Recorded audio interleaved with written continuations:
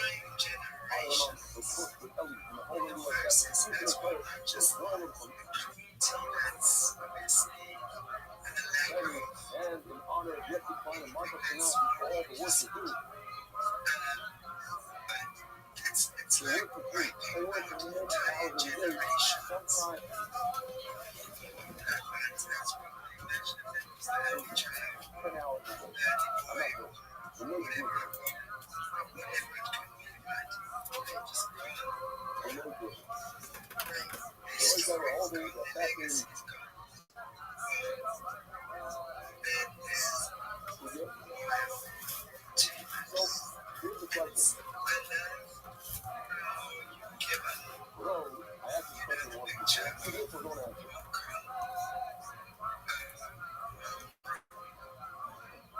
To the Kahana there, don't answer. This to the Hamaya. What is the word? Just like that word.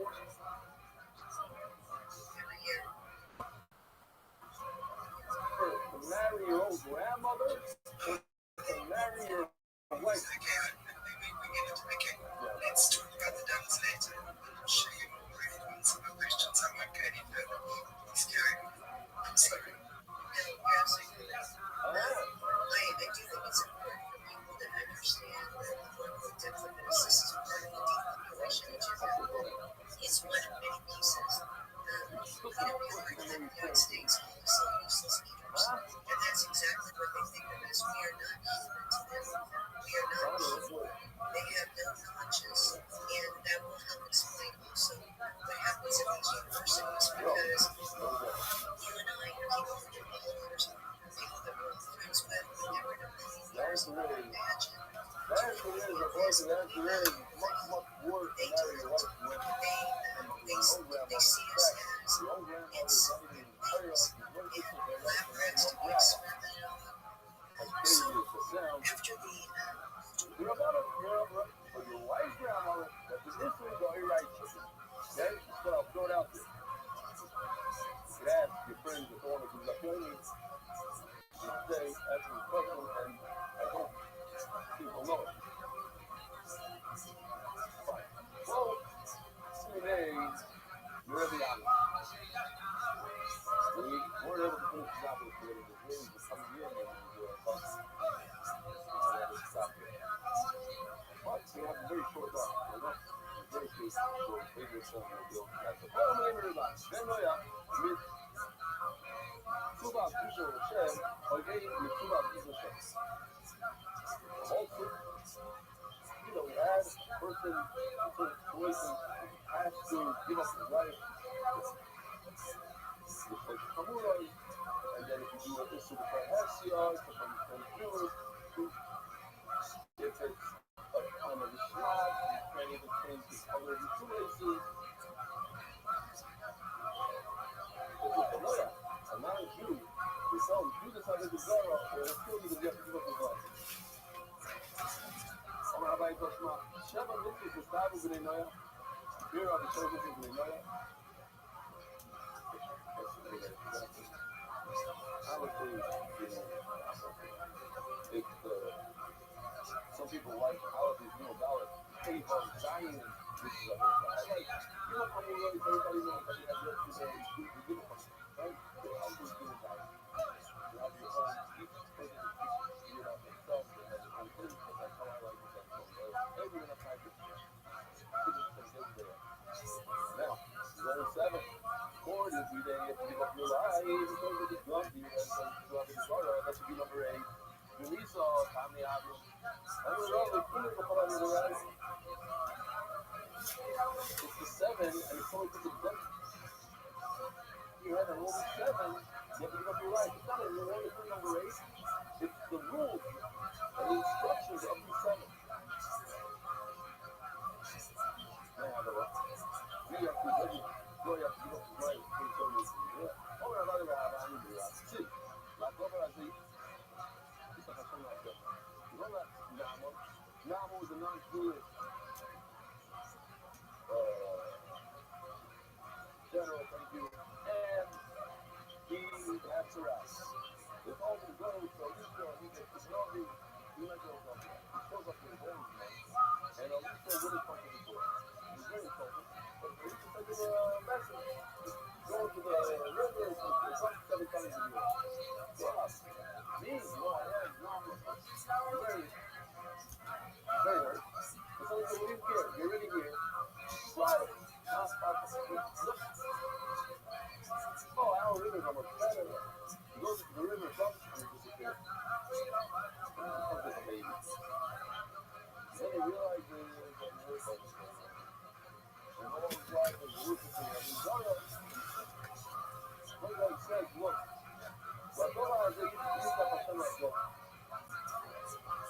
I do tshuva. The one thing I can't get rid of, one thing, If I had done it, they stream on the summer summer. Now I have to go to team.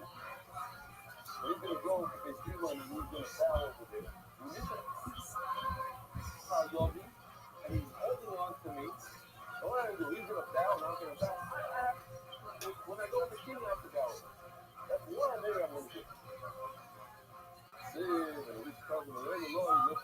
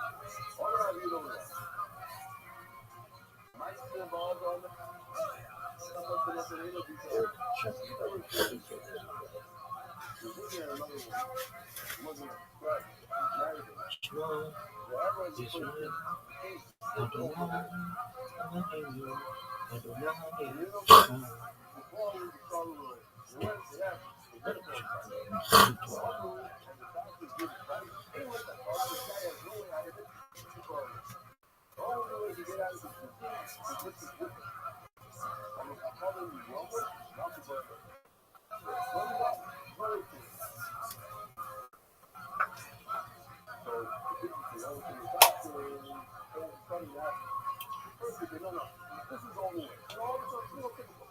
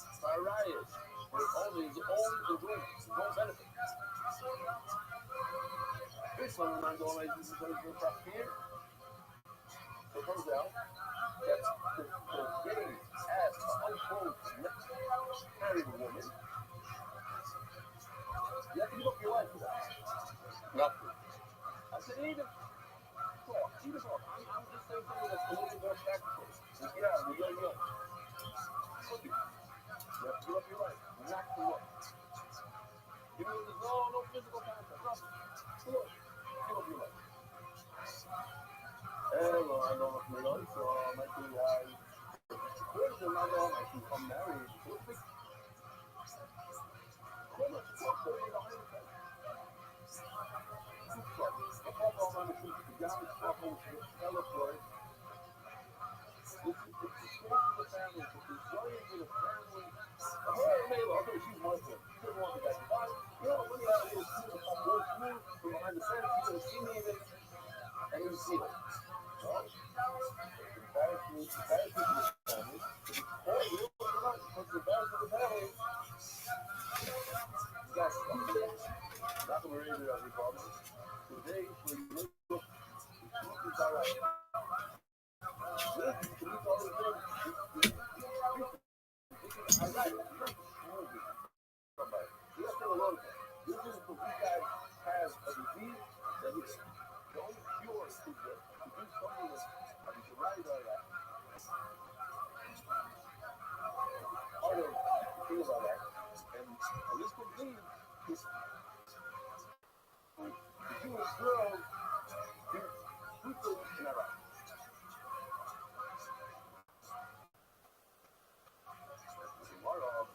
The Lincoln and Mints about another idea. Once you marry her, you should ask the shopkeeper register. If they agree,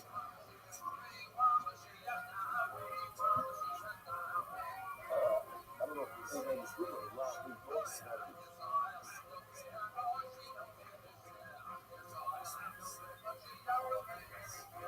Weirdo. Okay? Lincoln and Mints up. You're ready to go to the doctor, doctors have a whole thing, there's nothing you can do. Oh yeah, it was great to do it. What are you going to go to marry? This is sure that saw my daughter and then behind the fence, whatever. Then Tom Cruise says, Rabbi, who would have been awesome? And so he says, yeah, I love this awesome. They cannot marry her. Hello? Mitzvah. It's the opposite of a marriage. It's a mitzvah to get married.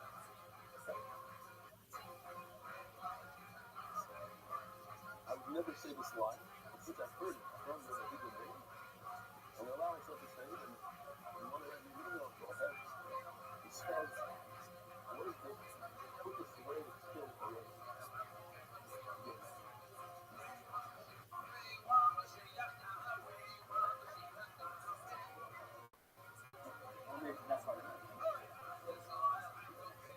He says, this guy from out here.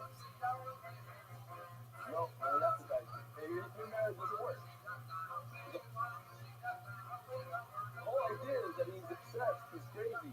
Getting married now, it's not going to help his life. So there are people who offer this book, young brothers, I mean, this book, and you know, the kind of thing is taken away from married people. The nickname of Israel, I think, giving the two of them. Hey, can I have? 9 billion couples, famous, 9 billion couples. What is better? The chunk is still in yeshiva on Thursday night, or the Yisrael chunk that was, 3 days on the web on Shabbos morning? Who is nothing? Because the breaking into the kitchen on a Thursday night, and then they shoot the packing this morning in yeshiva, and then you still bad.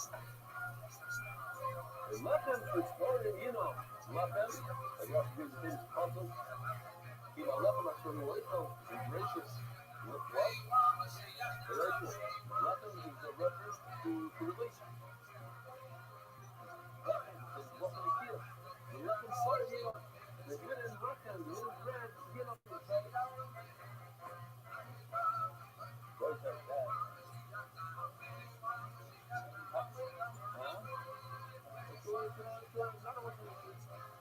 Yeah, but the lechem, it doesn't say, how do you know if it's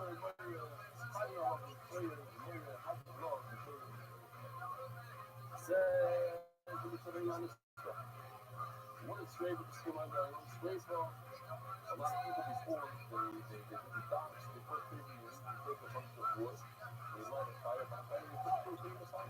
The way that's not that, you take a bunch of waste, you put the person into the waste, and then you kind of choke him, not to the point where he dies, but the point where he gags and he opens up his mouth. And once he opens his mouth, then you pour the hot molten into the esophagus. Whatever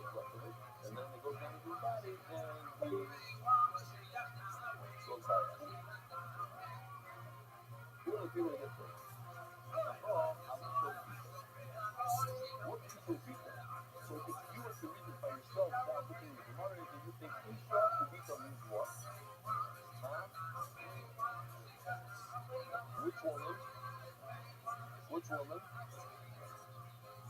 his own wife, and his daughter.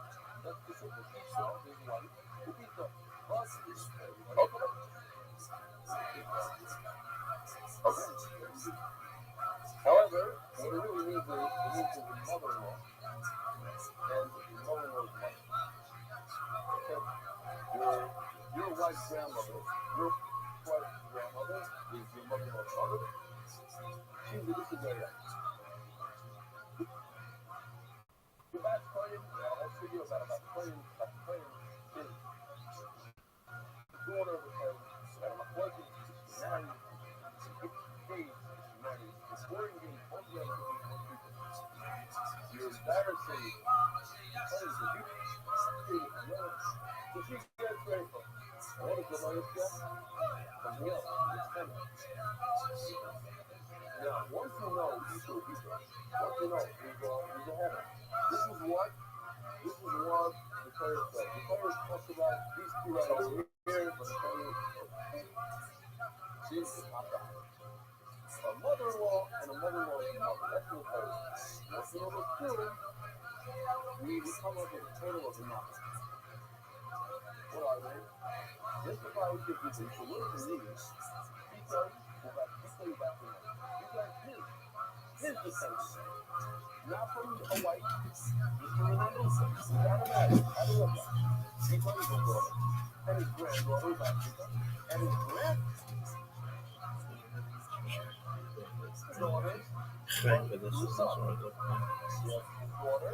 It's 14 to 57, 56. Tuesday, July 20th, 14 to 115. Grandson.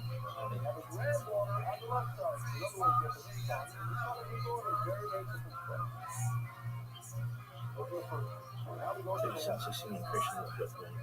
36, 31, 37, 34, 26, 2, 35, 107, 34, 36, 24, 15, 17, 36, 16, 33, 0, 4, 65, 31, 39, 16, 2, 37, 4, 6, 87, 20, 87, 874, 1, 2, 7, 2, 7, 20, 31, 38, 27, 05, 10, 56, 7, 2, 22, 25, 15, 36, 1, construction fact, 22, 05, 50, 56, 8, 22, 04,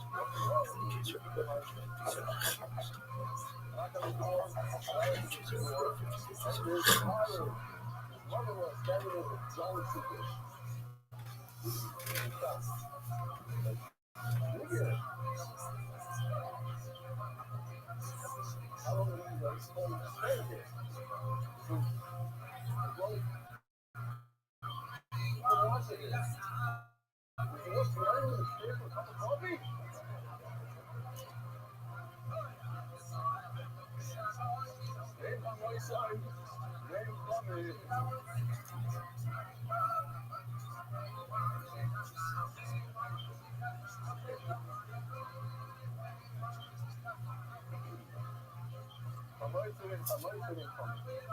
Okay, so the final three of us in here. Check this out. He started. I guess I didn't say anything.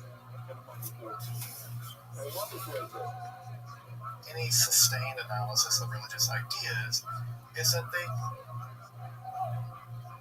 Somebody that's sitting in this room.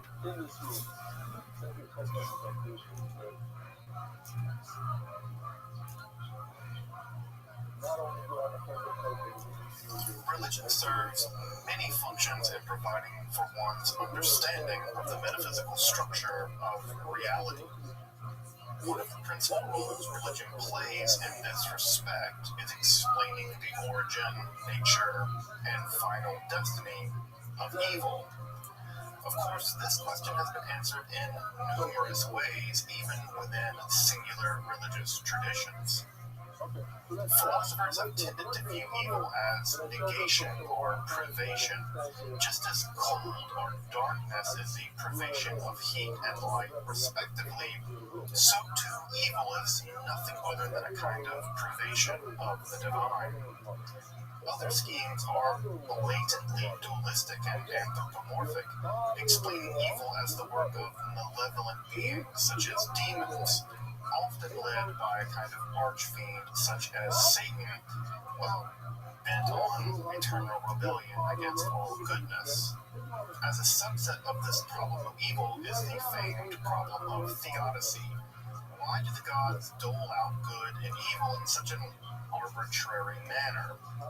Evil rightly concerns philosophers and theologians alike.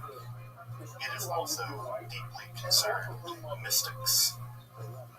With the rise of the Kabbalah, a form of Jewish mysticism that began to appear in Southern Europe in the 12th and especially in the 13th centuries, a rather shocking theory of evil began to emerge. Here, evil is the result of processes within the inner dynamism of divinity itself.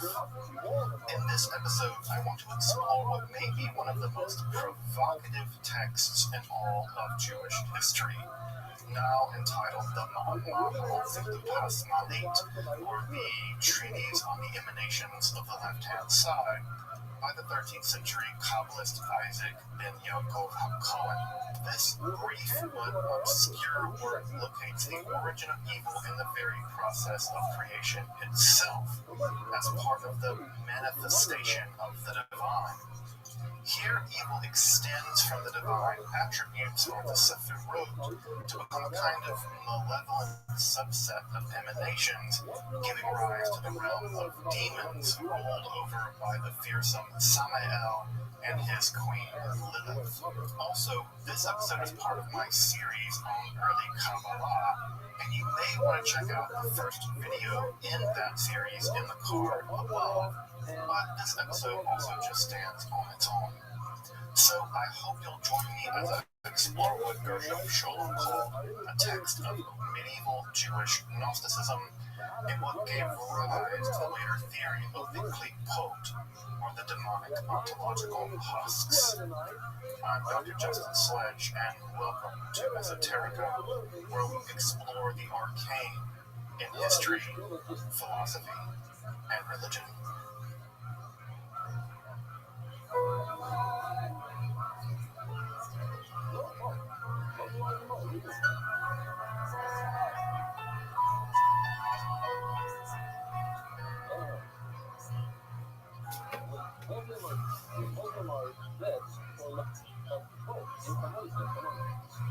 In what appears as a very strange early 9th century letter of Agabar, the Archbishop of Lyon, there is a description of Jewish belief that boggles the mind.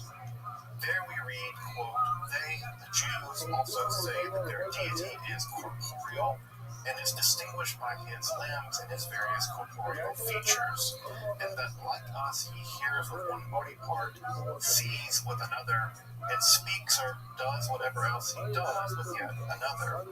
And thus the human body was fashioned in the image of God, that he has inflexible, rigid fingers as he does not do work with his hands, and he sits like some terrestrial king on a throne, or by four beasts, and is housed in some great sort of palace." Now, this description of Judaism is basically unrecognizable, especially following Maimonides' relentless attack on divine corporeality. Indeed, it would be just easy to write off Agabar's description as more straw-man caricatures of Judaism often found in medieval accounts. Though in this case, oddly, and I mean oddly, like capital oddly, a few things deserve more careful attention.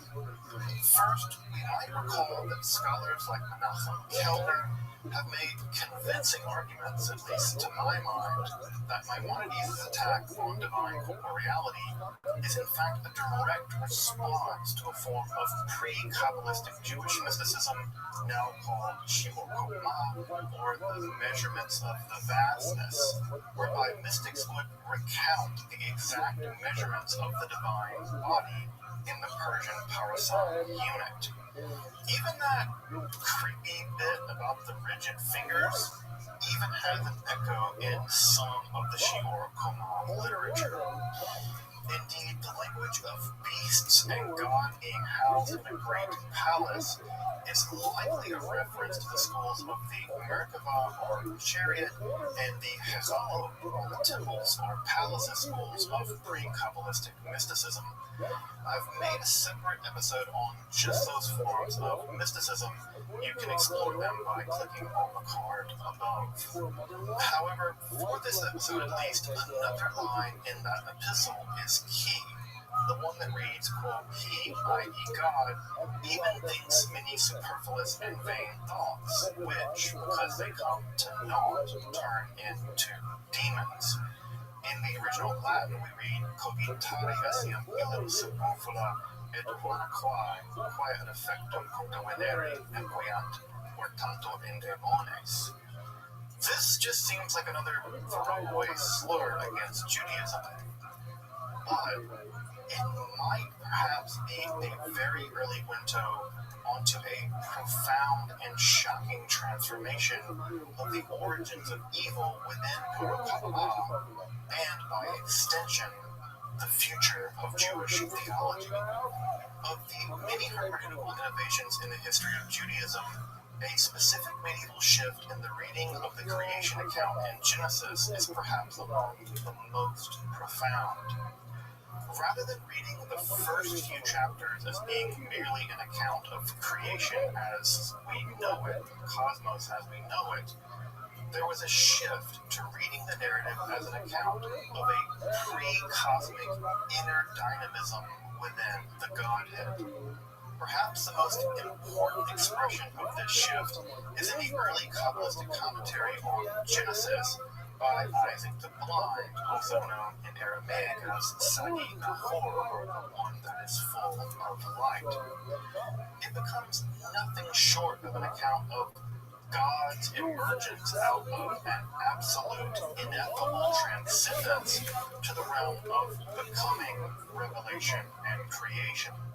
The autogenesis of the outer divine from the inner nothingness, the no-thingness of the sublime, empty darkness. In this account, there were worlds and creations much before our little cosmos ever even came into being.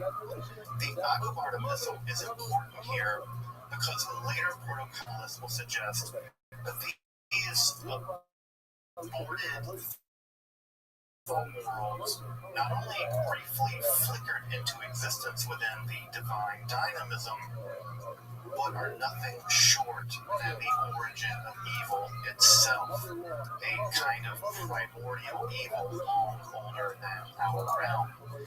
Indeed, it seems that the Agobard epistle reveals that this concept seems to have long incubated within Jewish circles, at least in France, before it appears in surviving Jewish texts. It's to one of those earliest and most disturbing of those early proto-Kabbalistic texts that I want to turn to now. The text now known as Ma'amar Zilut HaSmalit, or the trees on the emanations of the left-hand side, was produced by Rabbi Isaac ben Jacob HaKohen in the later half of the 13th century. Of course, Rabbi Isaac and his brother Rabbi Jacob were part of the immensely influential Castile circle of early Kabbalists, whose ideas were decisive in the development of the Kabbalah proper, especially as is expressed in the monumental Sefer HaZohar, or the Book of Radiance. This will especially prove true in the development of evil in Kabbalistic speculation. Isaac claims that this treatise is actually from two different texts that he synthesized together. The first is speculation on the angelic beings emanated by the various Sephirot, themselves direct emanations of the divine. The first part of the treatise claims to come from Rabbi Rabbi, a leader of the Iyun, or speculation circle, perhaps one of the most important proto-Kabbalistic movements, located either in Spain, though more recent scholarship tends to locate their activity in southern France. What's really curious about this section of the text, running for the first 4 chapters, is what appears to be an attempt to synthesize the 13 Sephiroth system of the Iyun circle with the emerging dominant system of the 10 Sephiroth from the Sefer Bahir via the famed Sefer Yetzirah. Specifically, the 10th Sphira, Malchut, is said to contain 3 further Sephiroth, which not only mirror the divine world, but which redirect the divine flow back up the Sephirotic ladder. A regression back to the divine following the progression of the divine emanations, a bit like a wave flowing out and then back to the center. This appears to be a classical kind of Neoplatonic influence. Of course, the ontological priority of the first 3 Sephiroth as igniting a further 7 or 10, depending on how you count them, is certainly interesting. The Sephirotic angelology presented here is also important, as some of the angelic names line up with the Sephiroth as we know them, while others are a bit unusual. Indeed, the Sephirotic angelology is the bridge to what gives the treatise its name. How the Sephirotic angels go on to be demonically mirrored. So let's turn to some of those emanations of the left-hand side. Rabbi Isaac claims that the sections of the text dealing with the demonic emanations was copied from an ancient booklet written in a difficult-to-read script originating in Jerusalem but arriving in Marley via Damascus. Now, often these accounts of antiquity are spurious at best, but for reasons I'll mention later, I think that there actually may be some truth to all this. Now, before I get started, let me say that this text is extremely difficult to understand and is profoundly resistant to summary. Exactly how all this is meant to make sense together is difficult to tease out, and my summary could easily be contradicted by another interpretation. All the more reason for you to go and read the text yourself. I discuss where to do that in just a bit toward the end of the episode. Also, I tried really hard to find the original Hebrew edition while making this episode, but to no avail. It was published by Gershom Scholem in the earliest 20th century, but I was unable to consult either the manuscripts of the text, none of which seem to be digitized yet, nor Scholem's edition published in the early 20th century in Hebrew. If anyone has access to a digital copy, I would absolutely love to see it. However, none of my analysis of the text is going to turn on any very specific reading, but again, I like to be open about what I have and I don't have access to while creating content for the channel.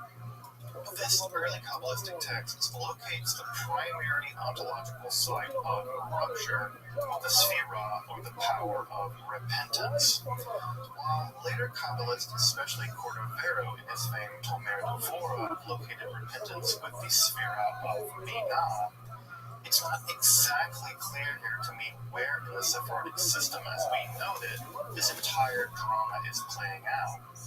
I tend to go with Binah because it's the last of the 3 primary Sephiroth as laid out by the earlier part of this text, and it mirrors the demonic sections I'll describe here in just a moment. Now, I know those familiar with later Kabbalistic theories of evil are all probably team Sephirah of Din, because that's where the Zohar locates the origin of evil. An excess of severe judgment unchecked by mercy or chesed. But I should just point out that while the Din theory of evil is certainly the dominant Kabbalistic theory as it emerges from the Zohar, evil is variously said to emerge from both Keter and Malchut as well. There just isn't one Kabbalah, and various streams of thought are kind of always present. And so we're going to go with Binah in this text, because I do think that this text is arguing that it emerges from Binah. Also, this does make some logical sense. If Binah is in fact associated with repentance, we have a logical link with sin or transgression. There's no need for repentance without doing some sin, and sin seems like a pretty good place to start when thinking about evil. At any rate, the power of repentance acts as a kind of screen or barrier, perhaps between the higher and lower emanations guarded over by the angel Masutio. Beyond this screen emanated angelic beings which existed in potential, but before they could be actualized, so to speak, another world of alien forms and destructive images was illicitly emanated by the angel of the screen. This alien world was led by the warrior Kamtiel, and he sought to destroy all the other emanations. The angel of the Sephiroth of repentance ordered the angel of the screen to destroy this alien parallel world, and thus he did, just as one may extinguish a flaming wick by submerging it in the very oil that keeps it burning, as the text relates. A second, more hideous world led by Belial, living without God, is then emanated, which is only destroyed by direct divine power. Finally, a third world is emanated by Itiel, a demonic entity somehow associated with time and perhaps Saturnic in character. The beings of this world sought to destroy the very tree of the Sephiroth before the divine will annihilated them as well. These first three worlds, created and destroyed before our cosmos, form the first three of the aborted Sephiroth of evil. Note that more and more direct divine power is required to destroy each successive evil ontological realm. From here, those once merely potential angelic beings become actualized, and the seven heavenly bodies appear with their respective angelic and demonic counterparts, led by the archdemon Samael. Here the text is unclear if the planetary bodies are, in fact, just purely demonic, a notion which has clear links to the archons of so many Gnostic texts, including the key role in those texts played by Samael. Indeed, the whole concept of the aborted world, which we'll see more of in just a moment, is also conspicuous. It's no wonder why Sholem considered this text as an example of Jewish Gnosticism, and it's in fact why I'm also inclined to think this text does indeed have a rather ancient Mediterranean origin. The strife that rocks the heavens is said to be stirred up by jealousy, inspired by none other than the demoness Lilith. Indeed, Samael and Lilith and Adam and Eve are the demonic divine mirrors of one another in this text. Further, the sin of the earthly Eve is also mirrored by some similar kind of sin, likely sexual in nature, which partially weakens the throne of glory. Shocking enough, it actually calls Lilith to her celestial offspring, though just what all this means is really mysterious. Even the text reminds us that another separate treatise would be required to explain this Lilith business in heaven shaking the divine throne. That text, if it ever existed, isn't extant so far as I know. Again, here we have another creation abortion narrative, now with Eve, Lilith in focus, again, strongly paralleling the Sophia narrative and texts like the Apocrypha of John. Though just what all this means is anything but clear. Fascinating, yes. Clear? To hell no. The text now focuses on the three ethereal layers of the superlunar regions. Here, various kinds of divine names can be used to access the demonic ether and gain prophetic powers, even the ability to magically teleport. A magical key to the second ether is said to be the Sefer HaLavush, or the Book of the Divine Garment. This is an Aramaic text of angelic magic preserved in various forms from antiquity. Indeed, the text even reproduces a version of this short magical manual right there. I'll be doing an entire full episode on this angelic magical text and its companion, the Sefer Yashar, at some point soon, so stay tuned for more angel magic. We now come to the third ether, which itself is composed of three separate regions, the highest of which is ruled by our good old demonic friend, Asmodeus, who is also wed to Lilith the Lesser. There are lots of Liliths up here in the ether. The second part of the third heaven is actually ruled by a demon with two alternating lives who produce various kinds of demons and terrible storms. The third part of the third ether is dominated by dog-faced demons created by human sins, for which Psalm 22:21 is apparently a very powerful amulet. Other demons in this third region of the third ether take the form of goats, from which emerge the so-called Aza demons, which eventually fall to earth and become the Nephilim of great fame. Nephilim are famous around here. There are several other kinds of demonic deities. There are actually more various kinds of Liliths. I'm not kidding, there's a bunch of Liliths up here, and their various parallels on earth. Finally, we're also told that prior to our world, two other worlds like ours existed.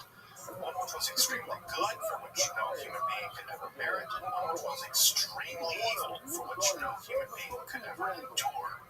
And that our world, with some mixture of good and evil, proved to be the only suitable testing ground for the internal conflict of human righteousness and transgressions. A similar idea also famously appears in the writings of the Seste Ashkenaz, who come from Germany, and it's unsurprisingly we actually have tales of the magical teleportations.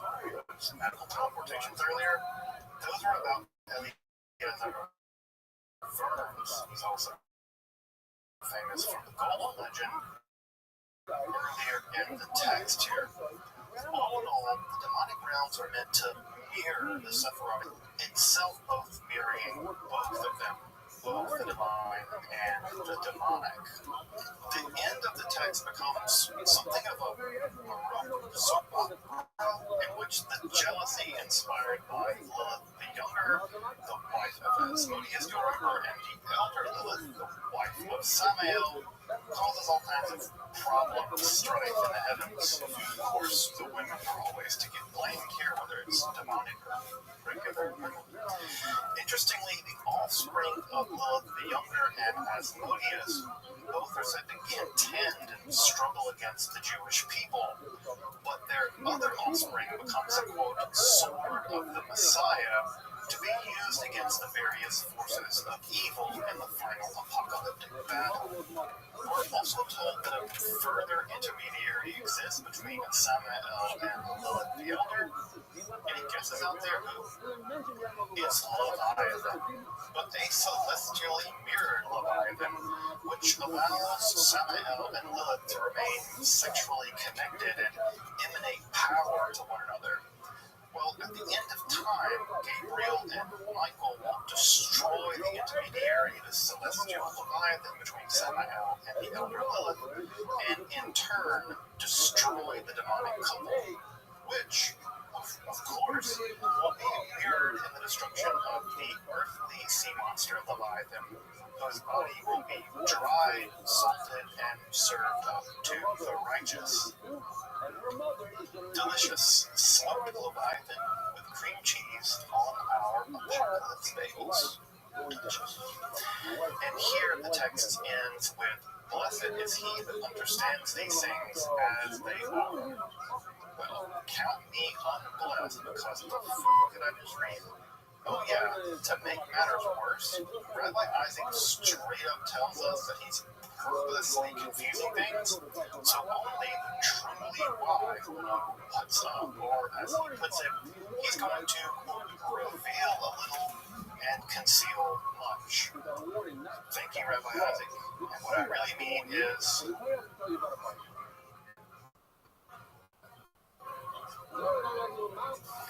the treatise on the emanation of the left-hand side is admittedly one of the most strange and provocative Kabbalistic or Jewish texts ever written, and my summary and analysis here is definitely no substitution for diving into it. Though the central thesis of the text, that evil emerges within the divine totality in the process of creation itself, proved deeply influential on the writers of the Zohar and, by extension, all of Kabbalah, especially the concept of the husks, or the klipot of Lurianic Kabbalah a few centuries later, often all typified as commentary on a seemingly insignificant verse on the various kings of Edom. Indeed, if we really want to extend this line of thinking, we could see this text being influential as far afield as Shabbatianism, the theosophy of Yaakov Burma, and even into the metaphysics of Hegel. Totality without evil, he reminds us, just isn't totality. Needless to say, this text is essential reading for anyone interested in Kabbalah, in Gnosticism, or in demonology. And if you're interested in topics like those, make sure to subscribe. Check out my other content on similar topics and other topics in esotericism. And if you enjoy having access to scholarly and free content on topics like these in esotericism, I hope you consider supporting my channel through Patreon or with a one-time donation. You can find those links below. Thanks so much for supporting the channel. It makes all of this research and presentation possible. If you want to read the treatise on the emanation of the left-hand side for yourself, the only accessible version really is to be found in Joseph Don's very nice volume on early Kabbalah. This translation is mostly complete, and the notes here are also really helpful as well. Indeed, this volume and all the volumes in the Classics of Western Spirituality series are really just wonderful. I have almost an entire shelf filled with them, and I highly recommend them. If you're interested in the concept or the role of evil in Kabbalah, I would check out Gershom Schulem's article on that topic and his volume on the mystical shape of the Godhead. I would also check out Tishbe's section in volume 2 of his Zohar collection, along with his really good monograph on evil and the thought of Yitzhak Luria. And Elliot Wolfson, who is a fantastic scholar, also has an article on light through darkness in the Harvard Theology Review. Perhaps the most comprehensive analysis of evil in early Kabbalah is Moshe Edel's recent Primeval Evil and Kabbalah, which I cannot hear in my head being sung to the tune of the Conjunction Junction theme song. Okay, I know that some of y'all are probably asking, hey, did you skip some stuff from your first episode on early Kabbalah to this one? Yes, I skipped some stuff, like just a little guy like Isaac the Blind and Azrael Corona. Don't worry, I'm going to circle back to them and all the Kabbalistic developments between those guys and this text. For some reason, this really weird book just jumped out at me this week, and I kind of ran. Don't worry, more early Kabbalah to come. Until then, I'm Dr. Justin Sledge, and you've been watching Esoterica, where we explore the arcane in history, philosophy, and religion.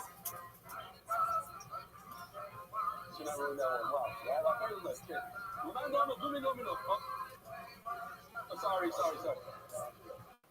Let's just do it eventually, you know? Okay, we're going to chapter and later in chapter. And actually, I'm right into this comment. So, yeah, right into this comment.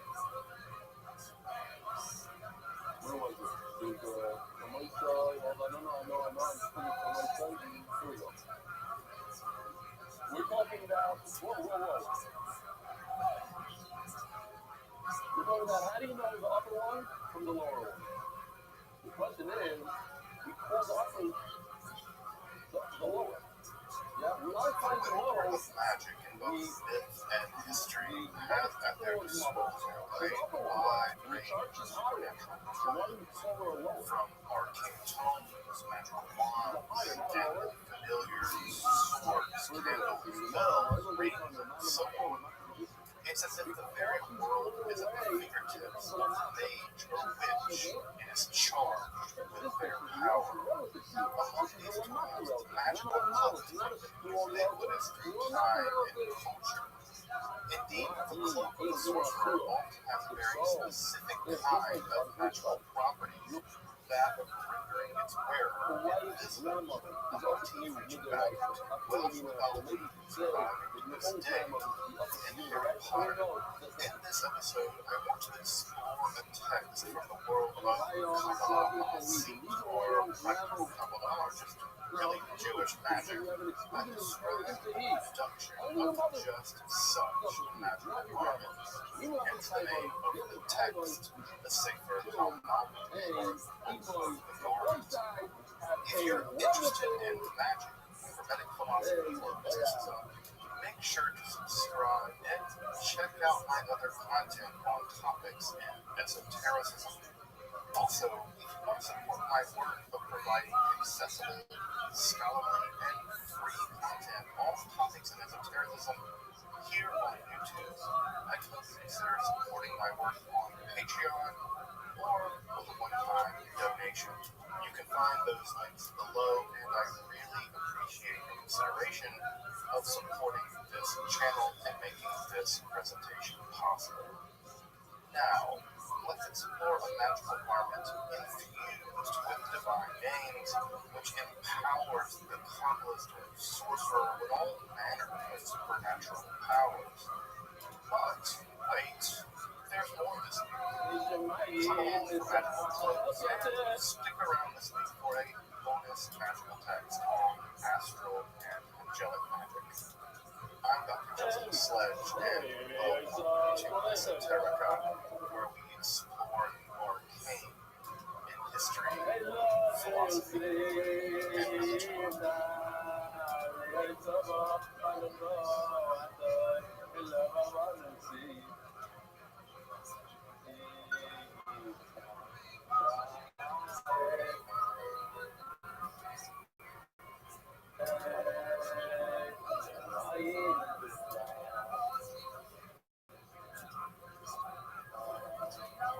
While magical garments are a commonplace in many tales and myths, descriptions of how to actually produce them are rather rare in the surviving magical literature. Various laymen and other objects meant to be worn on the body of the sorcerer are relatively well attested, but an entire article of clothing is much more rare. Though Sefer HaMalot is exceptional in this regard. Though, as we'll see, the garment functions more as a conduit for divine power than as a magical garment in itself. The text is known in several Hebrew and Aramaic versions, which seem to have been produced sometime in the Ionic period of Jewish history, or the period just after the reaction of the Babylonian Talmud around 600 or 500 Common Era to around a little after 1000 Common Era. Two principal redactions seem to be popular.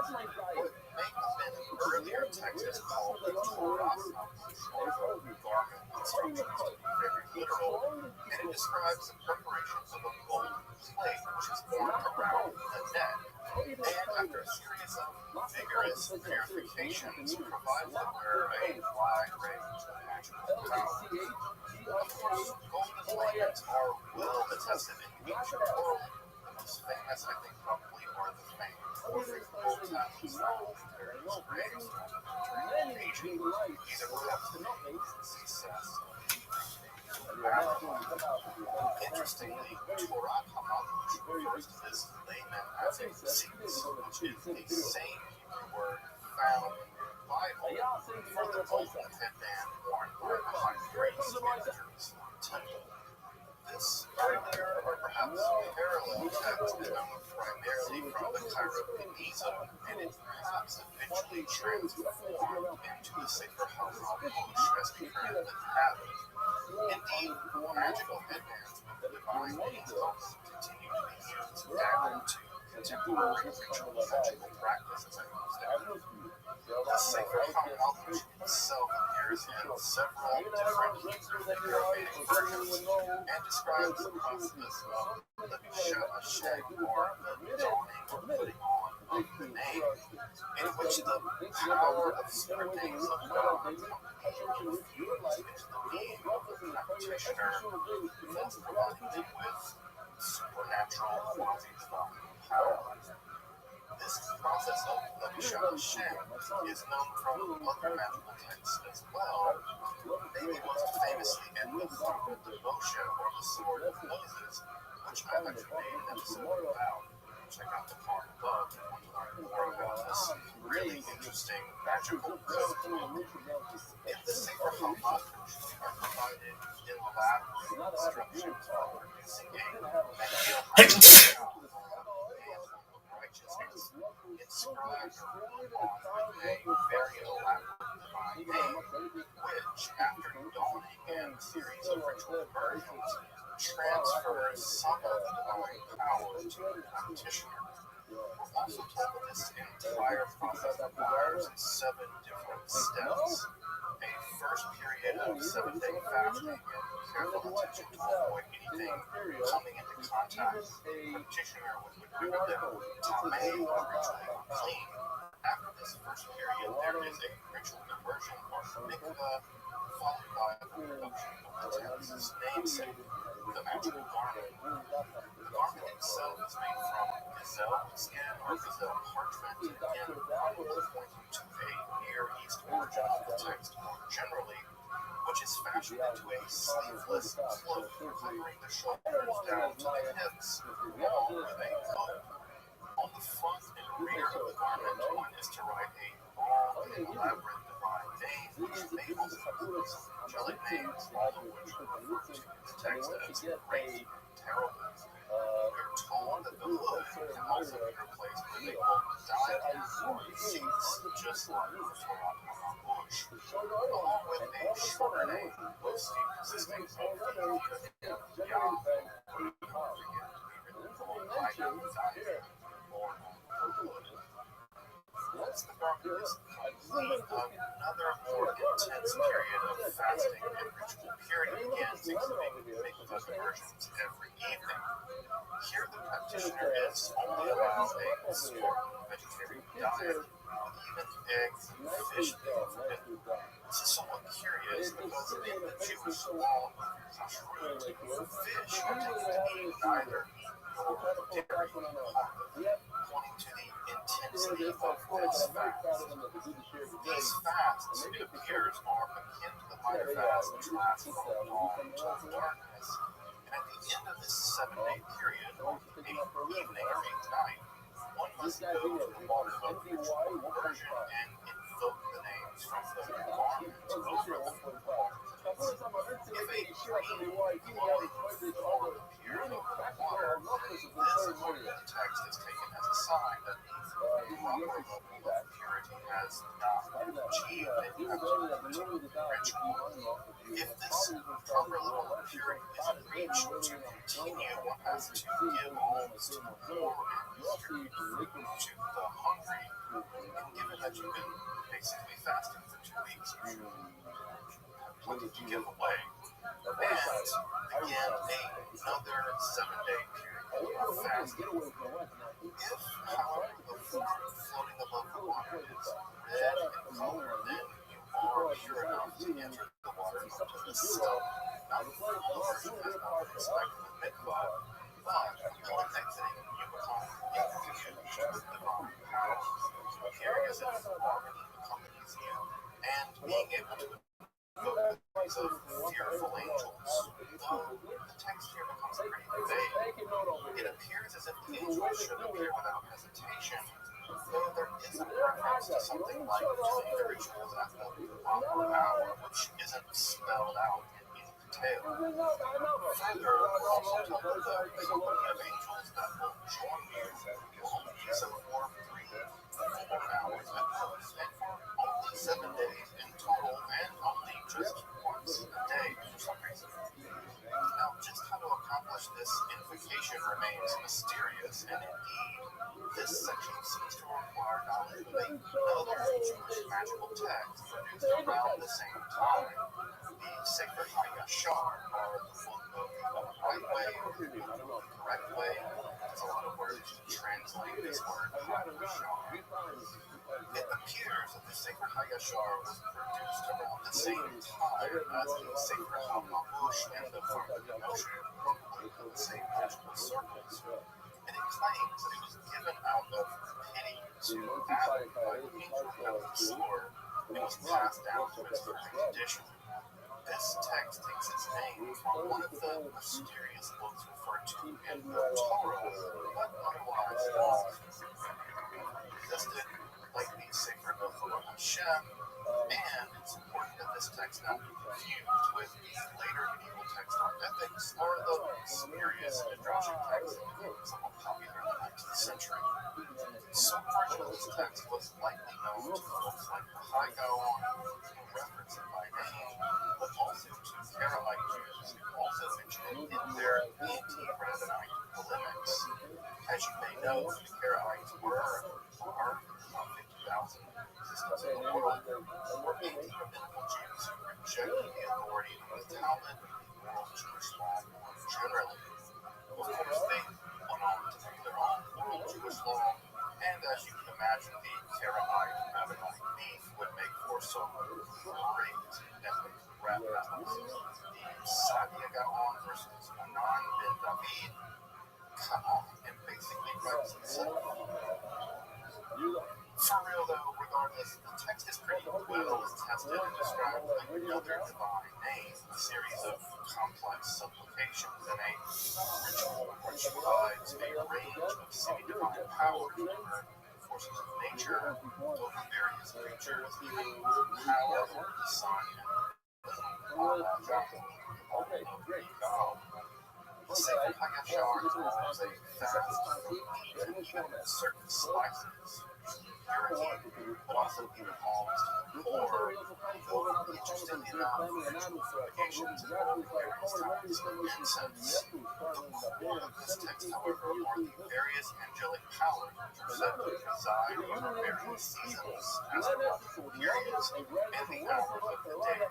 It appears that the Sefer HaMavush probably has something like these tables in mind when providing advice on the invocation of various angels. Indeed, the Sefer HaYashar gives a much fuller range of the divine powers of the divine name that it offers. If you're curious, these include things like drying up rivers, extinguishing fire, taming serpents, making barren women fertile, rending the sea, Moses, building swords, lighting soup, drowning out demons, delivering captives, and also shaking foundations. I think this has in mind, perhaps, the wall of Jericho. Also, have to call out my names 21 times, 3 times 7, and this also provides mystical knowledge of the Torah, which parallels the Sar Torah literature found in certain Merkabah or Hesel texts, or all those in the card above.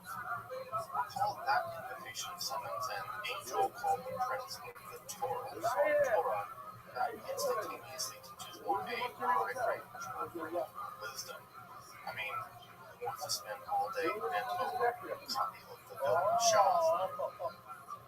Just kidding, I'm just tutor to teach you to immediately. As I mentioned earlier, although it's not exactly clear, the Sefer HaMavush, the Farming Moshe, and the Sefer HaYashar will probably share some similar cultural production. Probably in the area around Babylon, maybe in Palestine, around the year 1000 or so of the Common Era. And both of these texts survived into the Christian Middle Ages, and a version of the Sefer HaMavush actually appears in both the Sefer HaMavush as late treaties of the emanations of the left-hand side. This is an early Kabbalistic explanation of the origins of evil produced in the 13th century in Spain, but it also appears a slightly different form in the Sefer Rashi HaMavush, or the book of the Rashi, of course, was the secrets of God, which that book is still printed to this day.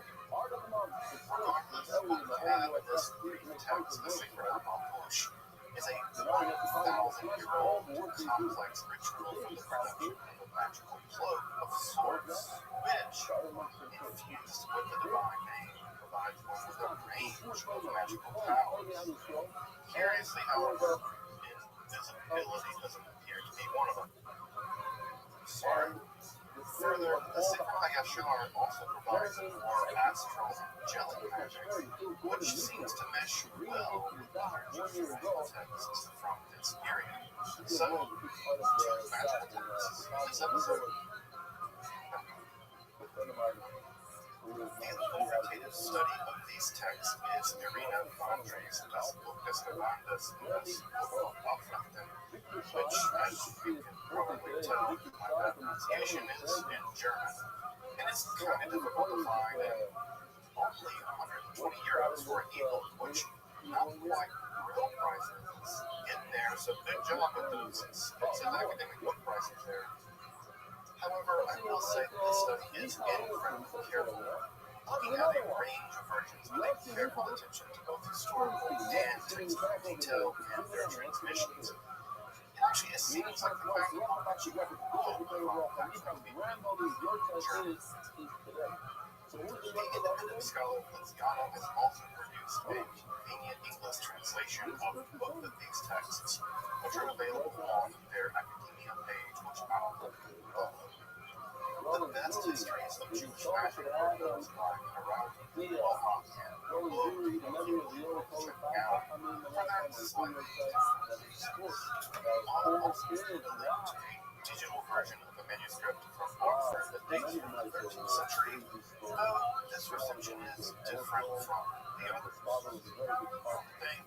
I'll also link to the page of the Sefer Raziel HaMalach and another recension of the Sefer HaMapush. Welcome to studying real magical texts, folks. Recensions. Make sure to subscribe for more content on magic, esotericism, and occult. And make sure to check out this playlist for political books of magic. Until next time, I'm Dr. John Sledge, and thanks for watching Esoterica, where we explore the arcane in history, philosophy, and religion. Where are we starting from?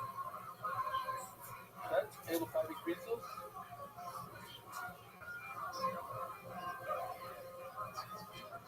More.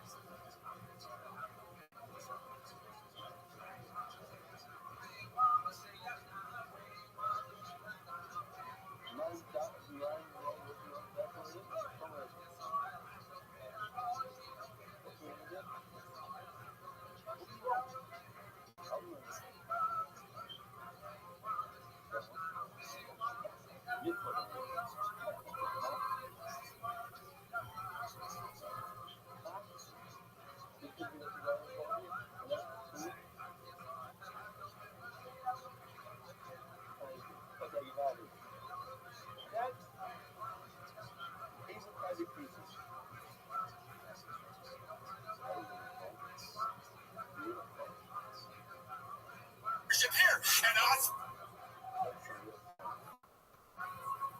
That's the 5 decreases.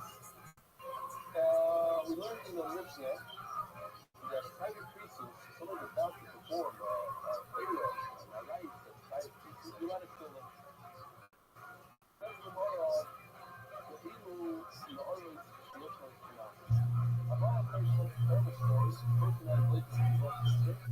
That's the player 50 show. Now, the famous concept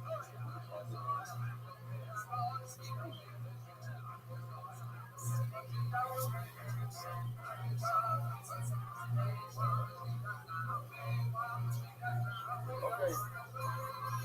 We have a couple of up in here somewhere.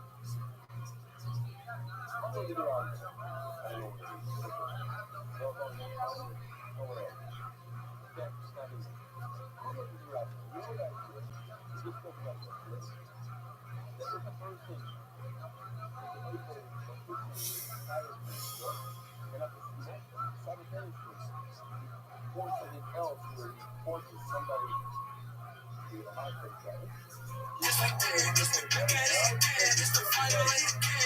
This is really the fight of the kid. Yeah, Jay, clap us in, dude. Let's go, as usual. I missed you, buddy. I was gone. I know, dude. Back in our old stomping grounds. Did you hit Evan Kinney?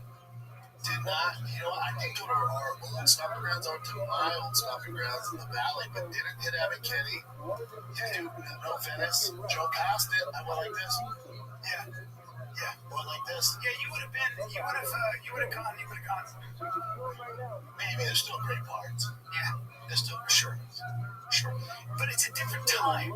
There's something about having kids where, like, you're thinking about things differently now. It's like, this would be good for the kids. It's fun to go. No, I think about that. Like, I think about LA. It's always weird when people shit on LA. It's like, buddy, LA was great. We made our bones. It's amazing. We made our bones. Yeah, dude. Show a little respect. And by the way, but you and Rogan, you guys went bad on LA a little bit. No.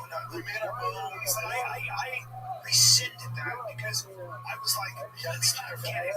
Don't waste my day. It's also 20 years. It's also a huge, amazing city with everything.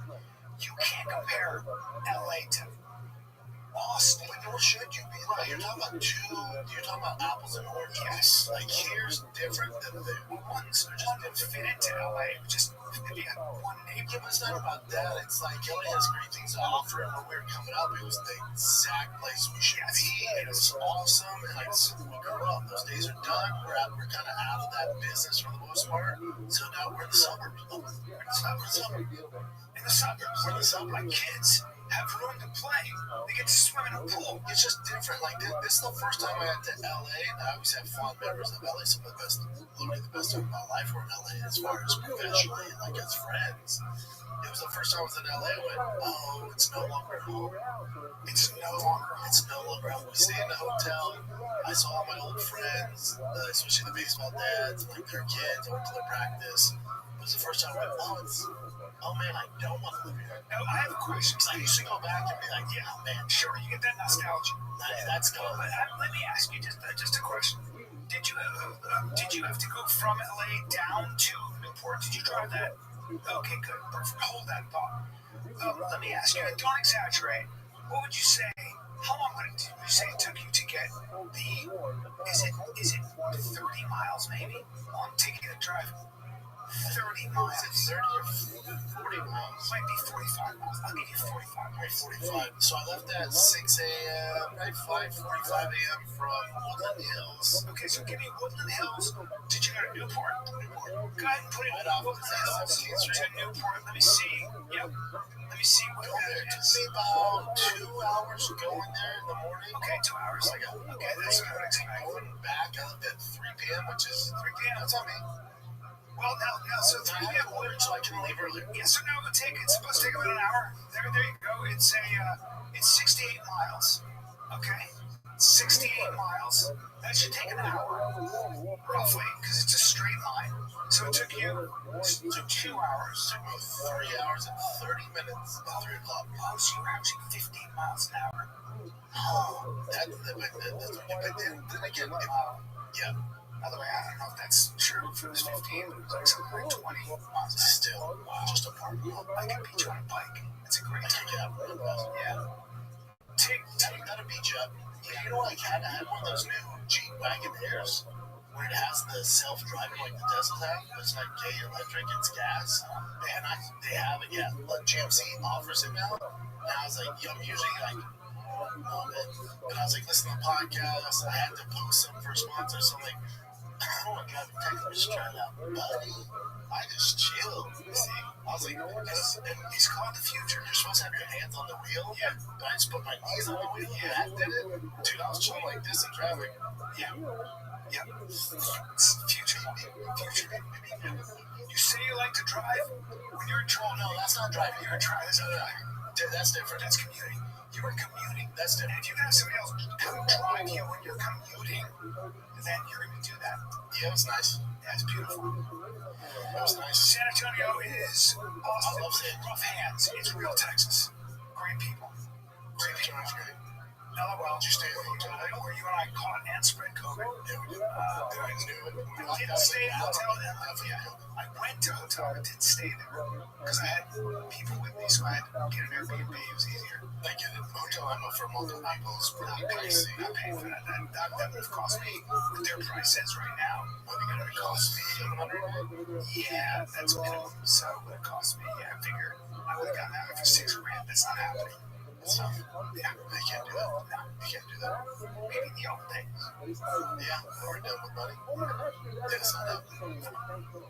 Crazy. God, I love that hotel. Yes, God, it's great. It's just fabulous. This hotel's so good.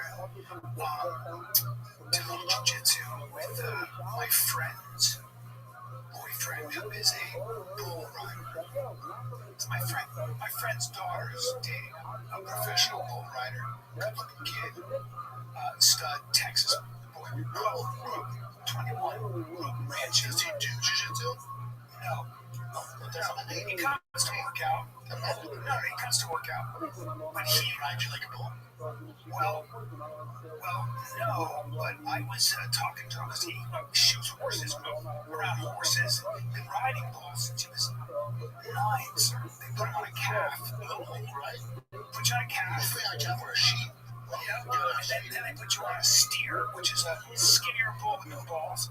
And then you move up to the big boys, right? When you're old. Yeah. And there's a tradition of it. There's a Texas tradition.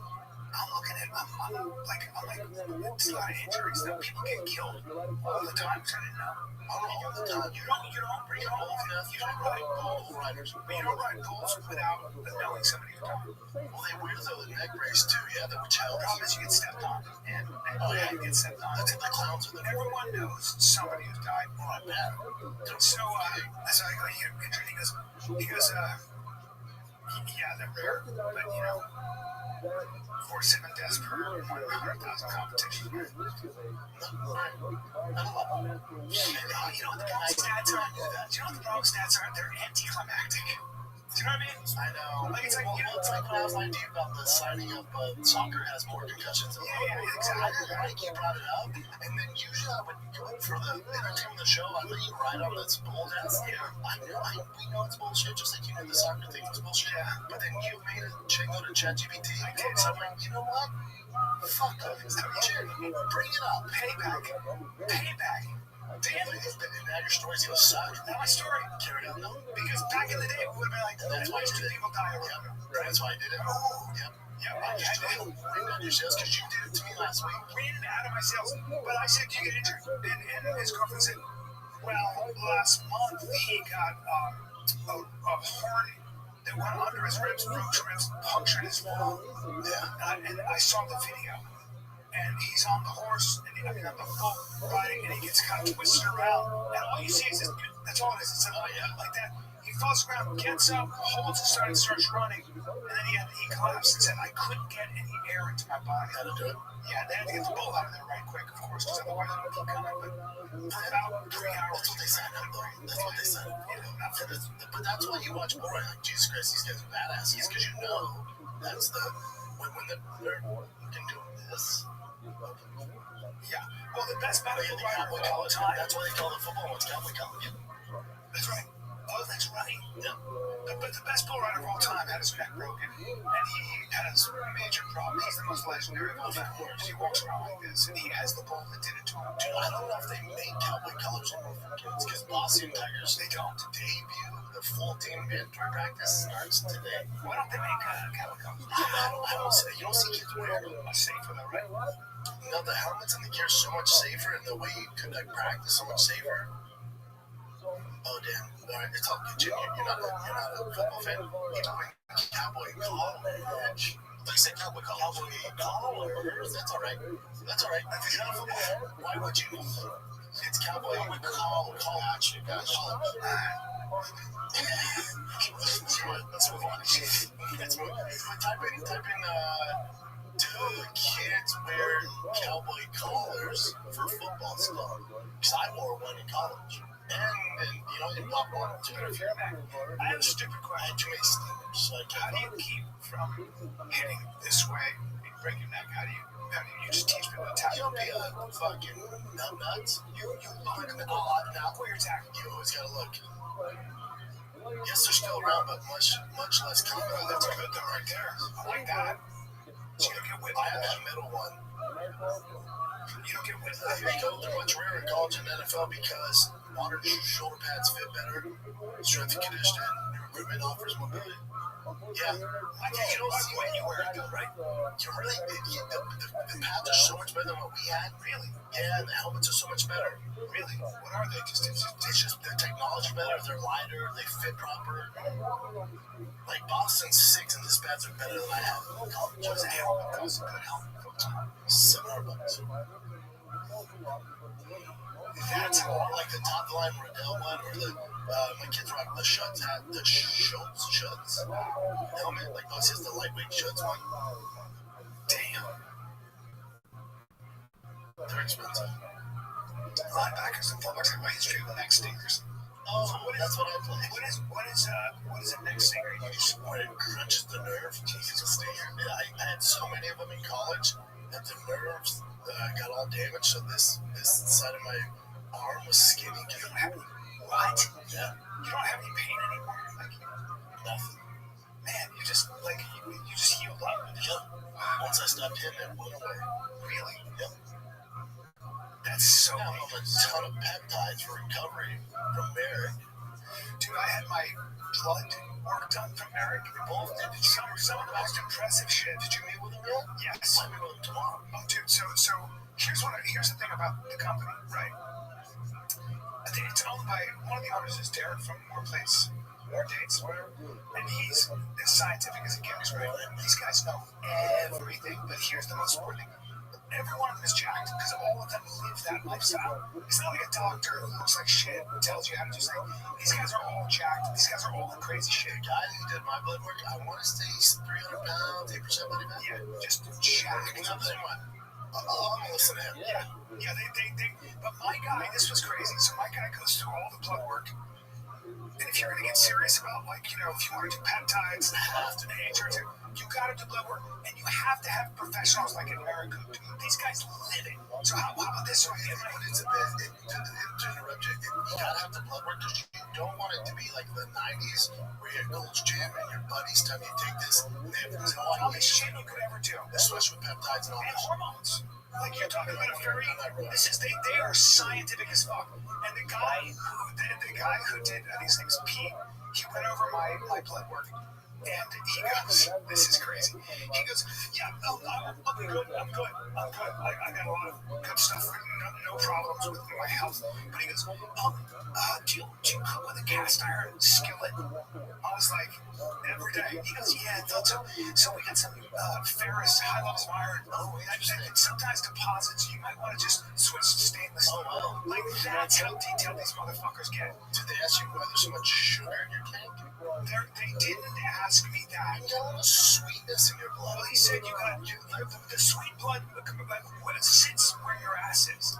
Yeah, that's what they said. And in your tits. In your tits and joints. Yeah, they said the only person we ever saw with this much sweetness in the sugar in their tank was Ian Carey. It's very strange. You guys both have so much sweetness in your blood. Why does Ian Carey just doing coke in his? Yes, yeah. So I wish I brought my Lucy pouches so I could show you. And I'm not like a big nicotine user, but I do put a pouch in my mouth periodically, usually 3 to 4 milligrams in this case. I always go to Lucy. Here's the honest truth. I like the way it tastes, and it's my go-to pouch. I think it tastes better than any other pouch. I'm just going to start with that, okay? The flavor, I don't know what they're doing. I don't know how they do it, but it lasts forever. And I think my flavor is mango. See what the flavors are. I don't even know what the flavor is. I bet you there's a mango. I knew it. It's so good. It's so good. For me, it feels like it's a slower burn. Like it's more of a mellow kind of release. It's like this smooth kind of situation. So it is, without question, a top-tier premier nicotine pouch. Sometimes I wish I had a video of me if I was in wife and saying, I like these pouches better than any other pouch. I said something like that before Lucy was even a sponsor. So, whatever they're doing, they are doing it to the nth degree. I didn't know there was such a thing as different qualities, but you try Lucy and tell me what you think. See if I'm wrong, okay?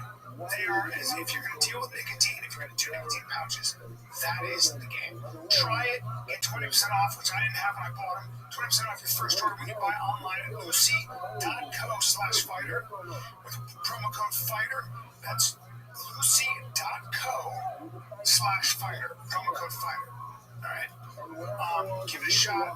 Let me know. If you don't want to do that, the next time you go get your nicotine, try Lucy. Just try it. And then compare it to your other brands. And I'm telling you, you will stick with Lucy. There's no question. Try the mango. Okay? Try the mango. Let's call it Brian Mango. By the way, check out their store locator to find where you can pick up Lucy. Okay? And here comes the fine print. Lucy products are only for adults of legal age. Okay? Every customer is age verified. This warning, this product contains nicotine. Nicotine is an addictive chemical. Yeah, they said the only person I ever saw with this much sweetness in their sugar in their tank was Ian Gary. It's very strange. You guys both have so much sweetness in your blood. Why does Ian Gary? Just doing cock interviews. He is. Yeah. He is. Man, he's fucking up. I love that guy. I have nothing to say about Ian Machado Gary. This kid not fighting Taylor with his games. We're going to talk about it. We'll get to that in a second. But if this sounds like an endorsement from Eric, it is. It is because we've worked with a ton of I worked with other peptide companies. Do it right. Do it with real science guys. Like guys who really know how to get. If you're using a site, it's super cheap. Like I'm just gonna order from there and not do blood work.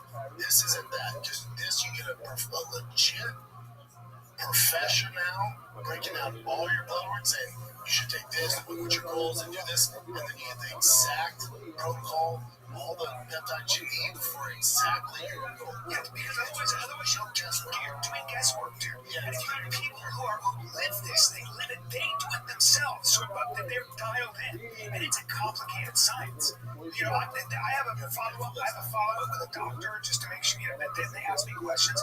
And they have all your panels, all your blood work, and then they'll tell you might want to try this, you can try this, maybe less of this. Like I was talking with some of the football dads, and everyone's on peptides these days. I'm like, where do you get it? Like, I get it from the site in Denver, I get it from the site in Montana. And I go, well, how much is it? They tell me, I go, right.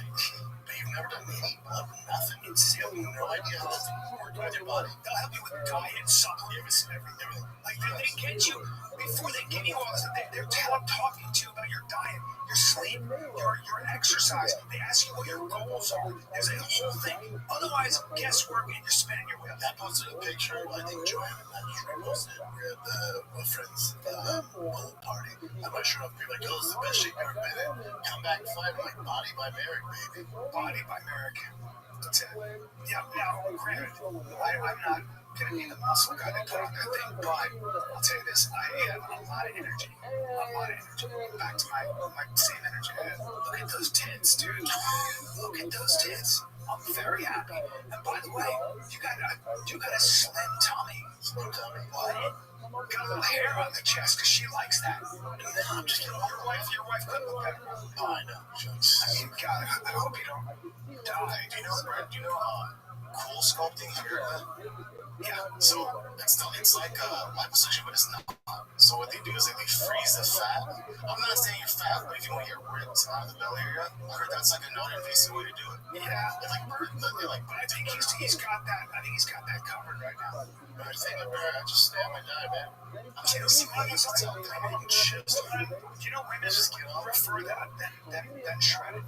They actually do. They've done a lot of studies. Women like just a bulky guy and not all shredded like that. All right, bro.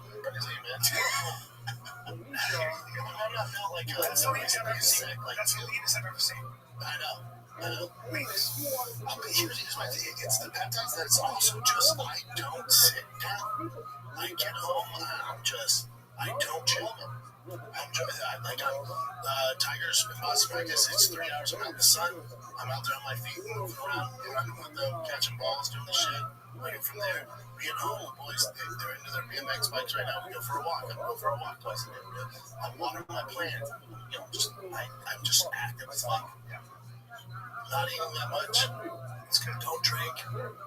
I gotta stop thinking that because I'm doing so much jiu-jitsu that I'm ready now to hang with high like black belts on my size. You can find it right now if you want.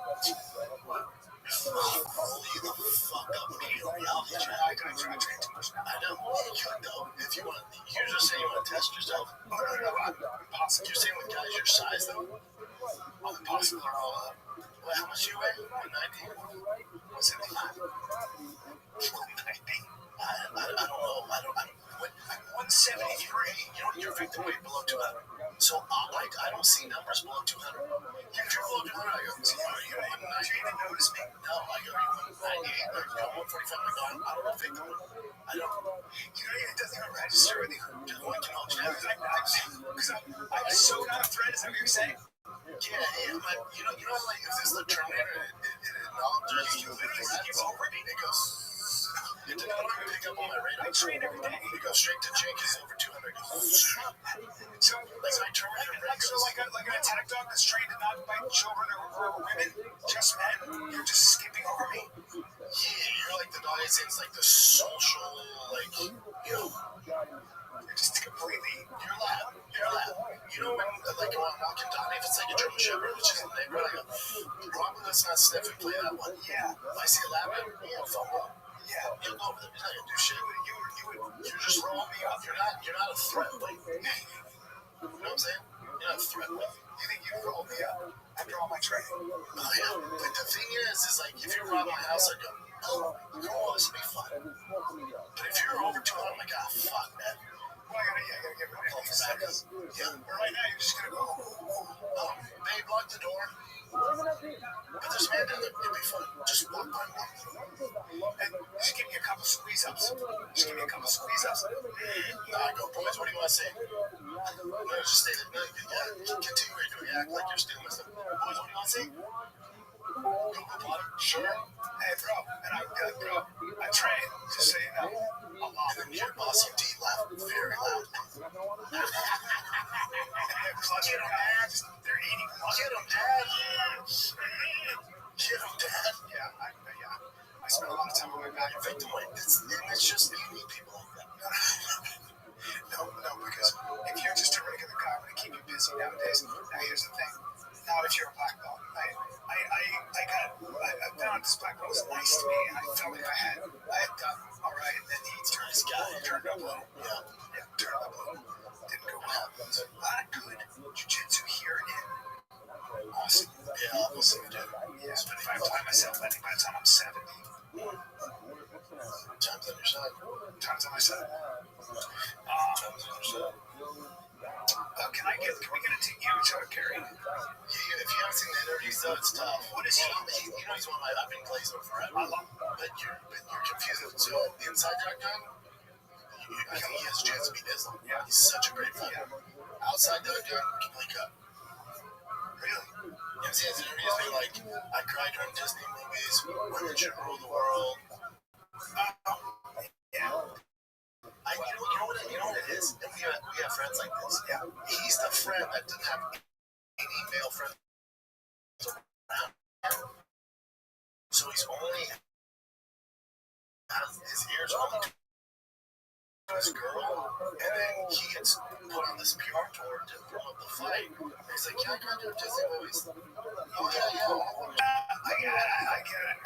I just like him so much. I think he's such a badass that I give him a pass. And I think his wife is so yak. She's beautiful. He makes it work. I don't know. I get it. I know what you're saying. I don't think he's making it work. I think he's ruining his reputation. He's actually turning people off. Really? Yep. I think he has the worst PR I've seen in a very, very long time. Yeah. What we're talking about, right?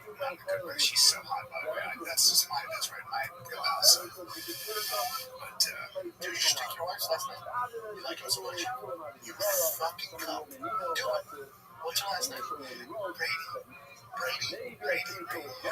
Yeah. Are you saying Brady or Brady? Well, we're saying Brady. well, you're saying I should take her last name. Rating. It doesn't matter. Just what do you? Brian Rating Count. Yeah, that's what you are. I should hyphenate. Right? And then call her your partner. She's my wife. So I can stab you with them. I had a friend say, I remember he goes, so such and such. I go, I'm her guy. And I'm her one.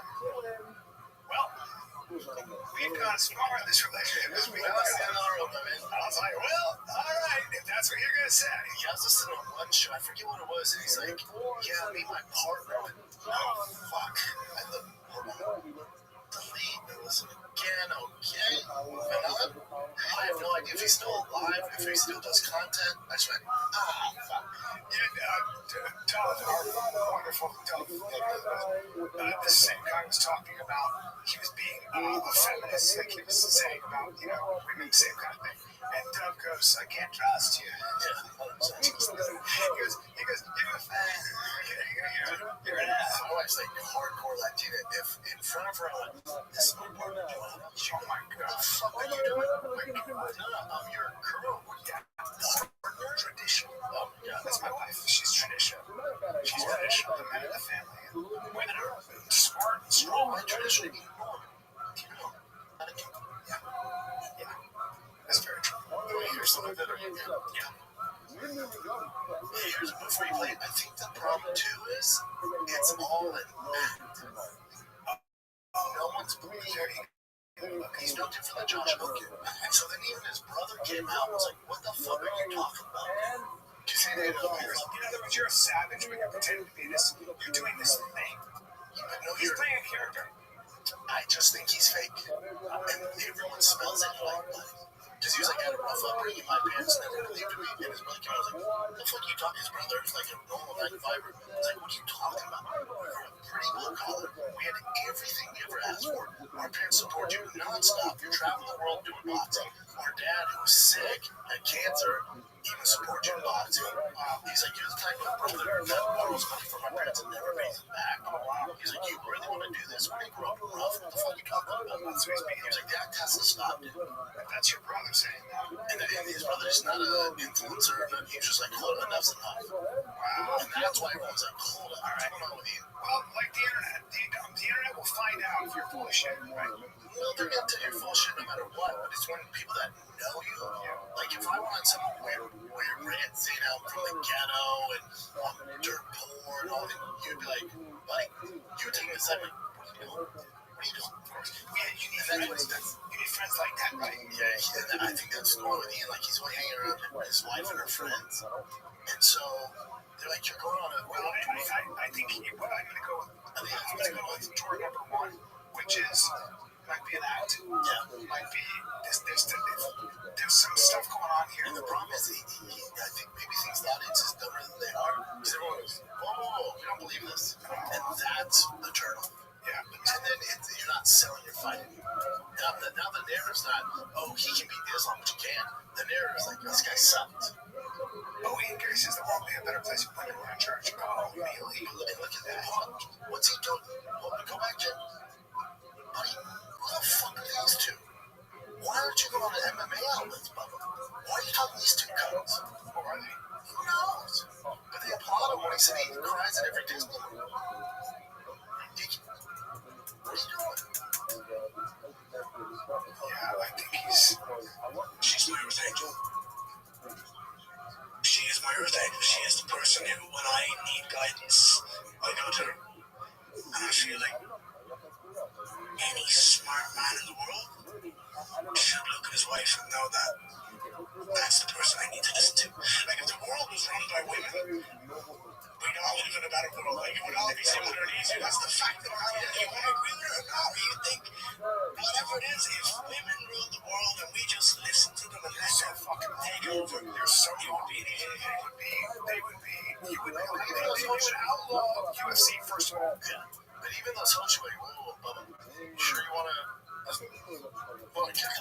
sure you want to... Those guys, by the way, yeah. Hey, what are you doing? Ian, what are you doing? Well, what is that podcast? Guns are us.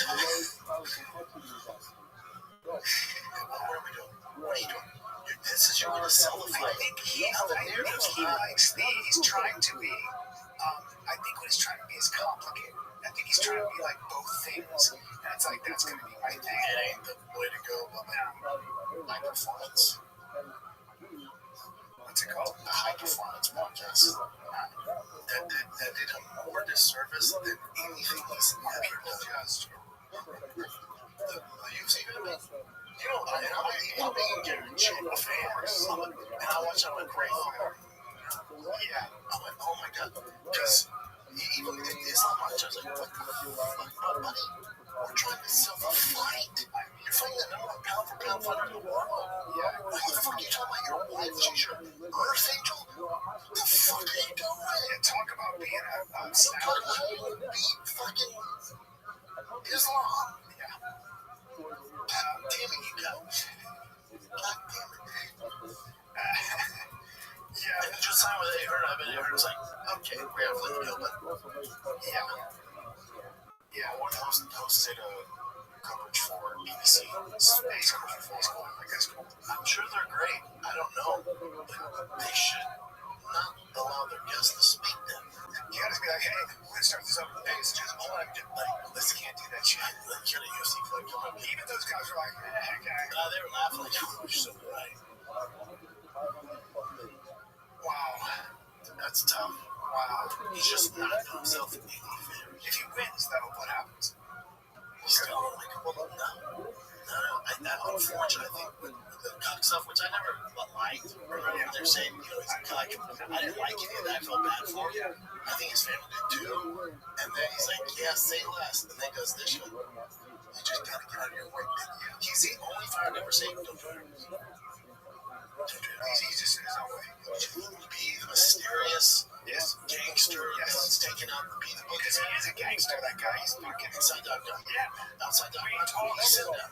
right. Well, when he talks, he's just one of those. He's just a fighter. I love him. He's making it tough. Yeah. Just so talented. You think he? What is your take on the Makachev? I mean, as we get closer, I'll give a legit breakdown, but he has a chance to, stylistically, he has a chance to beat him by decision. Like, he's not going to fit him, he's not a finisher. You know, his size and his IQ, he's a fucking tough night in the office for anybody. I think you watch this stuff, you're like, well. And then the other reason you got to root for him, whether you like his cover or not, you should root for him to beat Islam, because Islam fights once a year. They only fight once a year, so it's fucking up the UFC. And even with all this weird feminist shit he's doing, at least fight 3 times a year and defend the belt and we get all the new contenders. It's tough to get contenders when your fucking champions fight once a year. That's what those guys do. They get the belt, they sit them. It's a disaster for everybody. So you want Ian to win just to get the vision of blood flow, right? Even with this cover, he still wanted to win. When's that fight? August 15th. Looking forward to it. Makachev fights what, twice a year? Once a year, too. Smart. It's smart regardless. Why? Because A, he's talking about only having 1 or 2 fights left. B, when you're champions, when you make your money, Only 1 or 2 fights left. you know, that's when you make your money. How old is he? Because he hasn't taken a lot of damage, but there's been a lot of training. 34. Right? Well, we don't know.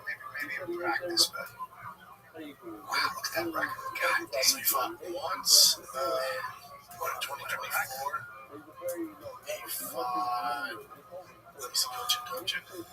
So he fought at the beginning of the year in 2025, and then the end of the year. Once a year. You don't think it's good? Why? Because there's more money to be made for it twice a year. You just hold up the division. You gotta defend your fucking belt. Why is he not? That's what they do. That's what those guys do. They get the belt. They say, like, if What are they allowed to? Can't Dana White be like, you fight? you can do it, they're the champ. What are you gonna do? You can strip him, I guess. That's not what Dana does. Like, you know, Hamzat's not that active. He was when he burst onto the scene during COVID. And then since then, those guys become champ. They sit. It's not good. And during the, like, after they fight, like, for the 3 months after they fight, what do most fighters do? Just not train? No, most of them go back to training.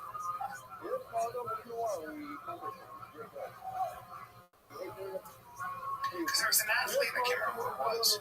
I think it's LeBron. During the off season, he's super, super careful. Like what he'll do is mostly PT. Like he doesn't even lift that much. It's also That's also basketball, right? So just run it. Right? So most LeBron, because he's chill. He's also 42. Why did you have to go there? Why did you have to Get some colors. Tate has all sorts of game, which I recommend if you play basketball. Does he chill? Yeah, he has basketball. Right? Yeah, but you when he was younger, you what is it? You want to recover. So you recover, right? So depends how bad that fight was. But you also got to get back on the horse. That's what's so good about the UFC. You're still sparring. You're not in camp, but you're still, you also got to be a good training partner. There's nothing worse than when you have a fight, you expect everyone to show up, you fight, and then you're out till you get a fight it out. It's like, that's not a training partner. Yeah, you're just using the guys. So train year round, but everyone should do it. Yep.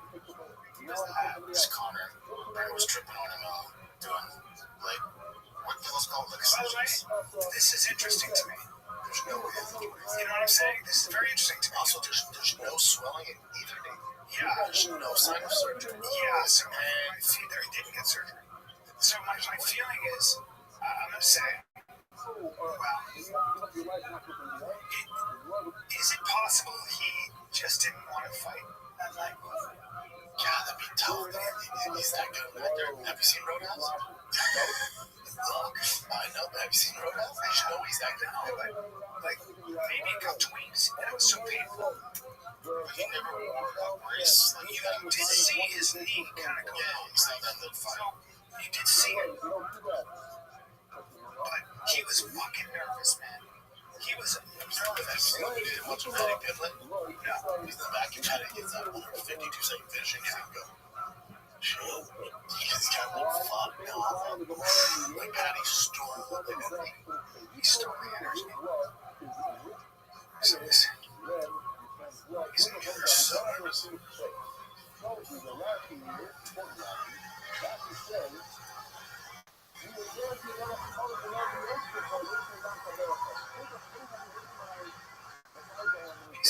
His mouth broken.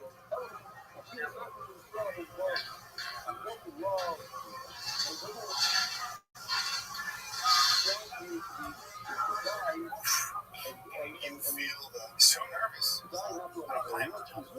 So fucking nervous. Yeah, the betting was up. Do you think he's so nervous partially because he didn't train hard enough for this fight? No, I think he trained hard for the fight. I think 5 years. 5 years is a long time. It's forever. It's actually it's so long. Especially at the you're coming back into the main event against Max Holloway. And you're not even training probably for most of that 5 years. No, hard not being trained. You're right. Sniffles, Jesus. That's a problem. Yeah, man, he's doing a bunch of stuff. Like, it's like, I don't know. I don't think that pause when I see him, like, this ain't good. Let's see this. Yeah, that's it. You can see that. That's it. There's something going on there. No. I know what you're thinking. It's appropriate. There's no swelling. What does this guy say? That brings out a lot of the interest happening in UFC fights. What up, dude? Hello. I'm just giving you a heads up. I can't really talk right now. I've got a podcast coming up. I hope you have a good day, though. This was an ACL. Peace. This view is a little bit better because we can see Rothschild here. User jumps off of that right side, twists as he lands down. This is a really awkward position for the knee, right? We can see a couple different things. Number one, we can see how his trunk is leaning over that injured side. That's a strike against you when it comes to an ACL tear. We can see that he's letting go relatively flat foot. That's going to be strike number two. That foot's I think yours. This is not a free stroke. I mean, you know what I mean? He had to hurt his knee. He fell down. Yeah, I don't know. Like, you're doing, like, extensions. I'm thinking, but he's not dumb enough. Like you can tweak your ego and tweak it, hyperextend it. Yeah. And then it's like so painful initially. And then when you get back up, happens again. I'm gonna give him that benefit of the doubt. I don't I don't think he's faking it, but he also, if he wasn't injured, he would have posted it into a leg extension. That's him being like, look, my knee's actually okay, I guess. Well, he should have posted that video. What it means is I'm ready to fight soon. Right? I've seen papers. Dana White did come out recently saying he's out for a year. That's all I heard. Rehab and like essential exercise. Okay, so he did tear his ACL and meniscus. No one's confirmed it. He hasn't confirmed that. Dana confirmed it. Connor's never said he's torn his ACL. He did it on a post, but Did he? Yeah, like he just wrote down it's ACL thing. Well, he didn't say torn. Oh yeah, he's not put the word torn ACL. what was that girl? I'm just curious. Just a fucking regard. Why is she there? Oh, is there an interview? Yeah, no, it's for Brenda. Awesome. She's really. You know, he's never came out and said torn ACL. It is the same injury as the first Holiday fight. Well, this time opposite leg. That's what's weird. I think that's what happened. Yeah. It's just weird. It's just like, I guess what causes some skeptical hypoitis is no swelling, leg extensions, the short after ACL tear. But I give the benefit of that. Still, I post that video. He was like, I don't get all that's weird. It's weird. Yeah, give the benefit of the doubt. I do. I give it to him. But I do think that it's kind of, I would have posted that video. I just think it's also, I don't know, we'll see him again. You see him again because he wants out of that contract. You see him again. So does this count as the one fight? Of course. So that's good. To get out of the I'll do it together contract, yeah. Alright. Who do they get?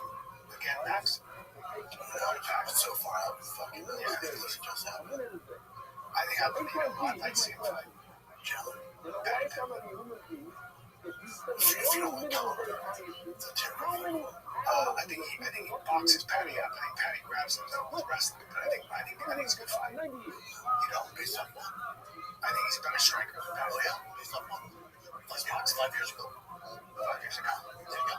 At Do you 55, have a lot to do? Do you have a time machine? I don't have a time machine. So you're doing the same shit? At 55, You're doing the same thing? now at 55, John, you got 55 to the time. So you're doing 55 again. get him on. We'll talk to Merrick. Can't do that. We'd have to get out of the testing protocol. Oops. You know what I'm saying? It's like we're all basing what Conor would do based off of 5 years ago, which he lost the fight. He lost the fight. That's what we're basing on, by the way. Good point. Didn't finish that fight. Didn't finish that fight. So technically, you say that's flawless. How do you just submitted a contender in 50 seconds? Yeah, He's going to lose to yeah. Conor hasn't won in 7 I years. still want to see it. They're both blonde. I want to see Clash of the Clans. No, Patty has bigger fish to fight. Patty will fight Gilly. That's a tough one for Patty. Tough one for Patty. I think that's what they're going to do. Or they do Patty Max since they're both ready to go. Oh, that'd be nice. That's fun too. That'd be a fun fight. Well, no, you're not getting Patty Gilly. You know? No. I mean, if Patty were to fight this year and lose, then maybe, yeah, you're not getting new Patty. Man, what a great comeback. Great comeback from Patty. What a tough fucker. What is he going to do? Let's see. Let's go. Rupture testing. Rotor testicle. Let's go.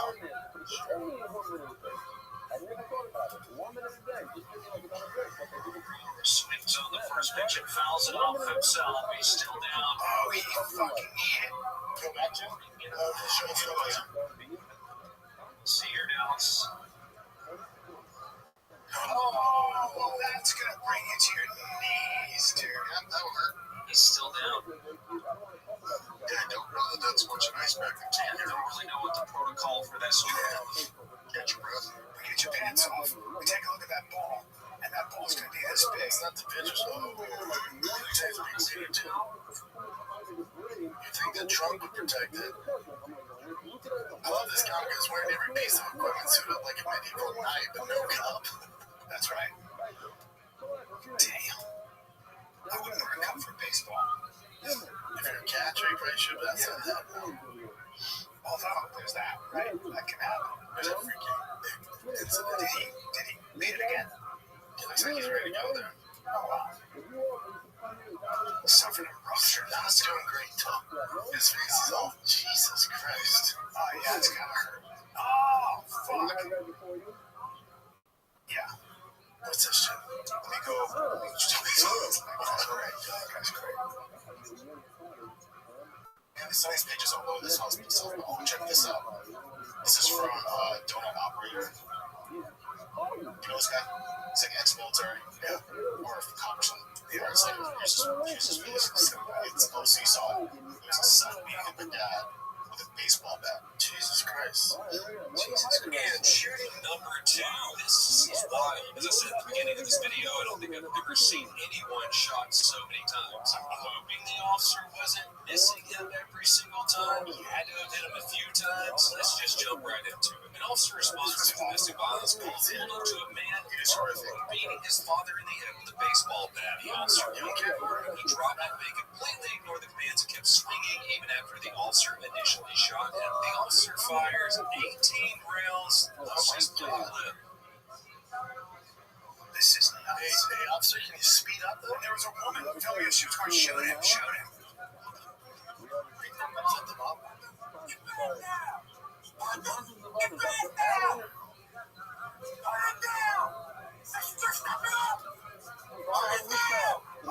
Oh, he keeps hitting that. Oh, wow, the guy's still going. His body shots. What the fuck? It looks like the first 5 shots didn't affect him.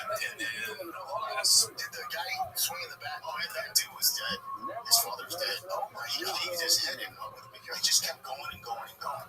Yeah, kill his father. Oh my gosh. That's yeah. That's you don't expect your son to kill you. How'd that guy eat so many rounds? That's what I was like. He got all the rounds hit Robert Lee Jenkins. Luke several rounds struck Jenkins before he dropped the bat and fell to the ground. So, one of the things they tell you is that body shots, unless, even if it gets you get hit hard, you don't go down right away. You want to shoot to the dome. You can't, like a lot of times, guys can take a shitload of shots before they go down.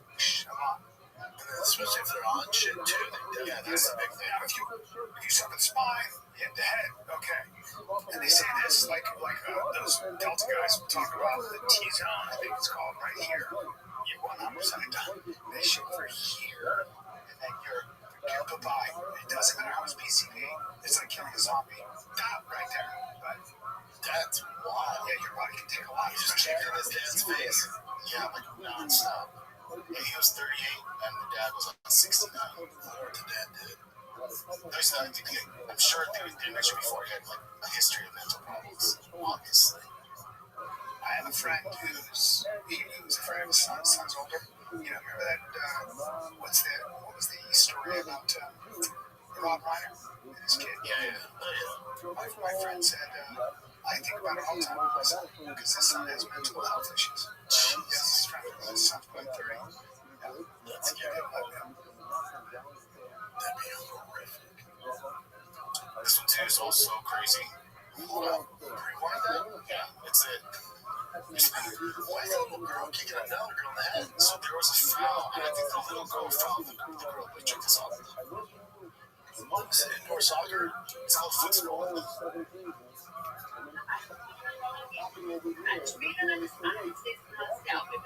Twice, and then she swings on this girl. The little girl had anger problems.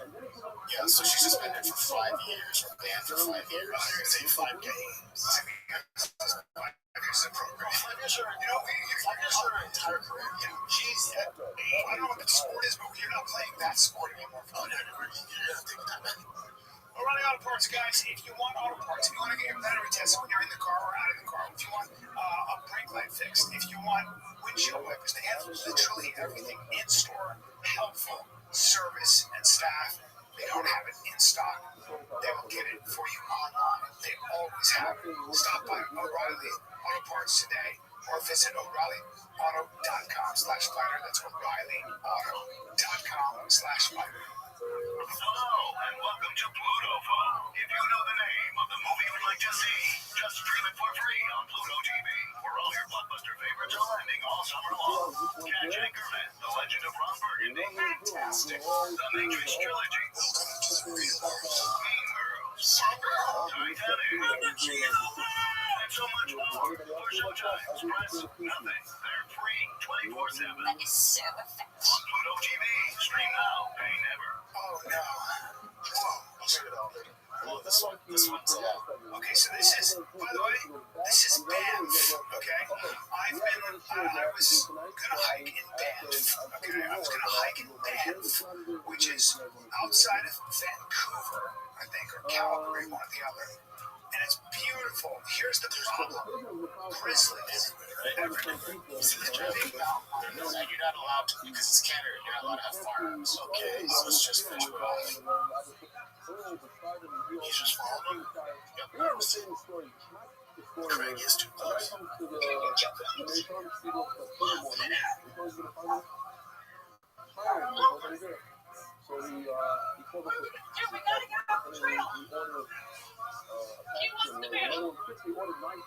Give him food. Are you defending your fucking cheese sandwiches? Do you have bear spray, first of all? Or if you do have the food, just toss your fucking lunch to the giant grizzly bear and move along with your day. That's for sure. But Because he wants the food. the grizzly also wants to eat you. Yeah, but he's selling for a ham sandwich. Yeah, I mean, if he might be too casual, but I think he's got bear spray in his hand. He does. He has bear spray. But the problem is, I'm not hiking Where I need bear spray, I will hike with a shotgun. Yeah, you can't Slugs and shoot you in the fucking head. I would anyway. I'll carry a 45. At least he has bear spray. Yeah, and is it he spray that rams him up? Yeah, so you're supposed to. He did. Apparently, considering what happened, he did pretty well. But everyone's complaining, which makes sense about the dog is mostly leashed, and she's not picking up the dog. She's just filming.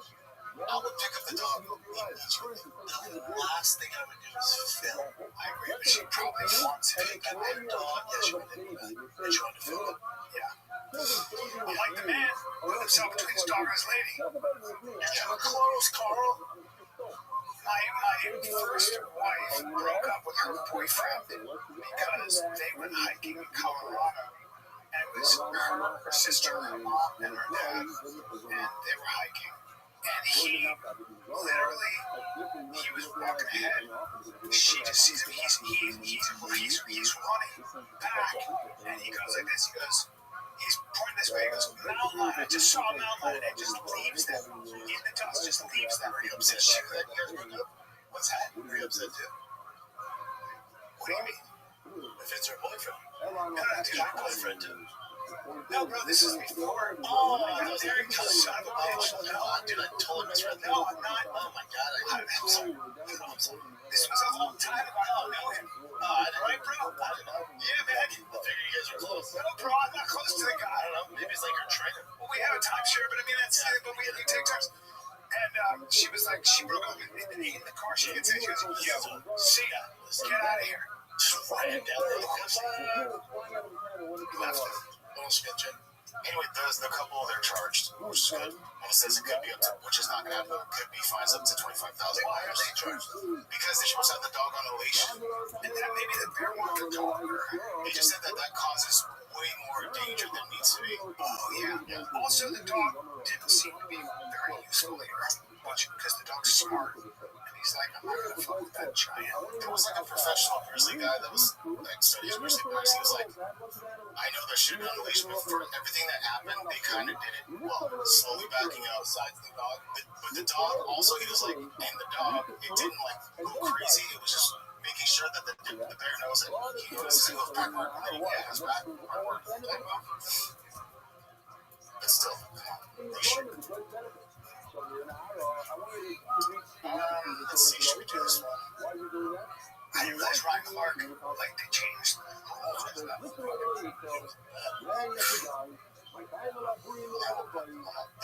picture this in India. Jesus. The Jaguars are going to hold you for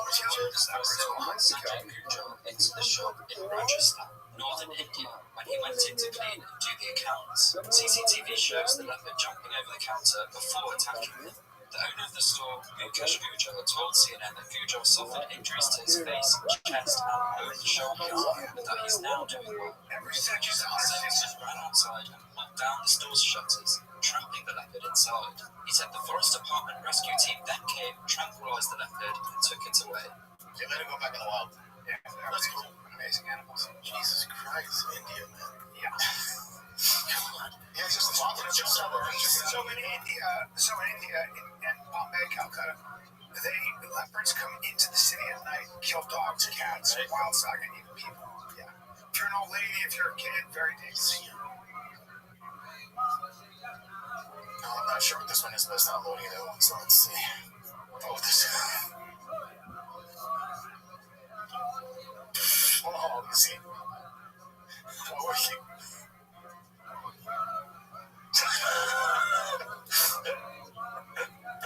what happened there? The sprinklers turned on. So she jumps and she wanted to get up, Janine, you got this. I sure do. I'll do the blues. Hey, spaz! She tried jumping. This is the picture. As soon as the soccer, she tried jumping in. It looks like I think it's a baseball. See it again, it's just so fun. Yeah, it's not even like two. Friends are dying. Here we go, man. Go, bitch. I'm on it, ladies.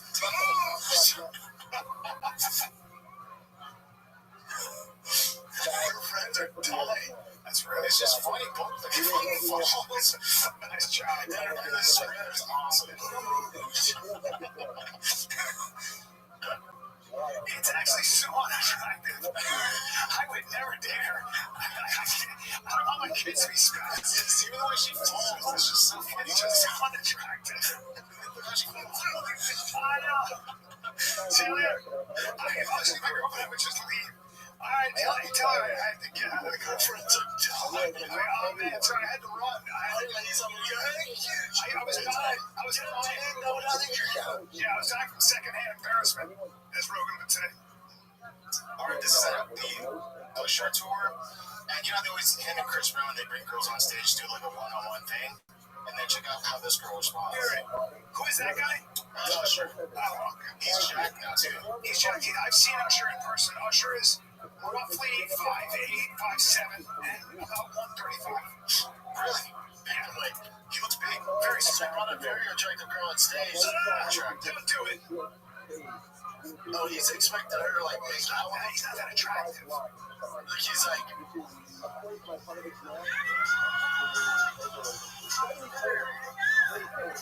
He's mad. Would you want me to suck him off? Good for her, though. Yeah, she's like, she's like, what do you want me to make out with you? So I know how it's So you're a little older, and I know you're jacked, but that's not that attractive. It's just weird, man. He's a smart guy. He's really talented. First off, nobody was doing plan to go on stage. I look good as fuck. You thought I was going to let 1,000 people see me on the big screen where you bitches will never be. My mom, and she's with her mom. The team approaches them with just a VIP before the show even started. Pretty privilege is something you hoes will never know about. They don't say who you're going to go up there for. Y'all want me to get up there and fuck him? Chat folks aren't used to anything. That's the most exciting thing that could have happened here in the last life. F y'all, disrespectfully. Good for you. Yeah, she's a freaking gangster. I like her. She's a fucking gangster. Also, his team sought her out because obviously she's very hot. And there was a game waiting for a row. She's like, cool, I'm with my mom. I'm not going to suck him off on stage. Shit from that. She's a lady. She was like, shit down. She's like, Good for you, Gabrielle Cheyenne. yeah, I'm with her, man. I'm with her, man. She's On awesome. the next picture, there were people. That's why I think there's so much care. Yeah, she's great. She's too classy, right? Yeah, so she Just get that, bro. she can suck my nuts. She can suck my asshole on stage. with his body. Yeah, I didn't know it's that job. It's like, you know, doing it, you know. But some people are saying that I didn't look deep into, but this is supposedly with Chris Brown as well. And then some people say maybe she was waiting for Chris Brown, and then she got Usher. Because they didn't say who she was. Yeah, Chris Brown's a stud. But even then, it's all weird.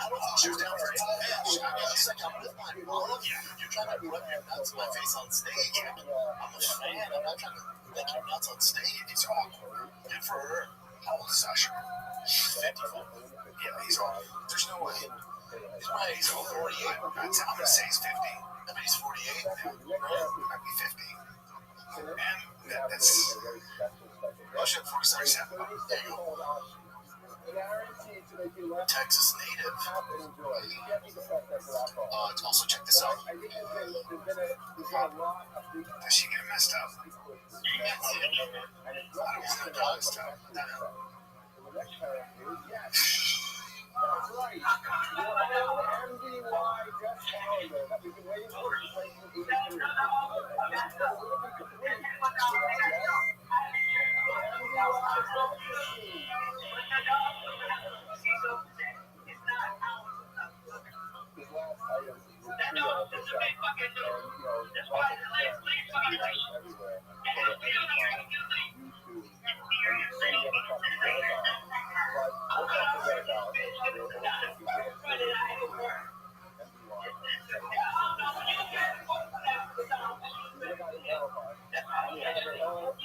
She's super hostile. They're being cool.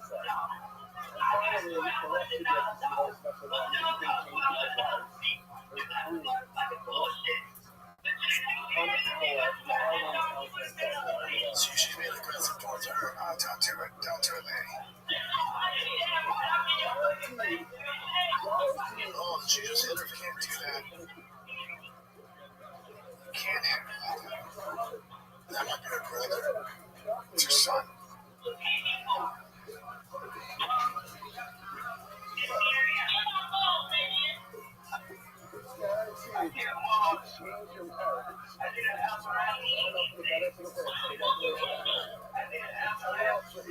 Man, I feel like this girl's gonna be okay.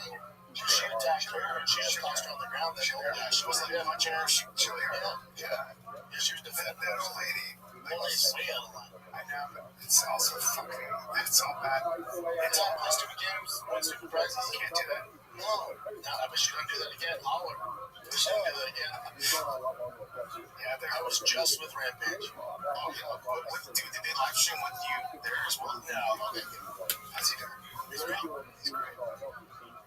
This is just funny. It's a good beat. What's up?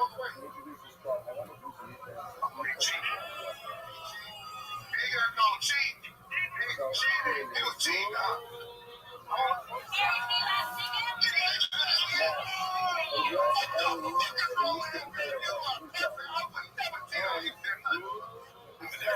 Too much.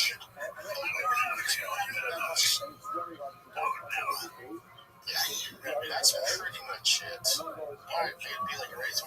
Let's do it. Hit it again, buddy. Are you on the road this weekend? Sure I'm not. That's it. Alright, kids.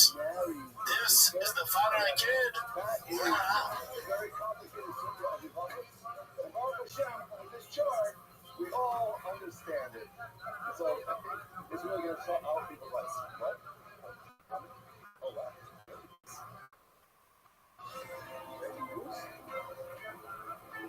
Wow. This is the most important change in the history of MDY. Rothschild. I want to introduce you to. That's right. The organization of the law officials. There we go. And who better to lead this incredible and amazing and wonderful organization than my great friend, a real genius, a man who knows how to move things forward.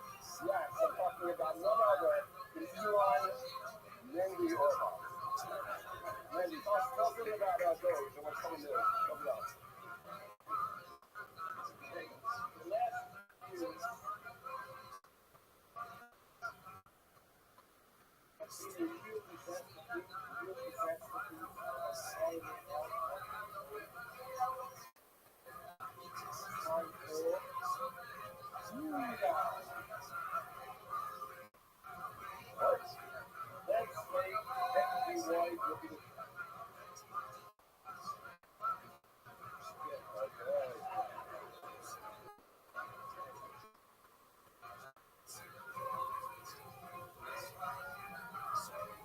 First nature to be avoid the fact that it's something that has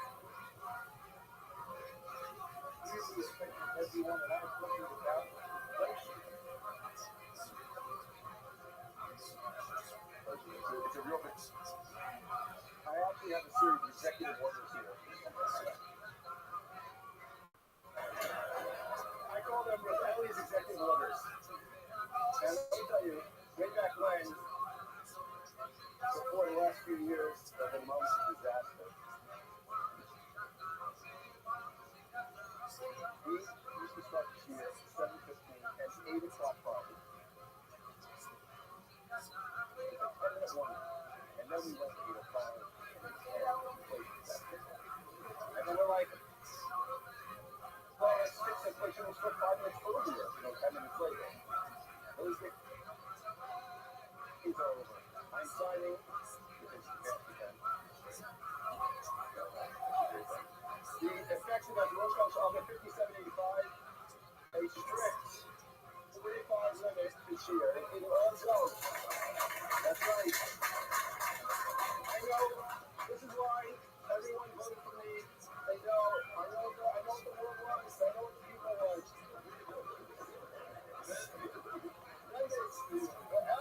My friend, Elon Mendy, tell me what else we got to fix. All the major issues of massive deficit if you want billions of dollars. And citizens are dead around the state. You know what? The base is deep cuts. All right. Well, first, let's start with it easy. Let's forget these fancy coffee machines, the bean cost, the espresso pods, the milk. I'll have those. We are gonna move things back, and my second executive order is yes, fight for the coffee machines and back the filters. We're keeping it simple, Deborah. It's gonna save us millions of dollars just on your coffee. You have no coffee intake? Forget about it. Elon, what else? All right, good. That's just the start. I think we can cut deeper. Let me tell you, these shadow cards are killing us.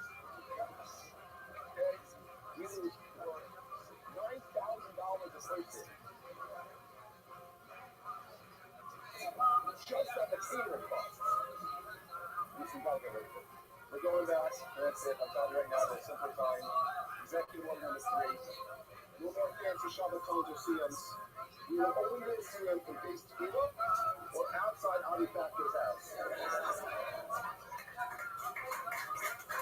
Here's a loan savings of $380 trillion. But also, I want to talk about, before the last 4 years, things have gotten so out of control. And I want to go back to the simple time. People love everyone. And that was bringing Marisha 3D video guys who don't even know who the art is. And then this Yoshi guy together. With the animations and the fancy graphics. I don't know how y'all can start watching. But let me tell you, a doll. What else do we need? So, from today on, executive order number 4, enough with the Michigans. We're going back to the basics. Paper charts and props. I'm talking about lions, bicycle wheels, paper cups. This is what the people want. And I've heard that, and this will save us tremendous amount. We're cutting it. We're firing the entire art department. $6.8 billion per year. Anything else you got there, Elon?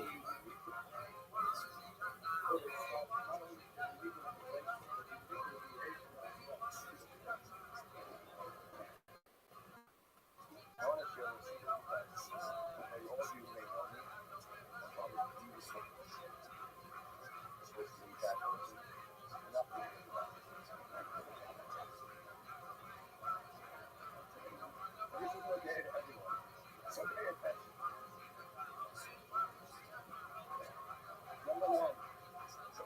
executive order coming late and sitting up front will result in immediate deportation. Next item that you do will immediately deport you. Every single one of these things will face immediate deportation. Any unusual odds, and I'm looking at Dr. Factor, walking behind me ever, even on the street.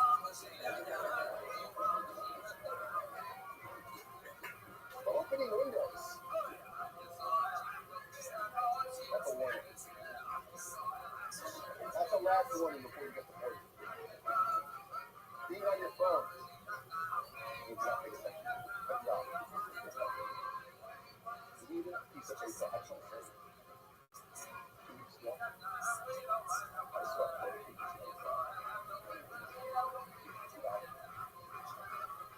But that would not be a single piece of paper. Another item that really bothers me, and this is like deportation Guatemala to Guatemala. Is overeating. There's not a single piece of food left. This is not for you guys. Stuffing your face at 7 o'clock in the morning for sushi and sandwiches. This is for the carnival. How can you order another one? And finally,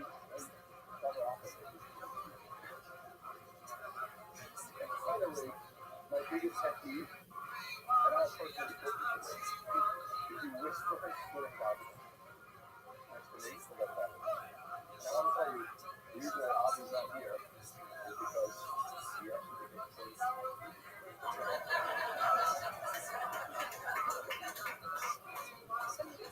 So,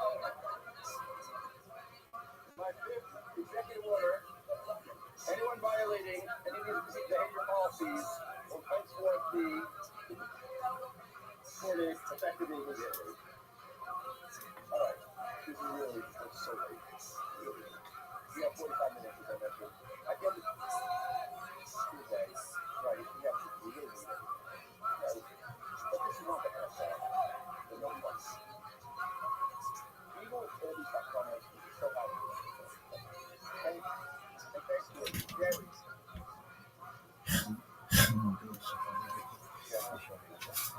By Ari Abrams. And incredible work by Sean. I'm very excited to read the official MUI video. This video can be like radio. Get not insult terms. Get the black. We are giving you the one and only, the great, 8 on G.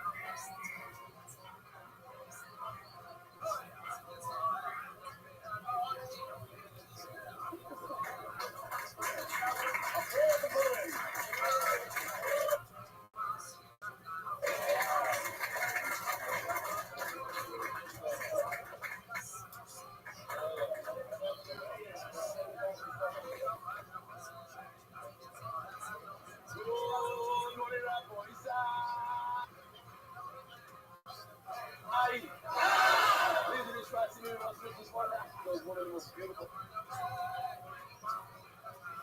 flags ever. Straight up to beautiful. Now that is really, really good.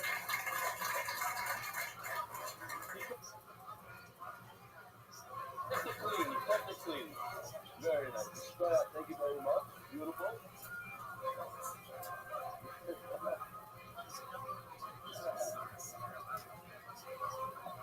Excellent. I want to say before we don't have. Oh, it's a Jesus now. There's a. Wow. Yeah. We should have done it live. 1, 2, 5. Wow. I want to say tremendous welcome up, buddy. To somebody who's dying to meet for 5 years already. So far, just all the way from Australia. A great friend of MDY. He was us in when? For sure, but not before that. What was that? How do I know? You've been on like one of those original videos when you did like doing Brussels. Travel Brussels. And you got married from the father. Things like that. Yeah. So this is the first time. I think you get 4 person. Okay. What? All right. Who else? We have it. Zinderberg.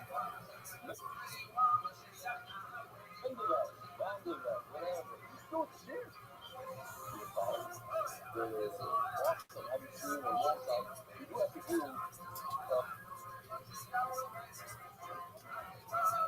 the spiders. So let's do the spiders real quickly. We have a new format. We're going to go to the new format.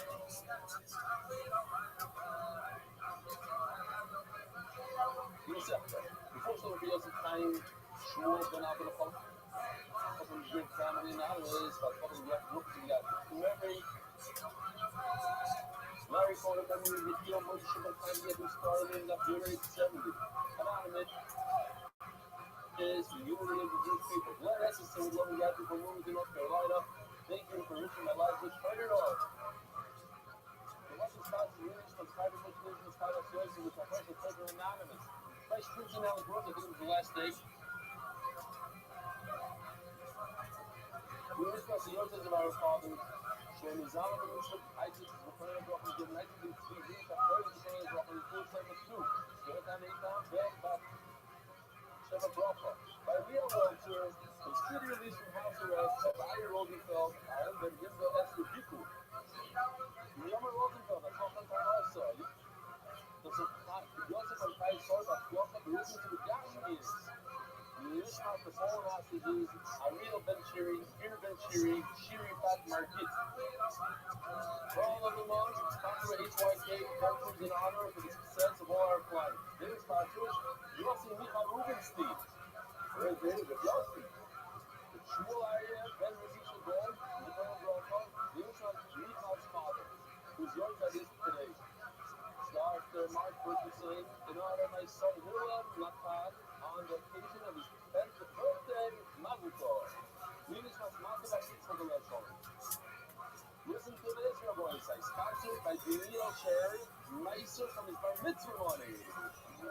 Mazel Tov. To speak on be able to steig and give, bring you back to the giver. Meiser from his bar mitzvah money. Daniel Cherry. For speedy recovery, that was first, all of my bar mitzvah money.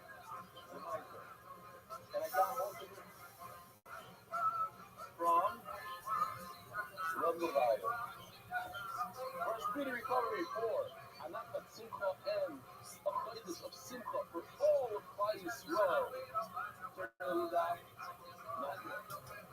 We're not going to turn it down. Rabbi side, we're holding 13 lines. We're about to buy days on wait. And it started at 7:36. So I'm going to let all the guys in Zoom. How many guys? 91. It's part of the shoulder. All the guys, what? Yeah. There's another 50 on YouTube. How many people do you have? Wow. I was invited to stay on the bike there. So the last of all the guys, what's your name, Sabi? With the bigger hit, go in the back. Schleifer, where's she from?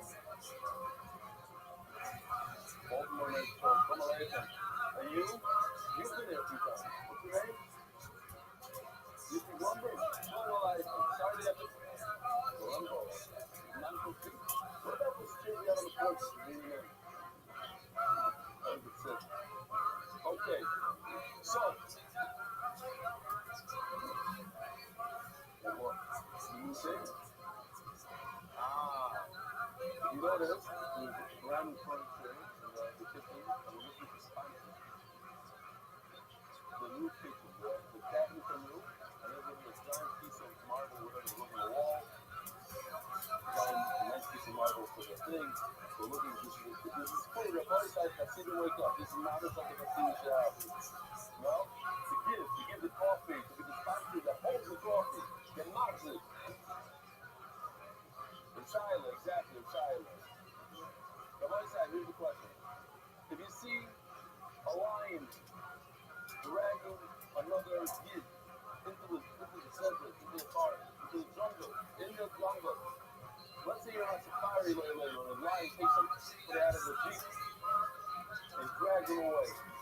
Do you have to spend the simple money to save him? Do you have to talk with a helicopter that costs you $5-6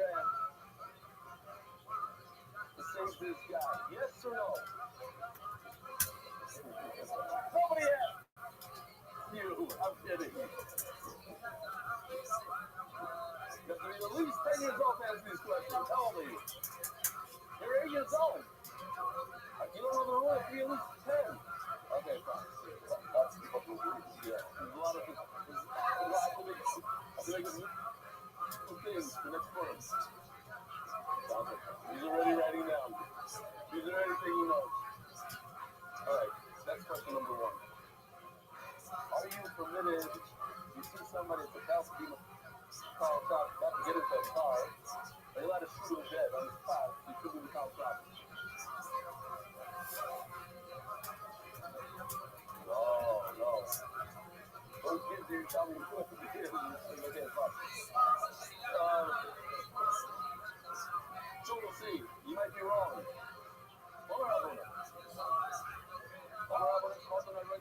Let's say guys about to perform a Zara. You want to kill him right before he goes up? Let's say there's an 8-year-old chasing someone with a gun. Are you allowed to kill him or not? It says you're really permitted. Why? They kill the figure.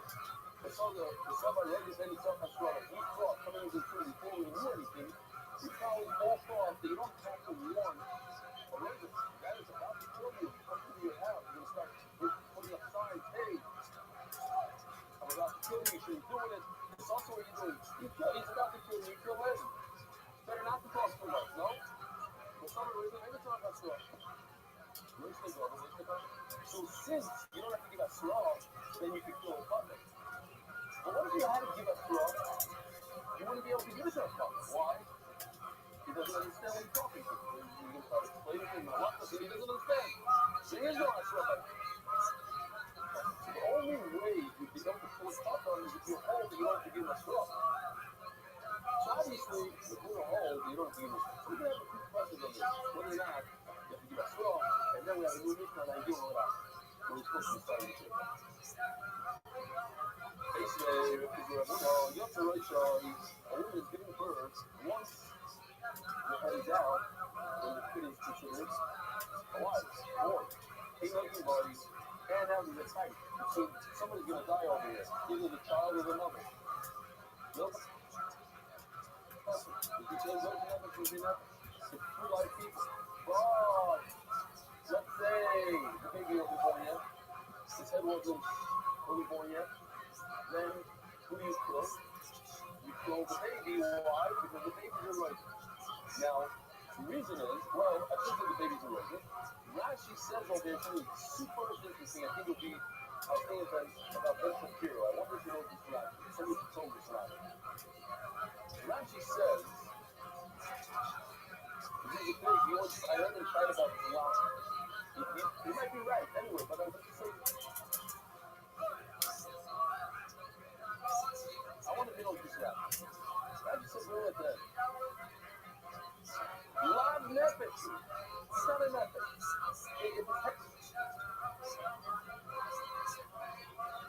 It's not an ethic. You have an ethic versus a non-ethic. I'm not saying that's the left field. Felix. But Rashi calls him a non-ethic. Now, it could be what Rashi means is, you have two human beings up against each other, two things up against each other. One is a woman, a live woman, and one is a uber, so compared to the mother, she's not an ethic. Not only is this is a killer, a little silent, and there's a little bit of Rashida, how much, whatever. But to go as far as saying, I don't think Rashi would admit this, that, oh, it's a 100% full-fledged guarantee. So the item, some people say, the Rambam says, they consider the race. Again, maybe Rashi didn't confuse you at all, but maybe they're saying the same thing. But Rashi sticks in like this one is fascinating. Love Russia. A uber is not metal. Okay, put that in your thing. What? We talk about this. This guy. Okay, great. The famous one. After the mother. Oh, by my really cool. The certainly you know, okay, certainly. By my really cool. I understand. He's a regular. You have a small child that's trying to kill his mother. Kill him.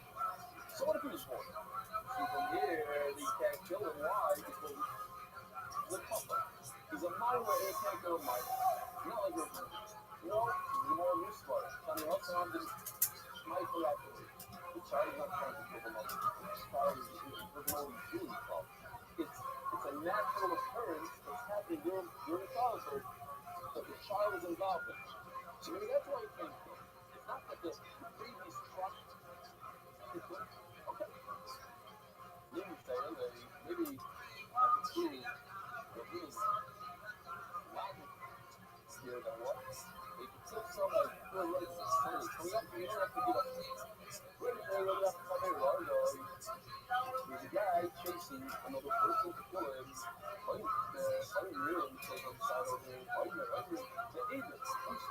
The agent screamed out the guy before. One of them, maybe that's what it means. Not the only two. But one guy screams out, I don't know, she's slow, you should know the guy you're about to kill is he slow. And not only is he slow, he's not a rumor. This is he's slow, it's a rumor. A guy that completely denies everything, maybe I don't have to be so worried about it. You should not. No. He's a Mishahuni, he's not down, he's a Mamma Hashem. I tell you, I'll go, see him come over. If you try to kill somebody before, I'll go down each other. You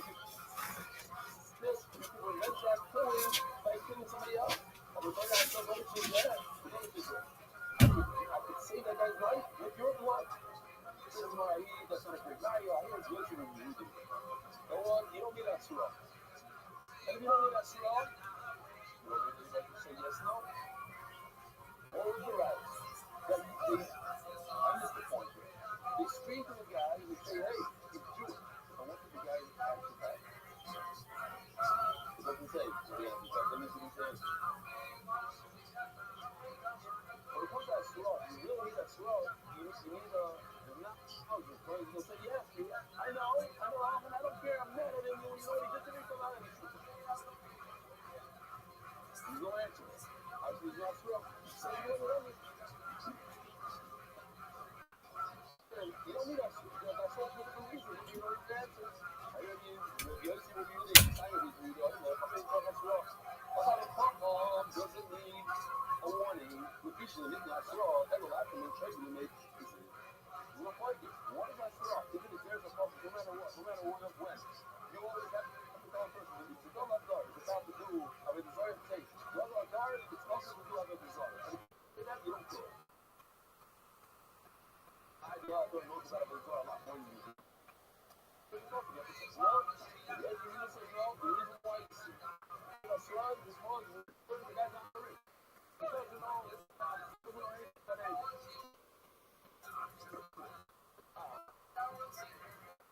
This I saw this morning, somebody sent me a clip. This morning, Shai Graffer with one of the Hasidus. It was moving, but In captivity, guys don't know anything. And he wakes up to work. The amount that they remove, somebody thought he was going to hut, one person was picking a little mud, and that's each one says, Amen himself. Somebody thought he was going to hut, Amen. Amen. And he was watching TV, and he heard, and I guess he looked and watched Rick. Somebody said to him, he said, Rick, restaurant didn't so big. All of us are showing you a phone, but he was in it. He kept on sitting himself in the panel. And he wanted to connect, he said, I want to connect that show. He said, I want to connect the partner. I want to connect. Yes? I said, no. And the first thing he said when he came out of the site was, what do you want to do? I want to connect. I want to make this. We can, like I say, people, there's a lot of people in the energy store. You heard of the personal results. You never heard. You didn't know how to make the proper results until you heard it on TV. And then it started training. But that was it. Those are the super movies. Now you start those things. So, not that you can anyone close on you. I think it's on the team or Disney. Right up, sorry, right about the career large. By the way, race is swirl the roof and then breathe through. What are you on wrong? Oh, Nelson, did I finish up the talk? So, later, since you don't have to, you just have to tell him to make sure that that he knows. You don't have to get anything. Now, you don't have to hear from me, yes, I know, no. I just need to know that you know it's also so. Because now, let me tell you after career large, let me tell you, right, you got the career large. One guy was trying to kill the other. You had this, you were kidding what he said before, anyway. He says, ready to be 12 months of this week, you know that you got to go to. Not very long, you're going to go out on the shop if you're ready, like 3 weeks. Remember, you did, I mean, but here we go, that, what is his answer? Yeah, I mean, shooting, I know, fuck it. I'm not asking anyway, so. But if he says specific, see, I'm doing this because I want to, he's giving up his blood. He's saying, I don't care, kill me. Kyle. So you over here, you see the first thing for Bruno, when you see that you need that you do need a warning. In fact, the answer is yes, I know. It's 3 o'clock. Oh, the credit is in the arrow. This case is talking about that there are 2 sides of the river. In other words, the Gareth crowd, you don't need that straw. You don't need that straw. You can go and save the guy's life by killing the killer. You see a guy with the gun chases on you, you kill him. No one straw, nothing. So if you're here and coming up with your murder and you and you're not going to be able to save anything. But the murder is going to happen. So why are you doing that straw? Because once you have two, you can't say, so why are you doing it? So why is he doing it? The boy said, he wants to get him later. When the cops catch him, he wants to bring him to president and kill him. You get it, boy, that's right. And for that, you need that straw. But when it's you,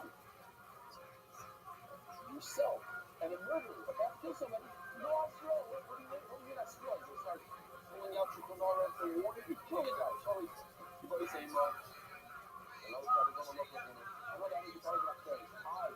Well, you don't need that straw when it comes to right there. You go, oh my stars is doing that straw since we did yesterday. Bigger. That's just that straw. You don't need that straw when it comes. Since they were using that, I'm pulling it out. I make a block fire. Then you know, block.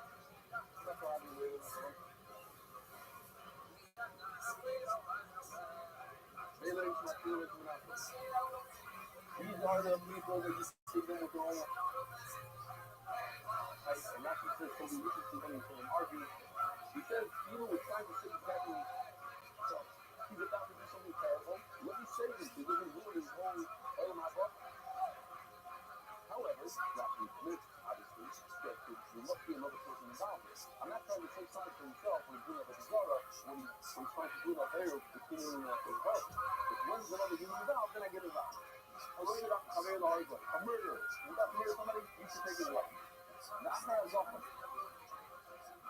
And he's facing another offer. Now, I don't want to be too controversial, but at least I do want to bring this up. I think it's important. You see, of another human being, a regular faith, somebody in the soul, that's terrible things. Boys, look it up on his offer. Are you permitted to go to Patterson and 2.5 years for Hans Kim. So you're looking at. Are you permitted? Are you?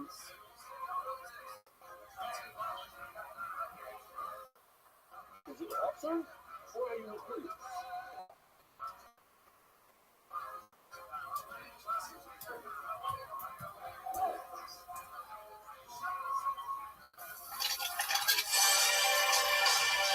So I want to tell you this. I think it's important to see this. I had a part of it that makes it a little too specific. But here over the FC, I do like this video. You tell me something else, and over the FC, everything is fine. And the whole video, yeah. You can't believe it. The whole video,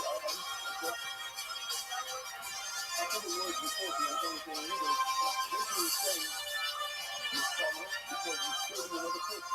You're creating another human being that is going to go through after. What do you guys ever feel? Who's ready for the best fucking New Year's Eve ever?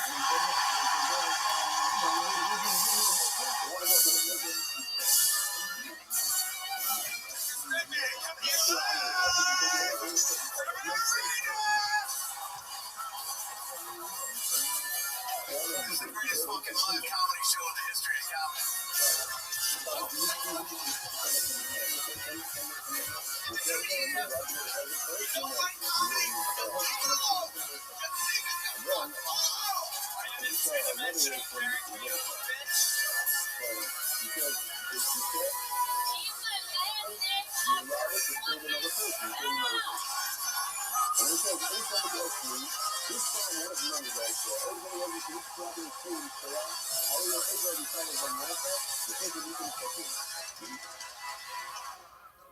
Back on my stand-up tour at the end of January, hitting all the spots that I didn't hit on the Fully Grown tour before this. Vancouver, Portland, and Seattle. You're next. January 25th, 26th, 27th. And then Los Angeles, California, you stand-up, Denver, Colorado, Cleveland, Pittsburgh, Boston, Baltimore, Salt Lake City, San Jose, Dallas, Houston, St. Louis, Nashville, Fort Lauderdale, and Orlando. I'm so pumped for these upcoming dates. Really excited for you to see it. Taking some of my favorite openers with me. You may recognize some of them. Get tickets now at TonyAndJoe.com. It's going to be my last stretch of the stand-up tour for the rest of 2020. It's all just moving and listening. It's going to be over there, so hope to see you soon.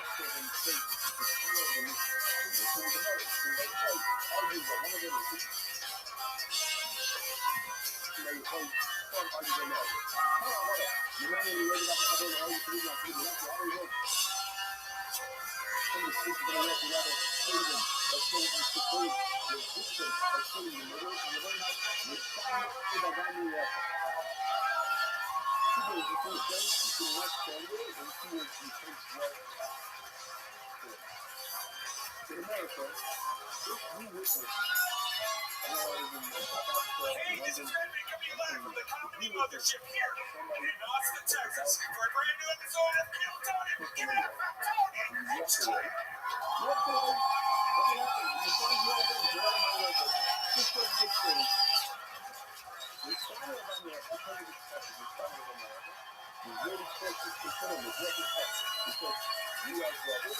Who's ready for the best fucking night of their lives tonight, huh?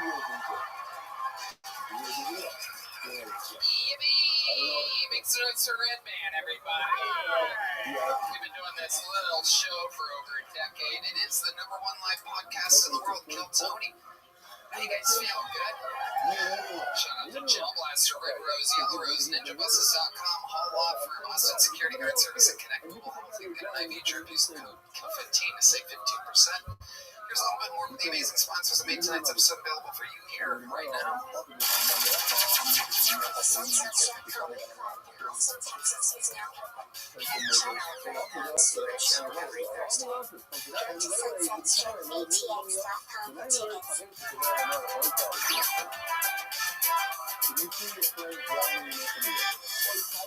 y'all, going online without ExpressVPN is like changing while leaving your window wide open. You might not have anything to hide, but why give random creeps a chance to invade your privacy? When you go online without a VPN, internet service providers, ISPs, can see every single website you visit. They can legally sell this information without your consent to ad companies and tech giants who then use your data to target you.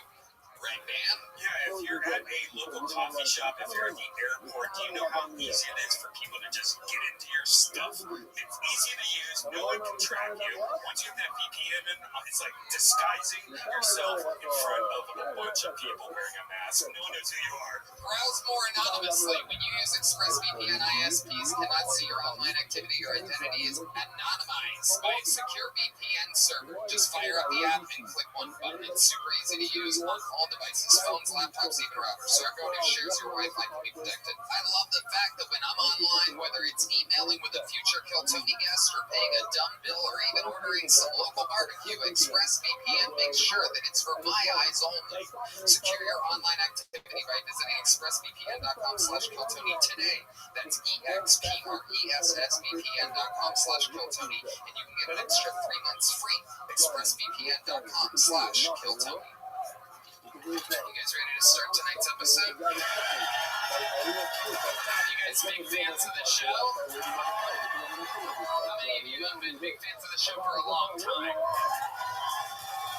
Well, you guys are in for a treat because this is the return. It's been years pre-pandemic since we had this guy on as a guest, and he is one of the record holders for all-time guest appearances, and one of the all-time greats, someone who isn't more than anything on top of being nominated for an Emmy as an actor and so many great things he's been on, but truly he is one of my favorite comedians on planet Earth, and a lot of your favorite comedians' favorite comedian. Ladies and gentlemen, make some noise for the return of one of my all-time favorites, the great and powerful Kirk Fox, everybody.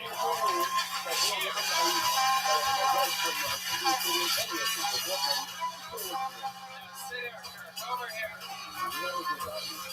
Fuck yeah. The great Kirk Fox, everybody. Reservation Dogs, Parks and Rec.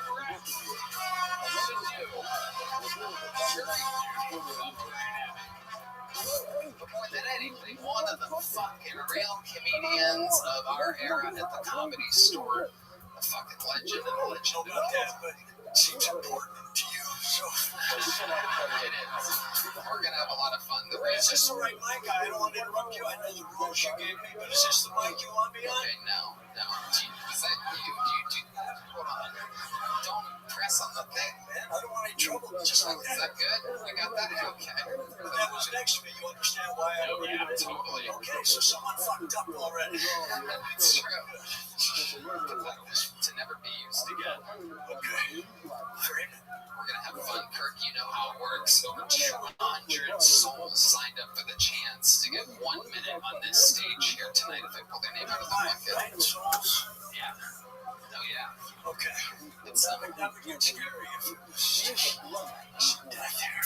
in the spotlight. Okay. But yes, you know how it works. They get 60 It's seconds. been a while, I'll be honest with you. Yeah, they get 60 seconds uninterrupted. 60 seconds. Just getting the kicks out. I'll be done in a second. And you know that time is up when you have the sound of a kitten. That means our little they're also going to bring out the angry West Hollywood bear. Which just interrupts them, and I ask them a bunch of questions, and we find out more about who we pulled out of the bucket. I'm going to pre-pull right now. Our first comedian, they have to go across the street to a special bar and get the person. I believe they yell it. What do you yell it through a megaphone called? You do? Yeah. All right. Well, there he goes. I didn't even know that. I always wondered, like, why would someone just yell the You saw them across the street? Is this what happened? Yeah. Yeah. Keep souls in here, so to Yeah. Yeah. I'm with you, Tony. They take the humans to the bar. We keep the souls here.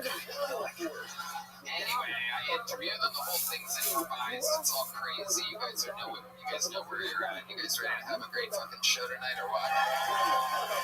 While they get that poor person from across the street, we're gonna get the show started with a fucking legend of the show, everybody. You know him as a guy that used to live in his fucking van, and now I tell you, he's living his dreams, ladies and gentlemen. I think you guys know the words.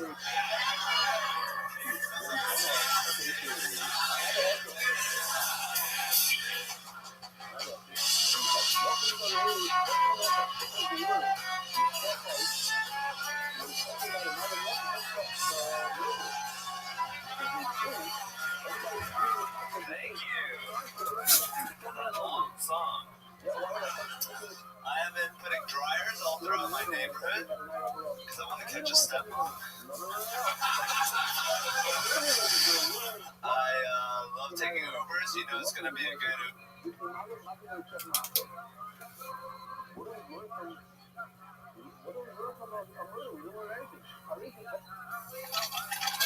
Back on my stand-up tour at the end of January, hitting all the spots that I didn't hit on the fully groomed tour before this. Vancouver, Portland, and Seattle. You're next. January 25th, 26th, and 27th. And then Los Angeles, California. I do stand-up. Denver, Colorado, Cleveland, Pittsburgh, Boston, Baltimore, Salt Lake City, San Jose, Dallas, Houston, St. Louis, Nashville, Fort Lauderdale, and Orlando.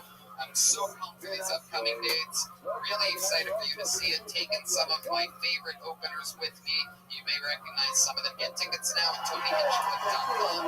It's going to be my last stretch of the stand-up tour for the rest of 2021. It's all just performing in Austin and Kill Tony over here, so hope to see you soon.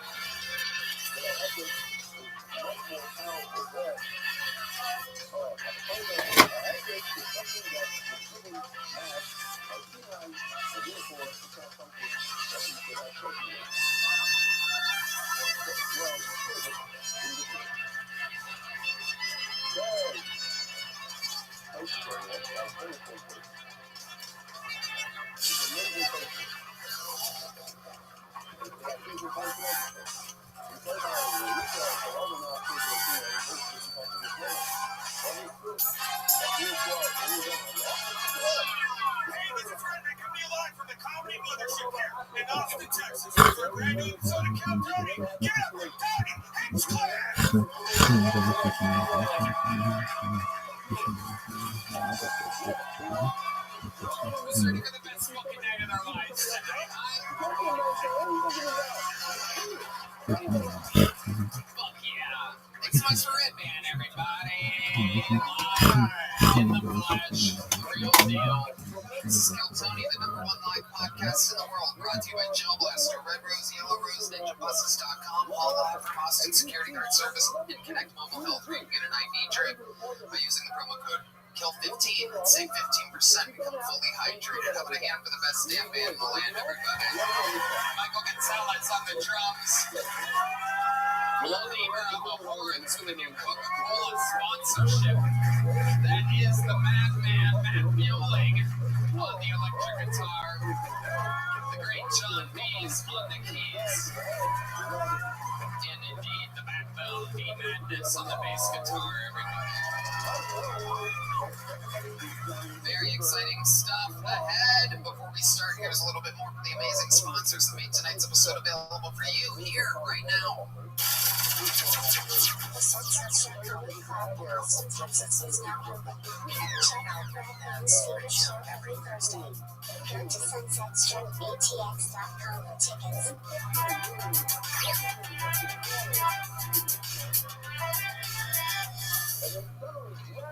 Hey everybody, whether your resolution is to save money, eat better, or stress less, HelloFresh is here to help you do all three. Say hello to your most delicious year yet with fresh ingredients and chef-crafted recipes at a price you'll like, delivered right to your door. Each HelloFresh box is packed with farm-fresh ingredients, and everything arrives pre-portioned right to your doorstep for less hassle and less wasted food. Don't let recipe boredom strike, because HelloFresh has more options than ever before. Dig into their biggest menu yet with over 45 dinner options to choose from weekly, and even market out on items that suit any lifestyle. I absolutely love it. It makes it easy and convenient for me if I'm in a hurry or it's late at night. It's super convenient to have HelloFresh in my corner and in my refrigerator. I love HelloFresh. I have a problem with always ordering to-go food and delivery and stuff. And every time I go to the grocery store, I just buy way too much stuff and it always goes bad. With HelloFresh, it's so great. You get a box, you get all the ingredients already portioned out for you. It's in the simple recipes. Next thing you know, you are a home chef, and it's only a short amount of time, and then you have a real meal. Go to HelloFresh.com/KTShowFree and use code KTShowFree for free breakfast for life. One breakfast item per box while subscription is active. That's free breakfast for life at HelloFresh.com/KTShowFree with code KTShowFree. HelloFresh, America's #1 meal kit. You guys ready to start tonight's episode or what? We're gonna have a lot of fun. You know, we've had a lot of, we have debuted a lot of guests on this show. I remember when it was Shane Gillis's first time. I remember Tim Dillon's first time. I remember Adam Ray's first time. A lot of the greatest guests in our history. It all starts with one appearance. This is this guy's first time on as a guest. One of the top young rising comedians out of New York has a brand new special out on YouTube. Make some noise for the great Louis Katz, everybody!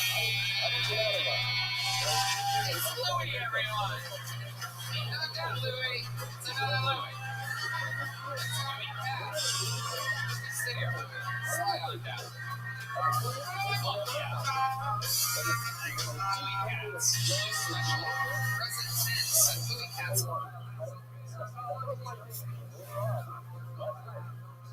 Are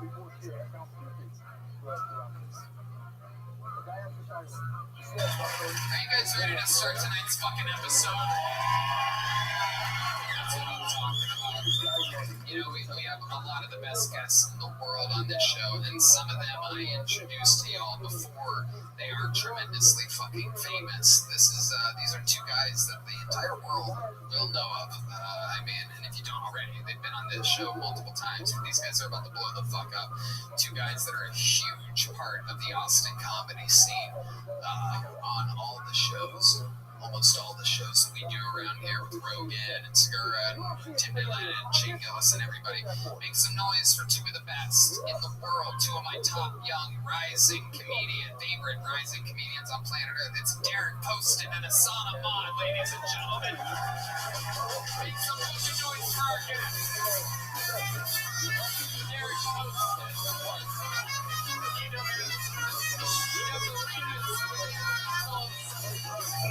The greatest survivor. He was flying one of the planes and hit the eject button in the last second. Not a lot of people know that. He paraglided out of there. He didn't have a parachute, he paraglided out of the plane. Son, you were very young at that time. You know, Indian people, we achieve early. Yeah, so What are you during 9/11? I'm old enough to do it. I'll tell you that right now. Derek Poston, famous for Arenas with Schultz, the Flagrant podcast with Andrew Schultz, huge member of the Schultz clan. How did you get to start working with Andrew Schultz? How does that go down? All these people know some types of things that I fucking do. Tony hooked it up. He said, text me saying, bro, all you gotta do is suck Andrew Schultz dick one time, dog, and you on the tour. No, he set it up, though, bro. It's the big OG. He's the reason I'm doing a lot of the shit I'm doing. So very thankful. Schultz texted me. He said, who do you think would be a good feature for me in Austin, Texas? I said, I got exactly the guy. They fell in love and they worked together ever since. He famously talked about how you love trannies on the Flagrant podcast. Still do. Happily married, still do. Absolutely. We just got married. I'm going to hand for that, everybody. But you guys have done the show multiple times. You know how it works. A ton of people signed up with a chance to get 60 seconds uninterrupted on the stage. You know their time is up when you hear the sound of a kitten. It means they have to wrap it up then, or else they bring out the Angry West Hollywood Bear, which just interrupts them. And I conduct an interview, and we talk to them. We find out more about them. The entire thing is crazy. Anything can happen, and we're all going to live it here together in the moment. Are you guys ready for this shit? Let's go. I'm gonna pre-pull a name. We're gonna get them from the bar across the street. Sweet little, dirty little poor choices. A brand new adventure from our good friend Nick. Famously owned Vulcan Gas Company's got a new bar. Really small ceilings. They just started to take over the yard with much lower ceilings than Sunset. Could be the second best comedy club on the street in no time whatsoever. They are a microphone away from having the second best comedy club on the street.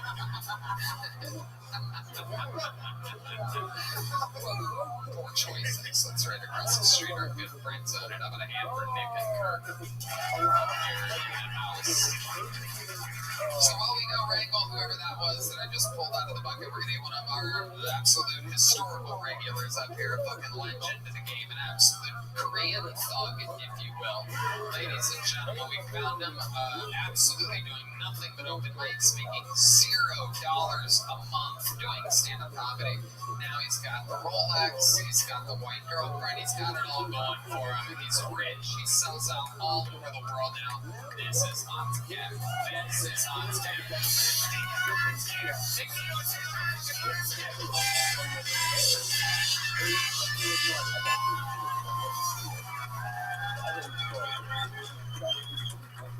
Thank you.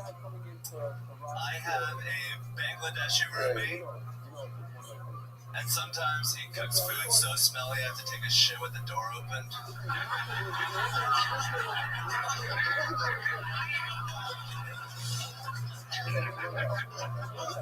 Just to get rid of the smell. I have been sending a lot of Ozempic to the Palestinians in Gaza. So it's easier for them to dodge the bombs. And as they do get hit, there's less mess to clean up. I hate it when ugly people act like them dating is the same thing as when hot people date like me. It's like the difference between the NFL and Major League Soccer. It's like, yeah, you're playing on the same field, but no one wants to see what you're doing. All right, thank you. That was Hans Kim. That was Hans Kim. That was Hans Kim. That was Hans Kim. Yeah. Thank you. Fantastic, Hans. How are you? Good, I'm good. That was great. Good set. Thank you so much. That means so much to me, Tony. Jesus Christ, this guy is the most autistic fucking robot. How do you have both? How is it possible that you're autistic and a robot-like? I just am Asian. I think this is what Asians are like. Hello. Hello, indeed. I love it. So, how much of that's real? Because we heard recently that a roommate complained about the smell of your kimchi, and now you're complaining about the smell of your roommate's food. So it seems It's totally made up. I don't even know where I came up with that shit. I think it was from a long time ago, and I looked through my notes and I was like, oh shit, yeah, I could do that, you know, that joke. Yeah, son of a... So full disclosure, I am the Bangladeshi roommate that he's talking about. Yes. No, first of all, I don't cook. Second of all, bro, this motherfucker is the worst roommate when it comes to food I have ever seen in my entire life. This guy once cooked ribs and then left the state. I'm talking about put the ribs in the oven, set it to 45 minutes, and then caught a plane to go to a weekend somewhere else. Just left the ribs. This is amazing. Only recently did we get to talk with Hans's father, Hans, on every single week, and now we are finding out the roommate perspective of Hans Kim. Now, we know famously Red Band has it right here in front of me. This is my actual first time seeing it. I've only heard of how he has a camelback water hanging above his head with a tubes that he can lay in bed and just feed himself like some kind of fucking Korean hamsters. And it is absolutely unbelievable. I mean, your pillows are hanging out of the pillowcase, and you have the tag side of the pillow hanging out of the hole. You know, you're supposed to put that on the inside, Hans. So that's my girlfriend's bed. Wow, she should know this. I used her bed as a thing, so now everyone thinks that's my bed. They're commenting about how poor I am. Yeah. It's the tat. It does look very shitty. There's like shit on the walls. So it turns out your white girlfriend is like one of the dirty whites. I can say that. I'm a white guy. I like to think of her. If it was the race, I'd have Derek say it. Okay, all right. I don't think maybe we were all thinking of something else there. She's a dirty white. She's distracted. She's busy being hot and pretty, and it's, I think, a lot of my job to like clean up after her. Really? Is that true? Guy that leaves ribs and leaves state? Yeah, I mean, I clean up her little whippets that she does. I have come home before and there's just been a box of empty canisters. Hold on a second. This is brand new. This is unbelievable that we always find out something new about you. How your girlfriend has a serious whippet addiction? Yeah, like, I'll bring it up as a joke, like, yeah, that's what the whippet queen would say. And she's like, why'd you have to bring it up? I have to go get whippets now. That's fucked up. Shit. Does she do them every day? No, she does them, like, when her friend is around her. She has a specific friend that they do whippets together? Yeah. Ah, that's nice. She's been on Kill Tony before, the friend. Okay. She's ratchet. Okay. Very good. She's the one that has a police thing around her ankle, the ankle thing. I kind of remember who gives a shit. Okay. I don't need to know his girlfriend's friend. Who gives a fuck? All right. So have you ever talked with your girlfriend about not hanging out with this ratchet whippet queen? No, I think she's pretty nice, you know? I think whippets are just what the kids are doing these days. When you say the kids, how old is your girlfriend again? 25. Very good. Very good. Okay. What is she like when she's on the whippets? Does she do anything in particular? She's like, Does she ever make that noise when you're inside of her? never. I had a feeling. Whippet. Ooh, whippet good. All right. I love it. So she does a lot of whippets. A box of empty canisters? Oh, yeah, next to some chicken McNuggets. Absolute trash. Hey, what can I say? I love America. It's amazing. Every interview we find out more and more about you. A really good set. Fun times tonight. Hans Kim, everybody. Thank you, Hans Kim. Make some fucking noise for Hans Kim, everyone.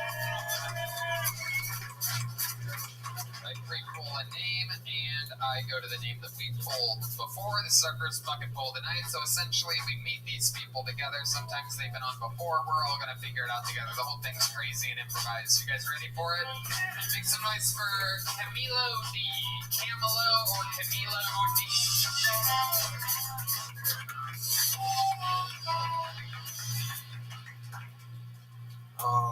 I think crystal collecting is just rock collecting for bitches. I think tarot cards are just poker night for dumb bitches. I think astrology is stargazing for stupid ass bitches. I don't know if you guys can tell by those jokes, but I'm a virgin. At least I consider myself a virgin because I only fuck with white women. Because I know that as soon as I touch a Latina, she's going to have a litter of 5. And I can't jump another border. Thank you. Okay, 40 gay seconds from Camilo D. Unbelievable. Oh, dude, I know what it's like, bro. Trust me, I get it, dude. I get it, bro. It's happened to me a billion times. Oh my God. You go by D because that's what you love? Oh, dude, that was a fucking Freudian slip. I feel like he just had a nightmare that you've had. Yeah. You call it a nightmare. That's a wet dream to me. Hey, yo, bitches be stupid. Women retarded. I be fucking dudes. I mean women. Fucking shit, man. I fucked up, dude. Yeah, that's not my nightmare, bro. That's his nightmare what was happening. Hey, you're gonna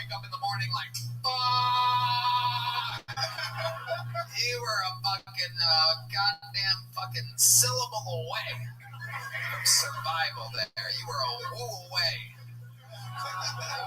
Woo man. Woo man. My second language, man. Hey, yo, I be fucking dudes. Oh shit, dude, I fucked up, dude. Dog, I said I was fucking dudes. That's the only part anybody's gonna fucking remember, dog. Yo, I said the fucking astrology is stupid. Crystals is stupid. And then I accidentally said I fucked dudes. I fucked up, dog. I fucked up.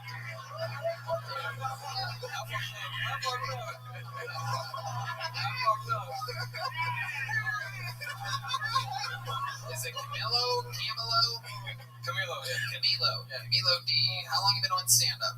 2 years. 2 years. All of it here in Austin? Yes, sir. What do you do for work? I'm an electrician. Electrician? Hell yeah. You ever gone on a call and you go in somebody's place and it's a fucking just dude in his shorts? It's like, hey, I need some help over here. You don't remember me? Oh, you son of a bitch.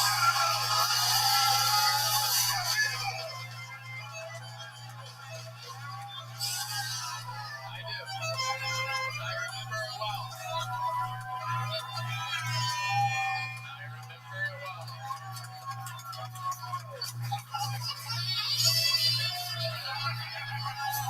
It was a magical moment.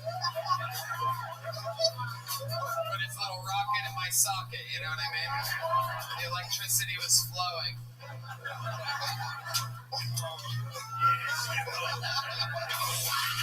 Okay, Jesus Christ, Redman. You don't remember me? Then I saved it, dude. I got the fucking guy. Dude, it was fucking huge, dude. Like, at first that BB game was bad, and then I turned it around like I do with dudes. I took the opportunity and I fucked it in the ass.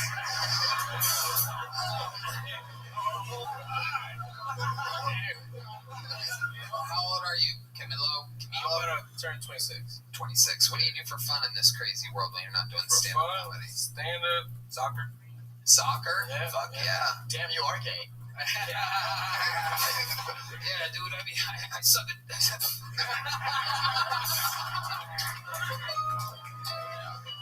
So you like balls on your feet and your hands?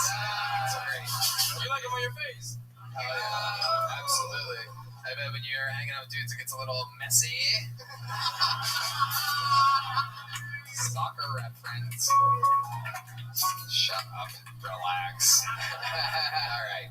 What else about you, Camille? What would we be surprised to know about you? I'm training for the half marathon here in Austin. You're training for the what? Half marathon. Okay. All right. Well, So I'm running a lot. drinking half a drink tonight. What the fuck does that mean? I fucking have. That's what I'm doing Why right are you training for a real marathon? And That's too much. why don't you just do it and then finish halfway? Just stop. And we're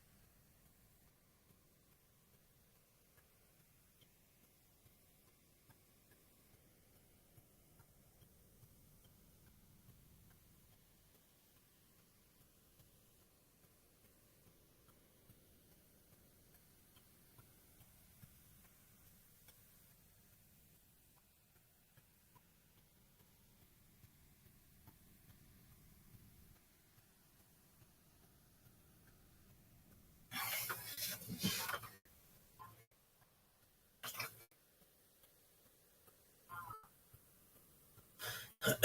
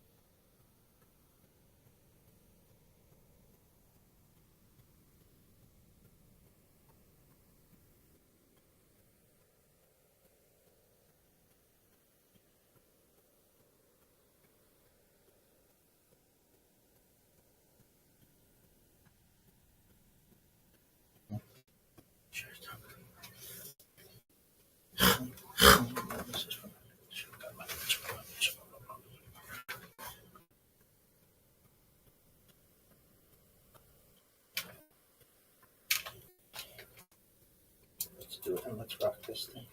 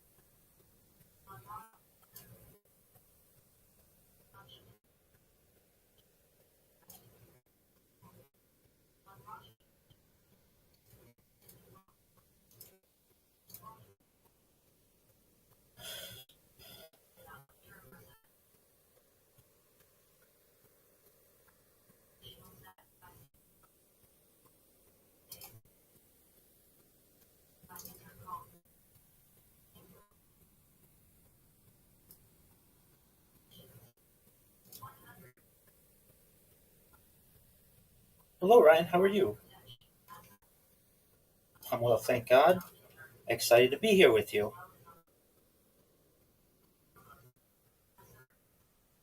Most certainly. Yes. Chaim. If you can't do that vocative in your throat, just Chaim or Haim is fine. Eshed, that's correct.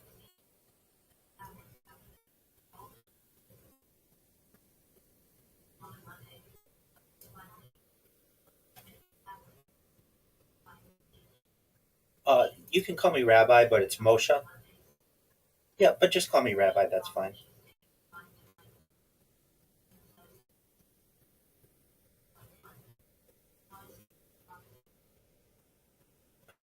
I'm based out of Irvine, California.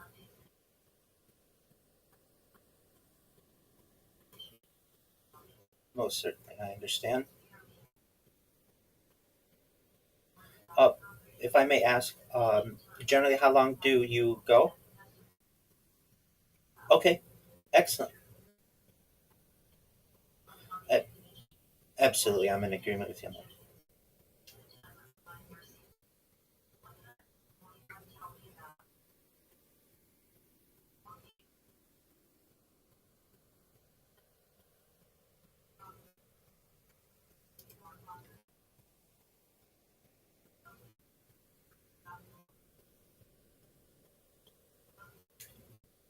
Most certainly. May I ask one more question?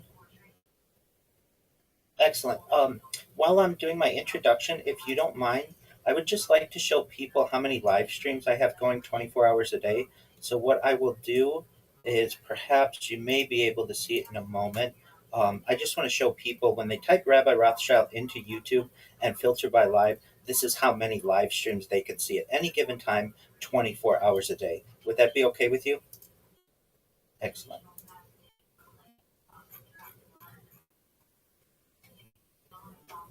Sounds like a plan.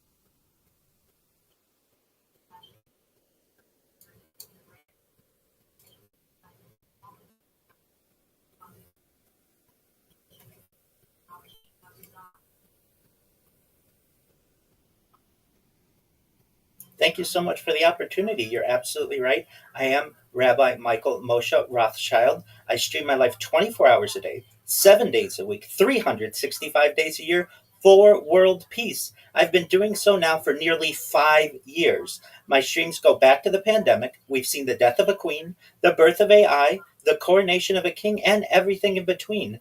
This is a real life Truman Show, a real life Big Brother.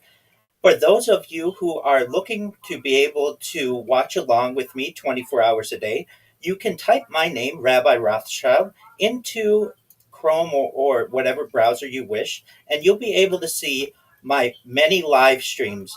All the time, I have up to 25 different live streams from different angles to be able to view my life like a real life Truman Show, which is really exciting.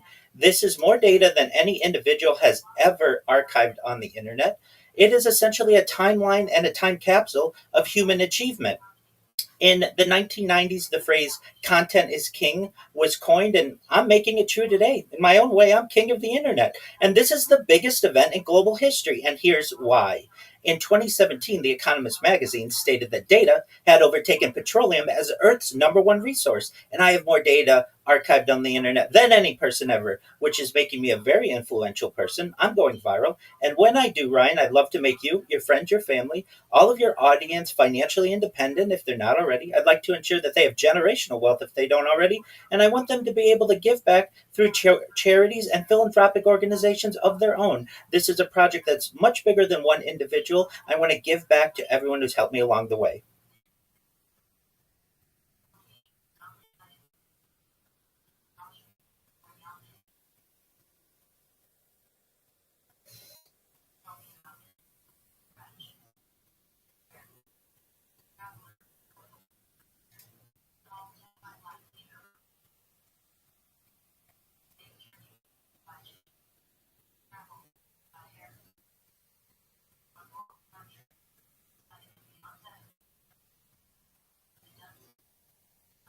I appreciate that. Well, I was very similar to probably most individuals before the pandemic. Uh, Generally, I did not have a social media footprint.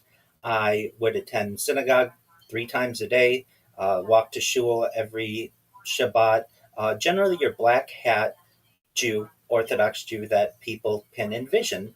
But it was during the pandemic when my profession, my position as a certified project management professional, went remote, as did many of the classes that I was taking and even services that we had within our synagogue. So around 2020 or so, my life went from never being on camera to being on camera in a very public way, anywhere between 8 and 12 hours a day. And I just would say that my anxiety of having my life be transmitted was reduced over an amount of time. And as 2021 continued, I recognized that what I was really doing was creating an archive, but it wasn't necessarily viewable to everyone. And why not make it viewable to everyone? And the way it really got started was after work, because many of my aspects of my job were remote, and I didn't have a the same type of transportation issues that I would have traveling into Los Angeles every day, especially with the lack of traffic during the pandemic. I was able to play golf in the evenings at Tiger Woods' golf course in Anaheim, California, where I would want to view what my golf swing looked like. And so I would take my phone out and just really, from a primitive standpoint, would just take small videos of myself to improve my golf swing. And I would recognize that sometimes I wouldn't hit the ball the way that I would want. And I'd make little jokes on camera. And I thought, you know what? This is really interesting. I wonder, God willing, I may have a family someday, if they'd be interested in seeing what their dear old dad was doing before they were even a gleam in my eye. And so I would upload that data after work every single day. And it was taking me a long time. And I recognized that there just has to be a better way than downloading the information and re uploading the information to the cloud. And there is, and it's known as streaming. So in fall of 2021, I took the plunge. I created my first YouTube account. And I recognized that, you know what, if I'm going to do this, I want to do this better than anybody's ever done it. I don't want to give people one view into my life from one angle. I want to give people as many angles as possible. So I bought more than 33 different devices, everything from laptops and Chromebooks to iPhones and Android devices and tablets, and put them all around myself, and essentially created my own version of what many may be familiar with, The Truman Show, and gave people a view into my life, not just in my home, but also when I do IRL streaming. I've streamed as far north as Santa Barbara, as far south as San Diego, as far east as the desert and mountains, as far west as the Pacific Ocean. I've streamed in Beverly Hills, in Los Angeles, at Disneyland, really everywhere within Southern California, so that people can not only know what's going on in my life, but also 24 hours a day, I keep a radio on in the background that is archiving world history events since the pandemic. So you literally can go to any moment of any day of my life and my streams essentially for the last 5 years and know not just what was going on in my life, but what was going on in world history. And I think that's really exciting for historians to be able to study in the future. Moreover, we've seen the birth of AI. I was an early adopter of ChatGPT in November of 2022. I was a user when it launched formally November 30th, 2022, and I've been able to see its development. I have an entire year of my life of archiving to see what the world was pre AI, and then ever since, and all of the developments that we've had since. And I know that AI is using the data that I'm creating to study my behavior, to be able to study my eating habits, my sleeping habits, my certainly personality, aging. I think this project is incredibly important for aging, to have a person on camera for such a long amount of time, to be able to study just how aging affects the body. And the fact that we have it from so many different views gives people different data points that I really think will be exciting for people to study for generations to come, and for AI to study for generations to come.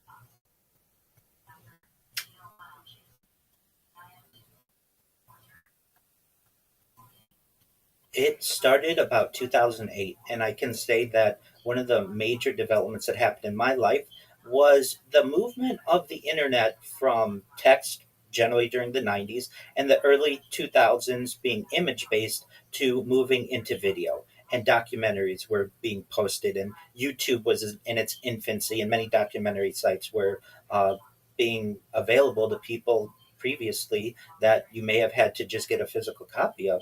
And I was once a major UFO skeptic. So for anyone out there who hears what I'm saying, I've been there. I've done that. I understand what it's like. Where's the evidence? If aliens were here, I would know about it. Someone would be a whistleblower. I completely understand.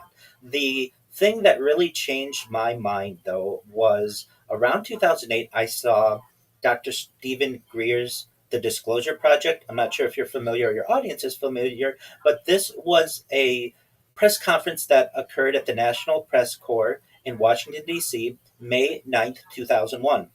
And what Dr. Stephen Greer did was he got about a dozen or more different whistleblowers from all aspects of ufology and government, and different agencies, people who work for the FAA, people who work for NASA, people from the international community, who all had one communal movement and focus, and that was, we are not alone. And this was different than any documentary that I'd seen previously, because usually you have somebody who is in a shadow and they have their voice that's distorted, or at least back then you would, and there was a lot of anonymity, and there wasn't really, you couldn't hold a lot of accountability to these people. But with Dr. Stephen Greer's movement, with the Disclosure Project, this was all very different. All of these whistleblowers were vetted. They were, at least from what it seemed, they had the data with them, and they seemed to be speaking in a heartfelt and honest manner. And this really made me reconsider what was going on in our world. And from there, I got more into Bob Lazar, and I got into, certainly as the years would go on, the Tic Tac and the USS Nimitz uh, event that occurred. I started studying Roswell. I started studying even the alien abductee movement, which is a very serious movement, and it's not to be joked about like I would see many times in the media. And I recognized that much of what was going on around me was perhaps even reverse engineered extraterrestrial technology. If anything of Colonel Philip J. Corso, his whistleblowing in the late 90s with his book The Day After Roswell is to be taken with any credibility. And this made sense to me, that we went from the beginning of the 1900s with the Wright Flyer, basically the Wright brothers, and a fixed wing aircraft, and within 70 years or so, we had the SR-71, and we had people in low Earth orbit. And this was an amazing amount of development that we had seen, and that we hadn't necessarily seen in the centuries beforehand, and it may have been influenced. And so 2008, around that time, was a really influential time for me because I had the opportunity to watch so many documentaries, really because the internet had just increased its speed and the availability of this. And then within the 2010s or so, I became certainly of interested even more, but I was living um, a a more professional job, and you can't talk about these things in public. Certainly, I've worked as an app developer and launched apps in the App Store and Google Play, which fortunately has given me some financial independence to be able to take on this project and then to really do deep dive. So, really, the topics that we're going to talk about today are the development that has taken place since I have had the opportunity to be live streaming my life. But even before then, I certainly had casual interest in that.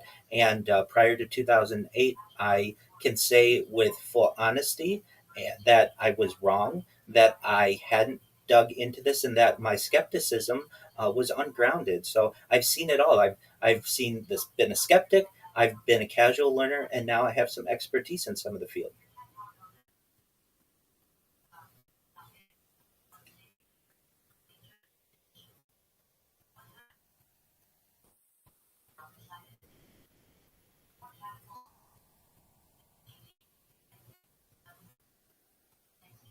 Yes. Yes, absolutely.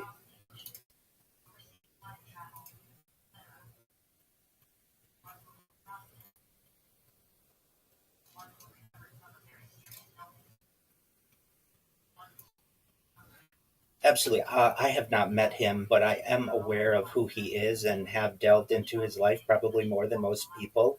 So he is a former Israeli aerospace expert who became internationally known after a December 2020 interview with the Israeli newspaper Yedioth Aharonith. Before his UFO statements became famous, he had a long career in the Israeli space and defense programs. He served as the head of Israel's space security program and was involved in the development of Israeli satellite technology. He was recognized as a leading figure in Israel's aerospace community in Israel's aerospace community, and he received national awards for his contributions, some of which we don't even know necessarily why he received the award. Much of what he has done is still confidential and classified. His statements attracted worldwide attention because he was not presenting himself as a typical UFO witness. Instead, he was a person with decades of experience in military defense and space related fields. In his interview, and specifically, he claimed that there's an existence of extraterrestrial civilizations, that there's government awareness of extraterrestrial phenomena, there's a possible relationship between humanity and advanced civilizations. He discusses humanity's readiness for disclosure and the future evolution of human consciousness. This interview became controversial because it came from someone associated with a government space program rather than a private UFO researcher. To give maybe more an idea to the listeners of where Chaim Eshed ranked within the Israeli defense program, he's a brigadier general, a retired brigadier general, and at any given time, Israel only has essentially 24 or so generals. So this would be someone on par in the United States with the Joint Chiefs of Staff, someone who is very high ranking in the military. And when he made these statements, he was born in 1933. He was 87 years old. And some detractors say that he was pushing a book, which he was. The book was published in November 2020. He did an interview with this newspaper in December 2020, and then he basically disappeared. So it's not as if he went on a huge book tour. It's not as if he really was looking to make money, like some people who may say that he did this for the wrong reasons. It seems as if he says this, that I have that my work speaks for itself, that I have essentially had a very lauded career in both the defense system and in the space program, and take my words for what you may. And what he says, essentially, what he claims about extraterrestrial life, is that humanity is not alone in the universe and that advanced extraterrestrial civilizations exist. He argued that the size and age of the universe make it highly possible that intelligent life has developed elsewhere. With billions of galaxies containing billions of stars, Ashed suggests that Earth is unlikely to be the only place where advanced intelligence has emerged. What he says in his interview is that extraterrestrial civilizations have been observing humanity, that some civilizations are far more technologically advanced than humans, that contact between humanity and advanced beings has occurred in some form, and humanity is still developing toward a greater understanding of its place in the universe. His statements connected with a larger philosophical question: if intelligent life exists elsewhere, how will humanity respond? And generally, scientists consider extraterrestrial life possible, and many researchers actively search for evidence through programs such as SETI. However, there, this is the first, at least, major player within the Israeli defense and Israeli space system, space program, who made these types of claims. And what really caught a lot of attention is when he referenced something known as the Galactic Federation. So, if you don't mind, I'll go into that. One of his most discussed claims is this Galactic Federation, which sounds very interesting. It's like a United Nations of space. He described this as a possible association or some type of organization involving advanced extraterrestrial civilizations. According to his statements, the Federation involves cooperation among different intelligent civilizations. There's an exchange of knowledge, there's monitoring and developing civilizations, and there's a cautious approach towards younger civilizations, such as what we have here on Earth. He suggested that humanity has not yet reached the level of maturity required for open interaction with these civilizations. He states that the idea of a galactic federation has existed certainly in science fiction and UFO literature for decades, but the idea that it is a reality, especially from someone so high ranking as Chaim Eshed, was quite unique. And especially within the Israeli space program, which generally is quite a secretive organization. So when he made these statements, it caught the attention of the global press, and he made the interview that he had with this Israeli newspaper occurred in early December 2020, but it happened in Hebrew. And his book is in Hebrew, and it's still to this day only available in Hebrew, which I think is quite unfortunate. I've certainly done my best to translate and be able to read through his statements, and what he says is quite interesting. If the publisher ever sees this, they need to publish it in other languages so that the information is available to the general public.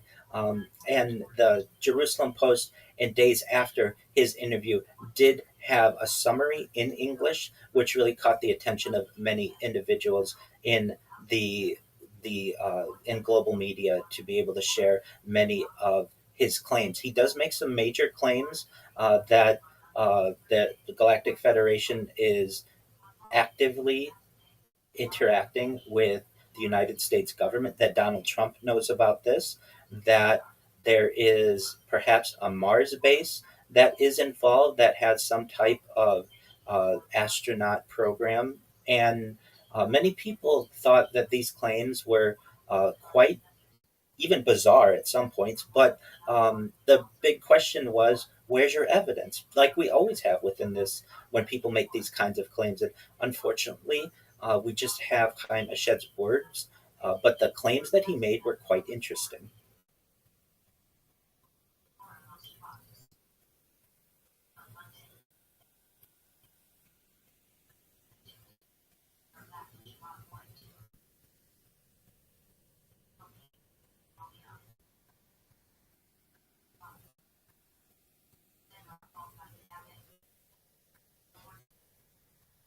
That's exactly right. And not just the United States and Israel, but potentially the United Kingdom, additionally Japan, China, and potentially um, other countries are involved in this.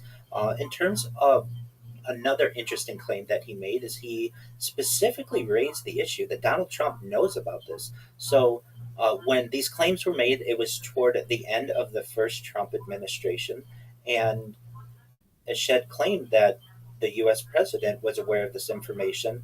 According to the reports that were translated, he stated that Trump had considered revealing the information but was discouraged because humanity was not yet ready. While there's no verified evidence of this, this was quite unique. Whenever any type of information connecting with the United States president is made on the topic of ufology, it raises interest. And the fact that perhaps the at the time the sitting president and now the sitting president may be aware of much of this knowledge and that we are not alone and isn't making that information public is quite interesting. Now, one interesting thing that I mentioned earlier, he also claims that extraterrestrials have bases and activities specifically connected to Mars. He states that advanced civilizations and humanities, advanced civilizations have perhaps bases in on other planets and certainly around the galaxy and in the universe. Some people interpreted his comments connecting the statements with the idea that extraterrestrial activity could exist on or near Mars, including possible underground facilities. But what Jaime Shed says is that when we do formally, in a public manner, send astronauts to Mars, no, they shouldn't just be studying the physics or the geology, but they should really potentially be looking at this from an archaeological perspective. And he gets into topics such as xenobiology, basically biology of off-world entities, which is quite interesting. He takes a very scientific approach to this. Now, there's other things that he made the claim of regarding consciousness, death, and the possibility that consciousness continues after the body ends, which is along the same lines in many of the metaphysical discussions that happen around certainly consciousness and ufology in general. What he states is that consciousness is part of a universal network, that human awareness is connected to a larger cosmic structure, and death possibly is a transformation rather than a complete ending. And this overlaps with the philosophy of consciousness, many spiritual traditions, and the study of near death experiences, and just really speculative interpretations of quantum theory. And so he did make those claims as well, which were quite interesting. And many people said, "Hey, uh, where's your evidence for this?" That's always the question that we're asking. And really, the people who support him state, look at his aerospace background, look at his experience with government space programs, look at his knowledge of advanced technology. This position is basically makes his statements worthy of some serious consideration. Now, certainly, we have skeptics who say, "Where's the evidence?" Credentials alone do not prove extraordinary statements, and no physical evidence has ever been publicly presented. But as we know, Ryan, in these types of scenarios, anytime anyone has anything physical, they are met perhaps with by government or some type of agency that takes them and perhaps makes them sign non-disclosure agreements and all kinds of things that happen. And really, something similar somewhat happened to Chaim Mashed. So do you mind if I go into that? Excellent. So as I said previously, Chaim publishes the book in November 2020. He does this interview in December of 2020, and then he disappears until just recently, which is quite interesting. So what happened to Chaim Eshed?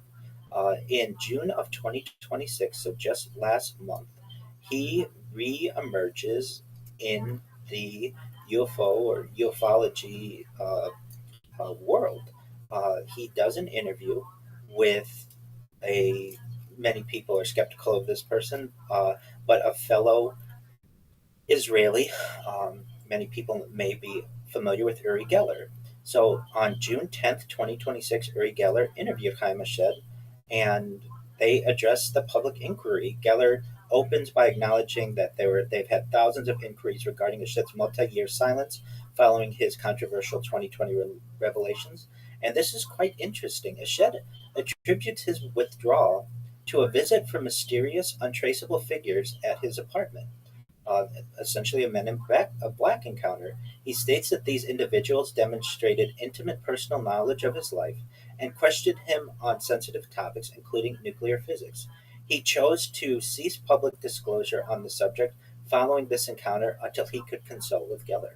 And so the interview that they do, which was unique because it's in English, and so for anyone out there who wants to view it, it's available. And another interesting aspect of the discussion that they had is that Chaim Shed doubles down on the fact that he believes there's a galactic federation. He does not retract any of the statements that he made in 2020, and especially with some of the vastness of the claims that he made, it's quite interesting to think that this man now, at approximately 93 years old, still feels he has nothing to lose, and even though he was threatened, perhaps, or at least questioned by these shadowy entities, feels that the information that he presented was important enough to continue the discussion of it more than a half decade later, which is quite interesting.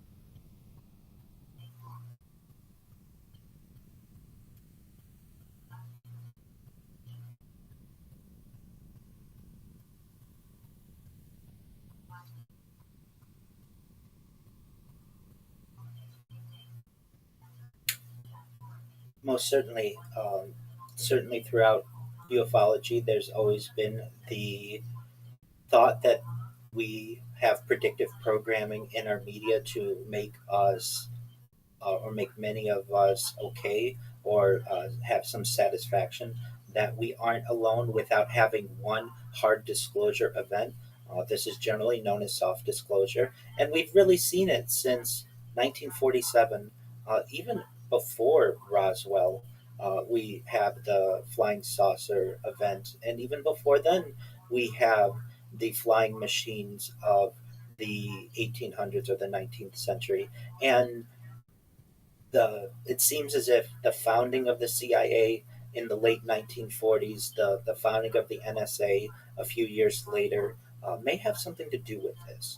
And basically, the idea that the Central Intelligence Agency may not have been founded perhaps solely for intelligence gathering on foreign countries, is generally its duty, but perhaps to be able to keep the alien and ufology topic a secret, and to make threats against people and to ensure that information is controlled. But if you were to poll people, certainly, and this has been done over the last 80 or so years since we've had the since Roswell, we just celebrated this month the 79th anniversary of Roswell. The general precedent and the general opinion of individuals is that we are not alone. And this information or this opinion has grown in major ways, especially over the course of the last decade. And I think that we have to handle this topic with maturity and recognize that we're not alone. You raise a very interesting point, Ryan. You can't just have a little bit of disclosure. Once the cat is out of the bag, there's no putting the toothpaste back in the tube, so to speak. You can't unring the bell or whatever type of poetic statement you want to make, we get into a situation where there's perhaps a threat to the philosophical and sociological aspects of humanity, to certainly the governmental control and politicians, certainly to religious organizations, and some of them, some religious organizations want to reject the idea. Many, though, I think in a positive way, especially within Judaism, are quite positive to the idea and embracing the idea of perhaps disclosure that we may be seeing. At least within Judaism, we don't have one single spokesperson. Generally, people rely on their local Orthodox rabbi within the Orthodox community. And the idea of extraterrestrial life is something that has really been discussed by our sages, and by even more recent poseks, or our rabbinical leadership. And the central question is, if if we aren't alone, does that necessarily have to change how we act here on Earth? And depending on the individual, it doesn't necessarily mean that everything in the world has to change. People can continue to live their life and recognize that we aren't the top species on the evolutionary chart. We perhaps may be even toward the bottom if it's a large enough scale, and that we will continue to be living our life in the ways that we do. And if we choose to embrace this with maturity, we'll be able to have discussions about reverse engineering of some of the technology, and perhaps amnesty for whistleblowers. And in my opinion, uh, that's what's happening from a soft disclosure point of view. However, and I'm sure you're familiar, and your audience is familiar with the potential of Project Bluebeam. Do you mind if we talk about that?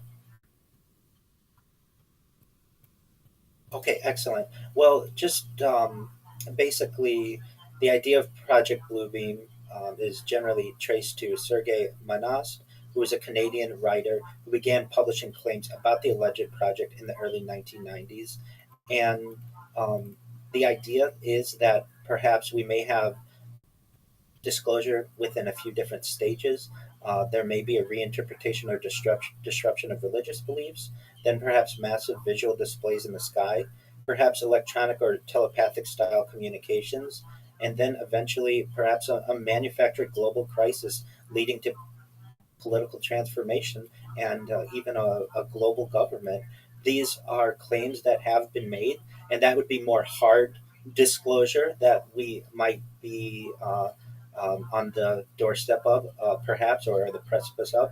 So I think there perhaps could be different strategies to the disclosure aspect. There's certainly soft disclosure, which I think is, for anyone who looks at the evidence, is somewhat undeniable that we're seeing. And we may be being led up to some type of hard disclosure event like Project Bluebeam or something similar.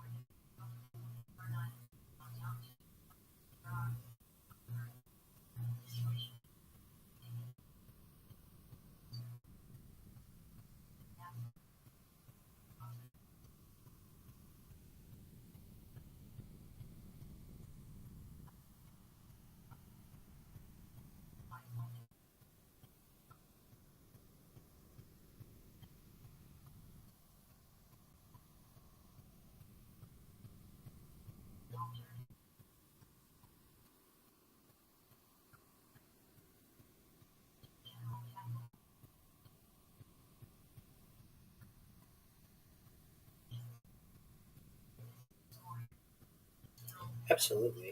Well, it's an excellent question. And first and foremost, if we look in the vastness of creation, we see that there are many potential opportunities for the idea of a alien life of alien life to exist.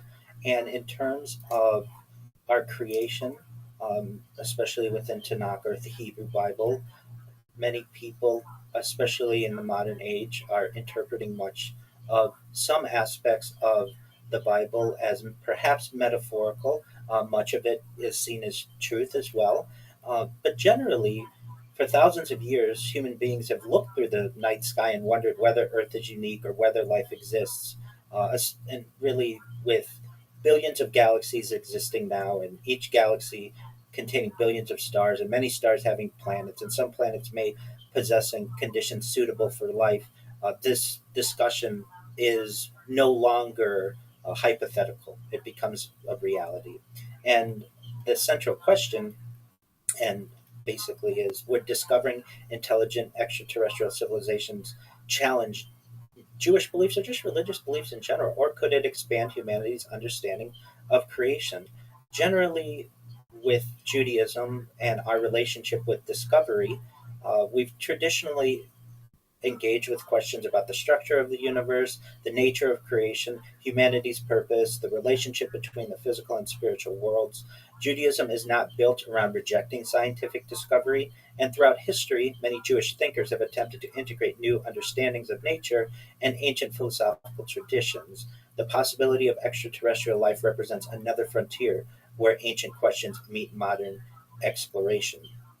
Now, we should take this back to creation, the universe as an expression of creation. Judaism begins with the idea that the universe is not random chaos, but what is a created reality. The opening of Genesis or Bereshit presents a structured process. Light emerges, the heavens and earth are formed, life develops, humanity appears.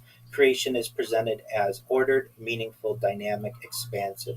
And creation is an ongoing process. Jewish philosophy often views creation not only as a past event, but as an ongoing relationship between existence and its source. The universe continues to reveal complexity, patterns, and mysteries, and scientific discoveries can be viewed as humanity uncovering deeper layers of creation. Now, the universe, in terms of being larger than human understanding, Jewish texts frequently emphasize human limitations when confronting the scale of existence. The universe contains mysteries beyond immediate human comprehension, and the search for knowledge becomes a way of uh, appreciating the complexity of reality. There is a connection to modern cosmology. Modern science reveals a universe far larger than the ancient humans could imagine, with cosmic distances, black holes, dark matter, dark energy, galactic evolution, and cosmic history spanning perhaps billions of years. And getting into the size and complexity of the universe, we have to recognize that, uh, at least from a Jewish perspective, we may be small in size, but great in responsibility. Generally, Jewish philosophy emphasizes that the physical size does not determine the importance. A human being may be physically small but morally significant, and humanity's value comes from consciousness, ethics, responsibility, and the ability to seek knowledge. When we get into the idea more of, does Judaism allow for extraterrestrial life? There's no universal Jewish prohibition against alien life. Judaism does not contain a central doctrine requiring Earth to be the only inhabited world. The possibility of life elsewhere can fit within a worldview where the universe contains many forms of creation. There were medieval Jewish thought, and there's medieval Jewish thought in the cosmos. Medieval Jewish philosophers generally lived in eras where cosmology was very different than today, and some explored questions about multiple worlds and celestial claims and the nature of science. But moving into the modern Jewish perspective, many contemporary Jewish thinkers approach extraterrestrial life as a scientific question, a philosophical question, and a theological question. And the idea of intelligent beings beyond Earth is something that absolutely could be a reality. And it gets into the question: how would we handle intelligent life from another planet?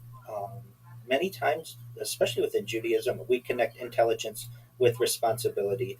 A civilization capable of creating technology, making decisions, and understanding consequences may raise questions about moral status. Would aliens have their own ethical systems? Is a question that gets raised, or universal values. How does the Jewish ethical framework work in terms of perhaps alien or higher intelligent beings? Do they have awareness? Do they have moral agency? How should humans treat another intelligent species? These are questions that we have. But how would this disclosure, discovering alien civilization, change religious beliefs, is a question that many people have. And the idea is that discovering intelligent life could create questions whether we are still special.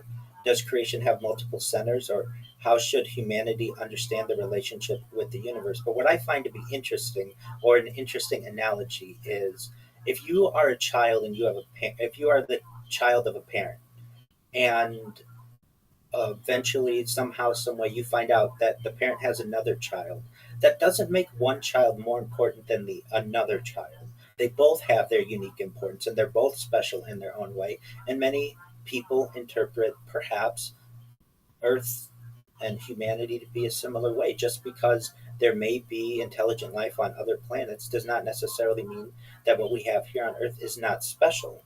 It just means that it may not be alone, which is quite interesting.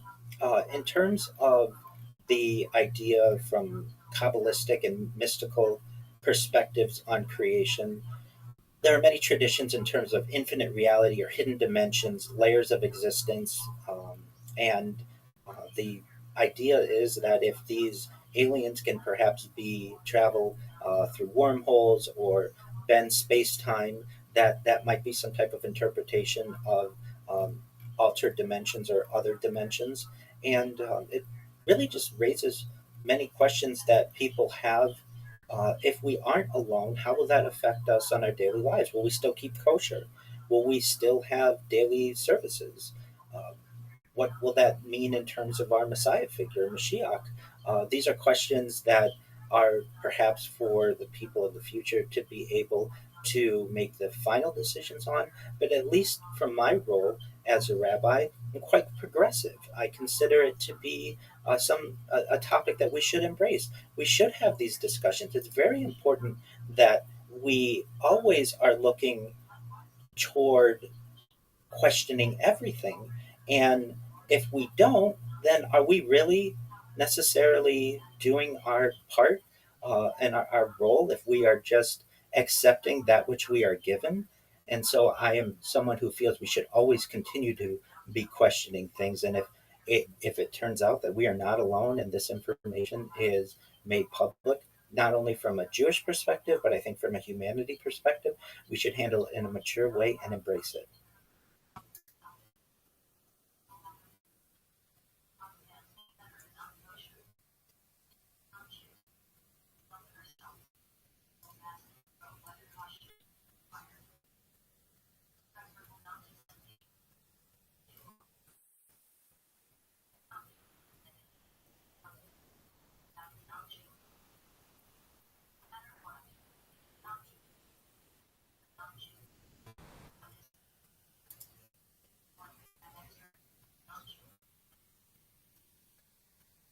Yes.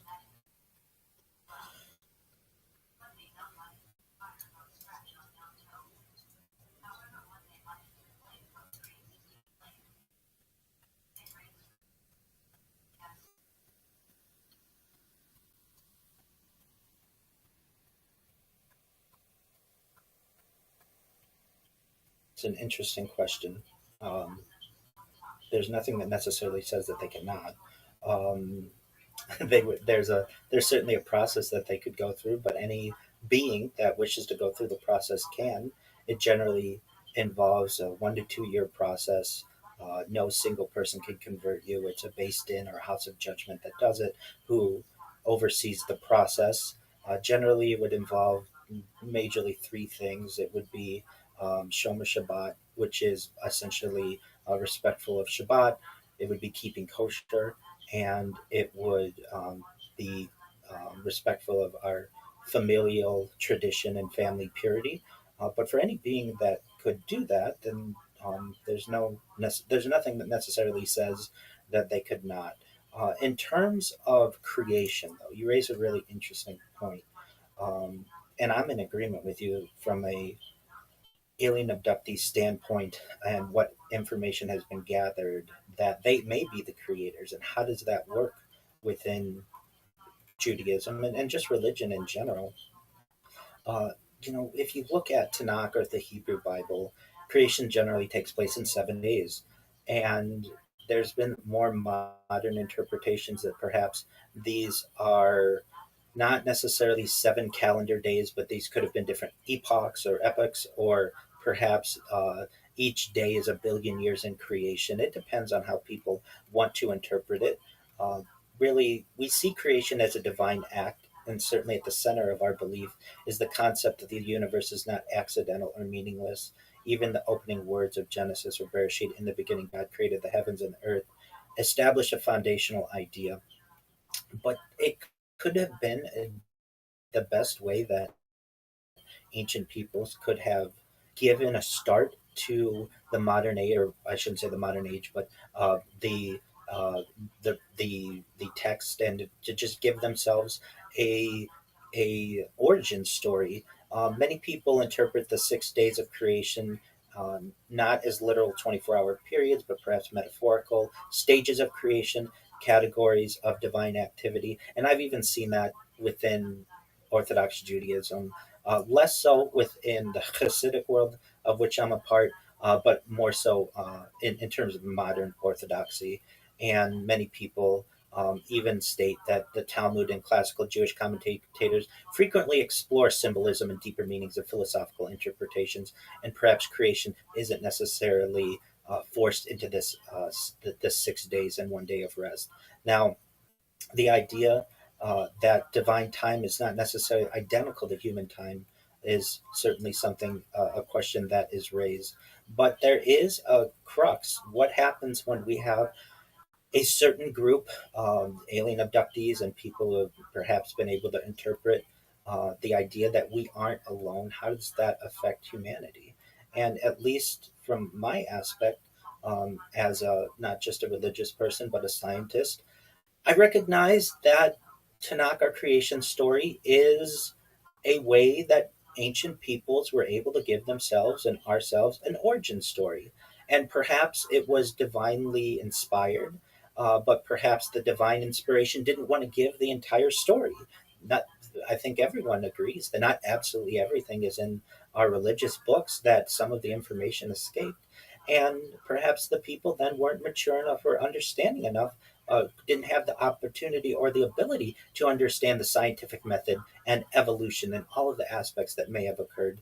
And we get into this idea of perhaps panspermia, the scientific hypothesis that life, or the ingredients needed for life, may have been spread through space, and more specifically, which we'll get into, is guided panspermia, which I think is what we're referencing in terms of the alien abductee movement. So at least the idea that life didn't necessarily evolve specifically from Earth like we see in creation is a growing idea, especially within the religious world, and that possible mechanisms, including asteroids, comets, meteorites, cosmic dust, could have brought life into onto Earth. That's more known as natural panspermia. And this idea does not necessarily contradict creation, even without extraterrestrial involvement. From an Orthodox Jewish perspective, there isn't a necessary contradiction here. A theological interpretation could be, if life traveled through space, that process itself would still occur within creation, just as gravity, physics, chemistry, biology are mechanisms through which the universe operates. The existence of a natural process does not necessarily remove divine purpose. But then we get into this guided panspermia. So, for those listening, guided panspermia generally is the idea, it's a speculative idea, that an intelligent civilization intentionally distributed life throughout the universe. This concept has been discussed by scientists who have proposed that advanced civilizations could have deliberately seeded planets with microorganisms. It raises the questions: could life on Earth have been influenced by another intelligence, or could civilization spread life across a galaxy, or would that make life less natural or more connected? This idea of guided panspermia, I think, can fit within Orthodox Judaism, though. An Orthodox Jewish approach may ask Does the existence of intermediate intelligence contradict God as a creator? And the answer depends on how creation is understood. Judaism already recognizes that creation operates through intermediaries. Things like examples like humans create, humans build, humans cultivate nature, humans participate in shaping the world. Human creativity does not necessarily replace God's role. Instead, it can be understood as humans participating in creation. And the idea, if God created a universe capable of producing intelligent beings, then those beings could potentially become agents within creation. A civilization spreading life throughout the universe could be viewed as a secondary creative process, a consequence of divine creation, a manifestation of intelligence emerging within the cosmos. The idea, though, that we are not alone is something that certainly can be explored. And if we recognize that there is some evidence, at least from alien abductees and perhaps whistleblowers, that we were seated here, may cause some changes theologically, or at least different interpretations theologically to our creation story. But there isn't a necessary strict a strict contradiction between the idea of the traditional creation story and perhaps panspermia or guided panspermia, especially if you look at the creation story to be more metaphorical or more symbolic. And this gets into what is God. If we were seated here, let's just say, um, who seeded the seeders is a question that arises, and that gets into people's individual beliefs of what is God. And when people ask me this question, I'm asked a lot about it, generally from any background of any individual. uh, if I say that I feel that God is energy at the end of the day, that's the best. If I had to describe God in one word, that's the best way I can describe whatever it is. Many people appreciate that honesty, and it allows many people to sleep at night, because it's like it's attempting to define something that's perhaps undefinable.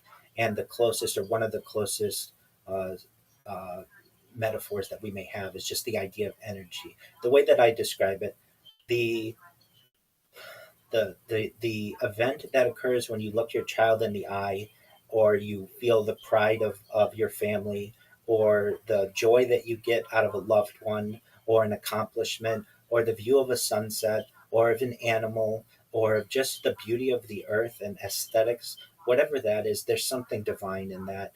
And perhaps it's energy, perhaps it's something more. But as a rabbi and as a human being, the best way that I can describe it as it is really energy. And for people who want um, to perhaps dissect that, energy works from a secular point of view, and it also works from a religious point of view. And if you really want the true answer, nobody knows.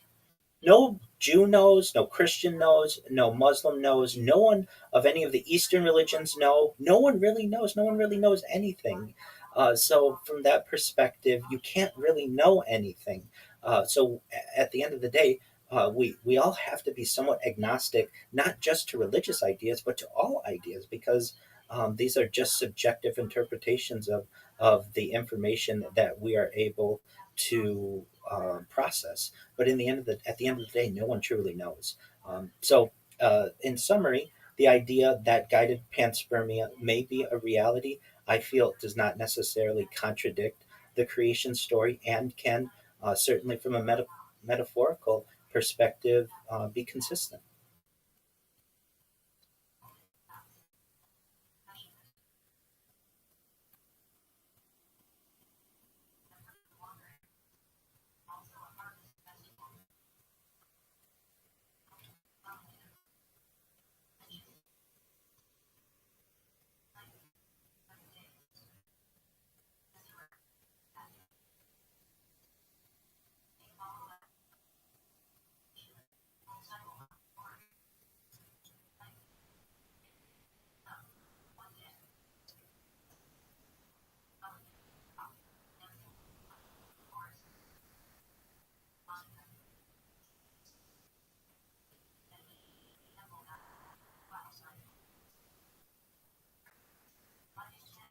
It most certainly is. It most certainly is.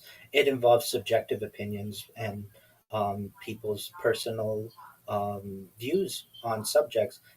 I find that the traditional idea of creation worked seemingly seamlessly until the rise of the idea of perhaps a panspermia or guided panspermia, and the questions that were raised, especially during the Enlightenment, about the authorship and certainly the origin of humanity. And we're either going to find it to be the Bible is directly contradicted by an idea of guided panspermia, and if that happens, do you throw the baby out with the bathwater?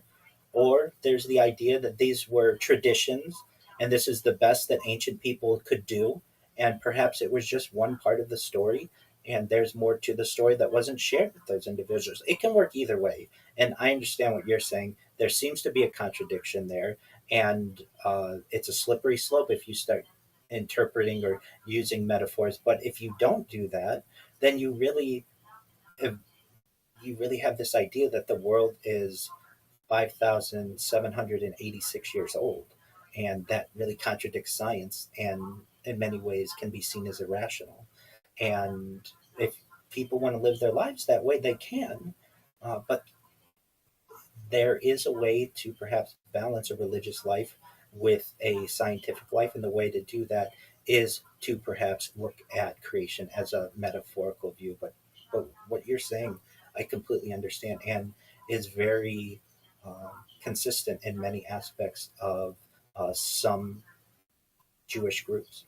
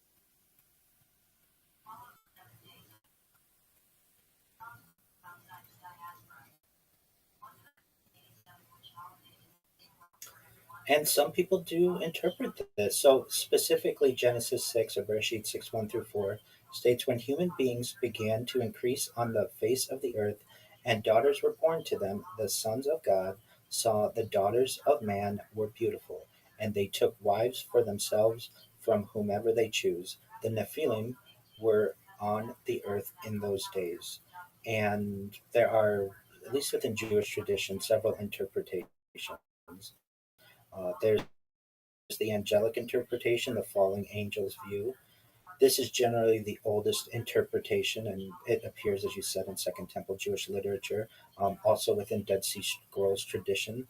Um, not necessarily part of our canon, but it's within the Book of Enoch and some early rabbinic interpretations, and even some Jewish commentators. According to this view, the sons of God were heavenly beings. They violated the boundary between heaven and earth. Their union with human women produced the Nephilim, described as powerful beings or giants, and their corruption contributed to the moral collapse of what led to the flood.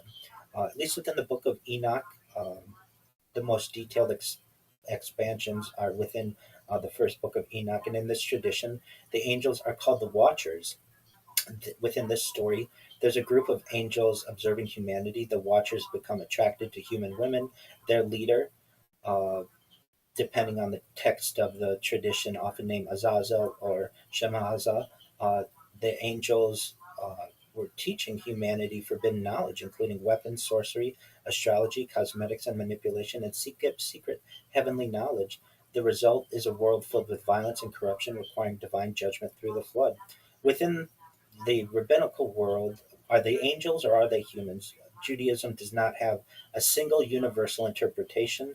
View A is that they were angels. Some Jewish sources accepted the angelic reading. The phrase sons of God naturally suggests heavenly beings. Similar language appears elsewhere in the Hebrew Bible.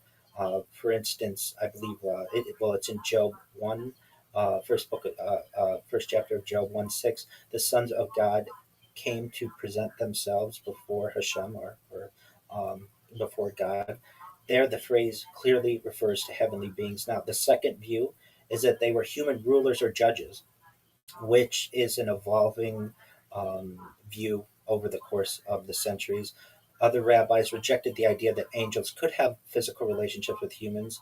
The major concern was angels are spiritual beings and do not have human bodies. This led some commentators to interpret the idea of these beings as being powerful human beings, meaning kings, judges, nobles, rulers, who abused their power by taking women as they pleased. Rashi, who is one of our great sages within Judaism, he explains that the sons of God, or Hashem, are referring to judges and leaders who had authority but corrupted themselves. He follows a more human centered interpretation. He's a medieval rabbinical source. He states that these individuals were called sons of God because they held positions of power. Their downfall was moral corruption, and the problem was not angels falling from heaven, but humans abusing divine authority. Now, the word Nephilim itself is means to fall, which possible meanings include fallen ones, those who cause others to fall, mighty ones, or giants. Within Torah, there are later mentions of the Nephilim again within Numbers. We saw the Nephilim there. This is in Numbers 13, and we were like grasshoppers in our own eyes. This connects them with the extraordinary size and power. Jewish traditions sometimes associate them with ancient giants, warrior clans, or corrupted beings from before the flood.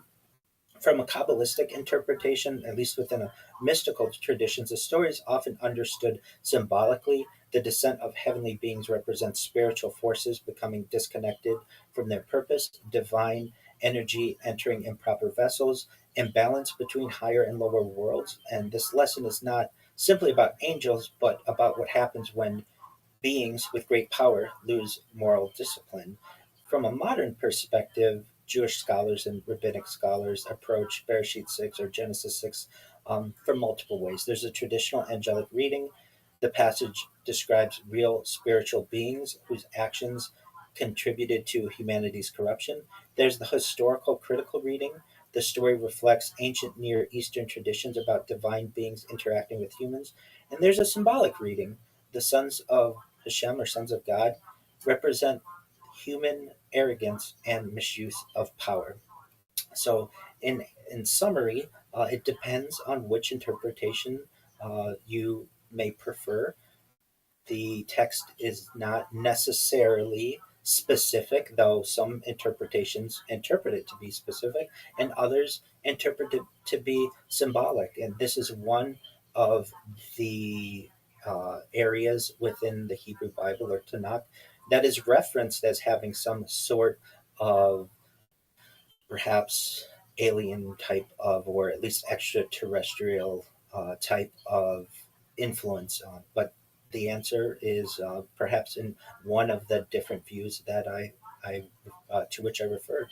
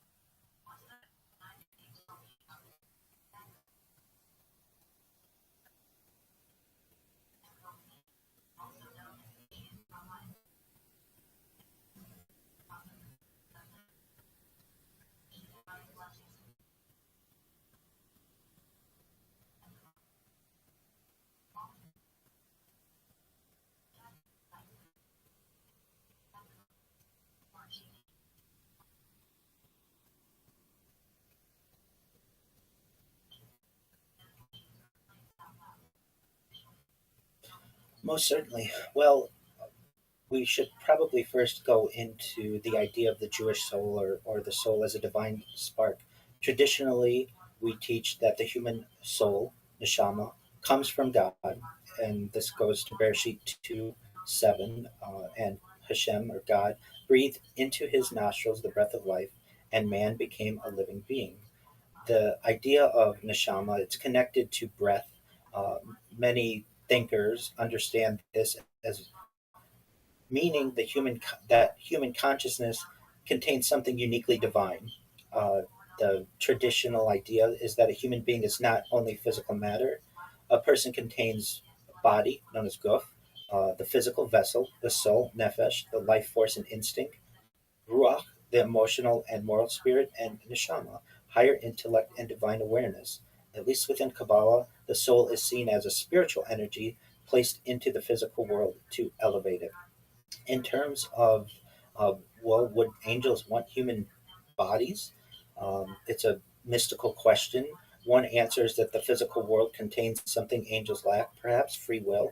Angels are often described as beings with fixed spiritual natures, and humans are unique because we can choose selfishness or generosity, destruction or creation, ignorance or wisdom, instinct or holiness, and the human soul has the ability to transform darkness into light in its own way. There is the danger, perhaps, of mixing spiritual power and physical desire that we referenced in Bereshit 6 or Genesis 6. And it can be interpreted as a warning that spiritual knowledge without moral refinement becomes dangerous. This theme appears throughout much of Jewish thought, that a person may have intelligence without wisdom or power without compassion. And the problem is not knowledge itself, the problem is knowledge separated from responsibility. The idea of the Nephilim being part spiritual and part physical. Some Jewish mystical interpretations view the Nephilim symbolically as representing an unhealthy combination of great power, advanced knowledge, physical strength, spiritual corruption, and that they represent beings with extraordinary ability but lack proper alignment with God. Really, from a modern spiritual interpretation, humanity's gaining powers that once seemed impossible: artificial intelligence, genetic engineering, space exploration, advanced physics, biotechnology, and the ancient question returns: can consciousness develop as quickly as power? Jewish spirituality generally answers that the future depends not only on what humanity can create, but on whether the human soul develops enough wisdom to guide creation. And if I may, I'd like to go back to what Chaim Eshed says about the soul, and at least his interpretation, and whether it's true or not. The idea that perhaps we are containers, and that something moves on, and that life does not necessarily end, uh, is something that I think is in really not necessarily contradictory in terms of the idea of perhaps uh, a religious standpoint or scientific standpoint, and the idea as well that Chaim Shed is just one of the people who is talking about more larger ideas, that consciousness is something that doesn't necessarily end at death, and that the soul continues on and perhaps can travel. And it gets into reincarnation, perhaps, which isn't always consistent within Western Western theology, but the idea, at least within some aspects of Judaism, is that souls could perhaps travel from one individual to another for different reasons. The answer is we don't necessarily know. I would say, personally, from a scientific perspective, and I talk about this and I get asked this a lot: Rabbi, what's the soul?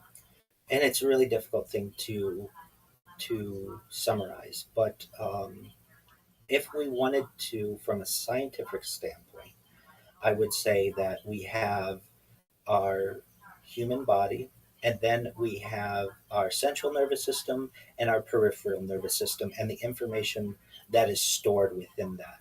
And if we wanted to give a scientific term to what the soul is, I lean towards the idea of whatever is in our central nervous system, whatever information is stored within our central nervous system and our peripheral nervous system. from a scientific perspective. In terms of, does that necessarily travel the cosmos when we die, or is it created before um, we are born? These are questions that are really just guesses that, from a theological perspective or halakhic or Jewish law perspective, are really just estimates because no one truthfully knows. So, from that perspective, I would say we have the traditional Jewish thought, the traditional idea of what the soul is, and then the more modern take on, it's the information that's stored within our central nervous system and our peripheral nervous system. And this gets into another really interesting modern question, especially within transhumanism.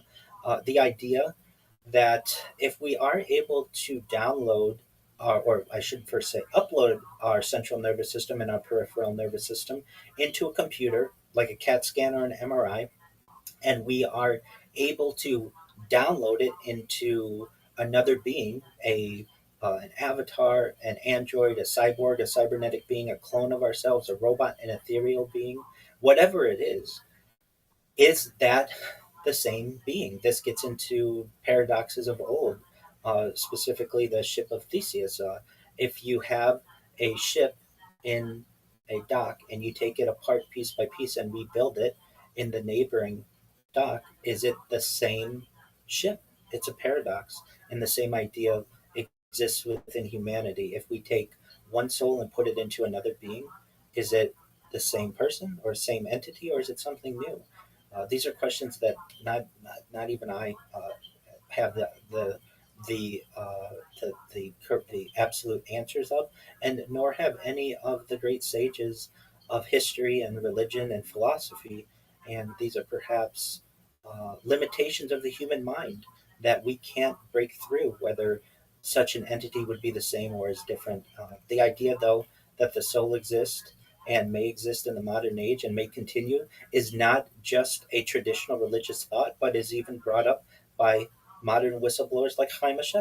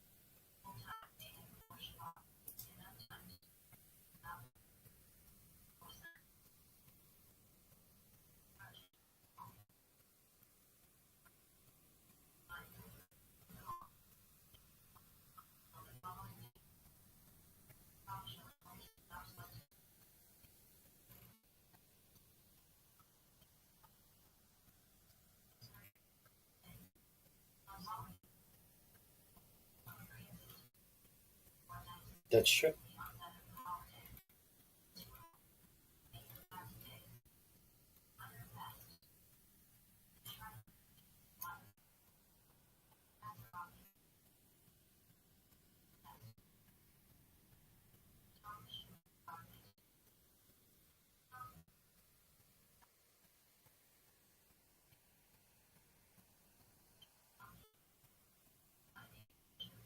Excellent, excellent questions. I appreciate the opportunity to answer and really just delve into this subject.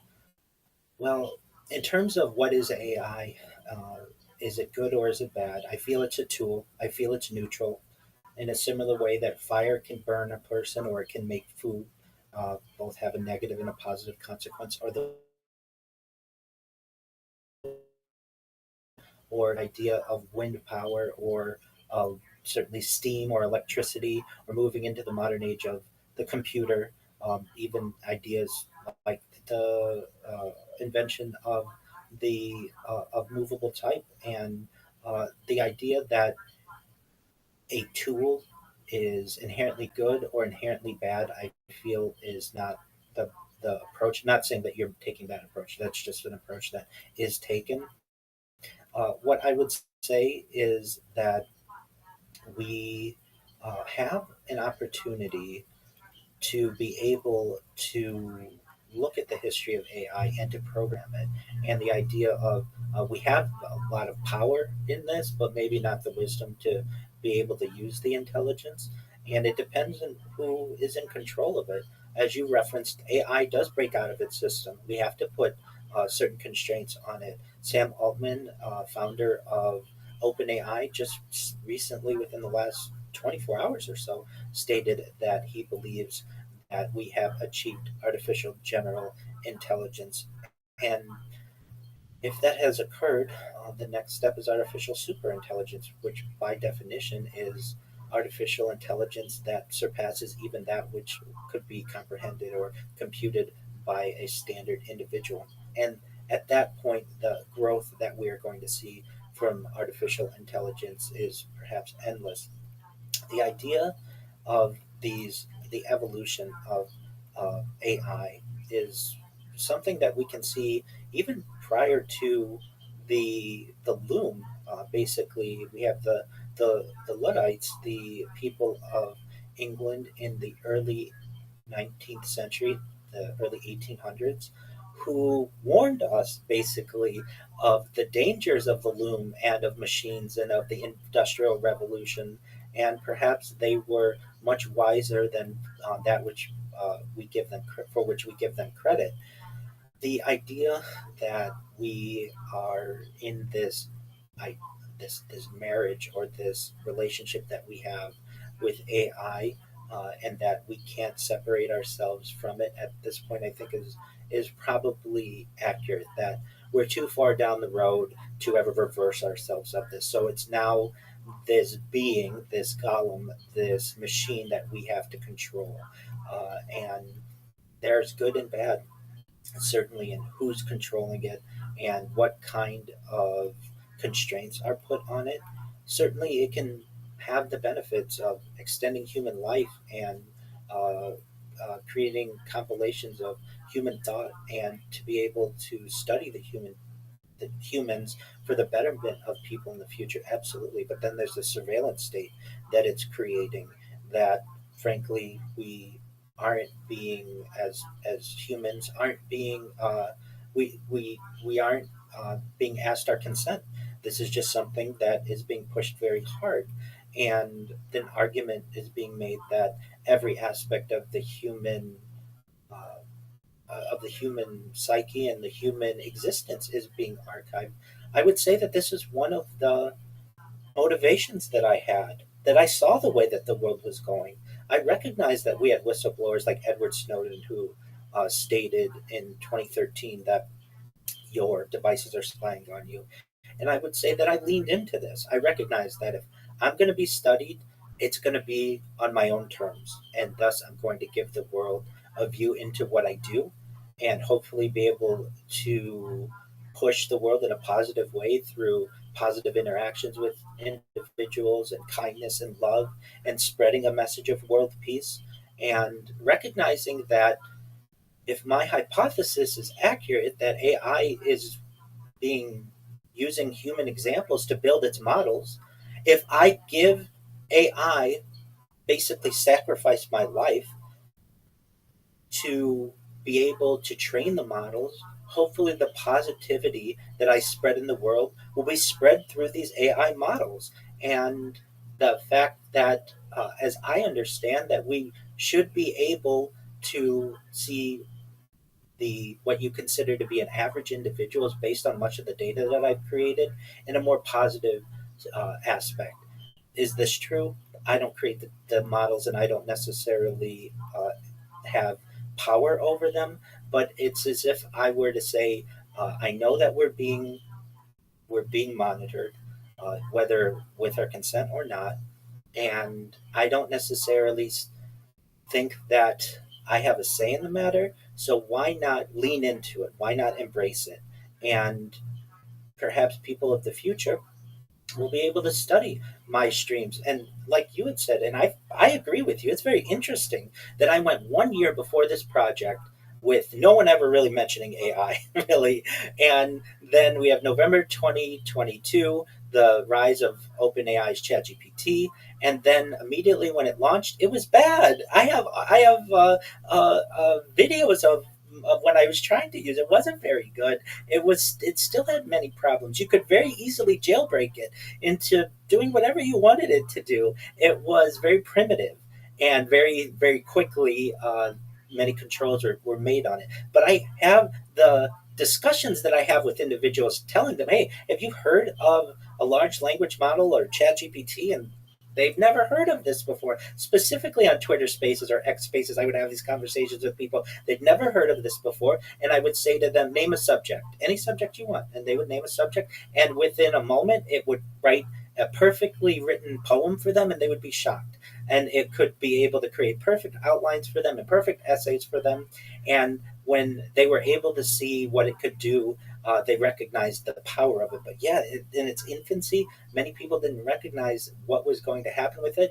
And I think it'll be very interesting for people in the future to be able to study those conversations and those videos. Even I remember using it in November 2022, thinking this isn't much better than the standard chatbot that we had for the last 10 years. It's really not all that impressive. And very quickly, within a few updates, you recognize that this is going to change the world. No longer will you need to be a coder. No longer will you perhaps need to have customer service agents or some of the other positions that AI is quickly replacing, perhaps. And what are we going to do with our world? Will we need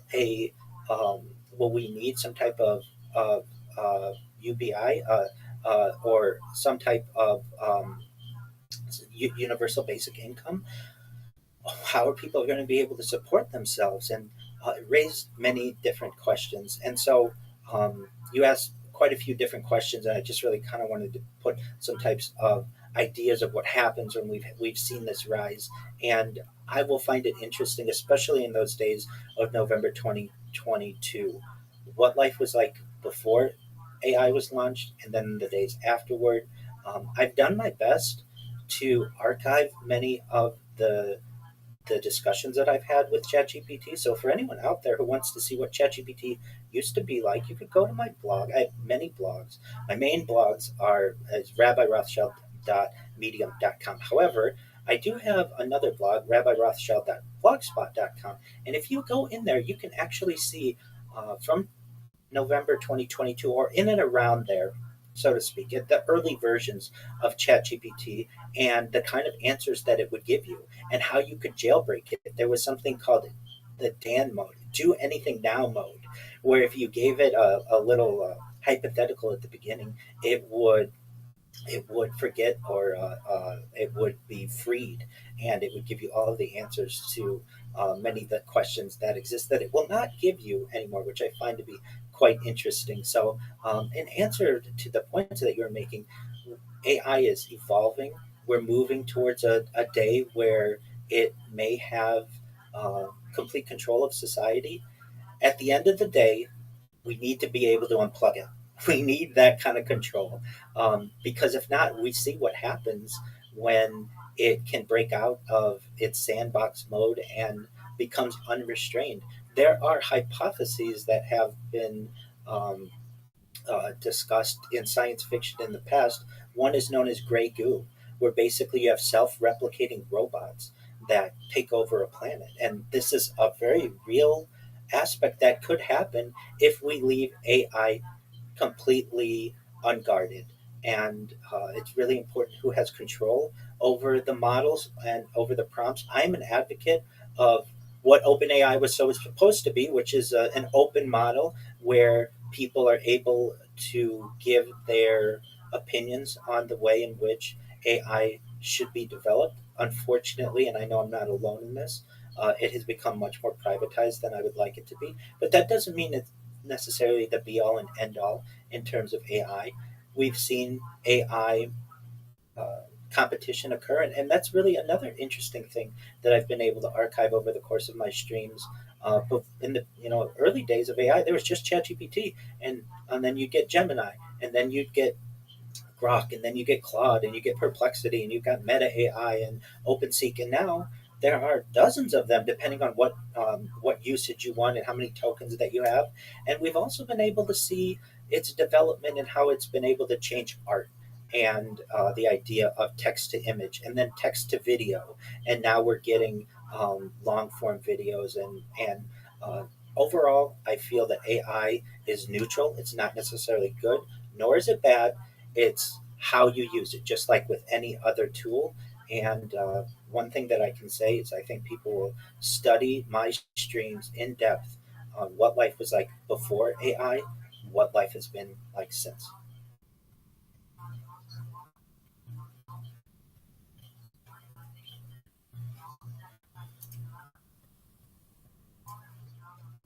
Essentially, that yes, that's what we're looking at. And if we recognize that the golem itself was something that was created and it's a creation of humanity, and we need to control it as much as possible.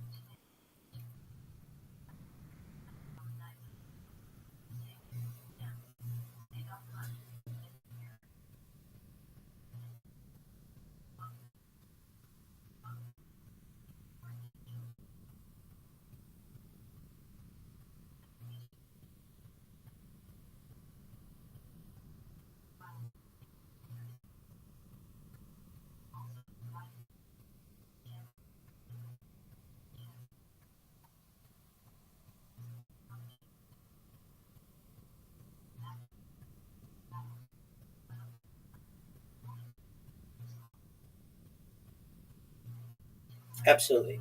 First and foremost, type Rabbi Rothschild into YouTube, and I cannot emphasize this enough.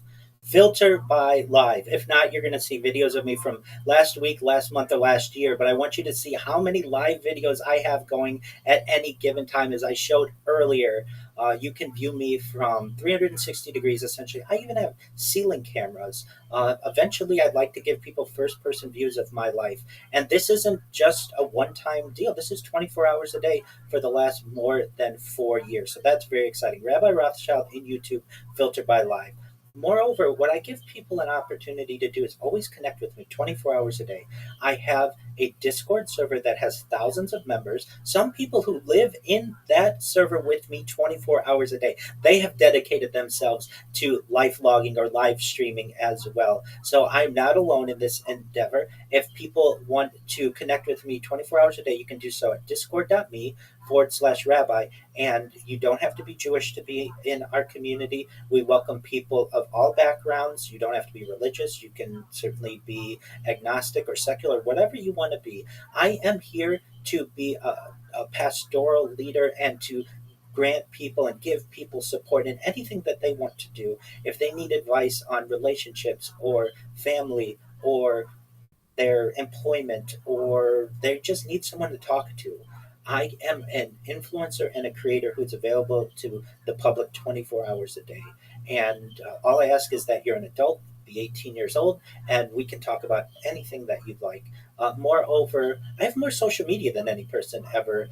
And Ryan, what your audience sees, all they need to do is go to my linktree.com/Rabbi Rothschild. I have over 100 YouTube accounts, over 200 Instagram accounts, over 500 Twitch accounts, over 1,000 TikTok accounts, over 2,000 Twitter accounts, over 5,000 Blue Sky accounts, and over 10,000 Kick accounts. I have more social media than any person ever. And when I go viral, not only is all the data that I've created over the course of my live streams going to be of interest to people, but all of the social media that I've created is going to be of interest to people. This is a treasure trove of data and content.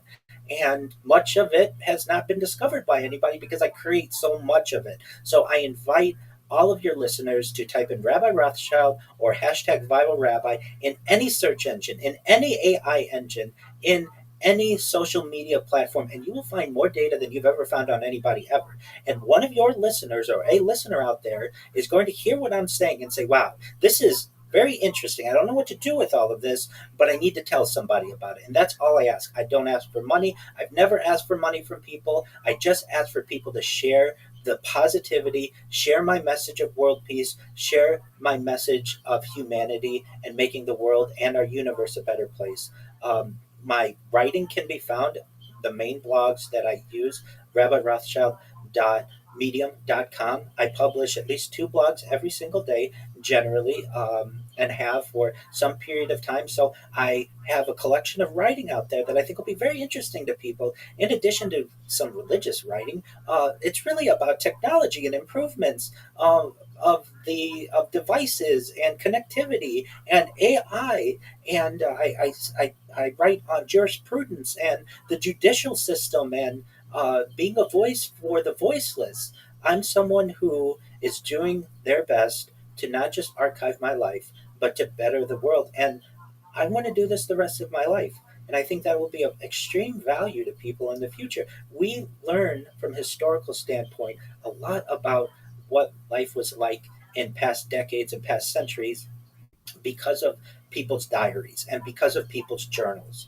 And I have just transitioned from a pen and paper to the video as my medium. And in addition to being an archive of my life, it's an archive of human history, and it will, I think, have a major impact on artificial intelligence in the future and the benefit of humanity. I really think, Ryan, that this conversation will be watched by people a millennia and further into the future. I could be wrong. Okay, if I'm wrong, I'm wrong. But the way the data is being stored with redundancies and servers, this is essentially a modern day Library of Alexandria that we've created on the internet. And we're just in the very early days of this. And I think that people will appreciate the sacrifices that I've made to be able to give the world a portal into not just my life, but human history.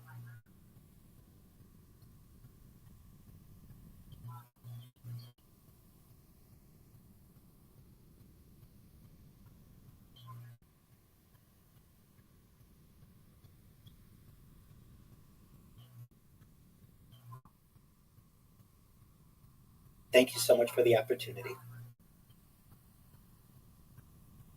Thank you.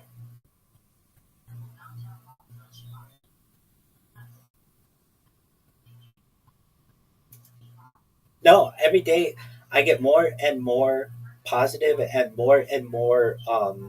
I get more and more motivation to continue to do it.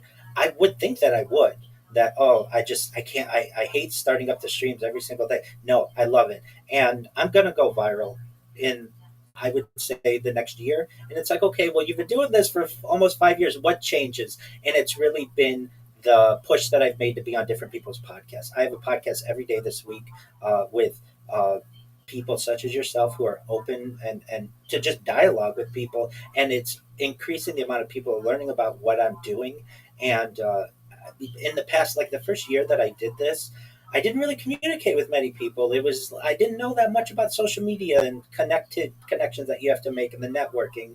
And over the course of the last few years, I certainly increased that with my social media presence. But now I have actively been requesting to be on people's podcasts. And you know it as much as I do, that that's how you get people to find out about what you're doing, more and more people. And so what I've done, which I think is a really interesting strategy. I went to YouTube and copy really, I made a giant list of like 250,000 podcasts, of which I think I would be an interesting person. So people who are into AI and technology and life logging and all of that. Then I go to ChatGPT and ask for the contact pages. And it gives me a list of all of the contact pages. And then I just fill out the contact forms. And every day I go and look at my inbox, and I've got new people who want me to be on their podcast, which I really think is an exciting strategy to get the word out about what I do. And it works a lot better than cold emailing or just going into a Twitter space and promoting what I do. And if I said to myself, if I'm able to do a podcast every day or every couple of days for a year, I'll be viral. I mean, there's just the ideas that I have, and the idea that you can literally watch any moment of any day going back years is really exciting to people. I get people who sleep alongside me. I get people who just want to play games. We play games all the time, every day, and from all over the world, everywhere from Australia to Canada to countries in Africa, Asia. And more people are finding out about it. It's just going to take one person to say, you know what, I've never seen somebody with so many different accounts and so much data. I've got nothing to lose. Why not? Why don't I share this with my community? I heard them on a podcast. It's really interesting. It's going to go viral, and I mean it. I want to make all your dreams come true, and I want to make all your listeners' dreams come true. I'm going to have more money, perhaps, God willing, than I ever know what to do with, and I want to give back to the people who helped me, and you're one of them.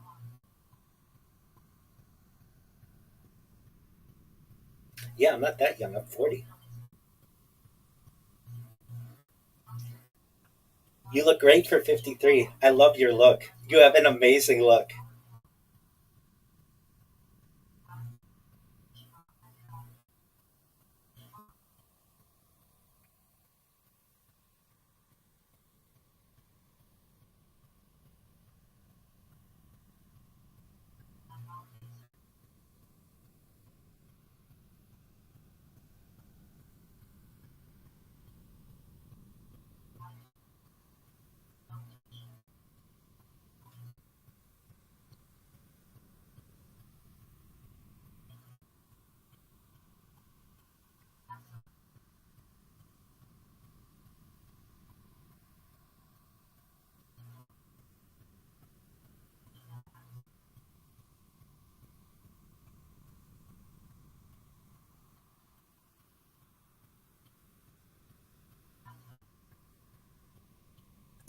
It's fascinating.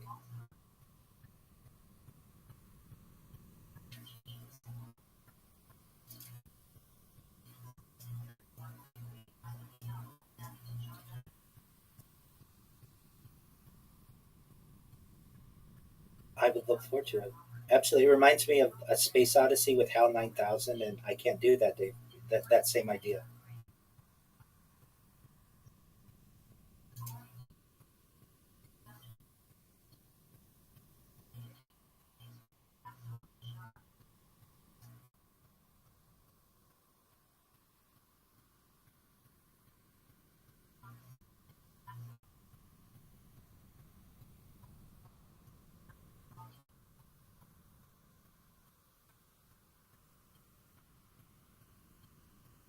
Absolutely, Ryan. This is the beginning of a beautiful friendship.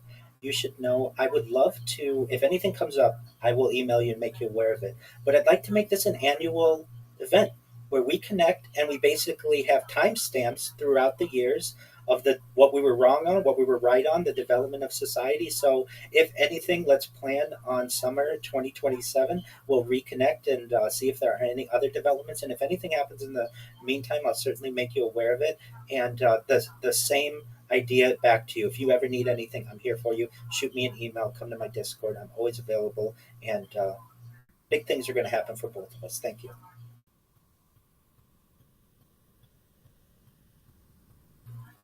Thank you. Oh, one last thing. One last thing. Can I send you a list of my relevant links for your the description? Thank you. You got it. Take care. Thank you. Bye.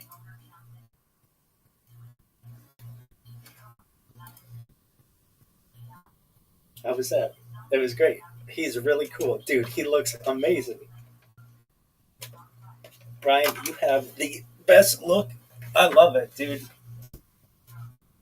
He's very smart. That was great. The internet held.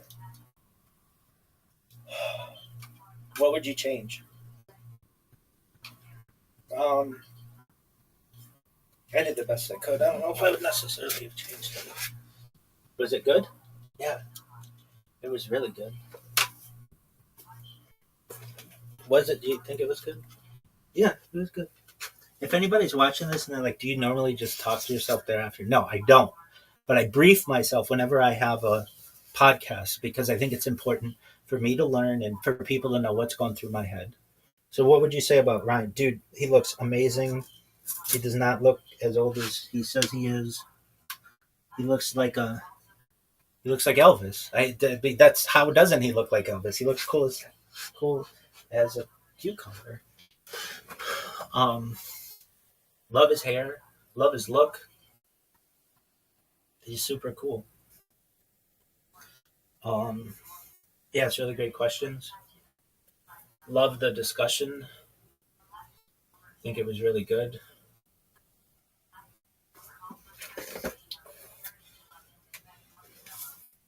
Is there anything you would say negatively about him? No, dude, he's cool. I hope that we continue to be friends. He's really nice. I mean it. This is the beginning of a beautiful friendship, I hope. He's really, really cool. Is there anything you would have changed? No? That was really neat.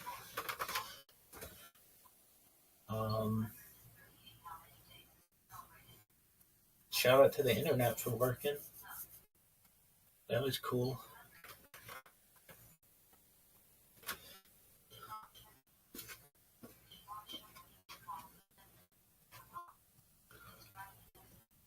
They're in there to be a tremendous tool that should be closed up forever.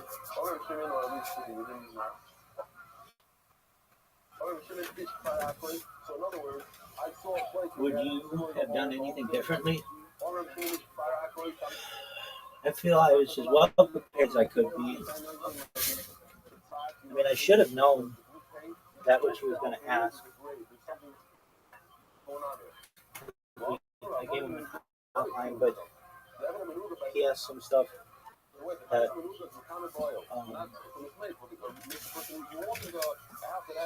he didn't necessarily. He is great. Like he's so good. I don't always say this, but to the people with whom I podcasted, I would watch their podcasts. Like I would be a fan of theirs, even if I was not on it. He was really good. Love his look, dude. You have such a cool look. Love it. That look is so tight.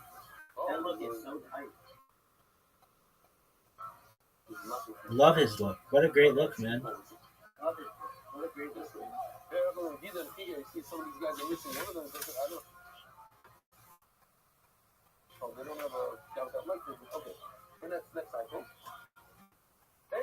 Are you happy the way that it went?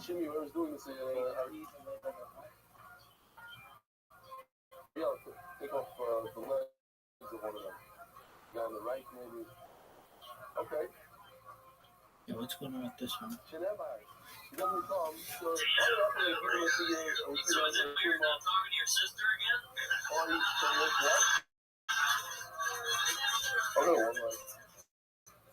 So, why didn't you want to get married? Would you tell us what happened there?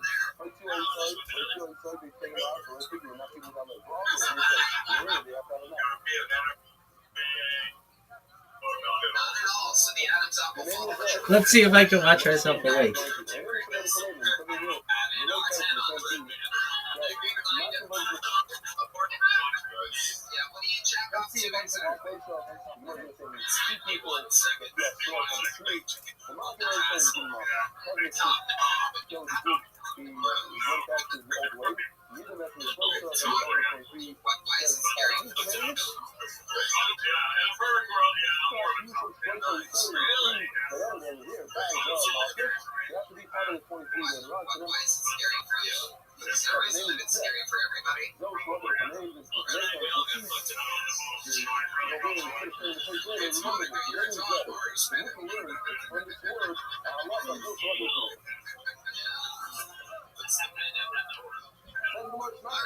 So, what's the gayest thing you've ever done?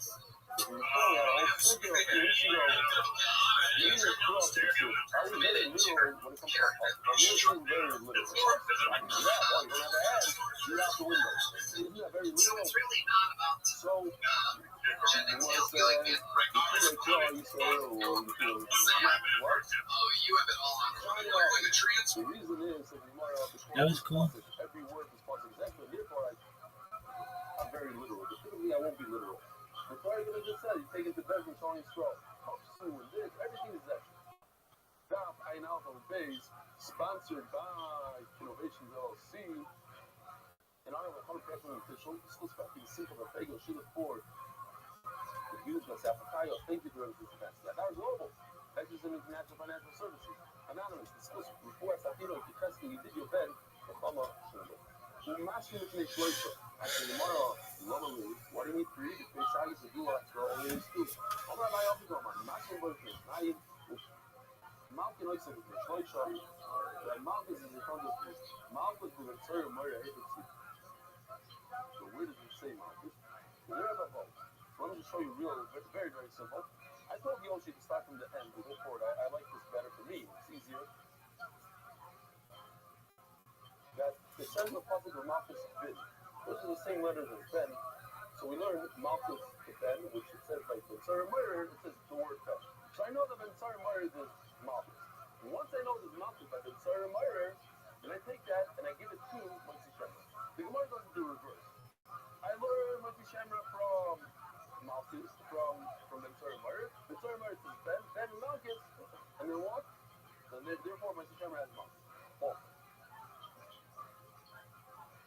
Either have a vote, or a vote, the man will be Yisru, with them, who Ben Miden. No, you didn't have to rock. So I know that his mouth is by Ben Sarah Martin, it says Ben, it's in Ben. Once I know that, so then I also learn too, what's the Shemra that says the same word as Ben Sarah Martin, should it be? Through that, there's mouth is by Moshe Shemra. Under the filter in the business, person went back to his old ways. We have to kill him with 23. So the Gemara, I violate that word that I told you to remember. I remember that. And then in the Mishnah, I violate Zed Leisumin. I needed for something else to say that they see and they stay point. That you're not blind. Okay, look at the parents are not blind. They look at the name. You're true. Mind the name is Zed. That learn two things from Mishnah. The parents, first of all, the first Dayanim that were there by the Malchus, they witnessed the Malchus, they have to be part of the 23 Bezin to kill him. And also that one of the parents cannot be blind. Says the Mishnah. And this actually leads us to a beautiful sugya.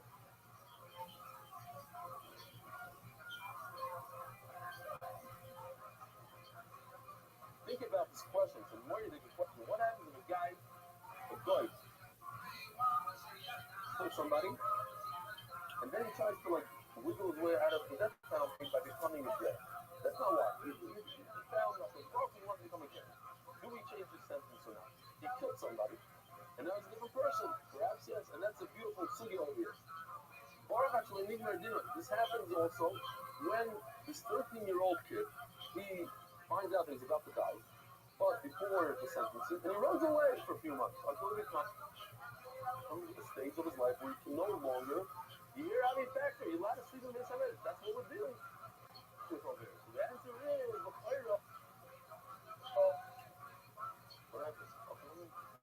I don't want to point out your cross. No, go back. Okay, it's a different stage of his life. You can't do anything to him. But the answer is, since he is not my legal sentence, it's possible. They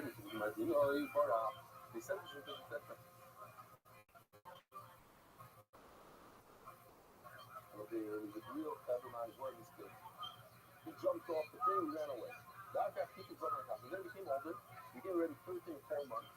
And typically speaking, we're tired. Why are you tired? Because God is pure. He's already sentenced. Death. He's a dead man walking, so you kill him. It says in the I remember saying it. Ben Noyach Shapiro to the fascinating. A guy curses Hashem. Are you happy? Yeah, dog. Yeah, Michael. Fast? Calling me back? Sayer. Now look, Michael passed. Chop his head off. Back chop this guy. Body. In again. Parker. You don't hide. Why? Over the started. You know the started me saw so. What's all up about the Noya? You could give him a bin player with 1 8, one guy in, 0 Asra. So the bin change. And also, Nishtalim Misasai, it goes from Sayer, when he's a Benoit Yatzai, now that he's a Jew, what does the Jew get for trusting Hashem? Skilo. Can't do anything. Huh? Oh, that's what I was asking yesterday. We do have a good contract, a good contract. Then it's IRA. This, that maybe at the end of the day, his body didn't. We're not going to defend someone to find on that question that when he has children, it's considered he has children. So, some things are probably to know, dry riot, but things that he himself did not. Okay. No, the dinim are different. That's the things are different. It's a different stage in his life. Name say, so maybe perhaps you bring it back around this product when he ran away before the something about the up in the top, and then it became a different stage in his life. My time, long as I'm reading, I understand. How come I wish it says this case, Bobby? Because something changed in his life. Now he can no longer be a concern. If he tried it, he stole money from his parents and he bought, he wouldn't become one. So therefore, you can't punish him. Right. Shani Akbar, the other hospital up our Chicago. The difference is because he's got. He's no way in the world that he can become a concern. But a guy who cursed Hashem, that didn't change. Even when he becomes a yid, he still be cursed Hashem, he's still tied Nisa. Kashma. Let's go to the second part of this. He had a sentencing, and they said he's tied Nisa, and he ran away, and then they catch him.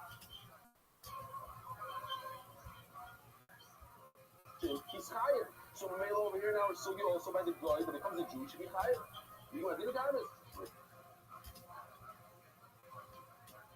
You got the kilo. No. The reason why a Ben Mark,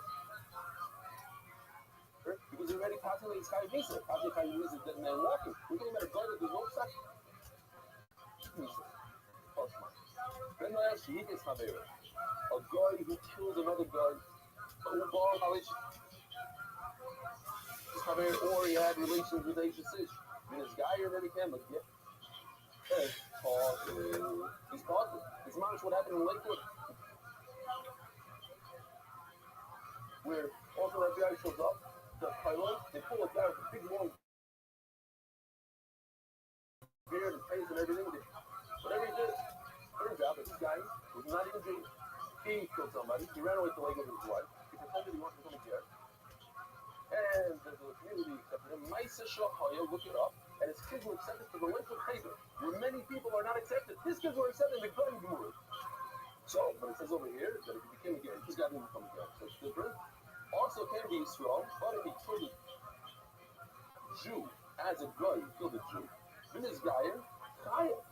Wait a minute. It didn't change. Everything about him changed. So the Gemara, no, you know, said, Sassy, we need two things to change. The din and the penalty. The high din is you're right, he became a Jew. It's a great way to get out of here, that kind of thing. You saw when he started, but the death penalty, he's still kind of the same thing. He's still kind of side. Officially, no, the Gemara says, we'd say, I understand that he killed, so before he was high the death penalty with the sword, nothing changes with that penalty. Although you say, before Sahib Ashkatana, it changed. It went from Sahib to Kenneth. So the Gemara Benayah also. Oh, so here's the thing that said on the beginning that when it comes to Naira Murasa, this is the one exception to the rule that if a Noya has the same penalty, has a different penalty, which is kind of not side. And over here, so everything stayed the same. The Digul is Skilo. Sorry, well, it goes from Naira Murasa. So Naira Murasa is the Skilo. So Mela, Everim are Skilo. That's Gemara, that can be. But also can be Yisrael. There's two cases, the Benoya Tov of Benoya and a Benoya Tov Yisrael. So that has to mean they have to mimic each other in two cases. But also can be Yisrael, they just have everything on it. And there is no such thing as killing an Naira Murasa when you're a Goy to a Goy. Goy don't have a Naira Murasa. They only have Nisun, they don't have a Nisun. Well, the word over here says, maybe we should stop over here.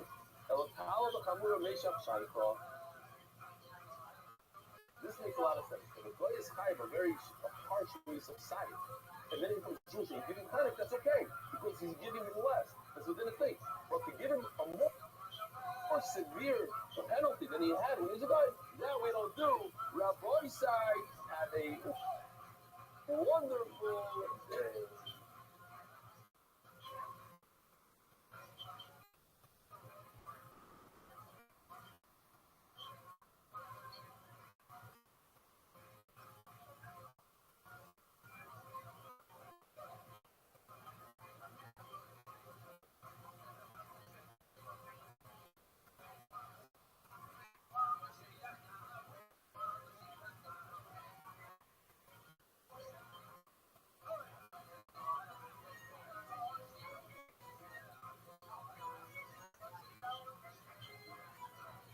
Good morning, Rabbi side.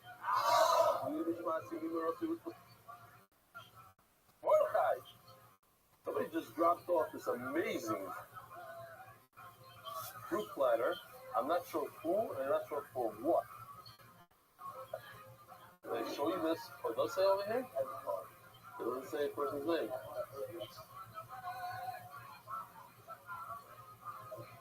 It's a very... You don't want to time out. Are you able to see this? Right over here.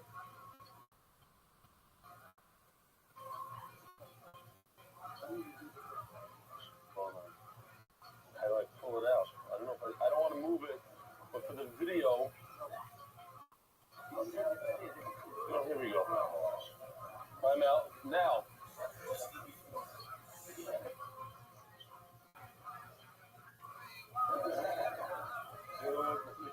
That's crazy. But the problem with this is that it might spoil one day. How do I freeze this? Maybe just drop it on top of on purpose or something. Wow. And look at these, hold on, these apples. Crazy stuff.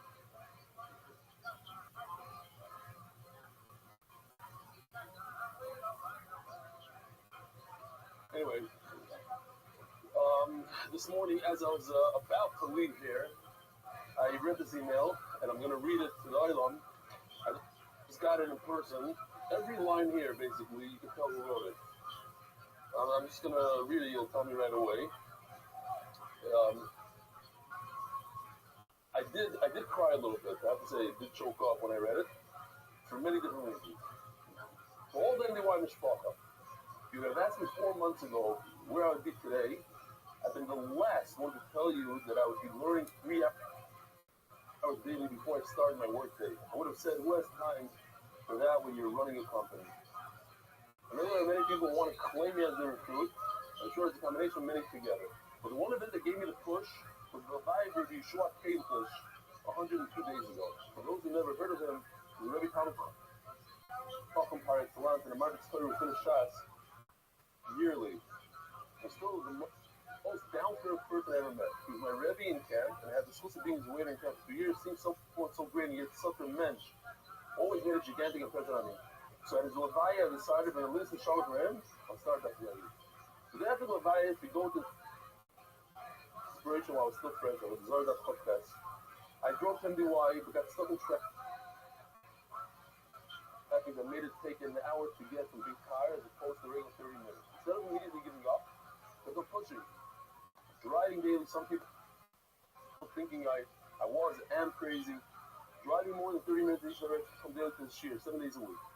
I feel the biggest daily accountability is being there in person and people asking where you were if you missed. Besides that, of course, is enjoy the participant in the share, though I'm a shy type who doesn't speak up much. Says Iris Simon himself. I've been learning daily for the last 100 days without missing a day, and I've dreamed of the share every day. Every impression that you make with your logo is an opportunity for someone to follow you on social media, period. I remember hearing a bar more than 20 years ago in Serbians from Chavrusa of mine, Rabbi Yaakov Robinson, who is now a Rav in Chicago, is very close to the Rav here. I recently found that this word is attributed to Magen Ridge. He says the word Amalek is really two words, Omel, Kuf, meaning toiling only 100 times. This is in reference to the famous word Chagiga that says in this is the subject of the email. What's so special about 101st time, if you ask? So you read it with a different punctuation. I don't have Yoshi's fancy single slides to help here. You can't compare someone who learns it 100 times as a mental exercise to someone who learns it 100 times with the Echad of Hashem. Meaning that all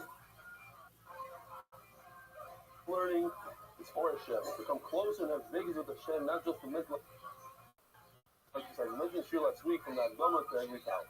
He's also shy in the mission that says, because you have over Echad in Israel, so he forgot the Echad. Your logo is really great, comma, so I don't want to say that it is not, comma. Just take that image for organic zone and put a circle around it. Today, it's a kiss from Hashem. I'm going to show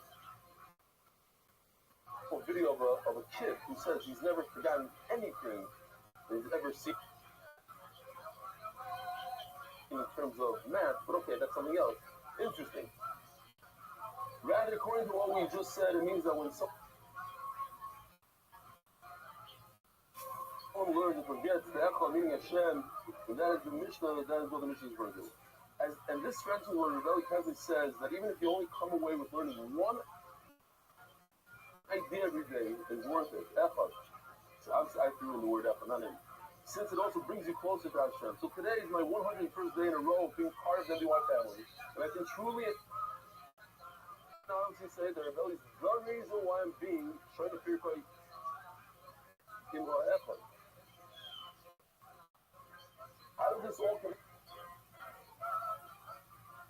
And it's amazing share family. Everyone always asks what makes NDY special. I don't think there's one answer. But if I may humbly suggest that a shot make the competitor Magid Shurim, even if they are as Bishmat, which they aren't, and even if they explain the Gemara as well, they don't, especially since they don't also have Yoshi and the feet backing them. Well, there's something unique to NDY. The way the rebellion incorporates Musa, pushing us all to be better people, better fathers of the son, that is infusing the Echad into his showing the figure man farming. And that is why it's no surprise that the shir has grown exponentially. And with that should continue to grow and caters for all walks of life. For people who are thirsty for a close connection to Hashem, they're really enabled each and every one of us to gain in its own unique way. And it is hushit to me that decades from now, people look back at rebellion and why, and they'll be able to say with certainty that the reason why there's so much love in Shmat Torah at all levels of society all started because of why way back then. My brother is holy Chabrudim, that with the help of rebellion this year, we should all be able to bring ourselves to a closer connection to Hashem, and also convince as many other youths as possible to make the life-changing decision to join MDY and be sure to be good in Ho'echot. Ari Simon from Rothschild. Ari, get over here for a second. Mount top. I'm carrying off the signal. Oh, you didn't know. You're the one that brought it. No. Wow. Yishkaya, I have to tell you, I don't think there's another individual this year that made such an impact in such a short amount of time as Rabbi Simon. A Talmud Chacham who adds a lot every year.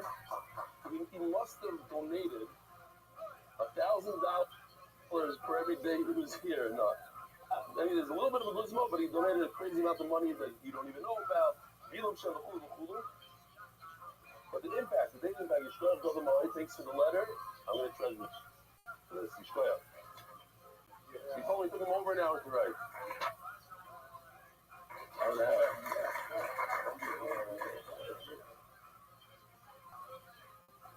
Oh, Mendy! Let me get up for Mendy. Mother Mendy! Wow, just gave a grandfather. Wow. Wow, a lot of math. Wow.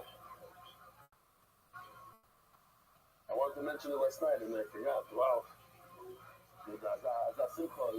Gold also became he's going to become a grandfather. He had another, this is the first grandchild.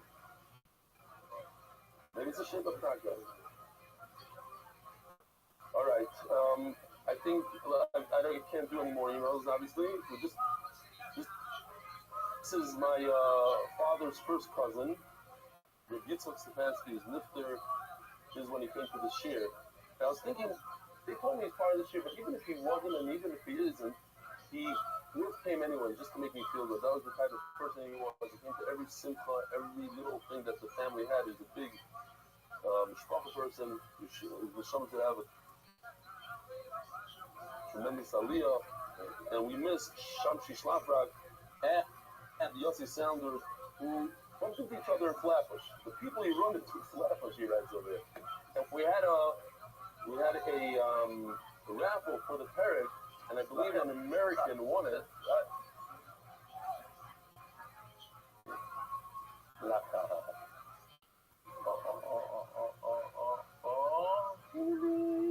Hi, Markstein. So wherever you are, you want a family outing, horseback riding outing. So our whole family horseback.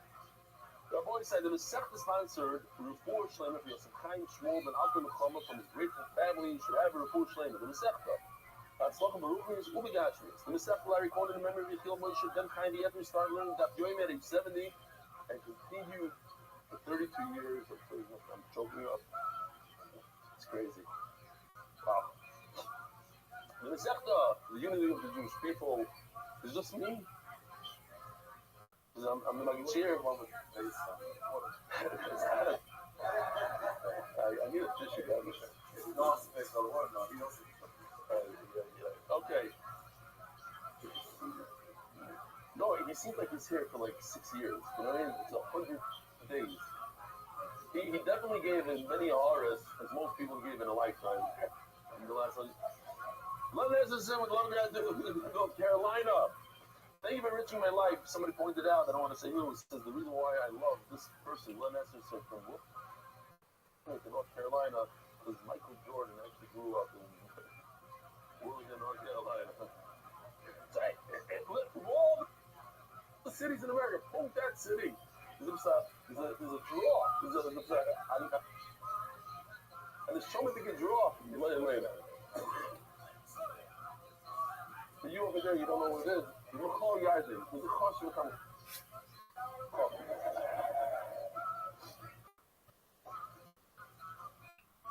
But the part is a chodesh. It is a chayy of the emotionally, and it's just chayy bas Yosef. And it's a chodesh. It's a verse I tell you from Anonymous. From Sprinty now and grows, Shlomo Zalman ben Yitzchak Isaac and Benjamin Isaac ben Tzvi Hirsch have praised the prayer with Bracha. And before Shlomo, for Yonis and Eight Nam came by Shem Bracha. By Leon Welcher for the speedy release from house arrest of Ari Rosenfeld, Aaron ben Hinda, Esther Gittel, and Parnas HaChodesh, Benjamin Rosenfeld Atzlach. Parnas HaChodesh is the highest sort of Atzlach of Beruchnis and the Gashmis. Choil of the month sponsored by HYK Ventures. In honor and for the success of all our clients, he's not going to do this again, huh? Like, scare them off for life. Arnas Hayoim, Hill Kovacs, Kodah, Please look at this. Wrap-up period. I'm not saying this has to be your wrap-up period, but it tells a story about what you are, that you sell 100% organic items, and where people can find you, period. Every time someone sees your brand, you need to tell them what you're doing and how to find you.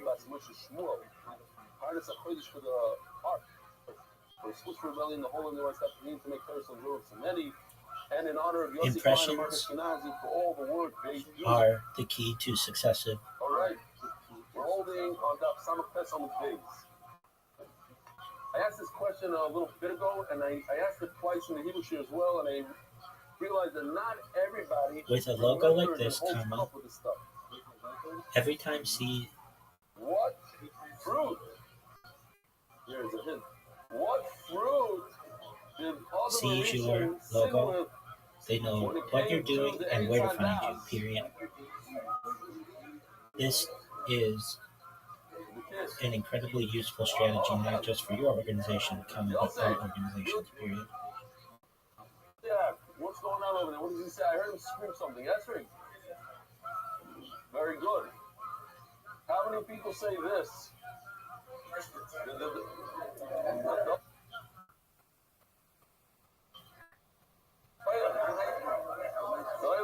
Dailam's listening. A few people in the Hebrew said an apple. Apple is not one of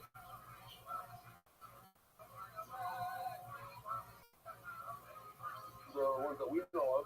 We have a fig,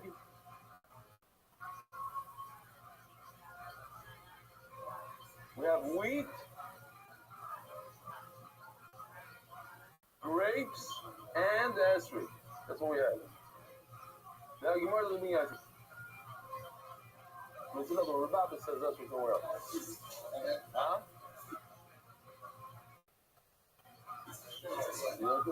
Okay.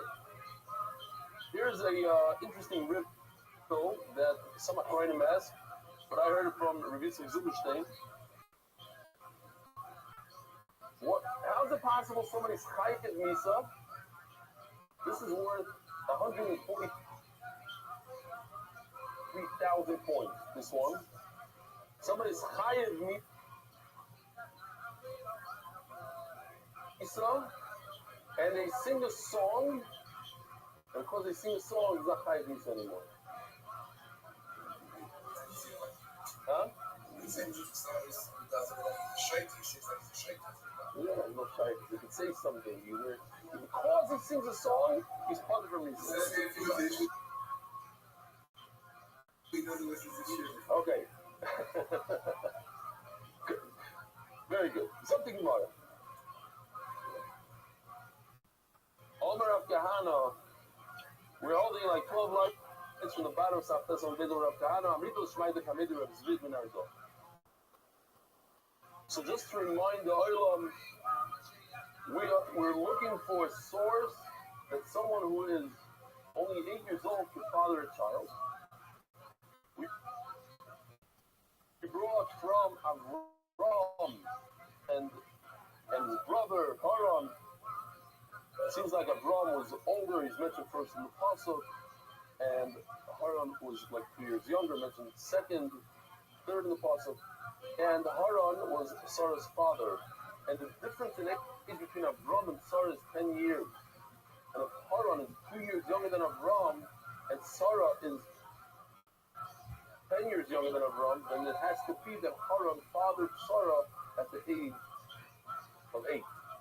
So, the Gemara says that it's not true because it's possible, like we saw over here, that even though Shem, this one, where is it? Well, we said that Shem is first in the Pasuk, comes second, Yafas third, and Noach only had Shem when he was 500, and Noach was to say that 600, that's 100-year difference. But then it says that 2 years after the Mabul, Shem had a son called Apakshad, so that this is great, period. it's 102 years after the Mabul. That website has the first link in your link tree, period. Born 100 years before the Mabul, so 102. But why does Christ say 100? We must say that what happened was Shem was actually born where Yefes was born, and that's why it's exactly 100 years after he was born. He was born 3 years. In other words, Noach was 502 when he was born, and 100 years after that, Akash that was born, so it fits in well. Even though the pasuk says Shem first, Shem was actually the youngest. It just goes with Chachma. So now the Gemara says, I have a different source that Shem was the youngest, or that Yefes was the oldest. And it says, Omar Li, we have different sources. Shem, you like a Mua Vito, the Yefes has the goal. Yefes had those who have about it. So the pasuk that Yefes was the oldest. Fine. How do we know that someone can father a child when he's 8 years old? No. We have a very, very similar calculation that we had yesterday. It says that Betzalel was the son of Hur, Uri, who was the son of Hur. Here it is. So Betzalel is the grandson of Hur, a great grandson of Tamar. Now, I'm going to send you the advice that I give to people when they are marketing. Period. You want to ensure that you establish yourself on social media on all of the platforms that I say, so that your competition does not steal them from you. Period. Or when I will send it to you. Period. In 26 years, the way to do that is to divide them by 8. In other words, 8 plus a year for the pregnancy. And yesterday after Shir, I just signed it from over there. Okay, question, which I should have seen the Tyson asked the question. Tyson just says that, you don't need a full 8 months for pregnancy. Rashi says you need 8 months because you need 30 days of Tahara. But like I said, that's only if the same woman is giving birth 3 times. You need in between each pregnancy there. But it's 3 different women. It's 3 different generations. It says what Rashi's trying to say is, wake up. We're not going to go by the day. We'll give a little bit of a extra month here or there.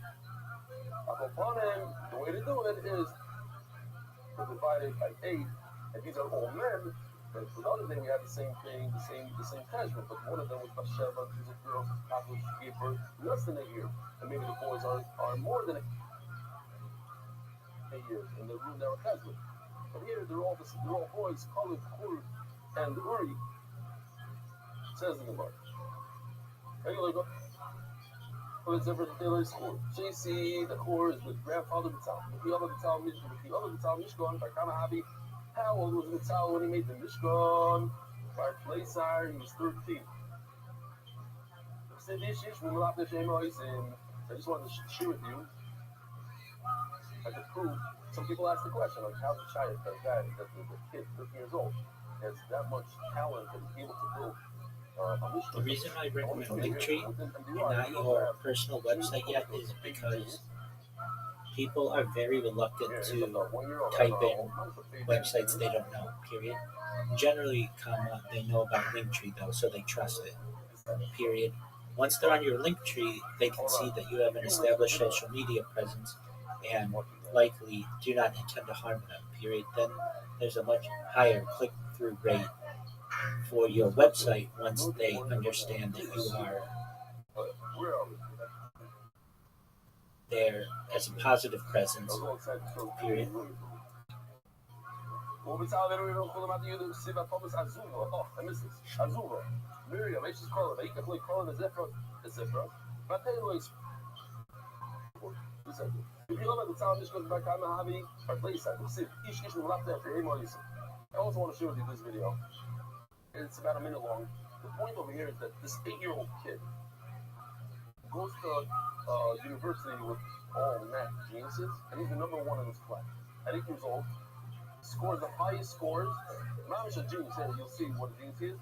And he did the entire high school math program in 2 weeks. Hold on.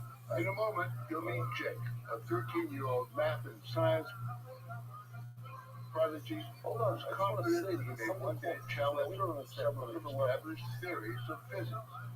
What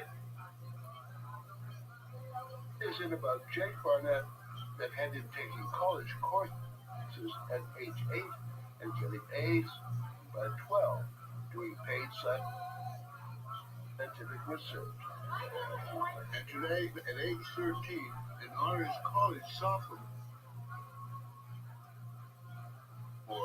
lecturing the crowd. Let's look at these system of points. This has implications in fiber optics, electromagnetic signals. Every number or math problem I ever hear, I have permanently remembered. You just never forget. They never Never slip out for that. But Jake, fun is reciting from memory the infinite series of numbers known as pi. 3.14159265358979324592307. He says his mind is constantly buzzing with new physics problems and theories. When he runs out of wall space, When they see that you have all your social media on a website they already trust, like Linktree, then they are willing to take the next step and explore, period. If you just give them a link to your website, they may not trust you yet and may never click on it, period. Also, comma, you are targeting very difficult and highly competitive words like organic and zone, period. You will be difficult to find in a Google search, period. Giving people the direct link to all your social media and your website and Linktree is, in my opinion, a prudent strategy while the business is still small, period. Once you grow, then you can eventually put your website there when you show up as the top result in search engines, comma, AI engines, comma, and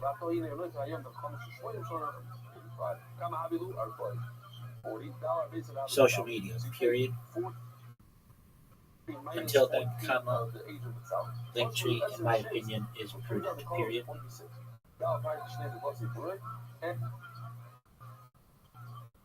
And you take the 2 years for the 3 pregnancies, 6 months each plus a month.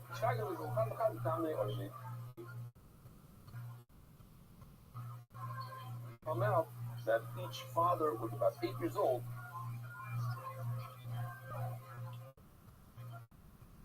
when they fathered these children. Real quickly, there's an organization here in Stockholm called Arakim, and they do these weekends where they bring non-affiliated Jews to a hotel. They give it to them for almost free, whatever it is, for the price. And they have tremendous success. They have 4 programs. They have one like Amami, it's general program. One is more for academia, for people that are intelligent type, like doctors. It's less emotional. They give them very a lot of logic. Then they have a weekend just for boys and a weekend for girls. So that once they ran out of money, and they went through they asked what program should they run? They could only do 1 out of the 4. Which should they run? What do you think he said? He said that you should do the girl program. Girls, if you have a fun, they say that 50% success rate. Doesn't mean that they become manic, super religious. It means they'll keep Shabbos. The different. If you can get these girls to not be macho for other people, then it's Kedai do them. So it says over here, No, comma, it was the most amazing text-to-video creator ever, period. You could make such cool videos with it using simple prompts, period. It was so big that Disney and OpenAI had a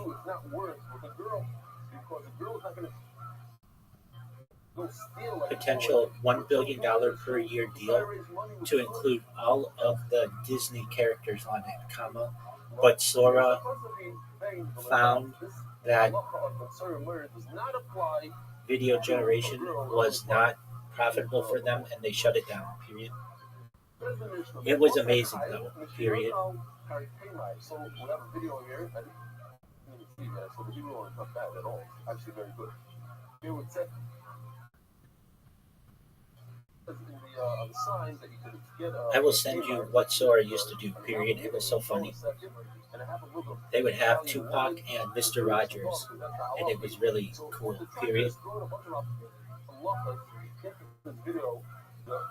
Give me the business fee. You shouldn't. You just have. At your moments, and we both know where the money comes from. You end up getting stoned. It would be a shame to lose your customer like you. But I'm so hungry. Maybe you could eat at the Chavur's Mitzvah. Or in the Suttas Ibn Achodesh. Where will I find the Chavurah's Mitzvah now? And Rosh Chodesh is in 2 weeks. So, you can steal money from our and eat it in your Right. It'll take me 2 days to get there. And I'm so hungry. All this legend is our shop. And that's some speech. You ruined my appetite. I'm gonna get some pizza. Hey, give me my lunch back. If each customer wants him, you call it.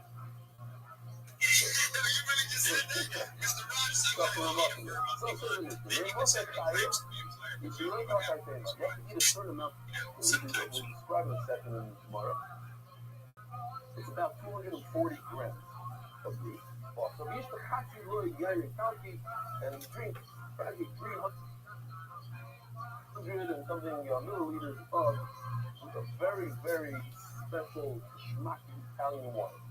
All the halachas here are going to show that it never happened, but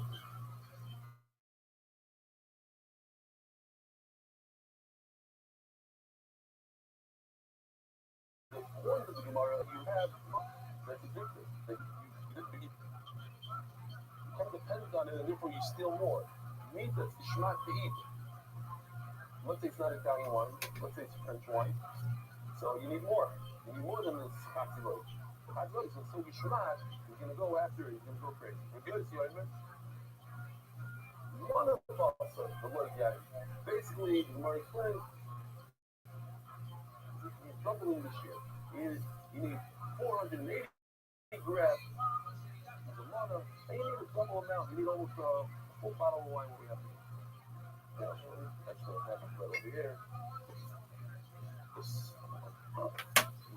This is 370 milliliters. So that's not this year. And this is double. You can zoom in on the name of this wine.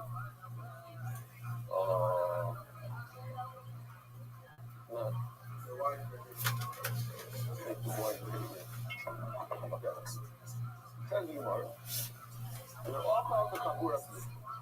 If there's any mitzvah going on, the eighth, let's say at an bar mitzvah, a wedding, the Ibur happened. They made a suuda to be comparison to publicize that there was the month they did Rothschild at a certain day. That's also, by the way, so it's mitzvah. And try to remind the Oilon sometimes. You used to be able to make stuff like that in Sora, period. However, OpenAI found that it was too expensive and they shut down the project, period. It was amazing though, period.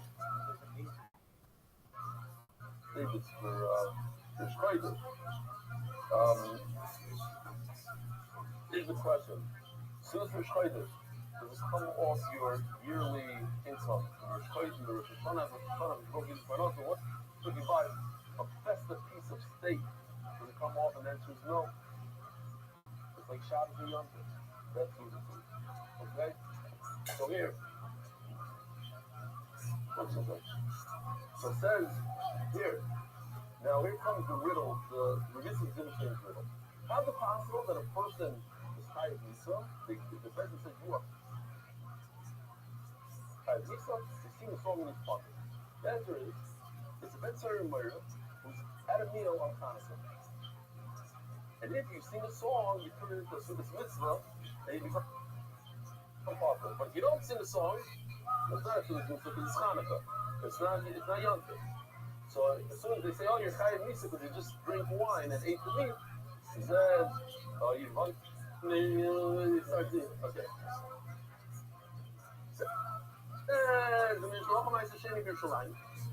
We're not going to go into the whole thing because I'm scared of Jonathan Stefanski and his coach spiel. So, Meister Sheni Yerushalayim, from all the fruit that you have,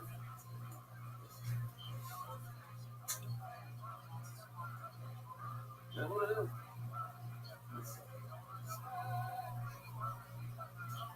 Most people are excited about the first.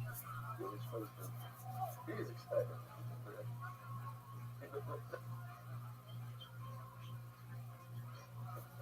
His mom is excited. So, if a person has fruit, he has to take 10% and 2% you can require 10% to the Levi, and then on years 1, 2, 4, and 5, you give 10% to yourself. Bring it to yourself. If you don't have the ability to bring it to your slime, it's too heavy, so you change it into money, and then you bring money to yourself. This kid sees the money, he steals the money, and brings it to your slime, and eats steaks and wine in your slime. So that's okay. You don't become Benzer Meyer over stealing Meister Sheni money. Auch on the Bayless paper. I'm taking the video. You had to get schmuck in mouth. With trafers. Schlossenberg Muslim. Muslim is a picture over here.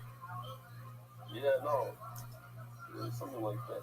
Where was it? I saw it somewhere. Oh, it's in this thing. Let me just show you.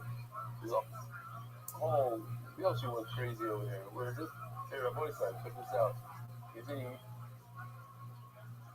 heat. And then it shows you the 240 grams, 480 grams, Italian.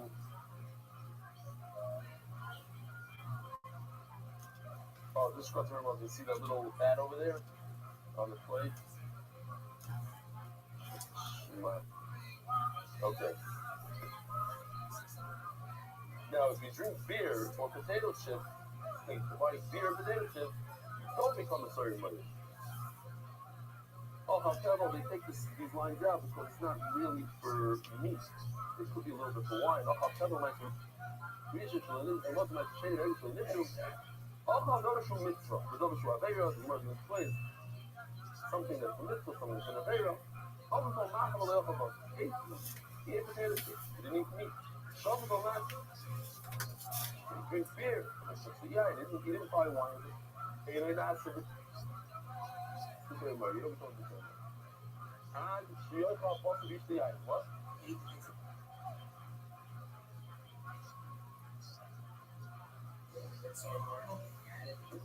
Oh, we want to talk to us now. He ate the meat and then he added like a little bit of a cheddar to it, or let's say chicken to it. So that's he's missing one shear, one kazai, and he added that's disgusting anymore. Shinamar Zoilo Besaido. That'll be chicken. You know, I don't know. Zoilo Gobber. This is a possible Shinamar. I'll feel for Sabi guy. So, it says Sabi. But Zoilo is also Lama. The question really is, why is this not a rider? It's a beautiful rider. It doesn't cost the word Sabi when it comes to Yain and Zoilo when it comes to bus. So, isn't that exactly what we're talking about? So, it says Rashi, it is. But it doesn't exclude other food. It's just giving an example of the top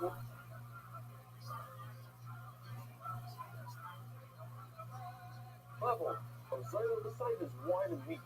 But maybe potato chips and beer is the second level. You also try to eat a lot of it. Huh? I know. We do a lot of times. We do. Here, look, we're still in. There's a lot of them. We just forget to write them. So what do you do? How do you know opinion silver? Okay. This also shows what wine is. Not is it. What is soybean? Look on the side of the third thing. Here, sir, Mamish tells you. It's a price.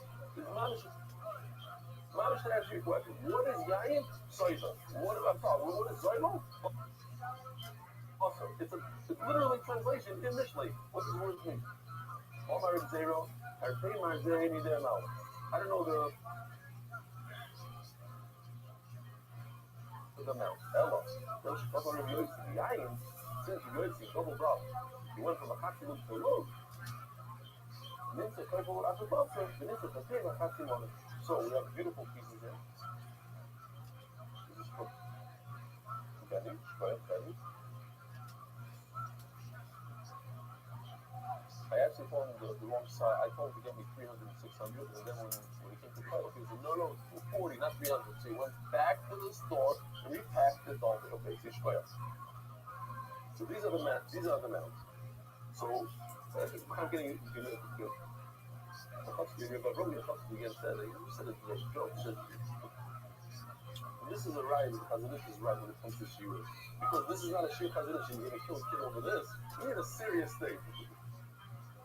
Anyway, the Rambam says you have to eat it in one shot. You have to stick the whole thing in your mouth and eat it. So they say it's not how much you eat, it's how you eat. When you come on your mouth, just fresh and right, and shoving it in your mouth like that, that's why this guy has the wrong, going in the wrong direction.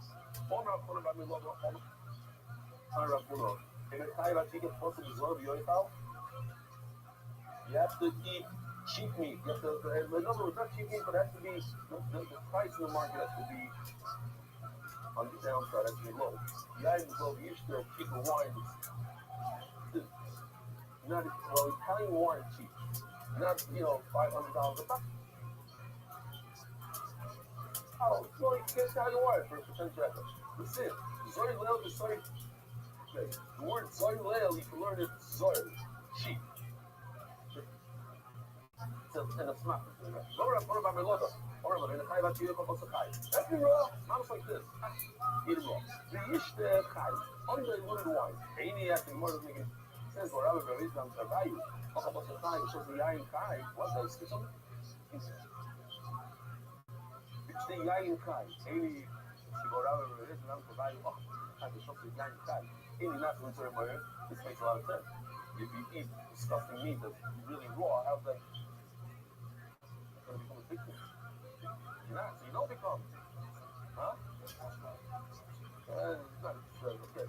So, you're not to the point where you don't become a or, you're right. Yain Kai, more than really muscle. If they diluted it, not diluted. You diluted it somewhat. So it's very schmack, it's very good, but it's not doesn't have the heart of undiluted wine. Also, Kai, also, rear meat, but he put it on the grill for a second. Also, people also get over like the robbers. They eat meat that is semi cooked. There's not a lot of. I think it might say I haven't said it in a long time. The Chassidim asked the what's the definition of a Chassidish story? So you said I'll tell you the story. There's a gang of robbers, and they divided up their tasks. One half to steal, another half stay behind to cook and take care of the cake. So when one time they went out to do huge heist, steal millions. The guy is doing the heist. He said, "I'm way back. It doesn't make sense. We tell about it. We have millions here. We have split millions with these guys who just make food for us, and how many are going to kill us? The guys in place there, it doesn't make sense. We're stuck here in a little cave. We can never leave. They see the city, the whole thing. Come back. When they're doing the millions, we kill them until they kill. So the guys come back and with all the money, and they kill all the chefs and everything, and then they forgot the meal that the chefs prepared, and they all left dead. we're upset about the truth tonight. Tonight, we're just tonight. I don't see anything. So whoever told you that this ever happened, there's nobody to witness it. Thank you, Stephen Sherman. Rabbi, here's another value. This is something else that I didn't say. It's not what you do. Rabbi, here's another value. Ochal Bosar Maliach Hashosi Yamigito. Somebody ate salty meat. They used to salt the meat in order to preserve it, and he drank wine right out of the. We just sent me a beautiful video that I won't show today of how you make wine here in Israel. You just snap the wine right out of it's fresh. Ain't not been certain money. That's not wine that you go crazy over and get addicted to, and you steal and you kill. No, some Eric Tissue Bubble, they call them fish of you. The Suda right before fishing bug, you shouldn't eat between food, you shouldn't have meat, you eat an egg, you shouldn't eat meat and wine, the kind of. That's not considered meat, it's salty meat, and the drink you see at the barrel. Why is it not considered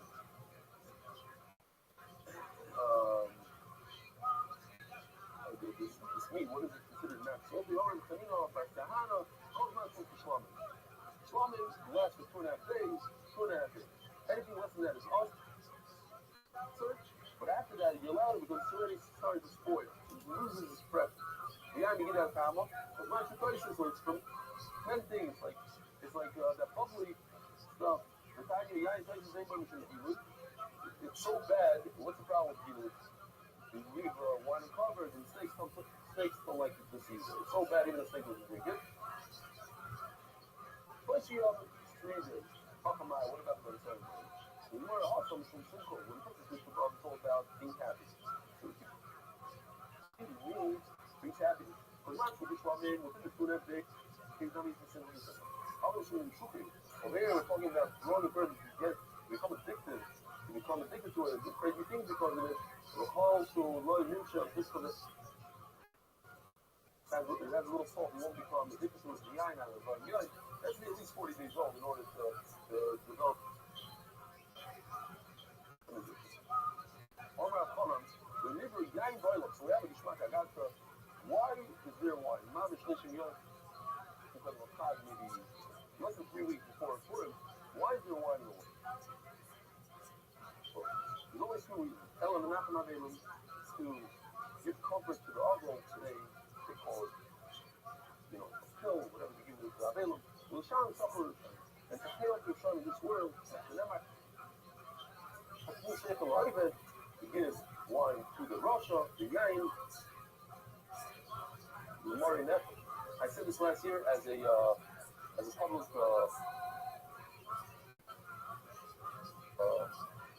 service announcement, and I got a lot of emails. I don't know why. But you have to be very careful on Purim. There's a lot of the roads. It's one of the most dangerous days of the year with all the roads out there, and their wives are driving them everywhere. And you got to be very careful. Over Yitzchak, major sin. I'll tear a yank. He's Adam. I'll tear a yayin. Why are you left? Okay, what's so funny, Mordecai? Nothing. Okay, good. You're not married. So you're laughing. Everybody here is scared. They know it's funny, but they laugh, and the wife sees them laughing on camera. Why is that right? She's all the guys laughing. Whatever, okay. Nice. Out there, yeah, you said out there, yeah, she might have been so try well, I said. Well, now the name, well, my book. The Russia drinks wine in this world, and his face becomes red. But when he gets out of my book, he realizes he's ready. There's nothing left in his bank account. He used it all up in the bar. And now the name, well, my book. His face becomes white. But Rabbi, out there, yeah, you said, out there, yeah, you shall please sit down. There's a story here, less than 2 weeks ago here, but a guy drinks too much, and the cops came to intervene, and he killed himself on the spot. He said wine causes some crazy stuff. A nicer example would be drinking driving. A lot of people die from drinking driving, and it's caused by wine.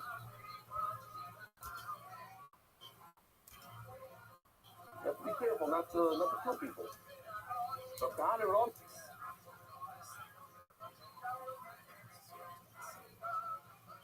Hey, there's this local dude. I don't even know where it is. But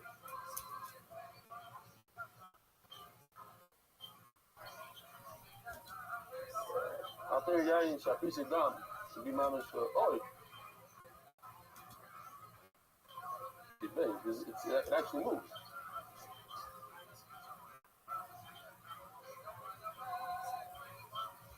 Hard fight, who knows what. You have panoramic few rods. If you look at the puzzle, it's said funny because we read a few words with the vav, but it's not really with the vav. What's the shot? The Korean few right, Zochanasaroi. Why? A few people told me, try it. You know, you get a little high, or mamish, open up, you're learning, that's this, it's the shmat. I hear it. Zochanasaroi. I never took a single talk in my life. Not that it's a good thing, I don't know. I've never tried, I want to try. But he's always to be right. Like Zachar, not to rush. You become like you find yourself crawling on the floor. Robert Lummy says, it says in the puzzle, Yishama. It could be an Yisama. It could be a shin, it could be a sin. The Zachar, Misamkoi, the Zoyta gives you happiness for life. The Zachar, Mishamleyu. Me personally, if I drink, I start crying. I ask her please. It doesn't like. I think I'm drunk the whole year, so like to take you over to the next step. So some people become the shuman, they become empty. Some people run the shema, they're happy, right? We're running wine and a good. The summon package opened up my mind. Yeah, this is Rama saying this. He drink a little bit and open up his mind. That's why when people say you do summon on Bayabdallah because you're still in depression and you're losing the Sami Seder, you have to open up your mind a little bit.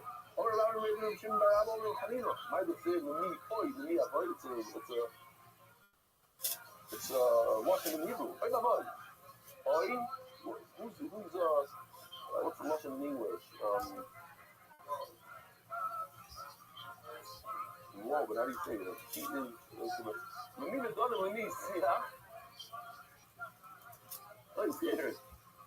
is seriously. The minute don't let me see that. We need to tell him who has bruises. We need to leave this in. Don't you stay. Please drink more wine. Let wine not from you stuff. Those who come to check out where's the better wine. Because there'll be no I'm in the show. I throw my daughter's playing race with safe images. If you read this topic from the beginning to end, you're doing well. And if you read it from the end to the beginning, also you're doing well. In other words, the topic who cries? Who's wowing? Like, what's the sound again? Back to back? Who has sorrows? Whoever drinks. Or you can say, whoever is in pain, he looks for wine. Okay, from front to back, what's the word in English? A word that could go Townsend. Townsend possible. What? And how do you say it the other way? Oh.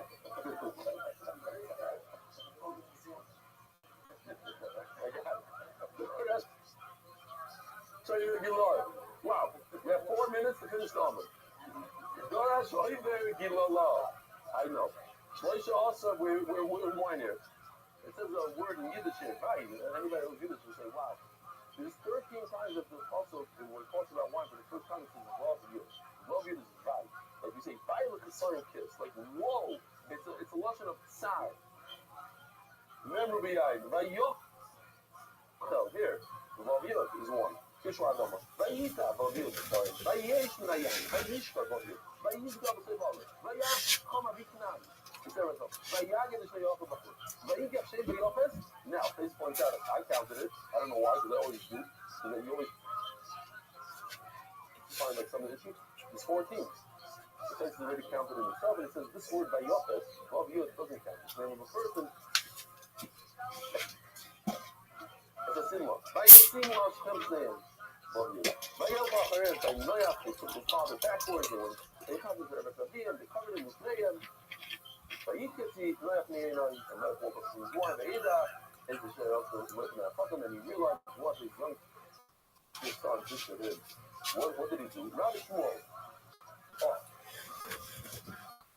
Check this out, back to factor. What did the youngest son do? And what else? What else did he do? And what's the third people? So if you came today, you'll know he was keeping a different both. And that's how he passed it. Rabbi Shmuel Kadol Asersa Kadol Meravoy had relations with him. Or he's calling out that book. Mandom Asersa, the one that says that he's calling out that children castrated because she killed Kiloiver. I agree, period. I just developed a really amazing strategy for doing it and collected 250,000 clean emails in a week, period. The way that I did it, is by going to YouTube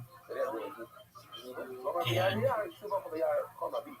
copying people's channels in bulk on topics of interest, period.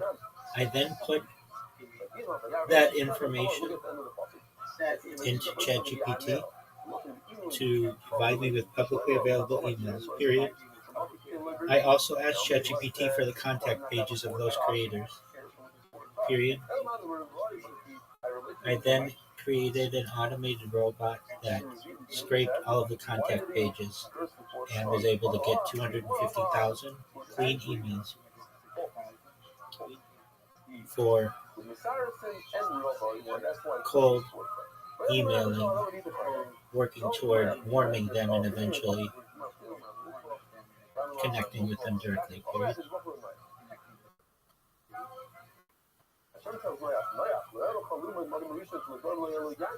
You always have to learn not from your own mistakes, from everybody else's mistakes before you. It is not a bad strategy if you're looking for a large audience, period. The best is just a newsletter sign up on your website, though, so that people opt in, period. What causes people heartbreak is wine. If you go to Chita who is weak, you need those carbs in order to grow the brain, and that happens from grain. So it's weak. So for those who killing going to talk about the thing that ruined. The Rishon, that's what Hashem fixed him. There's a Gibal Garaji here, right? She says the Rothschild is calculated, but it's calculated. Mir is that a Borgu beats. He's on Shumakeboy with the hammer that he hits. Boy Marato. Shumakeboy Marato. Names with the names. To my age was saying, how that was going to destroy. It was something with fire. Sibanielo and Hashem Konas H. Southern. What was going to bring down his amigos? With fire. So that's the reason for the Borgu. It's like really kind of like sins. Adoration sins with the fig tree. So there's no the maiden clothing out of the fig leaf. Remember, the Yisrael Ali say, no, in response to restoring the Daf, Shvat, the Rishon and Sin under the confession of Tiflis. Brag to your friends about how you did it. That's a good idea. Hell yeah, dude. Absolutely.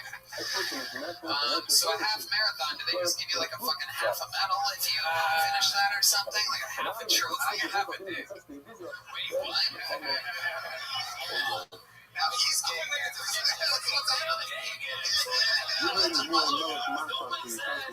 Super gay. And then I flipped it on Tony, and then I was gay again. It's like a trilogy. It's fucking Return of the Jedi when it's being gay. I fucking fucked up again. I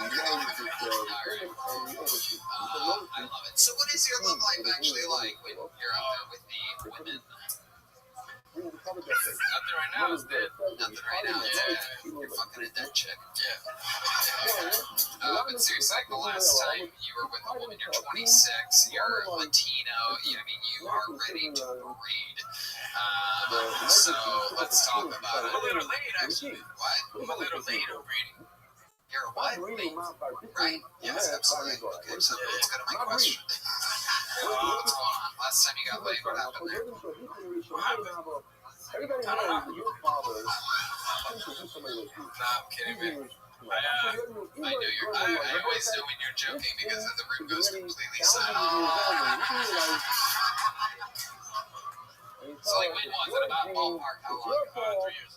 Oh shit. Right. You basically are a virgin. Yeah. If a Latino goes 2 years or more without getting laid, they are re-virginized. Not a lot of people know that. Yeah. Okay. When's the last time you saw, speaking of virgins, when's the last time you saw a Virgin Mary in like toast or something like that? That happens to your people a lot. You're like, oh shit, God's talking to me or something. Alright. Maybe toast isn't the right in your tortilla. Tostada. Tostada. Absolutely. Tostada is a couple dude salads. You want to All right, Camille D. Here's a little joke book. Thank you. Fun times. Welcome. There you go. On to the next one.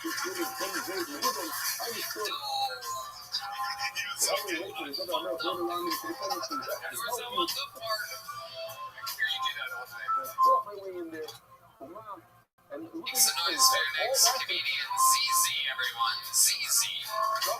Okay. Well, one more time for ZZ, everyone.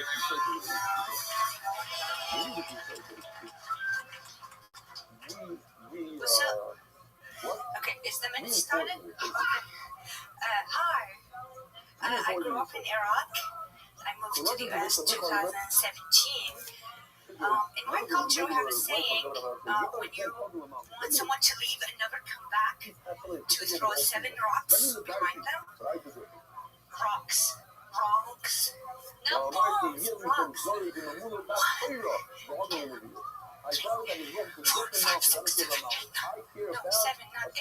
7. So the day when I was moving, I turned to my family and said, demolish the house behind me. Rumor has it they found weapon of mass destruction. Well, no, this is bullshit. I just turned 37. Why are you fucking laughing? I'm allowed to brag about turning 37. I look fucking fly. My mom wants me to settle down and like find a good guy and marry. She doesn't know I live in Austin. There you go. Easy, everybody. Jesus Christ. No, that's not how it works, Easy. No. The man is talking. I wreck you. Oh, that's not how the show works. You know better than anybody. I knew your fucking father would. Only talk if I ask you a question. Stop talking. Fucking stop. You're gonna ruin this for everybody like you did fucking our economy. You Iraqi fucking people. It's absolutely incredible. And there's your hackiest joke ever. You couldn't have bombed any harder, but Iraqi people don't really bomb. Turns out like the actual Iraqis look really good. That's great. Don't talk. Yes, sir. Like most Iraqis, you had no weapons of destruction here tonight. Absolutely incredible. You suck at this. How long have you been attempting? Don't talk unless I ask you a question. You're fucking unbearable. Relax. Only answer questions and answer them honestly. Okay? Sure. How long have you been doing stand-up? 3 months. All here in Austin, Texas. Yeah. This is where you live. Yeah. What do you do for a living? I work at UT. UT. Is that the only UT you know? You look like it. Yeah, I look like I'm in every chocolate section. Like you've never been to college. Okay, very good. Never come back, Stacey. Can somebody throw a shoe at her? What did you say? CZ, you are unbearable. Stop talking. Have you ever seen this show before? No, only on YouTube Shorts. Right, okay. Alright. You said there's fun, honestly. I am honest. CZ, you are unbearable. Oh my god, what are you doing? I'm so integrity. Okay, there she goes, CZ, everybody. You're the worst. There you go, very good. Never sign up again. You're unbearable. No goodbye, no joke books, no nothing. No more. Not a big loser, CZ, everybody. Come on.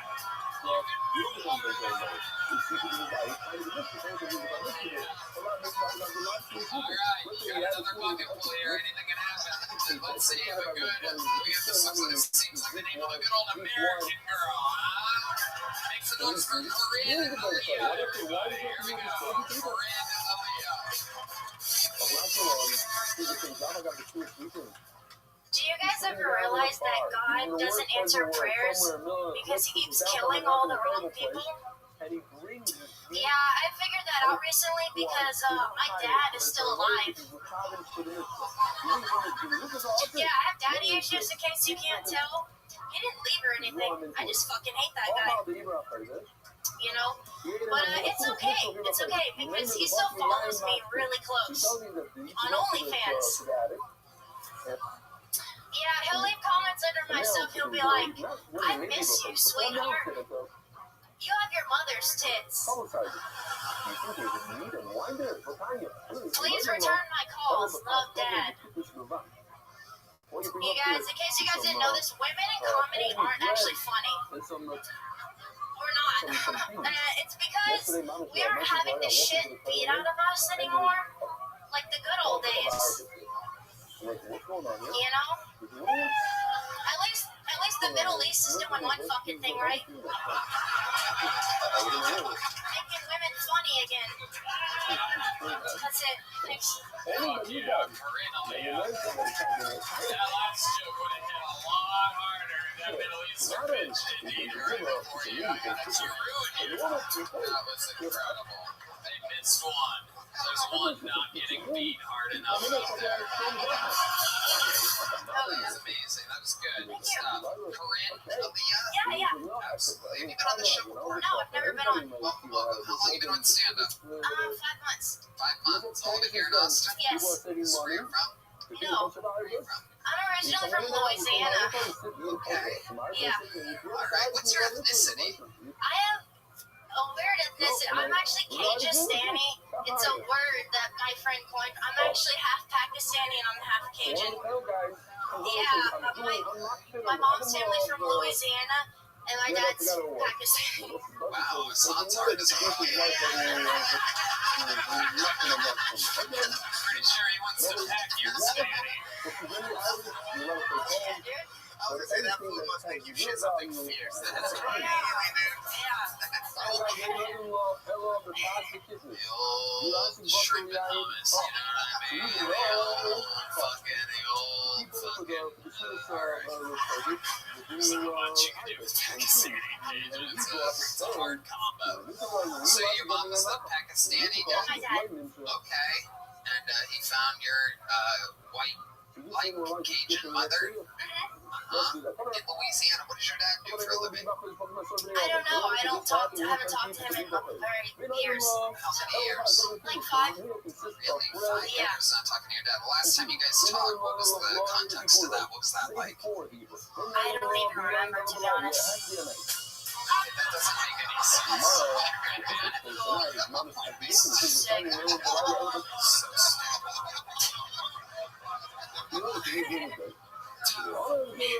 Yes. Dad tried to fuck her as a kid. For those of you who are in 7th grade and have an absolutely moronic sense of humor during a serious part of an interview. So, you said that you wanted your dad to be murdered in your 60 seconds, and you're saying that you haven't talked to him in years, but you don't remember any of the trauma that he instilled upon you exactly? Oh, he definitely did traumatize me as a child. Talk about it. No, just like when I was growing up, just emotionally just ignored me and was absent. Just as a dad? Yeah. Good. Okay. How long have you lived in Austin? I've moved here at the end of January. And how's it going for you? How do you like it? I really like it out here. Yeah. Yeah. What do you like to do? What do you do for fun? I fight. You fight? I do Muay Thai. Oh, shit. Okay. There goes Red Band's chances of a successful rape.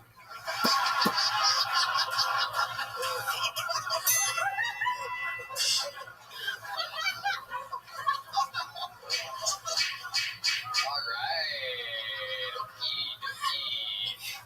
Hell yeah. Wow, you do Muay Thai. He does more Thai food than anybody else. Just pad Thai. Yeah. Those are the only pads. All right. Okay. Very fun, Corinne. So, what else is going on other than Muay Thai? What else do you do for fun? I'm pretty much. When a girl like Corinne wants to let her hair down, that sweet, sweet, young Howard Stern hair that you have. Yeah. How do you do it? Yeah, I look like Borat if you were trans. Hell yeah. All right. But what else? When you want to get crazy, like what's a wild night for Corinne Aaliyah? I don't know. I don't go out. I don't drink or party or anything like that, like everyone else. So. Because your dad told you better not. Exactly. Precisely. All right. What's you dating somebody? I am. Okay. What does he do?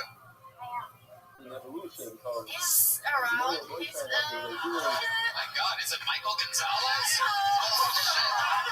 Oh my God! He seems to be close. Red Band. Okay. So that's off limits, it seems. It's still pretty new. So. Alright. Okay. You've seen the show before. What else do you think's an interesting thing that you could talk about right now that before we let you go? Yeah, something really interesting about me. Or anything that's ever happened in your life. Maybe you almost died or saved somebody's life. Yeah, I actually lost my virginity to a pedophile. Amazing. Rated.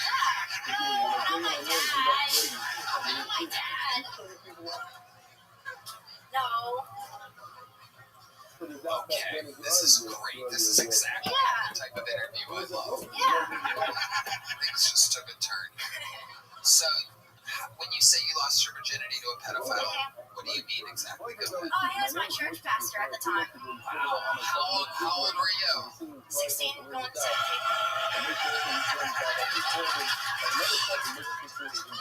Hell yeah. How old was he?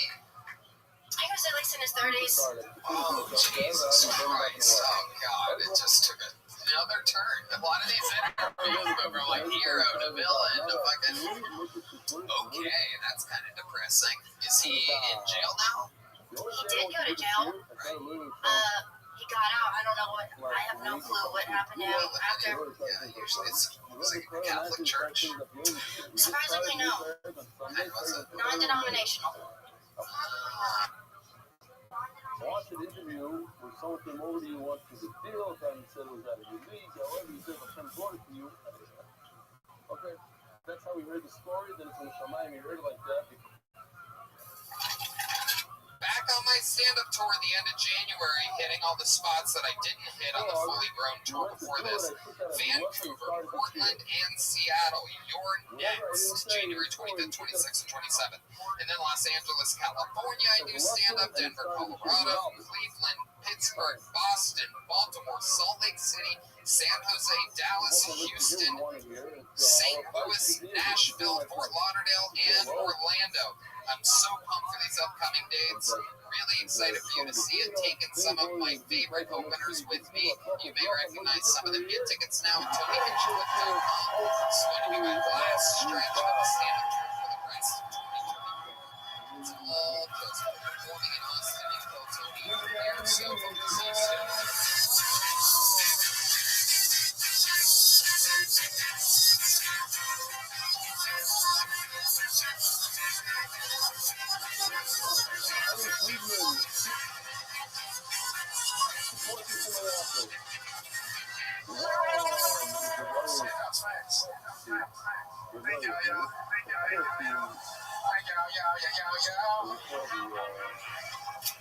Yes,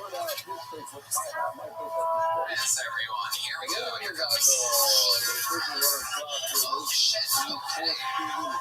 Yes, make some fucking noise for you, Morgan. Sometimes tell people that I was never born. And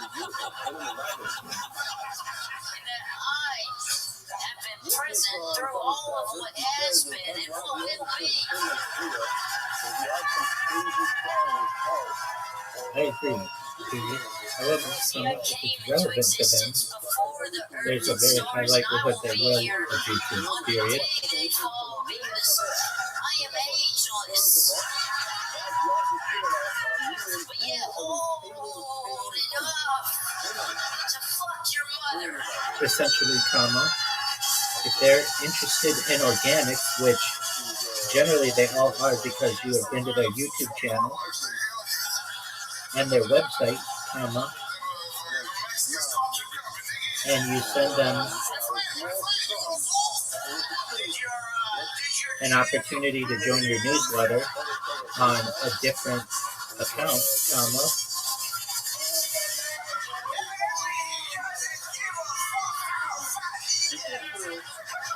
If y'all don't fuck with you, Antonio, pussy them.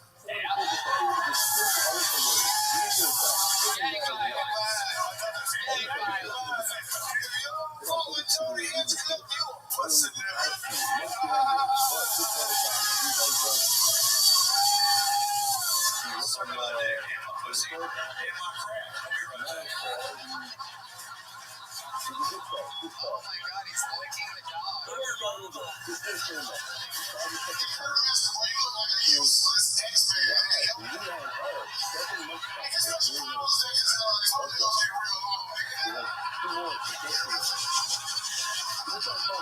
We did not even get to the most interesting thing about Alright, still playing music, still playing music. They accused me of leading the Pledge of Allegiance on the Capitol steps on January 6th. Were you there? I cannot confirm or deny.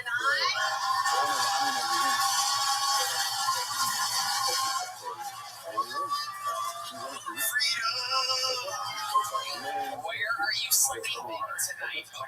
Okay, do you know where you're gonna park your car? Where we're gonna find a spot. Yes, it is being raised by a sweet Jewish single mom. I can't let you sleep in your fucking car tonight. I want to get you a hotel for 3 nights here in Austin, right? Oh, look at that. Oh my god! Wow! Just keep trying to make I can't do that. Just keep motivated. Crush that job interview on Wednesday. And don't you fucking jerk off in the La Quinta lobby. November 18th, I'm doing the Celebrity Theater in Phoenix, Arizona. November 18th. That is one of the biggest theaters in your hometown. Would you like to do a guest spot on that show?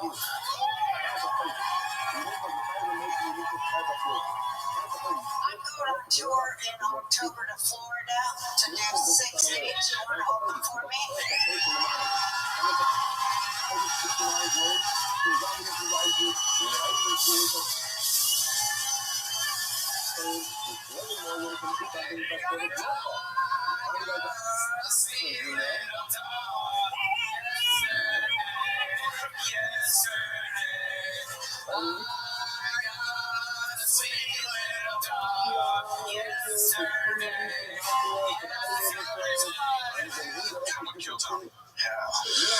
First of all, what a fuck. I've seen it on YouTube 1,000 times. But in person, I'm fucking real. It's such a great show. It's hard. It's like you know it's really not scripted. But it feels like it because it gets so fucking out of hand at times. You're like, there's no way this wasn't rehearsed. I'll tell you how much you can unfold. Every week it happens. Twice the max. He is so sharp. He's so sharp. He's so good at being a host of emotions.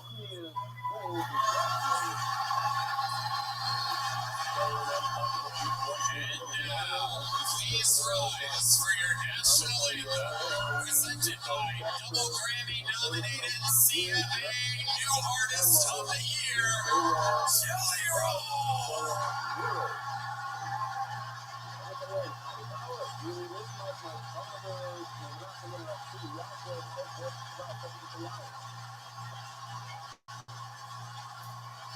As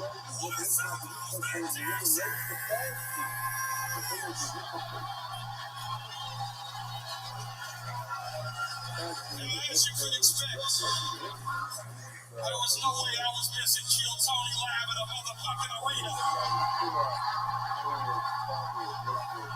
Now please, join me in this. Not only encouraged, is it expected that you help me sing the greatest song for the greatest country on earth? Don't let me down. Are you already awesome? I still got music here. There we go. Thank you. I got scared. I'm already too high to be singing such an important song, so you're gonna have to help me out. Oh, say, can you see, Father, what so friendly we had at the twilight's end, whose broad stripes and through the perilous water we're so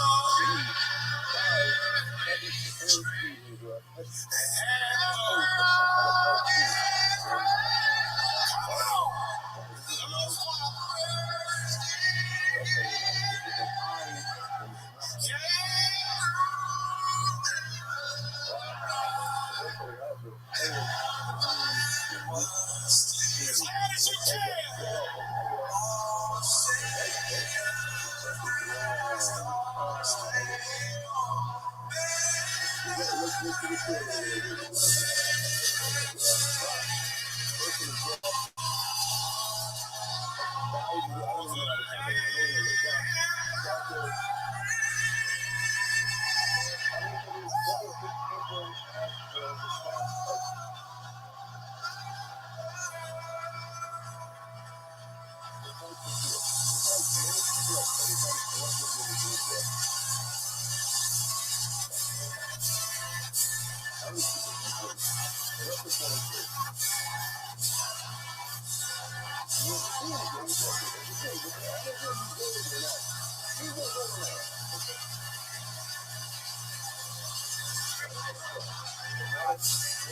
Ladies and gentlemen, are you ready for the greatest show on earth?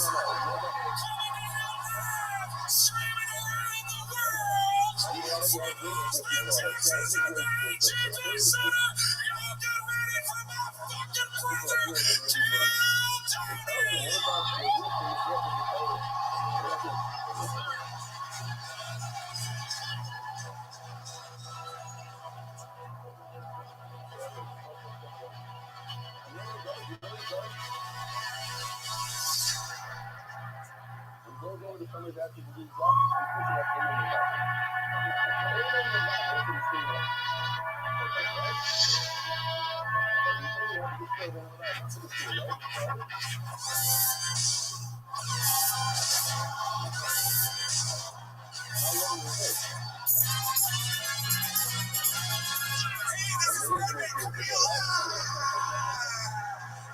From the HEB Center in Austin, Texas, our brand new episode of Kill Tony, Careful, Tony,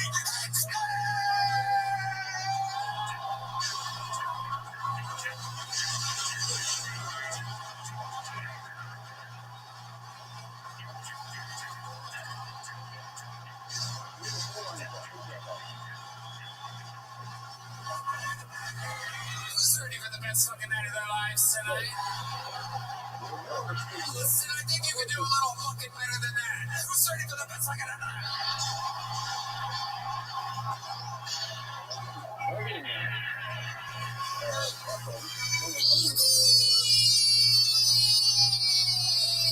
Makes sense to Brian Redman.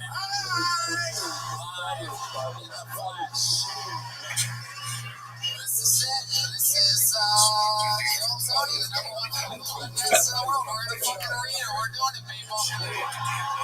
Greatest thing I've ever witnessed. I have White House belt. They sent me a UFC 250 White House belt that I own in my studio. That's awesome. So, to me, greatest sport event ever happened. Officially dropped the UFC Freedom 250 title belt limited edition on UFC Shop, and they won $1,500 for it. So crazy. And it doesn't ship till July 10, 2026. I think this was a huge mistake. Why not just have it ship July 4th? That would be even better, in my opinion, at least. But yeah. That'd be scary. Now, I did get a UFC Freedom belt, too. It's gonna be here. Oh, this is July 14th. For this damn event, UFC. Come on, baby. Patrick Martinez says we get just inside the new Freedom belt. When it comes out, I've got that. If it freaking comes out, so like, dude, for pulling off Trump and having the balls to, take some of the bullshit that he had to deal with. Greatest thing I've ever witnessed. I have a White House belt. They sent me a UFC 250 White House belt that I own in my studio. That's awesome. So, to me, greatest sport event ever happened.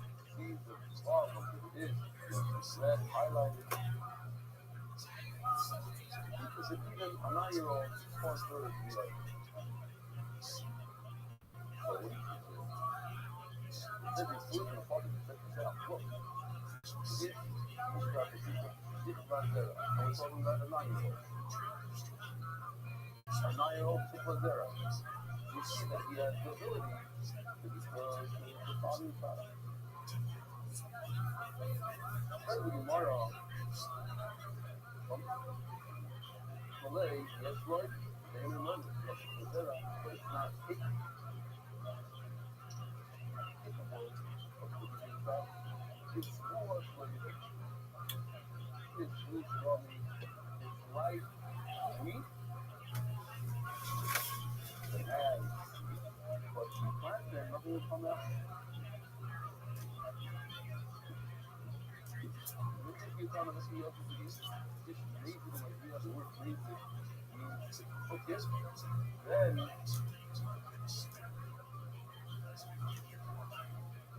we have a couple of ways to we have. But the other spirit they're cooking it, constant seeking God, and when they love you cannot follow the child. You might have it, but it doesn't do anything. You don't like to remember the Rabbi, was one foot, the drafting, all that wires that is Torah, is famous around the world, because taking it tomorrow, first you have to cook it well, have it put in your bed, and then you give it over. That's just cook well. You ain't cooking. You may do it. So you normally want to relax. Yeah, you do it. Relax. My master that you do completely with major means deliberately. What is major? I didn't see that major means to cook. See it like y'all said. Y'all said, but y'all said cook the lentil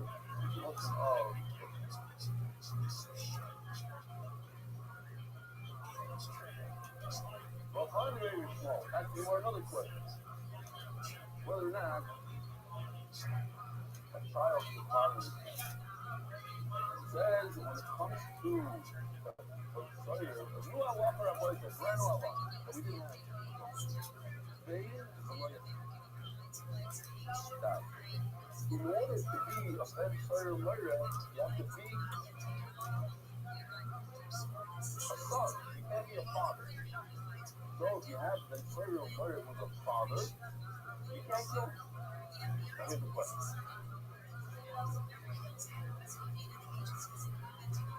How old is Ben Sawyer murder? How long? What's the period? So yesterday said 3 months. So what exactly? How can he become a father?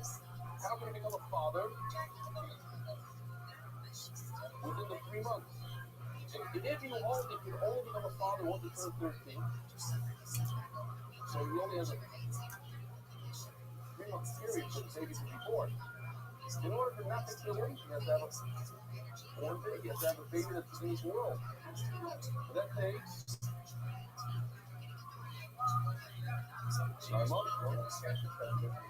Yeah.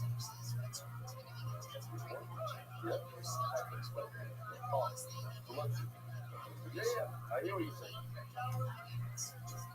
Hey, you got me. What's the case? Die Reino, die haben both the ICC title. If he's already by mitzvah, and so, yeah, it was a child. If he's 13 years old, so that's when he gets pregnant. It takes 9 months. He births it, so he must be 13, 9 months. In order to say,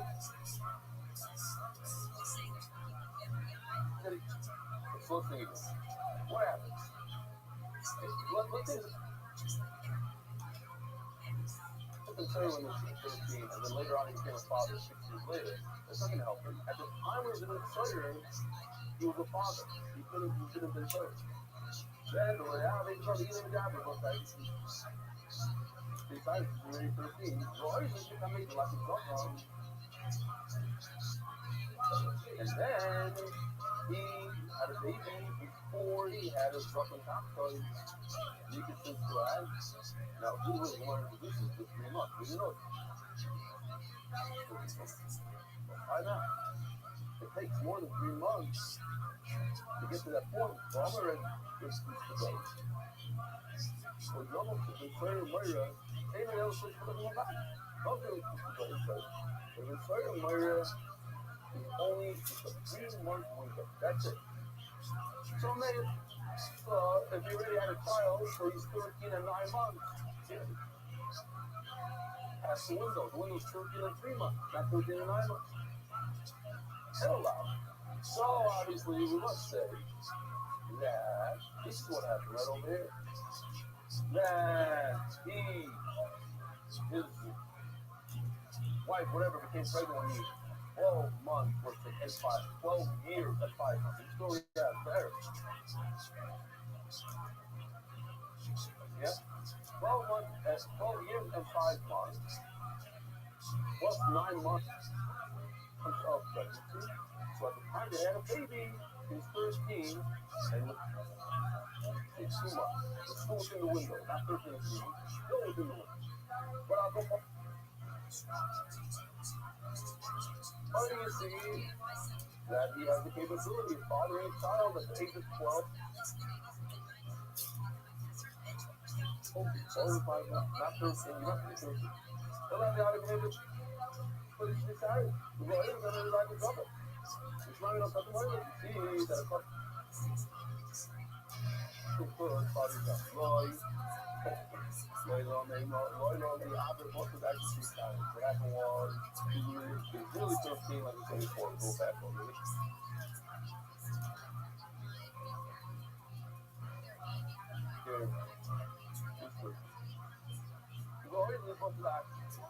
You're right. These are the first ones the first happened, like we have in the start of. He was 13 plus 9 months. So you don't have to wait the 9 months. Why? Who would he look after? Because he had a question about those situations. Only 3 months window.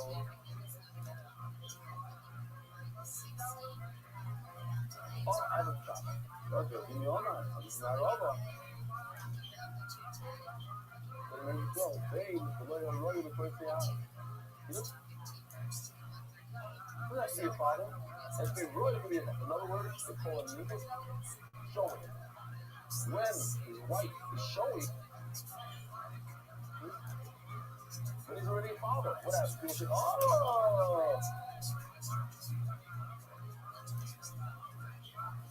No,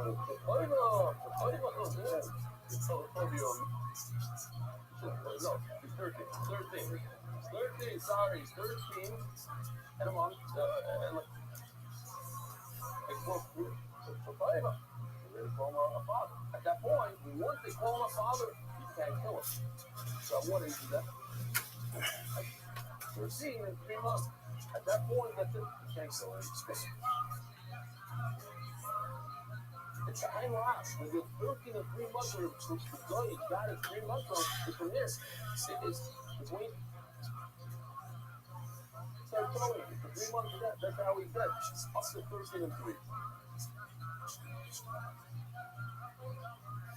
Super. Onlar yürüyüşçüleri onları taplar. Yürüyüşçüleri means, anybody know? How do you know?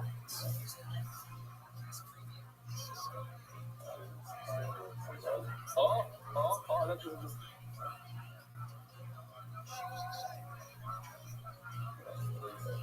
That's just what I want to say. Live at Torah. I asked what's the story. The story said it's 50. They said, how do you know? From the sport. He's on a puff. Yeah, it's very, very, I love his story. This is a tough one. People might not like it so much, but it's good story. And,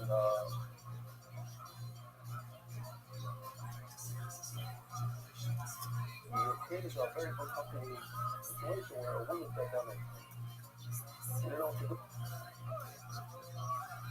she told a woman,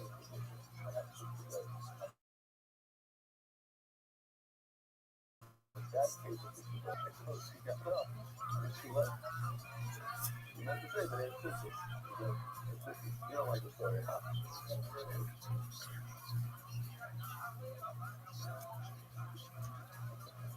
They say that many years later, this person's guy who made the story, some girl sat down next to the guy, and the guy said, $3 really cool. People that heard the story were working on the country.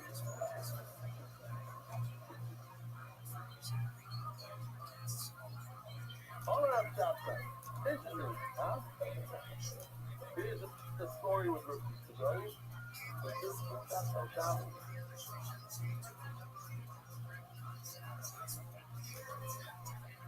Shabbos against history. Hello, to Ben Sawyer Moira. Hey, no. Some elephants are looking about. That's the people who just said a concept that you should know. I don't know if anyone remembers this. Everybody, about 2 days ago, maybe one person raised his hand.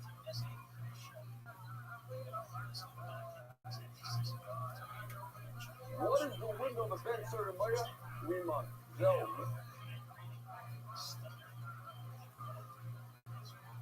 Remember,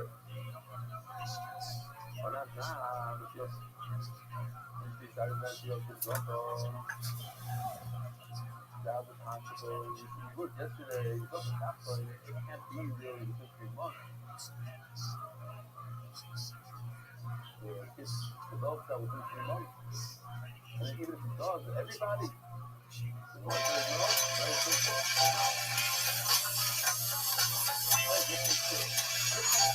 This is Zobo. That's one. This is Zobo. I don't know this is Zobo. What is this? This is Zobo. What is the other? This is not a thing. And then the comes first. The comes first.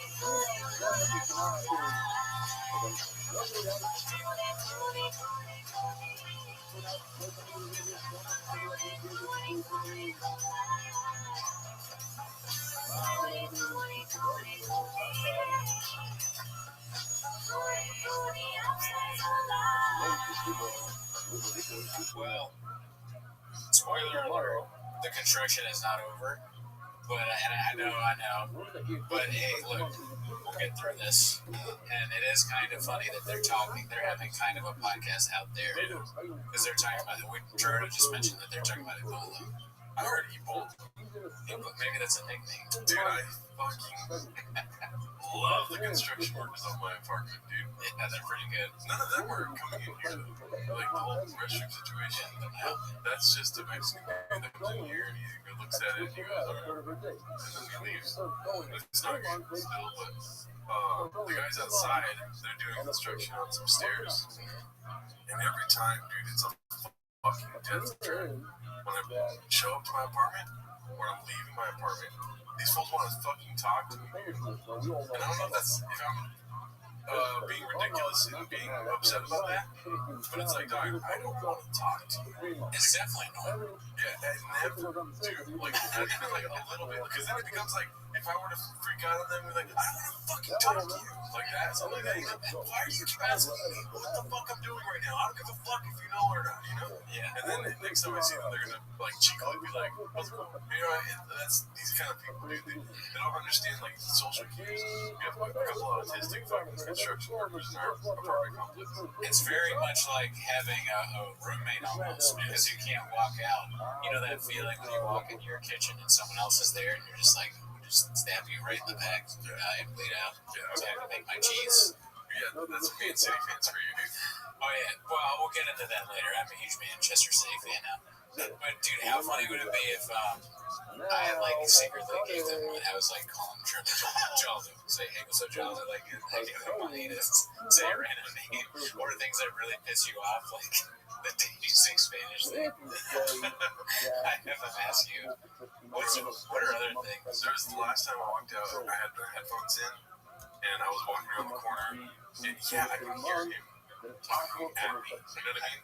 The guy, right? But he won't let me fucking leave unless I respond. You know what I mean? He's like, he keeps going. And I pulled up my headphones, like, what's up? Like that, and he's like, nothing. I'm like, all right, what the fuck? Even when I give him like the time of day, he doesn't want to say anything.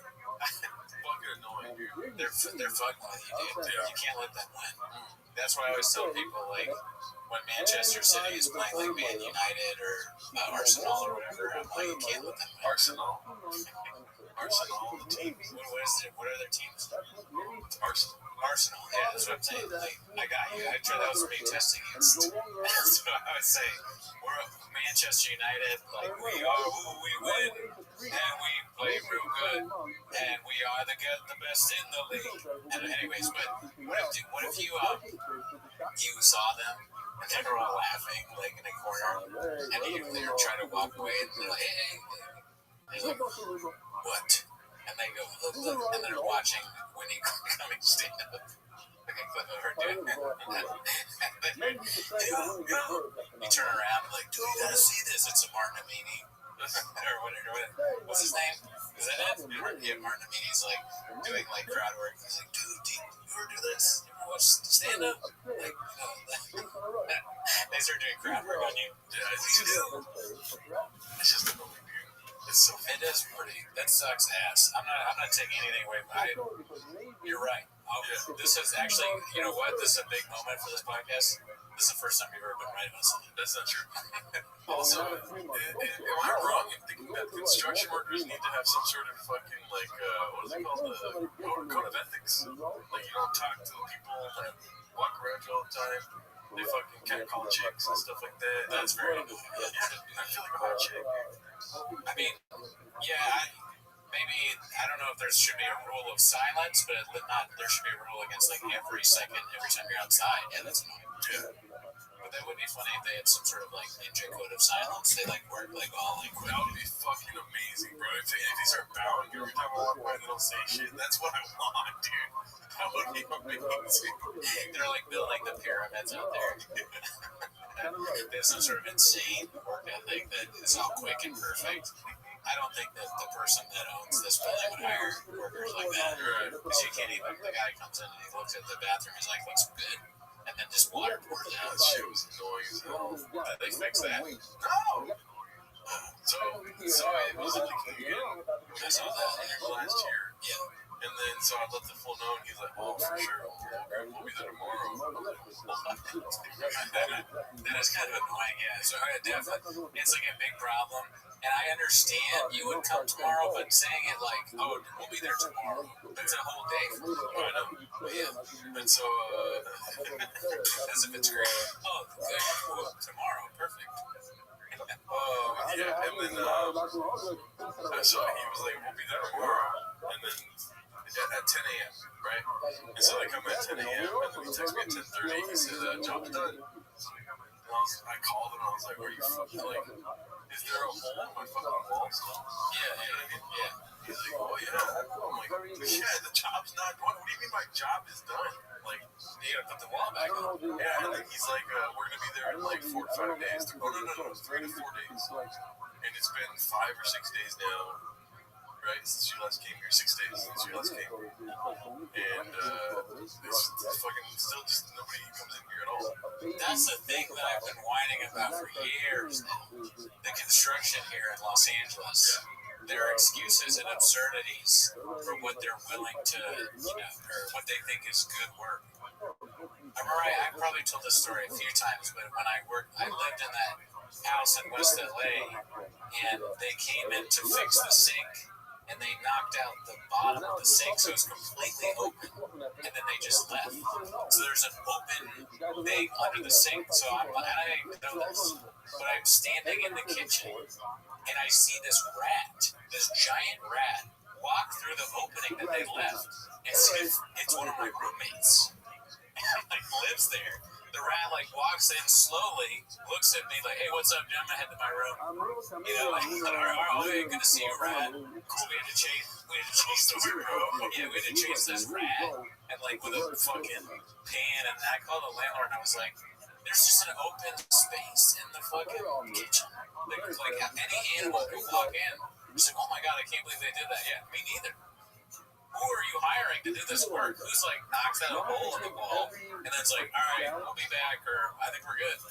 There's a hole in the wall. What the fuck? Are you sick? Even I know that's not what you do. A hole, it had a little plastic sheeting thing over it. I'm like, bro, that's not a wall. You need a structure of some kind.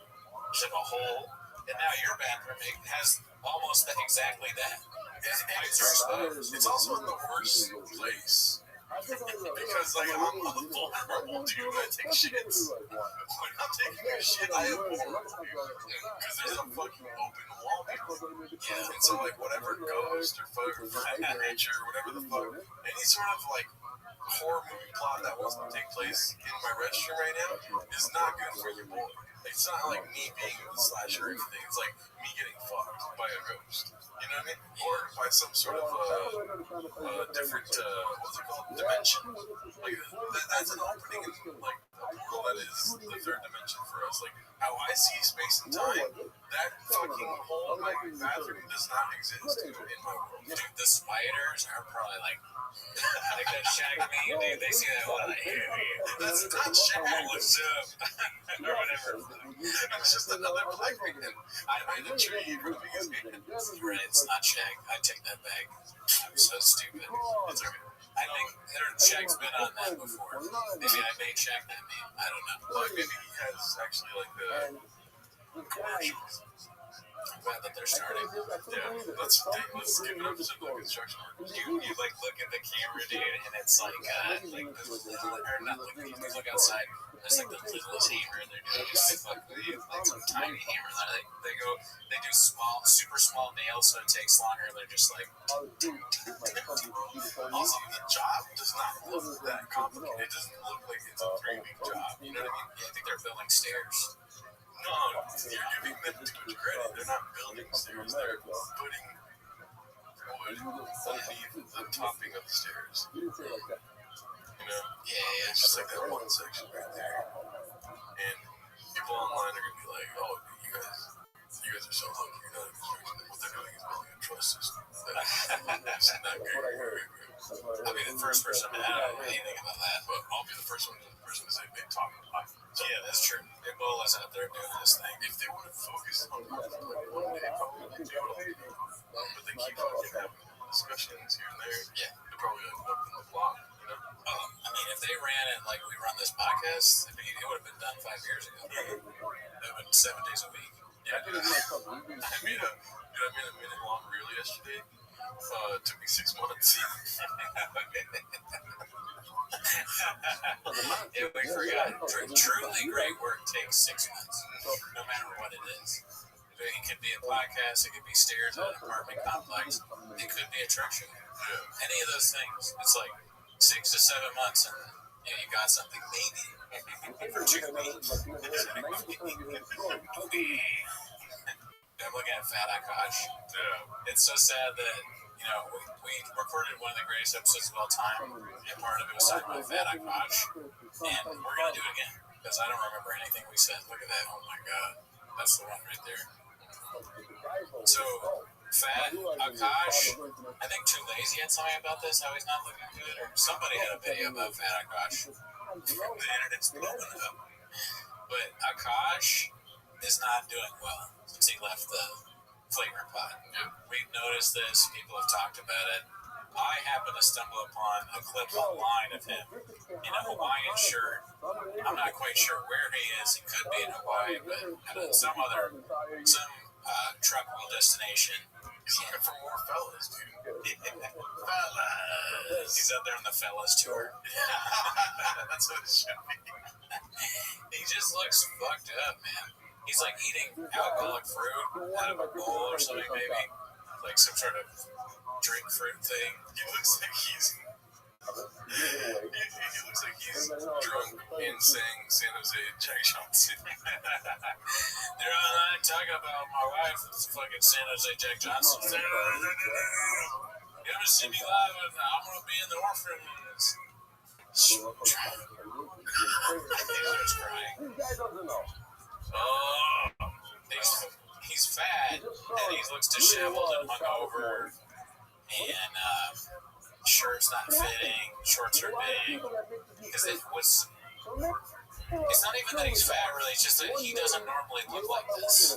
You know, like me and Jordo, we lose weight, we gain weight, but we pretty much look the same. This is about what we look like, really. And this is Akash was like a skinny guy that, you know, usually clear-eyed and never funny, but at least clear-eyed, you know. But his eyes, what's wrong with this guy? It looks like he was stung by a bee, and the bee had alcohol in it. Yeah. He doesn't look well. I'm worried about him. Granted, the Flagrant podcast is the worst piece of trash of all time.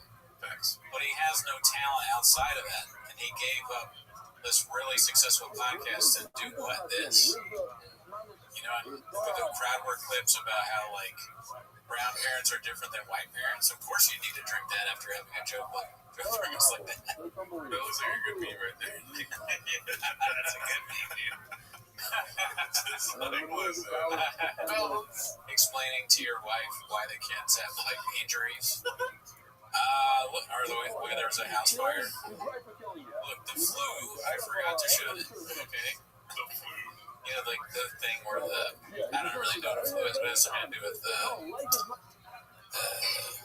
what's the fire thing that's the thing where you put wood into in your house? Fireplace. There's like a flu where you shut it or something.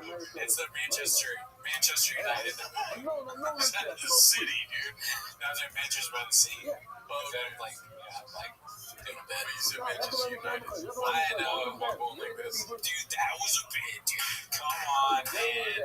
I'm a Manchester City fan. Just so you know, everybody. I think it starts in That's the meme. I'm a Manchester City fan. I need more soccer in my life. It's so funny. But no, this is a great meme. I'm hoping that the NBA expands into a team called Big Boy. I want Big Boy to be Austin Big Boy. Big Boy should be a soccer team. That's a do soccer. I guess they don't wear jerseys like that. You're right. The Austin Big Boy, dude. But what do you think is going on with him? You think he's just like a drunk fat alcoholic now? Oh, okay. I think he sucks ass. I fucking hate our coach, dude. Yeah. I went to a death cafe this last week. Also, I'm just letting you know, the fucking computer can't work right now. No, I reset up the whole system, so, you know, what is it called? I keep it tape. And the valves are all clogged up. That's facts, yeah. But you're one of the best to do it. Yeah, I put new ribs on. So, alright. So I went to this death cafe, dude, at the Philosophical Society. Have you heard of this place? No. Yeah, dude, so you better watch out. Because I'm deep in your brain right now. You don't even know that. I'm like, I'm ready to think for you. Oh, good. Thank God. Someone has to. Yeah. What's it called? The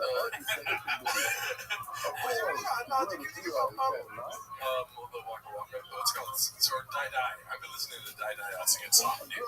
So I went to the Death Cafe, and it was very interesting. You know what a Death Cafe is?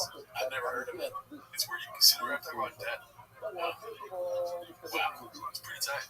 People like share what they think happens when you die, or like their experiences of grief, and this and that, and stuff like that. So there was a lady that was like, listen. This is the saddest story of all time. That's what she was saying. Yeah, she didn't say what I said, but she said the saddest story of all time. Subtext. And then you're allowed to have a discussion. People can ask questions and stuff, and it's kind of like, popcorn type shit.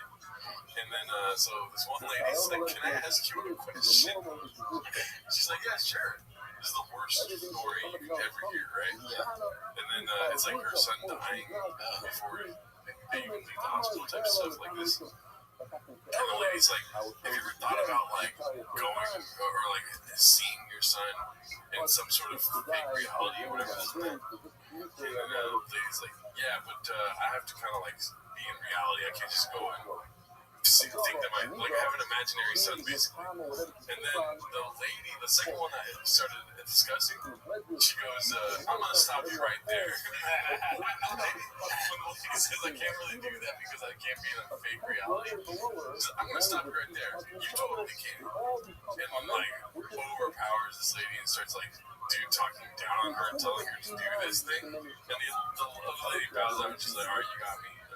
You're a construction worker outside of my apartment right now. I really don't want to talk to you. And then, like, whatever, trying to like, get her to stop. She won't stop talking. And she keeps going and going. And then now other people are like, eventually, like, cracking at the scenes. And they're like, you can't do that. You can't just, like, and she's talking about, like, artists do it all the time. Like, artists go to fake realities and then bring back dead people, like, whatever. Because they, like, and then they put it in their work. And it's like, you can't just be selfish. You can't just be like, I don't want to do that because I don't want to see the fucking dead son. Whatever she said. However she was fucking badass. And I was quiet the whole time. I was like this. Was everybody disagreeing with the second lady? Or was anybody agreeing? A couple of people were agreeing with the second lady. This is what I'm talking about. You know what I mean? They're white. Was the Almost the only Mexican person in that room. So everyone was white? Yes. Okay. Oh, yeah. And not a single black person. No, once. No, I think there was like a couple mixed. But they were more, they were more Adidas than Nike. I have no idea what's happening. I didn't expect you to, but what's it called? It's more soccer than football, basketball, basically. Okay. Still more white than black, dude. Okay. That's the fucking. I get that part. Yeah, but it was a weird thing. Like, people's. So, like, that lady was like second chair out of the whole group thing. And then it keeps going around, and this let's call her the Italian lady, the one that said that you should live in a fake reality. I'm gonna stop you right there. She said that verbatim. I'm gonna stop you right there. That is funny. She spoke for like the discussion part for the next 5 people. And keep on, I'm like number 7. You know what I mean? And then eventually the moderator lady was like, hey, so we're not gonna do this every time somebody talks. She needs it. Wow, she said that about the lady? Yeah. Because about 3 people away from me, this lady was like, my mom and my mother-in-law ended their own life. Like that. Wow. Yeah. And then she goes on and on about this grief thing, story, whatever. And then, like, the lady fucking said something to her, and then eventually that girl was just like, yeah, what you're saying is fucking ridiculous. Like, dude, it's like a sketch show. Like, Eric Andre was dressed like a fat Italian woman. I mean, that would be a hilarious prank to do. Like, one of those things that just, like, every story be like, nah, and, like, say something crazy. But I'm curious now, the mother and the stepmother, the person that said that story, what did the Italian lady say to them? Did they also do a reality thing? I can't remember how it began because I wasn't really interested in what she said. Okay. But I can tell you like what happened during it, which is that she kept saying like whenever some people do that, like end their life thing, she was saying the word commit. And then the lady was like, I'm gonna stop you right there. She didn't say that, but she should have. And she was like, we don't say that. We don't say the commit word. because it's like a bad connotation. People commit murder. They don't, instead of like died by. So you can't say that. I guess not. And whatever. I don't have any stories about that to share, so I'm not gonna be saying. Yeah, interesting. I wouldn't know. I wonder. It seems kind of random that word would be bad commit. It just has a bad connotation. It's not random. People say that word all the time when referencing ending, their own life. It's like it brings negative vibes or something. Yeah, the vibes are off. Yeah. Interesting. It's funny, like the one lady is acting all crazy, and she doesn't get talked to until the end. But the lady that goes commit, they're like, whoa, commit, you killed the body. Wow, I mean, what are we doing here? No, that's the Italian lady was the one who said commit. So the other lady didn't even say commit. No, it was happened to her. So Yeah. Wow. And I was like, dude, I was in the corner of the room just fucking hopping off a lotus flower, dude. The lotus flower. You always have to have lotus with you, dude. Yeah. I go to meetings, I have lotus just so I don't know what happened. I'm just like, if it goes wrong, I'm still high on lotus. You're at Man City games, popping lotus flowers. I'm on that. I'm like, what do you mean you're on lotus? To the guy selling lotus flowers. Okay, so I mean, if I would never do this, but I think it would be funny to be there and like they tell a story and I'm like, have you ever watched Reddit? Like Reddit Chop, like just to fuck with them. But that's the other thing. So when the Italian lady's turn was to speak, like it was her turn. She's like when she was told to stop, she did kind of stop. So I kind of appreciate that. But when it was her turn to speak, she kept referencing her podcast. She kept being like, "I got a podcast, this and that, whatever." And she was talking, and then she was done, and the moderator was like, "What was your podcast again?" And then it's like, "Bitches and Hoes," whatever the name of the podcast was. And then she goes, "But I haven't done it in years." And listen, and I started laughing so hard in my head. I was like, "Oh my god, that's random." I wish I would have been like, and I have a podcast. And then they asked me what it's about, and I go, 10 minutes a show. It's about Brendan Shaw. You always have to preface it with like he's friends with Joe Rogan. They want to make a beat. And I love him. Oh yeah, I'm a huge fan. I'm a huge fan. So Death Cafe is the idea that you talk about somebody that died? Yeah, I told you what the idea was at the beginning, but like I don't really understand. Your conception of death, if you want to talk about that, okay. You know what I mean? Like, what do you think happens when you die? It's about death. It's not about like people, individuals, or whatever. You can talk about your own fucking people that died in your life. The reason I asked, I went once and I'm like an expert in it. Yeah, well, I mean, you went there. You're the only person I've never even heard of it. But you said at the beginning, but everybody that you said a story just talked about someone that died. Right. So what did you talk about? I mean, just like my grandpa. Okay, so you also talked. So did everybody just talk about someone that died? What the fuck did I say? No. But those two people, yeah, that's hardcore. Also, both those people that I said talked about somebody that died is a hardcore situation. You know? Like, son never left the hospital. My mom and my fucking mother-in-law. Yeah. Did when you said your thing, did the woman say that you should create a virtual reality? No. I was very concise and like I did not want to talk. So I was just like, yeah. So my grandpa like fucking died and like he was cool, like he's Hispanic and it was cool, like because he was like really smart. Because when he spoke English, he sounded fucking stupid, but like he wasn't even really smart. Anyways, so thank you. So she didn't say anything to you? No. They just asked me what my grandpa's name was. That's nice, I guess. How did you hear about this? That's death cult. I keep saying that too. That'd be funny. Thanks. I'm going to see you next week at the Death Cult. Thanks to the Death Society outside. I hope they would like. Death Cafe. Yeah, I would send them to a Death Cafe. Yeah. No, it's I heard a friend of mine told me about it. And what made you go? I mean, I just wanted to go. It's like interesting to me. The place that they have it, what you said where they had it, where was it? The Philosophical Society. Oh, I feel like I'm talking to my grandpa right now, dude. Like, we're on a porch. He's taking my money. Oh, tell me everything you said again. What did you say about me? You fucking liar. He thinks he said bad shit. He's speaking to me. But no, I'm curious. It's like a interest, like It's so random. So people get together, they talk about death. Where would you? Is the Philosophical Society a building? Death cafes are from. It's not apartments. Autonomous from the building. It's all right. So there are different death cafes all over the place, I guess. I literally went to one so far, but it was just. Was it a cafe? It's a philosophical society. The place. I don't know what that means. It's just like a bar. That's a fucking. Is there a building called the Philosophical Society? Yeah. Okay, so that's where you did this cafe. Yes. Do they have food and drinks and stuff? No. Damn, that is confusing as hell. Well, like, because what I'm asking you is like to describe where you were. So, like, if in my mind I'm like Death Cafe, I thought maybe it was like they, you know how AA meet, well, obviously, like AA meetings go to random spots that are cafes. So is it like that, or there's just a building called the Philosophical Society? You go there into a room, they call it a death cafe, but there's no food or drinks, and people talk about death. Is that what it is? Right. It's more so the AA thing, like where people could be at meetings everywhere. Okay, yeah. So to me, that's kind of funny. Death Cafe is like the AA, like some AA name.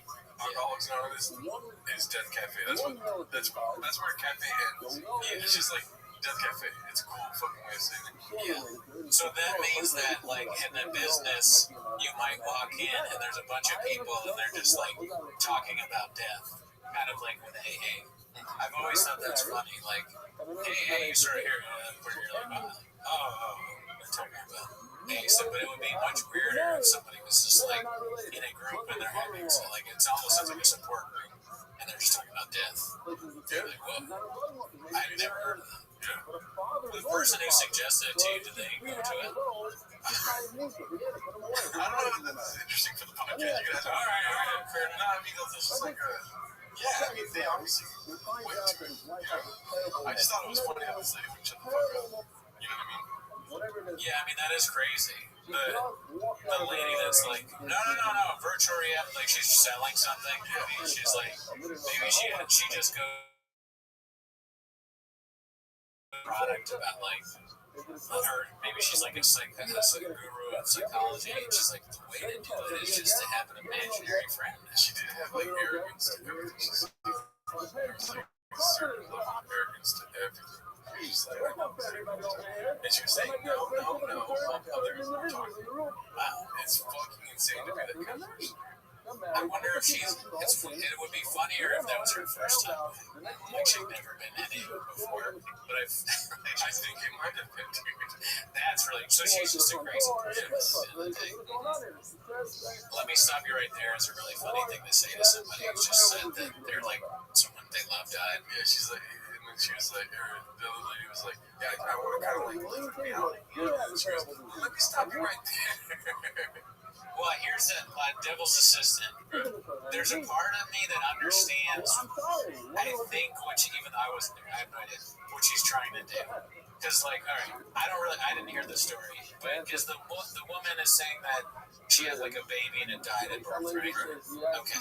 So, and then the other person makes a suggestion, the town lady goes like, well, have you ever thought about, like, maybe you could see them in a different reality or like envision them as an adult or whatever kind of thing, which I sort of understand, because sometimes people have this, like, I've read short stories and books about where people like they have that happen to them and then they like think about the child's in a better place or heaven or whatever.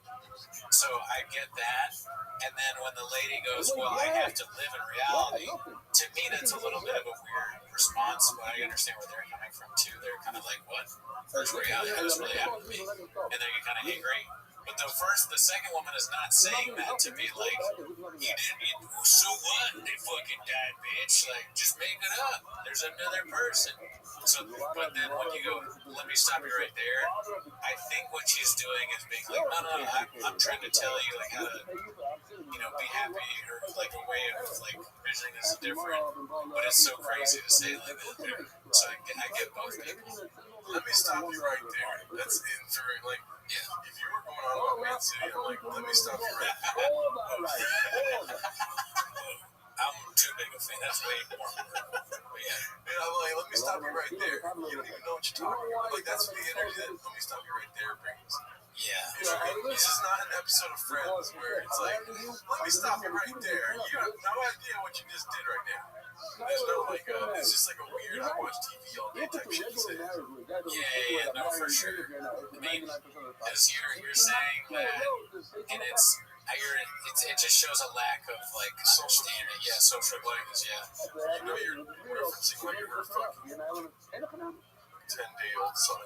Like, that's what you want to do right now. You want to let me stop you right there when it comes to girls. Yeah, this is very, and then it did cause like an uproar. People, because everyone heard her say that, and then so everyone in the room is like, and then you just see the girl with like her that son, she's just like staring off into space, like while everyone's fighting. It's just like, all right. How many people agreed with the crazy lady? Nobody. Not a single person. One person did. I wonder what. And you know what's funny is one person did, and I saw her, and I was like, in my head, when I saw, because like, I have my own perspective of the whole situation. The lady's like 3 seats down from me, and then there's a lady like maybe 3-4 seats down from her, and I saw that girl go like that. And I was like, in my head when I saw that, I was like, why are you agreeing with her? And then more people spoke out. And I was like, all right, thank God. And then I looked at the girl and I clapped. And I just look at her and I go like, are we going to clap still? Or She's got like tons of imaginary friends. She's Dexter. She kills people and then she like thinks about them. That's funny because she did actually work in the medical examiner's office. Well, of course, that's like those are the main people that go to death. I was trying to tell my girlfriend that like fucking people that kill each other, the serial killers in this room.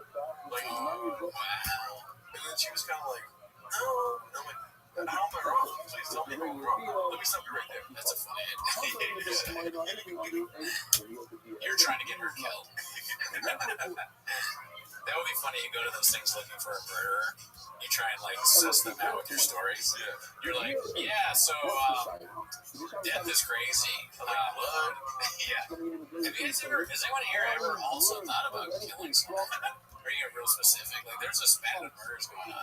Like, I just really want to meet the person that's doing it. I want to turn them in. I think they're kind of like a god. Maybe like a dog is telling them what to do. Like the great Satan is making them afraid. There's a spat of murders. I wouldn't be good at getting them out, like figuring out who it is. You're waiting for the murderer to be like, let me stop you right there. Oh yeah, that perfect. See, that's what you do. You say something about murder that's obviously false, so you get them out. They're like, "What? No, you have to use a knife to do that." They're like, "God, yeah, all right, wrap it up. We're good. We're good here. It's him. He's the one that's been doing it. He murders." Oh man. What did you want to talk about here? I kind of wanted to look up and see if there's any news on the Christina Bazinski divorce to Tom Segura. I want to see what's hot off the presses. You literally looked at me when you got here and you said, has Christina posted at all since they got divorced? I did do that. And I was like, you think I fucking know that, dude? I thought you would. You drive around all day listening to all these stupid ass podcasts, and then you do your job. These fucking podcasts. These stupid, dumbass things that you listen to. No, I mean, what I was thinking about with this while you look it up is, I was thinking 2 comedians, straight comedians, they're married, right? And if they get divorced and they have kids, who gets custody of the kids? And if it's the woman, if it's the man, what does that say about the woman if they're comedians? Well, I don't know. In this hypothetical, I mean, Akash doesn't get the kids. Akash and Jesse, if they had kids and they got divorced, we need to send those kids to a different country. Well, certainly Akash doesn't get kids. I can't do those girl voice. He would definitely not, because you just look at that video, the latest video of Akash. That doesn't look like someone who can effectively raise children. He's got like a bowl of fruit in his hand. fucking construction. One of these days, there's going to be construction on our podcast, and we're not even going to address it. We're just going to be like, Yeah, that was where I was like, it was funny the first time. Now it's getting just horrible. But I guess it actually might still be funny. It's kind of funny right now. Well, we've heard rumor that they don't do this on Monday, so we may do this on Monday. I knew this the whole time. But you had to go to the hospital twice in 2 Mondays in a row. Yeah, I had to get my spleen removed. I mean, I told you I was going to make a song for when you go to the hospital so I could replace the intro song of this podcast. There's construction behind me. And I didn't expect you to go to the hospital since I said that. Since I texted you that. Remember I texted you about the song? Oh, no, I don't. I texted you saying that I was going to make a song for the podcast to change the intro song every time you mention the hospital or you go to the doctor. Yeah. Then I'll change the song to that. That's a great idea. Right. Since that happened, you've gone to the hospital, I believe, 4 times. I've lost count. It could be 6. Yeah. It could honestly be 6. It could be every fucking week since I've said that. I got my spleen removed, goddamn dick's down to here. My neck, remember we had the wrestling thing and I hurt my neck. And then I hurt my hamstring when we did the race. And I also got some lip injections that didn't take. I had to go get my lip fixed. Did you get TRT? I've always been on TRT. Okay. I'm on a lot of peptides. Yeah. So I go to Kaiser and I go, are these peptides safe? They say no. I go, I want to talk to your manager. And then while they're going to get the manager, I take more peptides. Or do you inject peptides? I don't know. I've never really been a peptide guy, so I don't know the facts of peptides. Yeah. But that's I like that you said the Akash thing. That was funny. When comedians divorce, who gets the kids? Because here's what I'm thinking. Woman or man? The woman normally gets the children, unless she's like really horrible. But do you think if a woman doesn't get the children, does that mean that she's like very funny because she's doing crazy shit, or she's just like, could there be a scenario, maybe not like, you know how Christina Pazitsky's not very funny, where she doesn't get the kids because the judge watches both their stand up and he's like, well, that is like very unfunny, so I'm gonna give it to Tom. I'm not gonna lie, when you ask questions sometimes, it's fucking draining, dude. Like, I know that I'm about to have to respond to what you're saying, but then you keep pausing.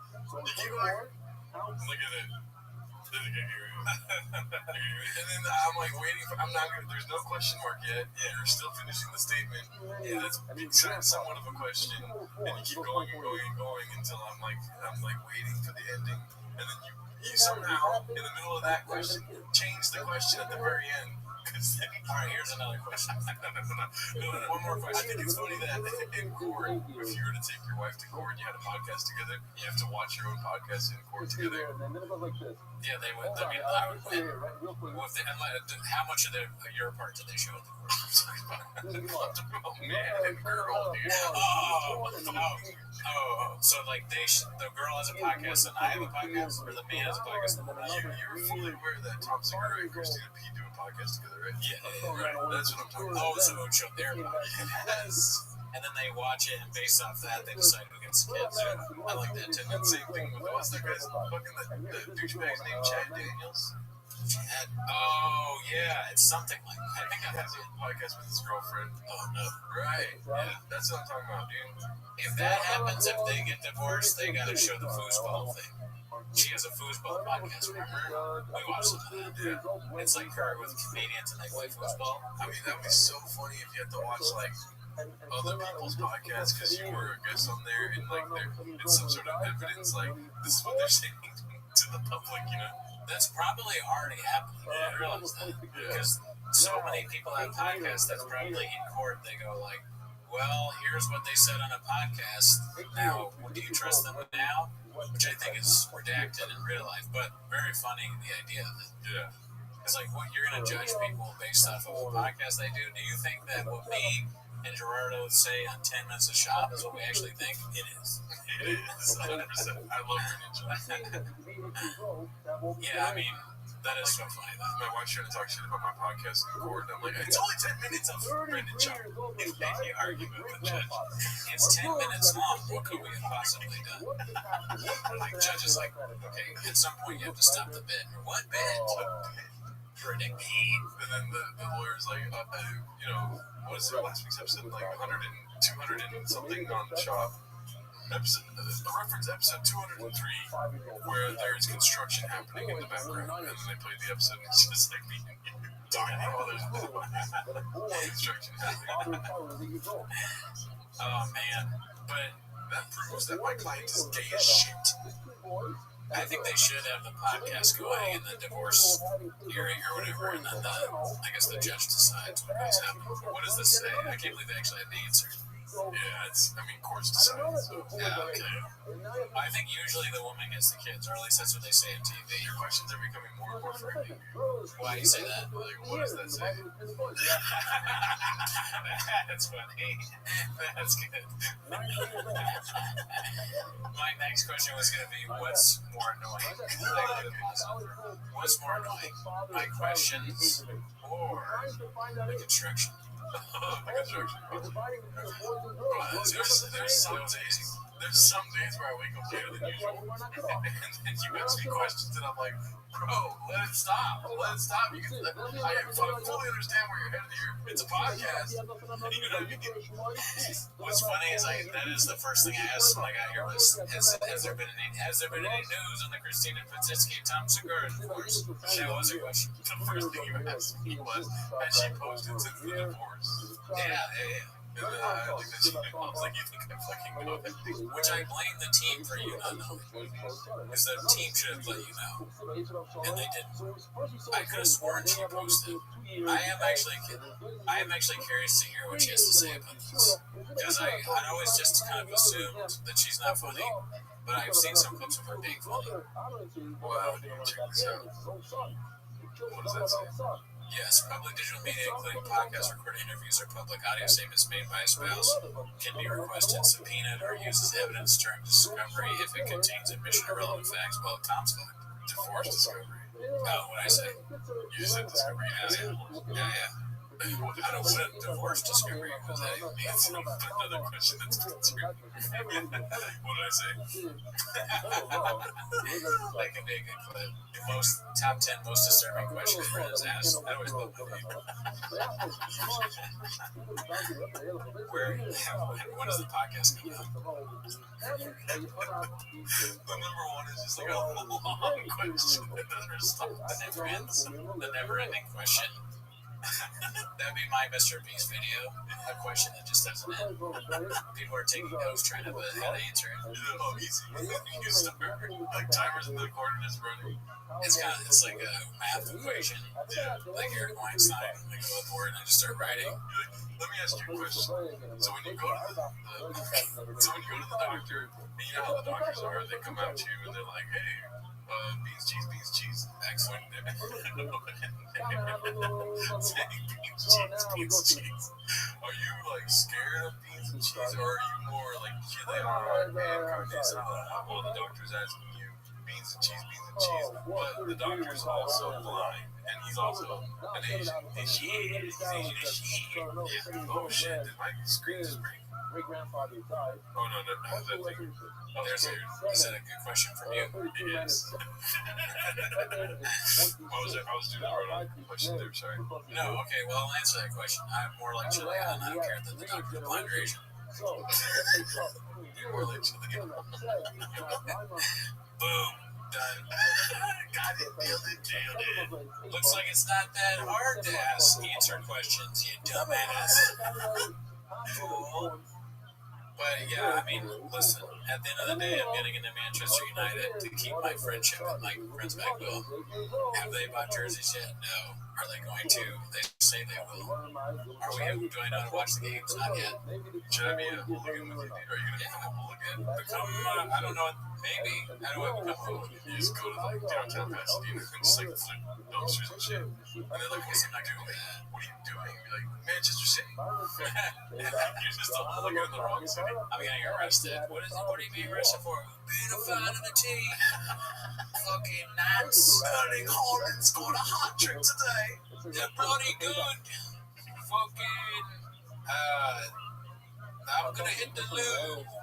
Yeah, let's just start using British slang. Yeah, they're gonna use the loo from now on. I'm gonna hit the loo. There's a huge hole in your loo. The walls of your loo are all looed out. Yeah, true. So, a hole in his loo. He's got loo issues. Yeah. What do they call trash bins? A ruddy bin or something like that? I don't know a lot of British slang. The ruddy bin. But yeah, we have English viewers. Look, it's crossover, dude. If you're a Manchester United, if you're a Manchester City fan, sound off in the comments. Yeah. Have you picked the team yet? Or are you going to do Manchester City or not? I'm going to wherever the guy goes. Yeah. When are we going to find out when there's September or October? Oh, that's a long time. See, that was a quick question. When are we going to find out? Boom. That was pretty fast, you know? Yeah. Well, October. Because he turns 18 in October. When does soccer start? You don't know when. I think it's August. Premier League starts like August 21st. Oh, so how come he has to wait because he turns 18? Yeah, there's some weird law where you're not allowed to go to Europe until you're 18 because he doesn't have citizenship in any of those countries. Oh, okay. Yeah. So until then, he's probably doing construction somewhere. Yeah, until then, he's probably cranking it down in Tijuana. Yeah. Good. But Akash and Jasling don't have any kids, though. So they know. Yeah. There's really no. They can't. It's a hypothetical within a hypothetical. We really have to. Thank God they don't have kids, right? Yeah. I kind of want him to have kids. Yeah. You know what I mean? Imagine he gets really fat. He gets fatter and fatter and fatter. And then he has a kid that gets fatter and fatter and fatter. You know what I mean? So it's just a big fat family. That could be pretty funny. Andrew starts roasting the kids for being fat. Yeah. Akash looking fat as hell, right? He might be eating too many of them samosas. He's like, give me some more. I was thinking yesterday about Genghis Khan. I was playing Civilization 7 here. Yeah. Playing with Genghis Khan. And I was thinking, like, what drove him so nuts? You know, I mean, he went Baja mode for, like, his whole life. Ambition. How old was he? No, I was thinking, it's a funny podcast, so I was trying to be funny. Not ambition, dude. I was thinking about, like, a first date like that went wrong. Oh, and then he was like, I'm the only world now. Definitely, like, a woman broke his heart. And he's like, oh, guess what? I'm going to go fuck everyone up now, you know? Maybe. What else? What else could have done it? Construction outside of his apartment. Yeah, construction outside of his fucking hut. Yeah. Guys, every time he came outside, guys were like, hey, what's the weather? When he had a chick, like, hey, whoa, look at that. And Genghis Khan was like, that's it, I'm conquering the world. Yeah, he was 65 years old when he died. 1162 is when he was born. I mean,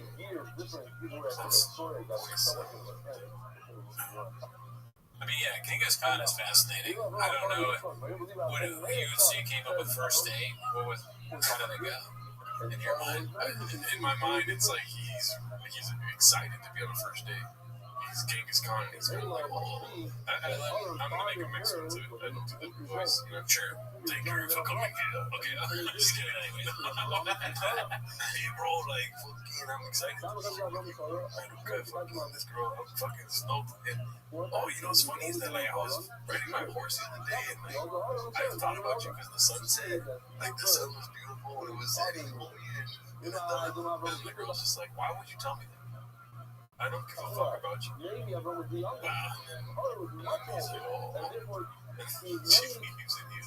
I'm going to conquer the world. Can I ask you a question? Did that ever happen to you? No, just like drive around the sunset and then. No. I'm trying to. Yeah. I mean, I thought it would be funny, but it's fine. I don't know. I'm trying to think of things that made me super angry. I guess construction is a pretty good. Like if I had a hole in my bathroom or something, they did a really bad job. I was like, yeah, I'm gonna conquer all of the world. Hey, how about this? I call to to get a doctor's appointment and they don't have it for months or whatever. Maybe he's like a hypochondriac.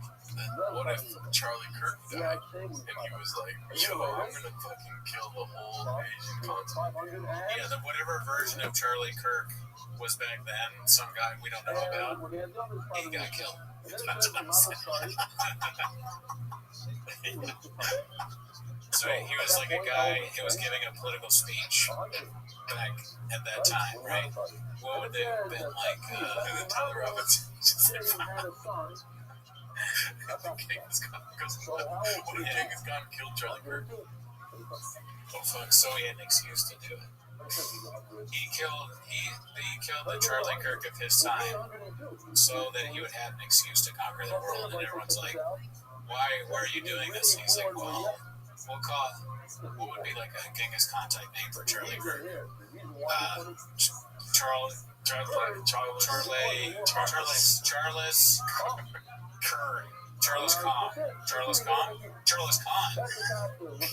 He's related to him. So he's like, well, Charles Khan was murdered. So Charles Kern was murdered, so I'm avenging his death. Yeah. And that means that I need to have sex with a lot of chicks. That's the other thing too. Is like I never want to have. I can't tell you how many times I've been having sex and thought about Genghis Khan. That's weird. Damn, this full fucked like a lot. I'm like in the middle of it. I'm like, dude, I don't feel like I don't want to feel like Genghis Khan because to me it's like he's clocking in. He's not really. He's working at a place called Legacy. You feel me? He's just like fucking all day. He's pumping it out and loving it. You know what I mean? Yeah. He's probably soft. He's probably just nutting. These chicks soft as fuck. And then he's like, all right. And then he probably kills them too because he kills so many people. He just throws them out. You know what's funny about that? I was just thinking they invented so many things. Genghis Khan is like warriors. They had invented the passport and all these crazy things. The wallet, all this. I think. It's funny that they never invented a condom. I wonder if somebody came like, hey, we got a condom. He just kills them. It's like somebody. That's like Magic Mike going to the shop. Like, hey, we can create a whole new Magic Mike for your shop. Like, here it is, red tire truck, whatever. And then for them, it's like the Genghis condom. Yeah. No, Nick, don't count. Here, they did have a lot of merch. If you think about it. Oh hell yeah, the most merch. Some would say his podcast was sick. I wish they could. Yeah, that would be. If you could go back in time and give these people podcasts. Yeah. Thomas Jefferson has a podcast. He's like, hey, bro. So we just fucking took over another storage unit. We're live and direct from it, and this is Genghis Khan. Welcome to the the Concast. The stuff that you'd hear, every podcast would be like trigger warning for people because everything from the past would be so racist. Genghis Khan would be laughing about murdering people and what else. In my opinion, I think he'd be like the Timcast, like Tim Pool. He'd have a beanie. He'd have a beanie. Well, yeah, because he always had that hat on. Yeah. I just picture Tim Pool as Genghis Khan. Yeah. Interviewing Alex Jones about Joe Rogan's penis. For sure. What if you could bring Genghis Khan back through time and you put him on the Joe Rogan podcast, but he's just Genghis Khan. So as soon as you put him in there, Joe Rogan's like, wow, dude, the great, powerful Genghis Khan. I can't believe you're on the podcast. It's so great to have you. And then Genghis Khan just takes a spear and just right there still because he's Genghis Khan. Every podcast he's on, he's just, what the he's so scared. He's like breaking things and setting the thing on fire. And then he reconquers the world somehow. He just keeps having. Oh man, Genghis Khan kills Joe Rogan. He's 5'6" to 5'8", don't count. It doesn't even matter, dude. Oh, what? Damn, he wasn't even that tall? That's kind of crazy. Genghis Khan's exact height is unknown because of historical records for his lifetime have never measured or wrote down his stature. However, he was 8 feet tall. The women I heard during this time were also kind of warriors too. They could string a bow, they could ride a horse real quick. The Mongol women could protect the air in their homestead or whatever it is too. So they were just like Joanna, very capable women, hosting all the time. Yeah, they could do just what the man did. I wonder what Instagram was like that. You know what I mean? Mongol warriors. These are so funny. Hey, we can bring them. You can bring all these people into the future and give them Instagram, so you can see what Mongols would post like. They all end up on China's page. They're like, oh, she has a fat ass. Where their women have OF. Yeah. Genghis Khan's wife has an OF. Definitely not. Well, she had 100 or he had 1,000. So at least one of them have OF, statistically speaking, from a scientific perspective. Dude, imagine the amount of problems you heard like in that day. Like, did he, A 1,000 times, dude. that's why he was gone so much. Yeah. He conquered the world because he just didn't want to come home and have to answer for not taking out the trash or whatever it was. Or being an absent father to his Real man's man. thousands of children. He was the entertainer of his time. Maybe he was like that. Hopefully not. Probably, honestly. Andrew, he goes on Andrew Tate's podcast, and again, it's just. Oh, it's good to have you here. The only podcast he doesn't kill the host is a podcast. Oh, and he's doing the Birdcast. They're drinking, and he throws up, and they throw up, and they're having a good time. Then Christina Pizzici comes in. Tom's like, hell yeah. He kills him and starts having sex with him. Oh, God. I want to be the guys that bring. We should be the guys that bring Genghis Khan back, and he kills people. That would be kind of funny. We get blamed for it. That would be a way better Jurassic Park. You know, people want to bring back like dinosaurs and stuff like that. We should bring back like Mao Zedong, Genghis Khan, Stalin, Hitler. Let's have them all in like a Disneyland style park. You can see them. Or put them all on Mars and see who conquers that world. You know? Yeah, because they can't really harm anyone there, I suppose. It would be funny just to have Hitler in a zoo and you can kind of throw stuff at him, or like, because he'd be so disoriented. Oh, yeah! He's like constantly ducking. Stop sucking! Why does everyone hate me? Because you suck. Hitler's thirsty. He's like very thirsty. No one gives him water. There's like a Hitler thirsty hour where he's just everybody gets to see him not being like drink water. Like, look, it's Hitler's thirsty. He doesn't have anything. And like one kid's like, what's he saying? They're saying he wants water. He's not give him some water. He's knocked into what? No, you never let Hitler drink. That's the thing. We keep respawning Hitler to just do different things like that. Like, it's like, this is the Hitler that's thirsty. This is the Hitler that's hungry. This is the Hitler that yeah. Then we made like we make him like super paranoid. Or like this is the Hitler where we just have random voices come to that only he can hear. We put like hey Hitler, everyone's watching you, but in German, and he's Hitler going like, there's someone behind you. He's all scared. He won't come out. Fucking different ways of torturing him would be good. What's another way to torture him? Shock Hitler. Or you just kind of zap him with things. Have Genghis Khan getting fucked by a bunch of dudes. Because he fucks so many women. Damn, that's fucked up. You know he's homophobic, right? Like, For sure, yeah, probably. was Genghis But Khan. then again, the ancient societies, you never really know. Because remember, like, Greeks, I think they were pretty okay with that. No historical evidence shows that Genghis Khan was homosexual. He had multiple wives and concubines and fathered wives that were just before the more historical legal codes attributed to his reign actually made same-sex. Yeah, so he's been homophobic, probably. He is very homophobic. Yeah. I mean, I don't know. Is he homophobic? It was just same-sex sexual acts and the death penalty. Oh, I didn't see the death penalty part. Yeah, he's definitely as homophobic as you can get. Yeah.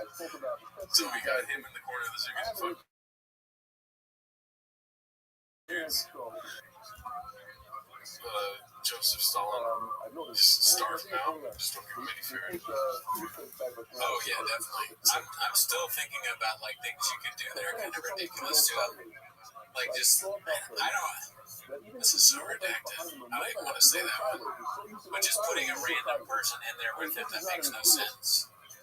Like, I don't even know who Trisha Paytas is, but I saw something online about her. Just put her in there with Hitler and have them react. Which that's not good, though. What do you say? Because I think she'll want to have sex with him. I think it's pregnant. Yeah, she's going to have Hitler babies.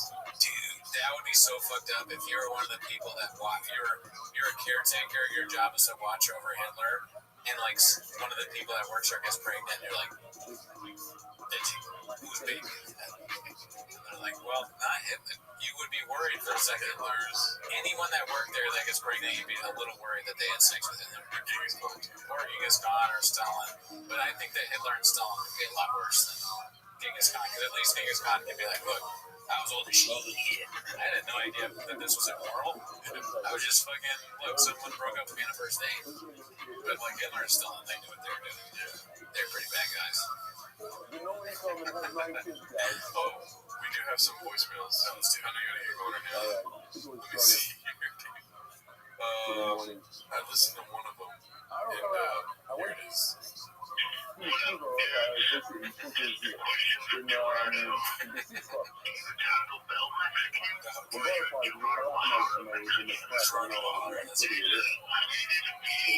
Walking at the mechanic shop.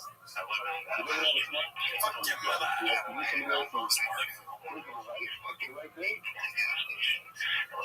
I spoke to these three of them 20 times. I asked them to go walk from my office. Alright, so let's get short. I figured $3 million wow.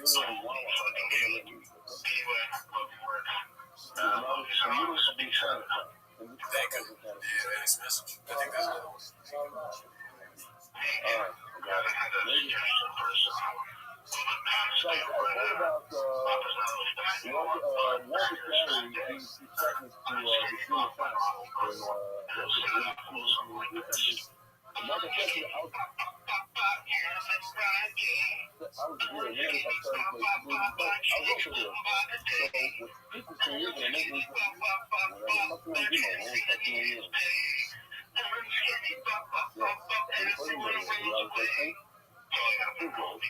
So I like that. I mean, Papa will definitely be fat again, so I'm not. Yeah, That's a good suggestion. shout out to you, dude. Thank you for calling. 775-557-8667. Guys from Massachusetts. Yeah, I think it might have been that guy, Mark, right? Okay.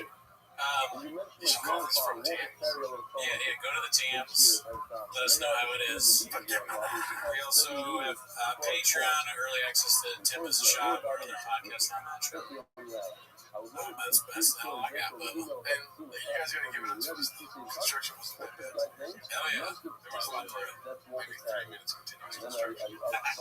Pretty good. Hell yeah, dude. They heard us. They listened. That's so funny. They started construction like right when we started the podcast. We've been like much break within the same time we started the podcast. Let's use the laziness that they have. Yeah. Let's use that. All right. Bye. Later.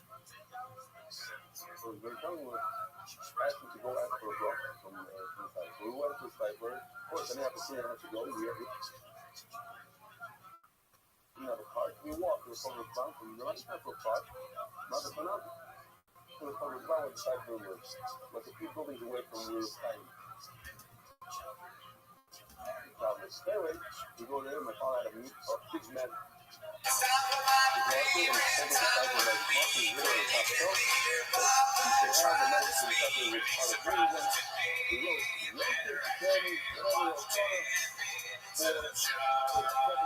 Alright guys, welcome back to the show. You know, it's Memorial Day. Happy Memorial Day to all the homeless cats and everybody out there. We love your service. Yeah, you serve all the clientele of the restaurant. People would be hungry without you. So thank you to Haphazard and Successful Egg and all the deleted accounts on Reddit. Yeah, Got too dicey. exactly. Yeah, the mods. Shout out to the mods. And do nobody thinks them enough. I don't think so. You know, Thurman Merman. But anyways, that's not why you're here. You're here to watch 10 minutes of shops to start the timer. Play the J Club. You know, the mod heroes are Mongo, Lloyd, Christmas, JMA, ZF, Monkey Nose, Thurman Merman, and Smooth 5-0. These are heroes, people. Heroes, dude. And, you know, some of them, it's probably more for Veterans Day, because I think they're still alive. But but if any of those moms are Yeah, dude. I need a fucking tater tot once a week. Facts. Alright, let's see what we got here. First post of today is from It Was Ramirez. What are we doing here? Wow, that looks almost like somewhere in Ireland or something. Irish pub. France. Dune hair. So they probably are a hair shop. I don't even know. There's their flag on the top. I don't know what flag that is. Some kind of, but definitely in English because it says sweet shop and shop next to it. Okay, and also Dune hair. Shout out to It Was Ramirez. This next one we've got is posted by YouTube. Slowly in the kitchen, so here's a classic. Best barbecue in America is in Denver. In regards to food, I'm not your fan, but in regards to the food in Denver, listen, man, I'm 20 comedy, I try food everywhere. I'm a single, I try food every single place I go. It's where he's from. That's so funny. It's not good. I try food every single place I go. I'm doing the best barbecues in Denver, Colorado. His face, he's like, wow. That's the audience, not the same vibe. That's the audience when the comedian goes, they give it up for Jelly Roll. It's literally the face you make with Indian bread and steaks. Almost. But blow your mind right now. Have you been to Memphis? What are they eating? 30 South? South something. I've been everywhere. Dating Cody, if he doesn't make way on the next fight, I'm mad. I'm taking Brothers Barbecue. You're not a fan.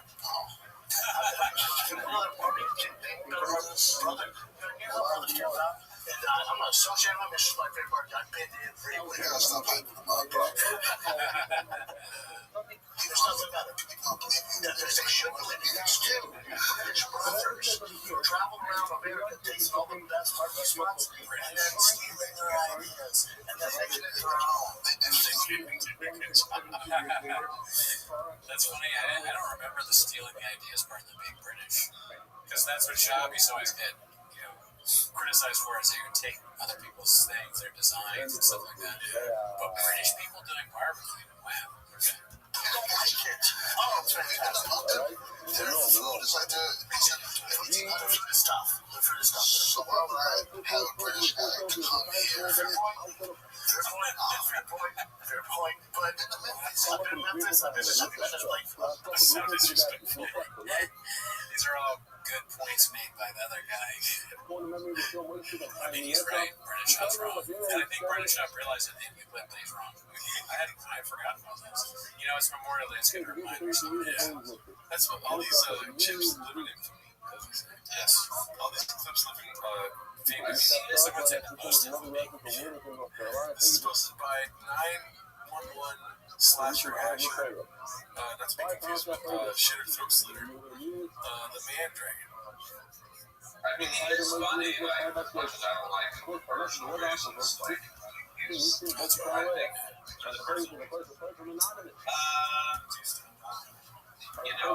mean, there was one time when my ex was, she had seen me act 1,000 times at the Comedy Store, so she's outside smoking with a friend. I come upstairs, I turn around the corner, and he's draped all over my ex. Like, and, he doesn't have a great reputation in terms of many things. And chili.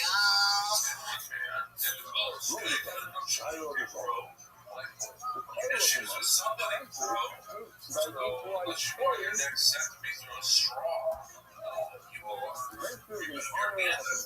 I'm not talking. So if I say something like that, and like I said, I believe one of this huge shit business. Shit not gonna get you on money. She's just like, hey, he was pretty hard for me. This, that. He basically said it was a bad day, which, we've all had bad days, but we're accused of assault. Yeah, no, well said. He stinks. Shout out to Earl Skakel. I've never met him. Great guy. Every time somebody mentions Earl Skakel, they're always like, you know, he's a Kennedy. Yeah, he is. Yeah. He talks about it. The Mad Dragon. Everybody hates Kellen. Yeah. You know, we're at the first one, too, which is pretty much not yet posted this one. Check my heart on you. Well, to dispose of evidence you're saying. What's happening here? Give me 1 second.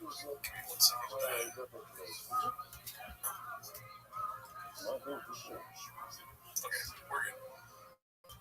Shows to his heart on Chan. But he put Chan. Different streets. I'm gonna snap Cal's head off, man. I love that guy when he snaps his head off. Am I hurting you, Chan? No, I will snap his fucking neck. Why would he say that? Why would he say that? It would never make sense. What? Would we be hard on each other? No homo. Diego Figueroa says, what's a good age to get married and have kids? I'm 24. As we're doing it, Brandon's obviously strong. It's like you throw me away, throw Brian away, and then eventually you can see in the video, it's just me and Brandon, and then Brian kind of just leaves. He's listening. He's riding as Brandon, he just leaves. And I'm so stubborn. I'm so stubborn. I'm like this shit. So he got me into like a weird thing where I'm on the floor. One time. So he kept going over, he goes, just tap it, just tap it. I'm like, all right, fine, I tapped it. And it was already done. Before she said. I said what happened, and you said Brandon and Brian. I would say ego. I would say ego. Hey, by the way, man, I don't get it. Like, at our age and older, I don't want to do shit like that. When I was recording with Tom and John, or the Chagos team thing, JT started doing that with the producer of the show at the end. They were wrestling, and I was like, I would never, I'm going to break something, dude. It's just two, and then that's what happened. He hurt his fucking neck. Brandon can't even run. He hurt his hamstring running against Chappelle. They got to be careful. They work in a storage facility. They can easily hurt themselves. Yeah, dude. What is the life insurance like at these storage facilities? He's so funny. If Jim was well, I mean, not that he would die, but if she was married and he died, and his wife got life insurance because he got choked out by shot and died from that. Alright, this next one's posted by Rabbit023. It's called Slojo Thanking Papa for what's truly important after 14 years together. The biggest rock. Kids are blockers, I guess. Happy anniversary, my love, 7 years of legal marriage, 14 together. A legal marriage is so weird. That is weird. Yeah, why put it a lifetime ago? Thank you for making sure I have the biggest rock, so men don't get too close without knowing I'm taking. Oh, there it is. Smallest bag. Yeah, well, she wants to know that there's a reason why they're together. The reason is because they spend a lot of money. That's exactly how a relationship should be. 1 second, let me take a note really quick. The biggest rock. Oh, I'm not Mr. Whole Foods. Jelly Roll actually got his wife a huge ring made of balloon. Little fact, this is supposed to be a King Kind Experience 193. Whoa, is this copyright infringement? Doesn't count if it's Spanish, right?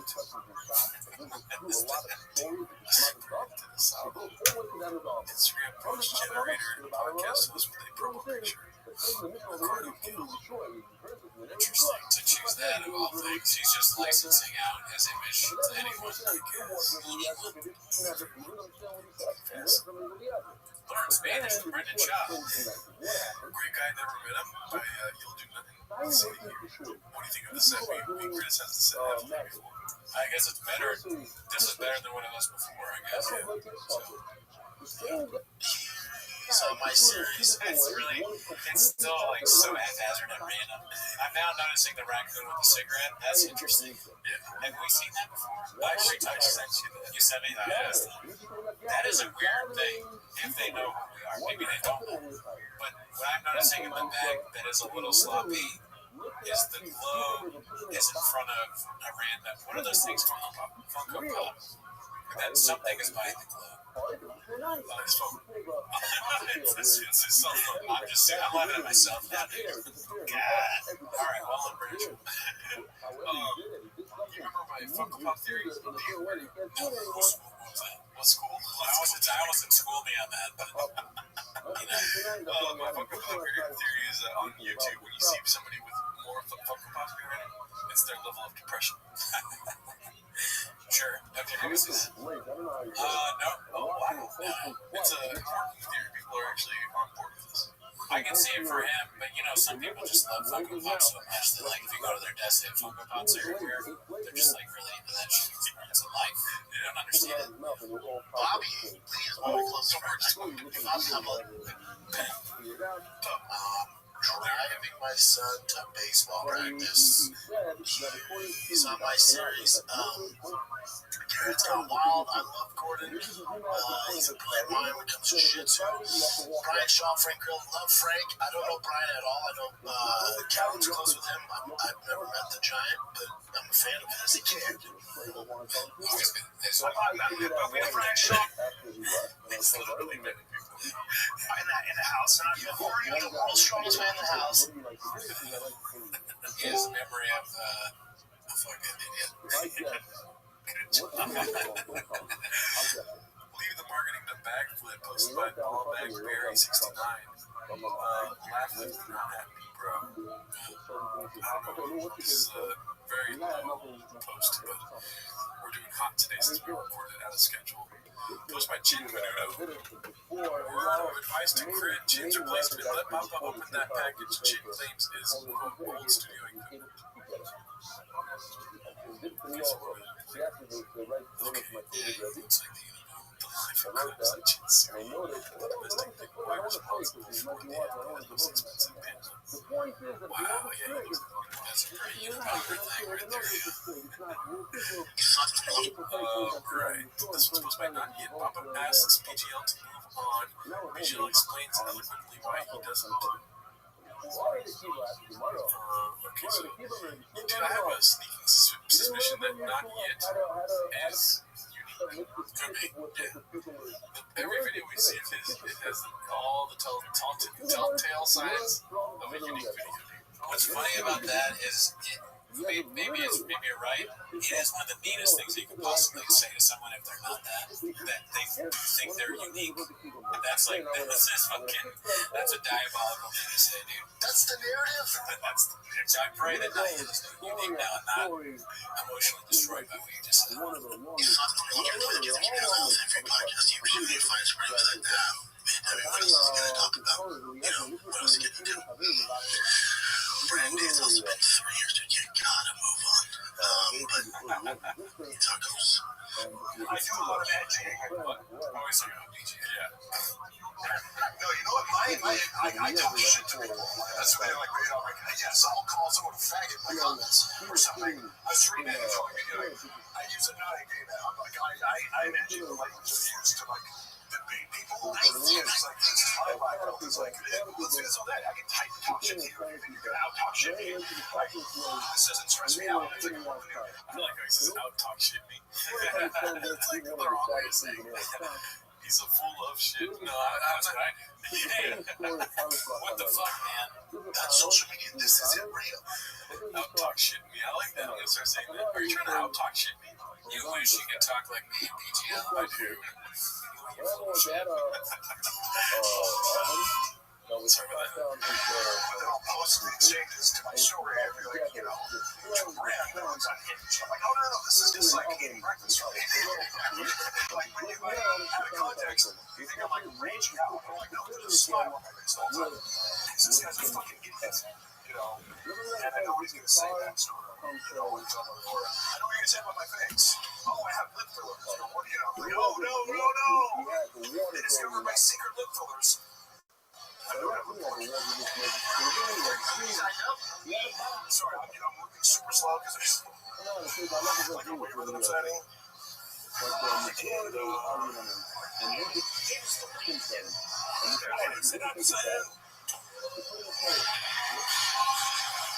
I think he was talking shit about Brandon Child there. Yeah. all the good points, you know. Oh yeah, live Filler and small team. I fuck squirrels. Sharks and ass. Oh, what's next? Yeah. Back to the big brown pig down here. No, views don't always equal good. Just look at my special. Plus what you do. I watch this in my free time. Just because something's getting views doesn't mean it's the biggest or best. So it's like, you know, it's like my special. I think it's at 3 million views. It ain't 3 million view special. You know what I'm saying? It's not even that three. God damn it, Brendan. It's only 22 minutes long, you know? And that's why he's so good. His special is only 22 minutes long. Yeah, because if it was longer, obviously. But I can run on that if 3 million views. What's up? And then people are like, yeah, I know.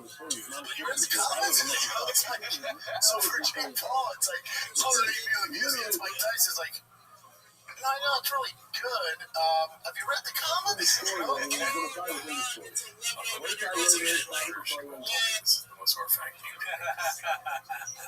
that make sense? Does that translate here? That's actually a really good metaphor. You know what I'm saying? Yeah, no, it's not a metaphor. It's simple. That's like, it's definitely crop out the uglies, reset. Any thoughts? Just that still made it look like he hadn't worked on his face before. There's always something new that I can see. See that. And I like that he's, you know, being somewhat self-aware, but it's funny, in the self-awareness, there's a lack of self-awareness. Yeah, because it's not. Let's just take a gander at the newest comments on the special. Jen is the dumbest. Okay, as I've heard of. So it's a chick comment there. 100% ass. How can anything possibly be this bad? This is the last hour, folks. Sisman said that while we were recording. Props to the peeps that are laughing. I'm not a stand-up comedian, but I genuinely think I could do better than this on the fly with zero preparation. Brendan Chop sucks at comedy and loves the facts. What a tool. This is really, really bad, really bad. Just reiterating, Sky Panda shout out to you. The only funny parts were me reacting to how funny he thought he sounded. This makes me miserable. This is better than Burn the Boat. Nope, this ain't it. Bro, this thick branding is ridiculous. It's not that, so yeah, he didn't get pre-season. Yeah. Anyways, hey Bubba, just a quick check in there. Sound like to Reddit. Yeah, man, not yet post. Brenda sold Johanna's G-Wagon to some Saudi dude for $70K profit. Let's see here. Sometimes that's the pay you to play. Sometimes I remember taking out money to drop them off with the lightning. Yeah. So your first question goes, does Joe like to change out cars off to herself? No. No, she's the exact opposite. So there's nothing she loves more than a G-Wagon. It's her absolute favorite car. And during the pandemic, there was this scarcity and issue with just creating G-Wagons.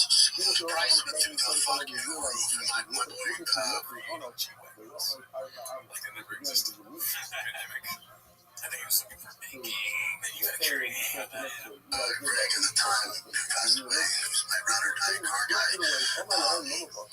he called me, and I think I paid like, I want to say like $120 for her G-Wagon. It was a G63 AMG. She died because Sean made a big G-Wagon. He got COVID and passed away. He should have been out with his family. Meanwhile, Sean's face is like, come on, where's my G-Wagon? love that fucking garbage. But before that, she just loves G-Wagons any year, whatever it is. That's her shit. She loves them. So Greg calls me and says, hey man, they're having a production issue with the G-Wagon. They're not coming to the States. The prices are double right now. I said, how long can we double? He goes, I don't know. But as soon as the factory gets ramped back up, the price is going to settle down. Dude, we can probably get you double. I said, I'm going to put some feelers out. Boom. We got some Saudi dude offers like 190. I paid 120. Nice. We sold that fast. Literally the next day, that bitch was on a boat to fucking Saudi Arabia.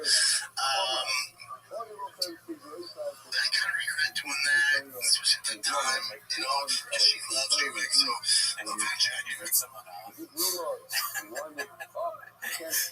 He's like, I regret doing that. Oh, he feels bad about ripping somebody off. But then that's because his wife misses the car. And so he ripped someone off and he pissed off his wife. For $70,000. Gotta get her one of those. Again, she doesn't care if it's 10, 15, 13, 16, 17. Brand new, she does not care. She loves G-Wagons. I always trip on a G-Wagon. I don't fit in them great. They're not the most comfortable ride. Especially the inside, like the cab's tight for my pajamas. But she fucking with the doors, like that's her shit. As far as, like I built up my excursion stat. The kids will do stuff about that. Built that lightning up so that kids were pissed off about that. The lightning and the excursion, the two ones that they were mad. I'm mad at the excursion, dude. I can't believe you took this one. You found such a clean eye. Still look every day. I can find another. And I was telling my kids, don't worry, I'll get another one. Now that you don't live in the San Bernardino Valley anymore, what street was your last house on? I grew up in Northridge. I'm just curious. Thanks for recording. Should be 47 now. You don't live in. Question. Yeah, this is a real fan. Yeah, well, if you were a real fan, and that's the line of questioning, what was your question? Okay. Oh, what? So I was just trying to create me like, what school do your kids go to? That's but that question, that would be creepy just to get it from no matter who you are. What street did you live on? Maybe that person is a bit on the spectrum or something. Oh, yeah. I know that you're going on command a lot now, but what size underwear did you used to wear? Like, what brand? What brand and color of underwear do you wear whenever you go? I mean, we could do a lot of skits and bits of public Patreons. On Patreon would be fun. The Patreon, the review of the Patreon. Alright, let's see. So that this is posted by Not Yet. He's up and down this timeline here. It's posted by Not Yet. Hot Chin drops a Baba meme, and the producers discuss how podcasting doesn't pay the car bills. So then, get it next Wednesday. Did you are you leasing it for payments or not payment? Payments, paid a lot. I did a 48-month payment. That's good. Okay. Yeah. People advise to not go above 60. Those financial gurus. I was laughing at that. Talking about car payment. Trying to give you cans. Yeah. God damn it. Next to what cans? Beer cans. Oh, okay. Let's see here. You sent me to like automatically, and I'm like, no, I'm just gonna do it, and I'm even planning it on paying it off sooner than that. Yeah, good. That's awesome. Yeah. I have a vehicle. Mine is like 140,000 miles. Just cost me $100 to fill it up. No big deal. I do that roughly once a week. And I was taking Steph's car, which is a Tesla, back and forth to Calabasas, which is great. No gas. Even if I have to charge it, it's like $8. It's like night and day different. Obviously, you pay as all breaks. Yeah, exactly. The Nick had to think, what the fuck's wrong? Nick goes like this when he says somebody's place. oh yeah. And he was like full vibe with it. Now he's gonna be so like aware of it this whole pod. So is Chin in the woods? Is he really? He's at the storage facility for sure. I've been toying on like, do I pay my car down? I only have a little bit left on the loan payment. Pay it down, get rid of it, upgrade to a Tessie or something. But I'm like, I'm doing the whole thing of like analyzing all these different car prices, like how much it would be to own a gas car versus electric. Everything, any electric option is like, you might as well have a Tesla because it's like you have access to the superchargers or whatever. It just, doing the whole car thing sucks. It's just so funny how differently we do things. I got pissed off and I bought a car online that will be delivered within an hour. And You are looking up and down. Have you thought about just riding your car out for a while down that space? Yes. Well, the difference is I actually owe more than it's probably that I would get for it. What's that called? Underwater or something? You're like, But it reminds what I'm thinking about during this is like all four of these dudes are involved in one podcast. It took these four guys to make TFK and all that other. What were they doing? Because they still left everything in that was bad. What was their job? We should get 4 hits to do our podcast. Yeah. We can't pay them. And it somehow makes our show worse. You know? Yeah, they're so bad that it makes our show worse. water. Yeah, unfortunately. Yeah, so I still owe like a decent amount on the car, and if I were to trade it in, they'd give me like only a couple thousand for it. You know, so it's like I'm still paying. I'm going to try to just pay it down as fast as possible. Is it the one like I've been in and stuff? Yeah. I have a silver like 2014 BMW. It's great, but it takes you. How long have you been? I've had it for about. I got it, I think, in 2020, so I think maybe 6 years. Hot chip can easily be like, You can take my car. it's like, no, you suck ass. We don't even talk. No, I don't know shit about cars. Yeah, dude. Everybody, this is the early onset car guy syndrome right here. Yeah. Next thing you know, you're walking chick, you buy a truck. You know what I mean? You're trying to walk chicks to your truck to get your dick sucked. Imagine buying a truck just to get your dick sucked. They think it leaves it. I mean, remember I told the story about how I bought the car. I did one episode on that, and I never want to think about it again. You told me to delete it. I was like, no, this is old stuff. Yeah, you can take it out. This one's posted by Sick Cards, bro. It's called Chompy Looking Out for Us Homeless Ones. 5-year-old dressed up as a superhero to help homeless cats because it makes him feel like he's saving the world. Oh, that's nice. Great guy. Posted by MTV 2232. Has Papa ever had a shorter-lived hobby than his 24 hours of archery last year? Oh, yeah, man. That was good. That was a good one. Yeah. The archery thing was funny. Go hunting. Archery country hats. That's the only reason why. Well, some sponsored Merch, yeah. Yeah. Well, you gotta do merch when you get the chance. No matter what it is. Every day. I'm leasing my name out to people left and right. This is posted by Ostrich Smoothie. Why they allow him water? Why they allow him? Like, I always wonder why they allow me to come on the Jerry and say stuff. I know all the stuff that I don't know what it unlocks. Well, it's easy to dismiss any. Why? Yeah, who's they?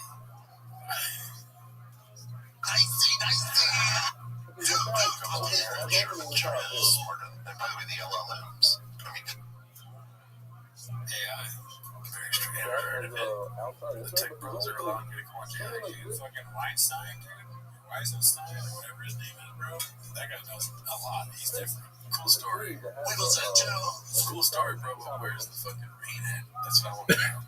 What happened to the good days of this fucking show? We got Rain and Magic Mind and Helix Mattresses. How can you do a show without rain? This one's posted by Williams DJ01. Cam is on that blue scorpion milk and good dates. Sage Kennedy has reported that Cam Haynes to use soft. Cam Haynes is a archer. I don't know who he is, but I don't know who saw us like the drug testing thing.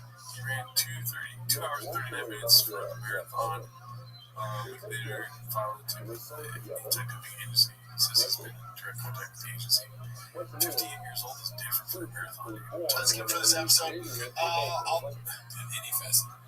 Yeah, dude, I'm on my pants. Big Browns, all frowns, being posted by Terps Exclusive.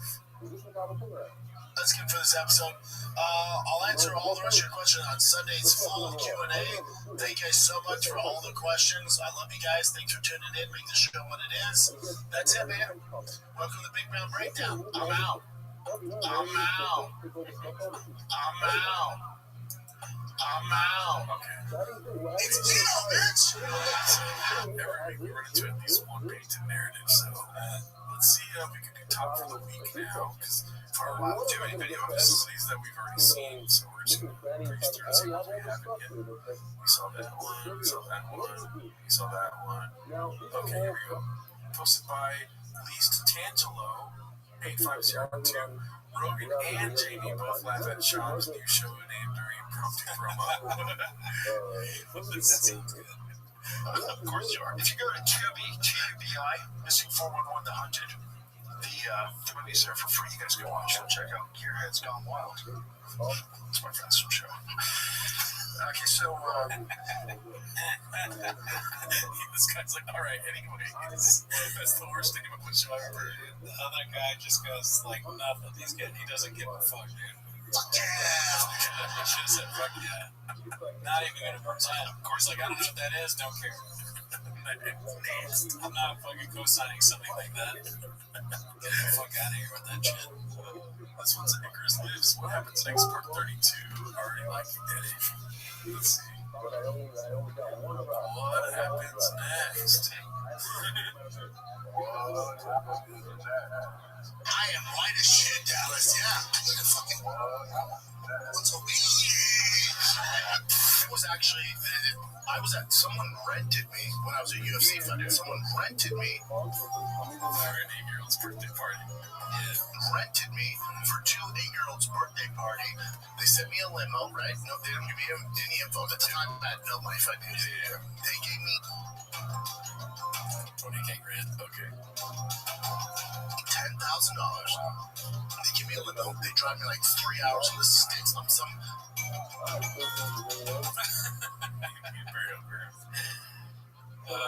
Yeah, dude, that's awesome. I mean, I have no idea what he says, but that would be great. Native American ranch, and it's these huge houses, dope-ass houses, right? I walked in, it's like a scene out of Training Day. There's all these Native Americans in wife beaters, tattoos from head to toe, playing cards. I'm like, what the fuck is this? Like, there's a giant fish tank. They're like, now fight. There's a giant fish tank. Check this out. I go outside, and the mom's like, oh, so glad you came, you know. My kids are big fans. Prominent feature of him using a straw too. Let's not forget. He's obviously using a straw. Those straws are gay, apparently. My kids are big fans. My husband's a big fan. I want it to be A. It makes more sense. My kids are fan. That's for an 8-year-old birthday party. Why would you have them there? Or the dad is so bored during birthday parties, like, I need my entertainment. I'm a big fan of Brennan Schaub, who's not famous yet, apparently. Fighting. That makes sense, dude.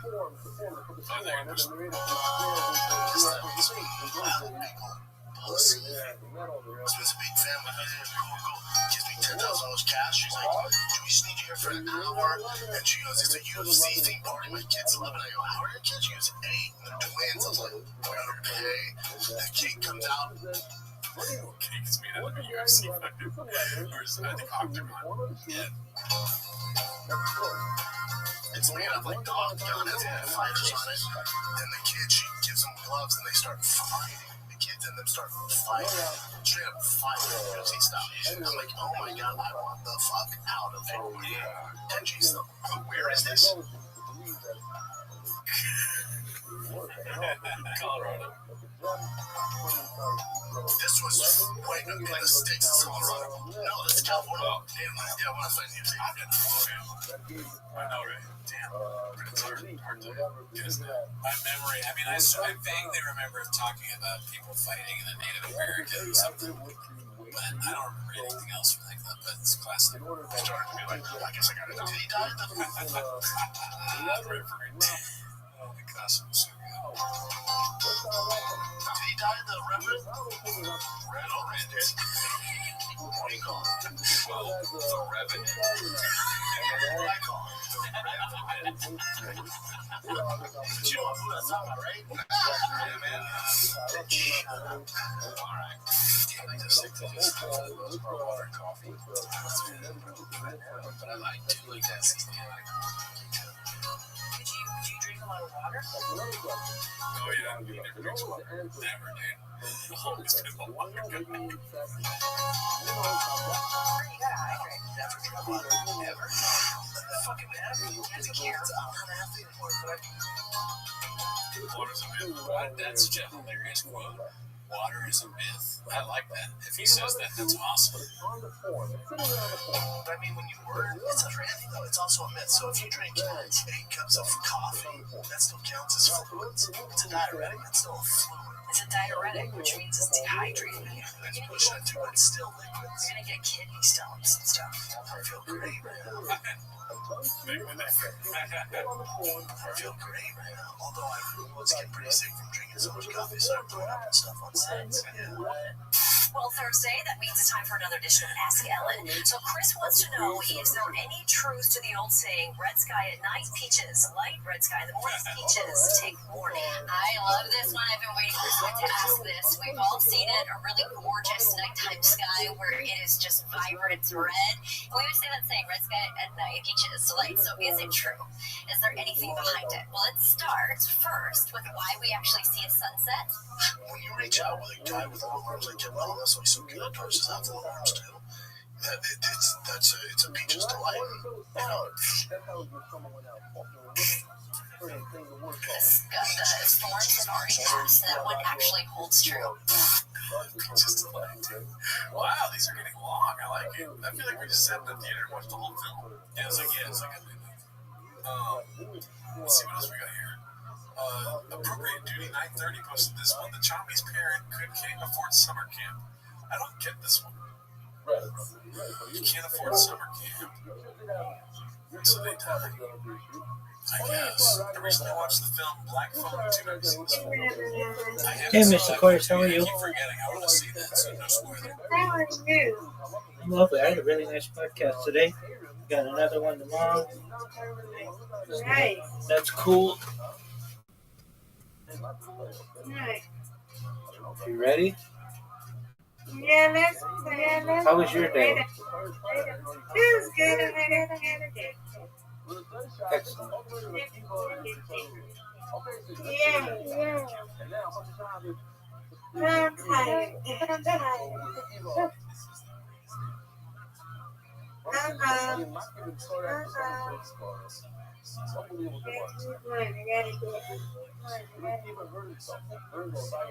Okay, here you go. Okay, come on, Rabbi. No doubt.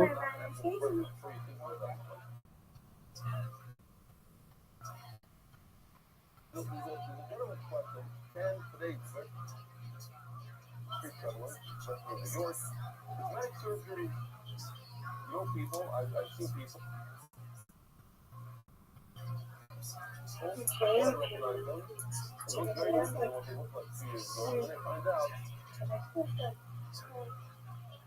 Hey! Look at you.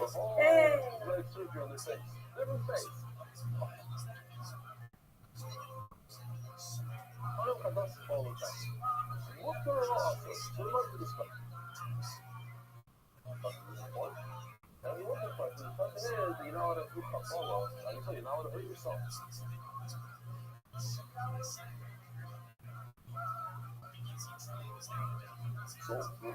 Look at you. It's Aquarius. That's 2 strikes in a row.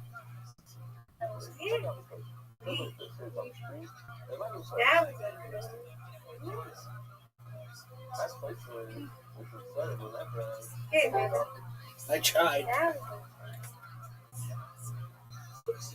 Hello, Rabbi. How you living, big dog? You see there's a hell of a game going on right now? I'm in the middle of a game right now, so I don't see it. But I'll take a look when I can. It's the Cubs, my team is St. Louis. And St. Louis Cardinals. Excellent, big dog. Brandon! What's up?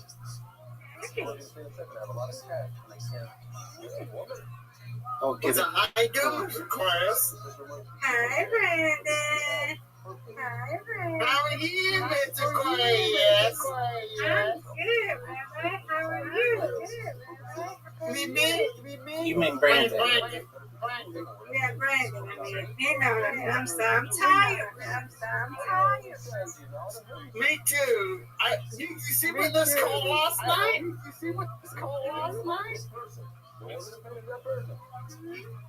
I see what ate her last night. Street there.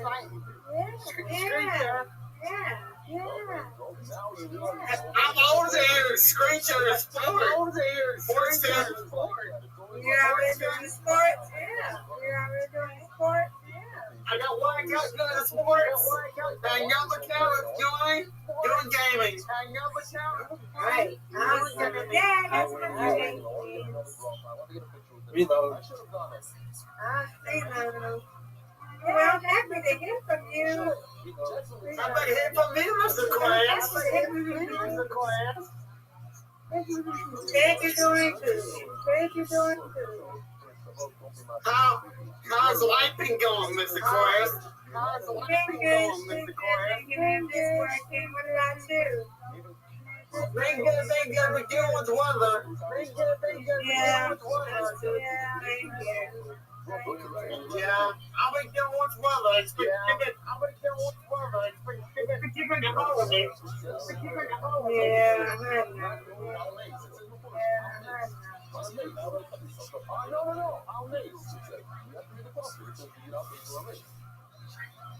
Yeah, I've been doing that.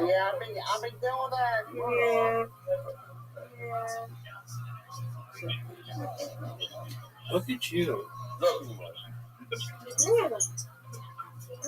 Thank you. Good day. You met. Yay, good job. Yay, good job.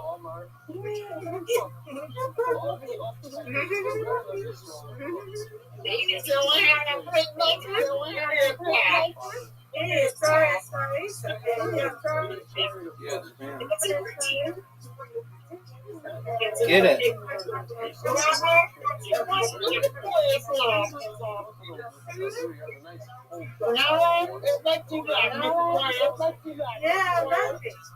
Yeah, Rabbi.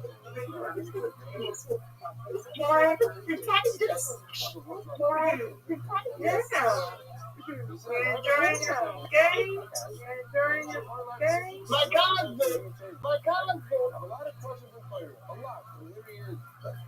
you are one right now. Are you on right now? All right. Gonna have a win. Good go. Come on, Rabbi. Come on, straight. Come on, straight.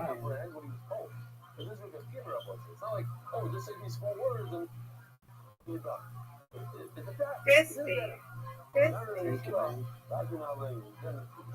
No one's touching you today. I don't know why. It says hello, by the way. I missed that.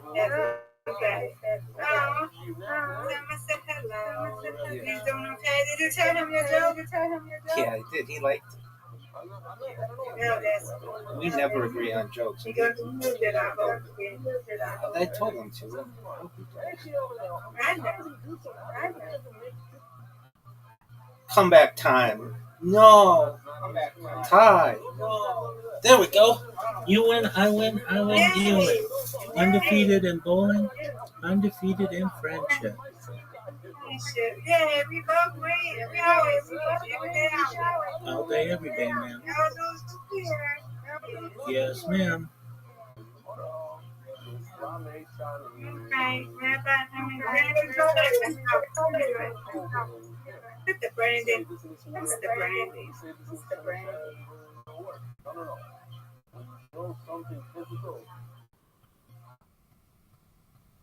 All right, keep going. Lisa got to hear you. Yes, ma'am. You too.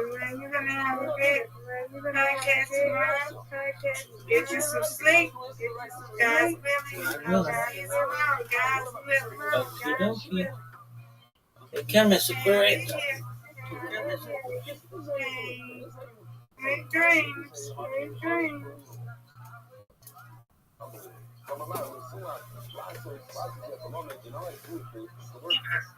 So what you come to right now? What'd you say, Big Chuck? But what's the countdown right now? I'm not sure, my friend. I can flip like that. He's screwed up like that. Let's go. Howard. Rabbi.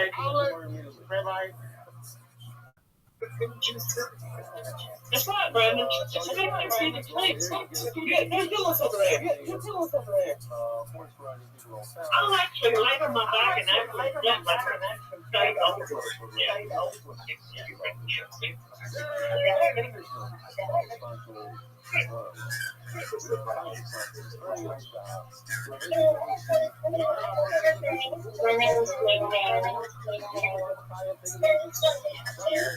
This is the station. First familiar to stairs.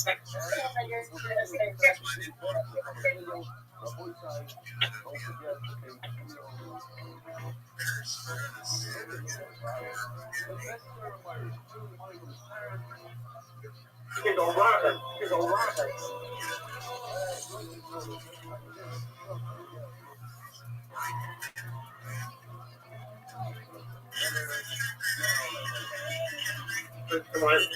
Come on. A wonderful okay.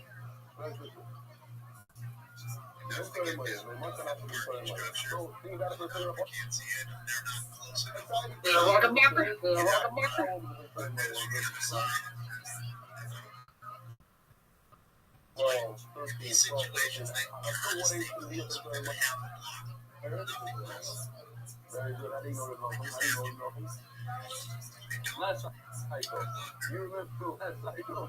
especially at this time, 6:32. There's so many people. 3 months. Very good. Then 3 months. You have to be at least 13. I know we all think it's a bit young. It's 3 months. They must have not been 3 months. You obviously salaries at the Yakin Zokan. Going from country as 2 salaries to 13 months. Until they got caught up in Zokan. The beard is round in the cheek. It's around. I'm not going to go up the lower beard, the lower elbow, not the upper. And listen, think about what wasn't again. If I was spoken in a nice way, to never feel each things. They below that. First, we should all with one matter son, not a good. They below you. Now, if he's not as one will explain, he's not an adult, he's a semi-adult. He just became an adult. Caught on? 12 years old, 12 and a half. Completely perfect. Why? The way ball, you saw this is recorded, he's not even having an initial. Saying your mother, I'll couple of known the part. Really, a sort of a player, but if you're 12 and a half years old, you don't die. You want to know it. He's not trying to, you're both on this, he's just explain. He's not hiding. Listen, so what do you mean I need a sword? What sword? It's two. His actual card got it because he's off of the boy he's going to listen. Where in the world did he see, or let me read it better. Baseball actually from the island, that cost it. Where do we see that the player ever punished? The hustle, the play over here we need. Skip. That's fucking. We don't see That was bad. Skip. Alright. Yeah, dude, so you're not missing out on much. I haven't finished it yet. I fell asleep twice. I watched it. I know it's on the stream for the other day. I was like, oh, it's out. Do you want to watch that? I was like, no. Netflix. Okay. Yeah, a lot of some good stuff on TV. Yeah, how podcasting go? PFJ's The Iceberg and Brandon Schaub and Brian Keller on the Titanic. Excellent post from Will Walker. You saw that one? Friday content. This is like, I couldn't even finish watching this when I saw it on my phone. This is crazy. To the Netflix. Really? Yeah, like, this was really happening. So it's gonna be a lot of songs with the DJ things you cannot She just heard showing her ass, which is awesome. Yeah. Prince Royce, sorry. Yeah, no, that's awesome.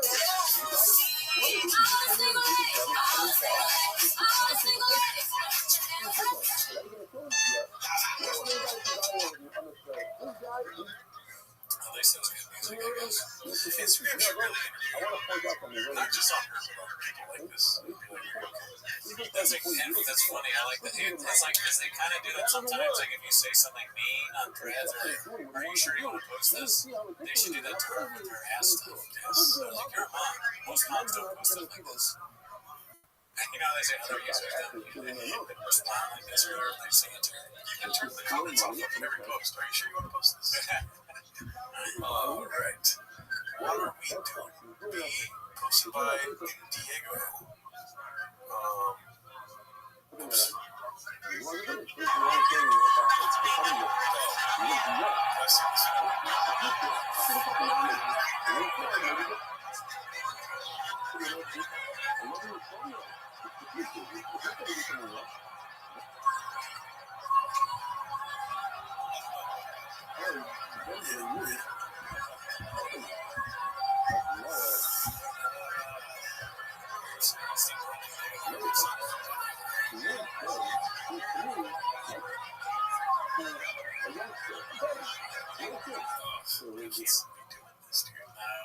Too old.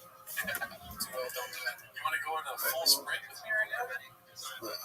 Let's see if your hamstrings are okay. No, I don't want to. Shot toss a lesson. You know, a lot of things he does, they're stupid, but they're also like, yeah, I know, actually, maybe I would have to try that. Yeah, and, you know, there's like literally athletes in the NBA pulling hamstrings. These are the most fit people of all time. Yes, and when they go to a full sprint, sometimes they pull a hamstring. Yeah, we're just two guys that do 10 minutes a shot. Our hamstrings are begging for us to go to a full sprint so that we can become sedentary for a while longer, because that's what our bodies like to do. Yeah, we skate. We skate. I'll rip my fucking hamstrings back off. Nobody's off for chin. Vodka proposal Gadushed. Vacate proposal Gadushed. I don't think we've seen this yet. I'd like to go visit a family and friends again. Just a whole weekend. Yeah, that's easy. That's easy. I mean, 13th and 20th, though, you guys would just go done. Sure. We can. I've never, and that'd be kind of cool just to have a week off. But either way, I'm going to miss what I always have to stay working, so we'll still have paper to break down. But trying to get out to take a week off. Sometimes a break is good. They also have bags and stuff. Yeah, I think that one happens up. We'll figure it out. Yeah, no crazy things. I want to actually. That's just the worst podcast ever made. Yeah, like that. It's probably broken record saying this, but that could be set off. Just playing it real quick. What you want to do?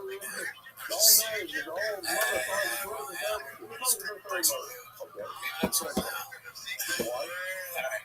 See you next week. Honestly, shit, don't show up for a week. What are they going to do? Replace you? I fucking doubt it, dude. Yeah, if you want to see your family, Chin, go see your family. Please, for the love of the cameras right here, dude. Shop won't even know that one. He switched. Shop won't even know that he's got it. Show up and think, oh my god, the whole thing. Where's the video? Shop's doing podcasting without the recording. Yeah, dude. It's Chin's leave. They're not going to notice. Andy Roddick schools Papa on being a baseball dad, posted by Not Yet. See what I'm saying? This is definitely Great at basketball or big in tennis. When you say that, so there's two things. There's one, whenever you think your kid is really good at someone at something, just travel a little further. Wow. Right? So, like, you see the kids in our leagues. Wow. Like, what a great call. There's how many kids are in your league? Are they there's 10 in their league, so therefore we think they're awesome. Yes. Are there 50 leagues like that in the state? That's really good. So then it's like let's apply math to excellence a little bit, and like let's stress test against that. The worst question I get asked all the time is how many hours a day did you train? Wow. And I was like, I don't know, when I was 9, I could hold my attention for like an hour.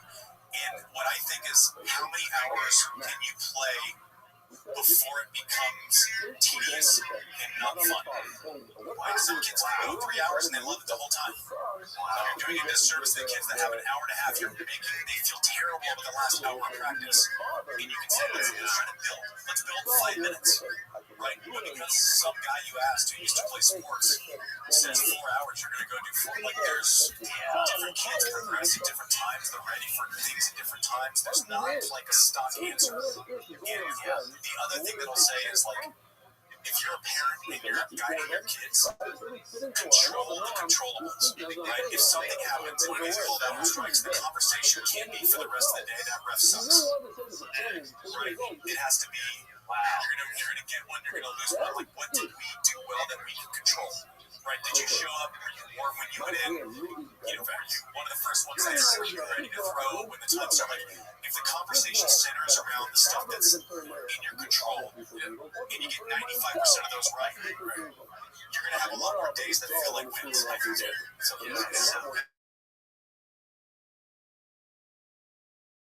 Gosh, the best dads when you're getting big at sports, and I know this because I was really good, is one, ask yourself, is there a cubby at the front? Is my still in the cubby? Can I hang out at the cubby? Have I yelled at the referee to stay? Did my son get a fat kid to hit a home run off him? Did I yell at him after that happened? You're done. Okay, so for today's baseball lesson, is it an umpire or is it a great umpire? Is this guy suck ass or is he good? Yeah. Absolutely. Don't even swing your hardest if it's a good umpire because they're going to strike you out. Yeah, they're going to strike you out anyway. So, like, I gotta get on the field. It's actually my bad. If the umpire feels he can do that without me yelling at him. And if you get a hit, flip the bat as hard as you can. You have 4 flips on. I want that bat's hamstring to be straight because they have the DNA that maybe Andy Roddick doesn't get it because he plays tennis too. But like my kid, he has a DNA where he can succeed. So maybe it's just a game for him or whatever. But it's like for me, it's a little different. It's like no, I get it. But I'm like, I'm gonna tell my son, Andy Roddick, more like Andy Roddick.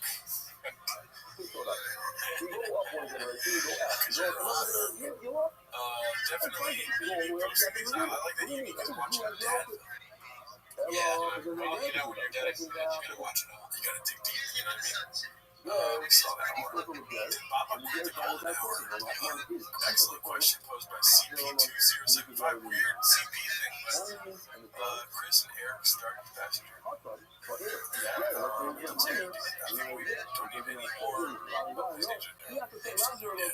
He's taking a little break. This one's posted by not the Angel Waters. Yes, sir. Ever paid our podcast and others. There he's right there. Missing, defrauded that I know of me and my friend was up to like $4 million. No way. What is he doing right now? Do you know? I'm not sure. I'm glad that I don't have to be involved with him anymore. We have a guy who allegedly stole a bunch of money from us. If you the podcast one guy, yeah, also does a great job. We saw that. Brian gets confused by glass, but did you watch it? I feel like we've seen I didn't see him. How old is Brian? Like biological terms or something? Okay. Well, what do you mean? So show business. What do I play? I can play anywhere from 30 to 40s. You think you can play 30? I don't know. I think you're right. You think you can play what I play? I think it's what's called a soft filter. Right. Yeah, especially if I had a glass with a wig on. You know what I mean? A lot of what holds you back is, so thank you. Can't believe that you have that. A lot of throwing a wig at him was fun. I got there, just tossed it. It's supposed to be like a bit, but it's too real. It's like that's how people treat Kellen. He shows up, they just toss a costume in his face, like a cow costume, put it on, guy. Boom, and get beat. Move for the camera. That's what the director says. The cow shows up. Right, so let's be honest, it ages me. I've lost a lot of hair, but I'm worried about temperature surgery. I have. I've looked at temperature one with a mission for you now. I make a fortune. And look, I want you to watch now what happens to my face. Watch what happens to my face. So, do you see how young I look all of a sudden? Isn't that crazy? Yeah. I don't know, not 30, but 40 50. You can play 40. Yeah. Yeah, they're like that. Right. Man, dude, I want to do that so bad. Casting something like a show, just throw a costume at him. A dog costume. Hey, woof for me. You're playing the trains. That's a thing out there. It's great. On the interview, but mentally, he's in 2016. This one's called Posted by Willem DeCoy. It's a thing out there. Expect to. We gotta have expectations. What do you got? I'm a kid on the porch, Barry. You got a 38? No. College about 31 now? Yeah, there's 36 or something. Now he's 38. No way. He's not 38. There's no reason he might be. I think he's older than me. But time flies. Time flies, but I'm sorry. 37. Fuck. See what I'm saying? And by the way, he's about to be 38 when he fights in the 30. That's true. That's July. Okay? And that's a lot of miles on a 38-year-old. So if you're expecting something this easy, let's all the miles. Yeah, sure. I think about that in all my fights now. I try to only get into fights with other 40-year-olds. The escaped goat is back. You'll do nothing but listen. Thank you for that. Gave it to OJ's defense team. So he was like, and I said, have you ever used the word? And he was like, next thing I know, like, the got on the scapegoat for OJ. He's like, that is not the case. Chris Rock was just kind of the scapegoat for all. It's more of an scapegoat to go. They don't have much control. Well, give that same energy when transgenders can't go into the bathroom. Yeah, sorry, guys. Oh, man. A little peek behind the curtain. We recorded a Patreon episode earlier, so we're at like Joe Rogan length of episode recording today. Yes. We're at 3 hours. Isn't that bananas? Imagine talking like the whole time we were recording, you could be talking with Eric Weinstein. Yeah. Joe Rogan. Oh my God, imagine how much more Joe can be. Yeah. You have to keep it alive. He's just over there going, well, you know, they don't. I know a lot. And then you have to be like, what do you know? You won't just say it. Right. We talk about this before, like, ask me a question, maybe scientific recording. Sure. What do you think about, like, the sky? So you're looking at the sky. And the polymers underneath, those are way more interesting, Cody. The telomeres in mice. Yeah. I heard the telomeres in mice are bluer than the sky. Did you know that? But you're over here asking me what the sky looks like. Yeah, what do you say back to that? Yeah. But yeah, we've been recording for 3 hours. We did a whole episode on Jelly Roll 8 on the fucking Patreon, and the Roadcaster attacked us because the Roadcaster does love Jelly Roll. So, but that'll be up there. Thanks to all you guys coming through and saying hello to us. You know what I mean? It's Memorial Day weekend. Yes. So we're going to go to the beach right now with some baddies in the G-Wagon, and hopefully walk into a different driveway. You want to talk about that? Yes, that's so there's a motel next to the beach called Drunk, so hopefully we'll walk into the beach. Sorry, my imagination's fine. Social media, this is it. You want to say it? Nope, see you next week. Okay.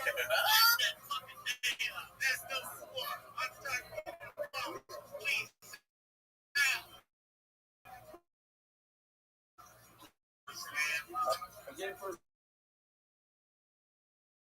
the number of ways we're going to consistency of the document for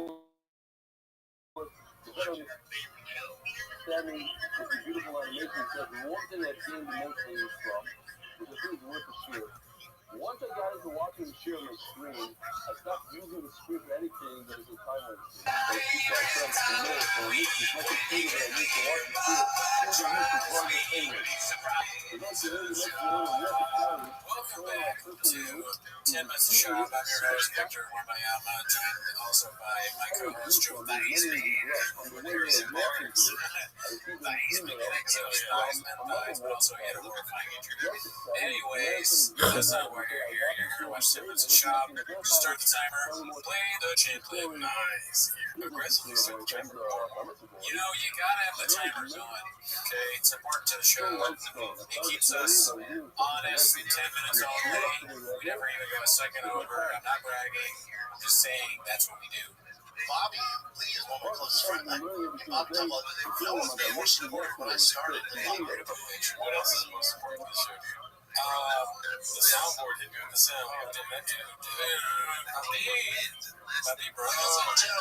What do you pick? There's so many sounds. It's because it's funny, to get you, waiting. Stressed out. That's the way you function. I heard like 75% of people tune in just to see if we got more sound yet. Not that you did. Yeah, one guy was saying that that he was like, it's so funny that all the soundboard or half the soundboard is from the name. Yes, man, you know I gotta say that? Bond. You fucking bond, dude.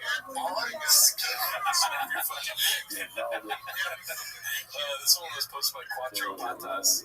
It's 4 people that tell it. 5'8". That's not 5'8". It's just so funny that the idea that the chair would be bigger than him. Obviously, that's not true, but he's like sitting down and he thinks so, but that's awesome. What do you want? That's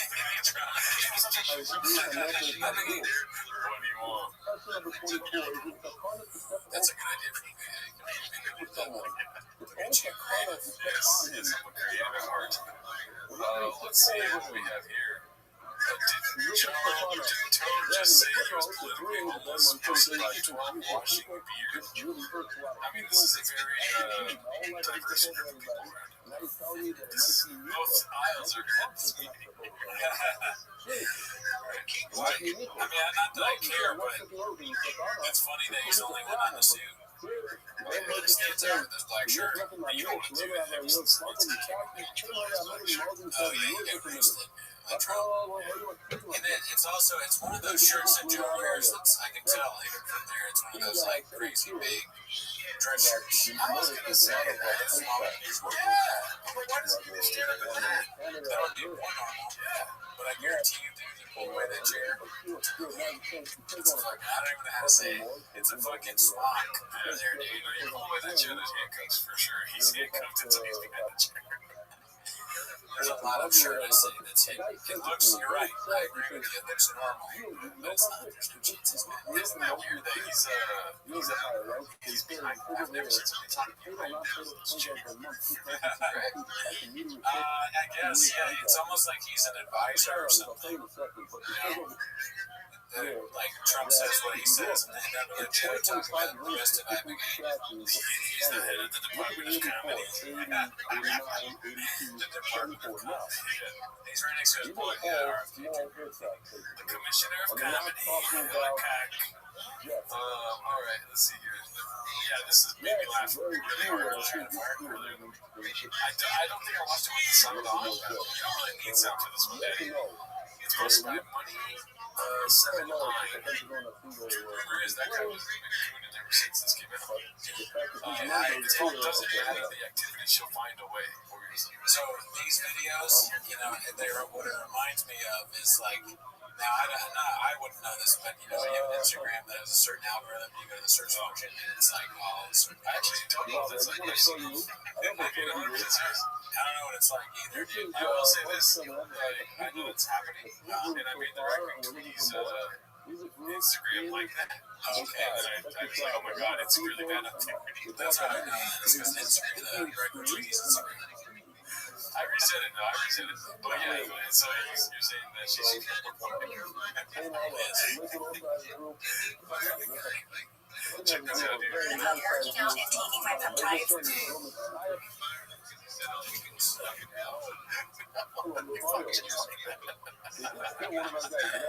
You shake your ass again. Somebody almost had one punch. It's been a game changer for me. Peptides have actually been a game changer for me because they deliver. It'd be really funny to like box and your butt does that. Grace boxer with just a ridiculous ass. Yeah. Triple G, more like double B. The guy has just a fucking huge ass that just waves, shakes when it fights. Double BL, dude. BBL, triple G, dude. And Like, we fuck each other. Come over here.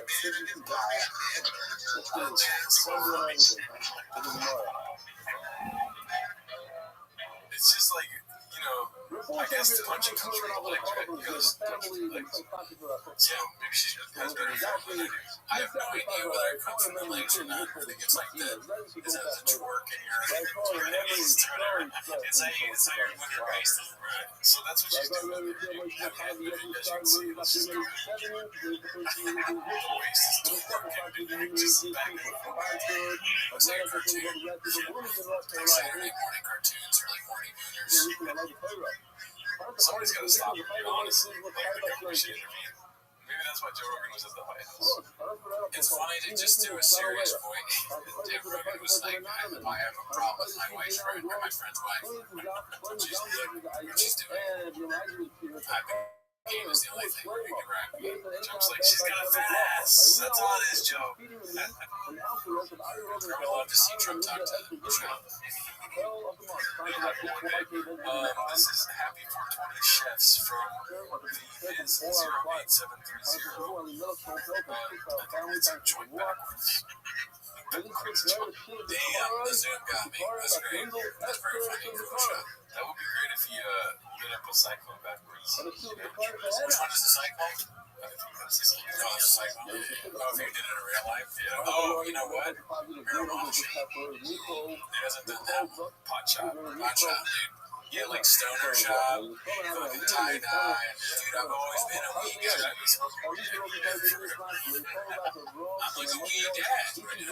Just chill. It wouldn't really match his persona, but weed is so much better after you eat barbecue. He gets better.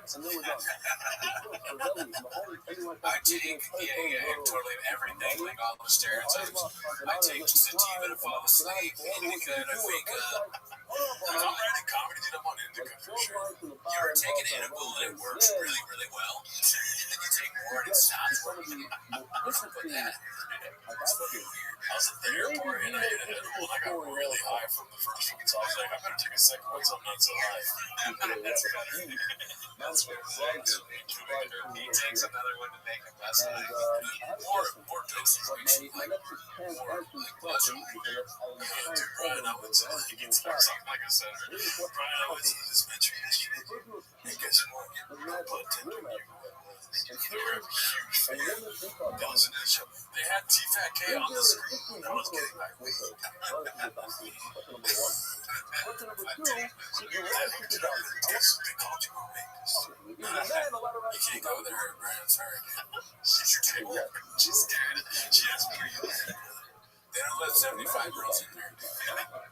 Comment below if you smoke weed and watch our show. That'd be very interesting to see the demographics there. So, yeah, that's one demographic YouTube doesn't give you. It would be very, what is it called? Useful. Yeah, and also Jordan was a cop. Not a cop, truly interested. It's not a joke.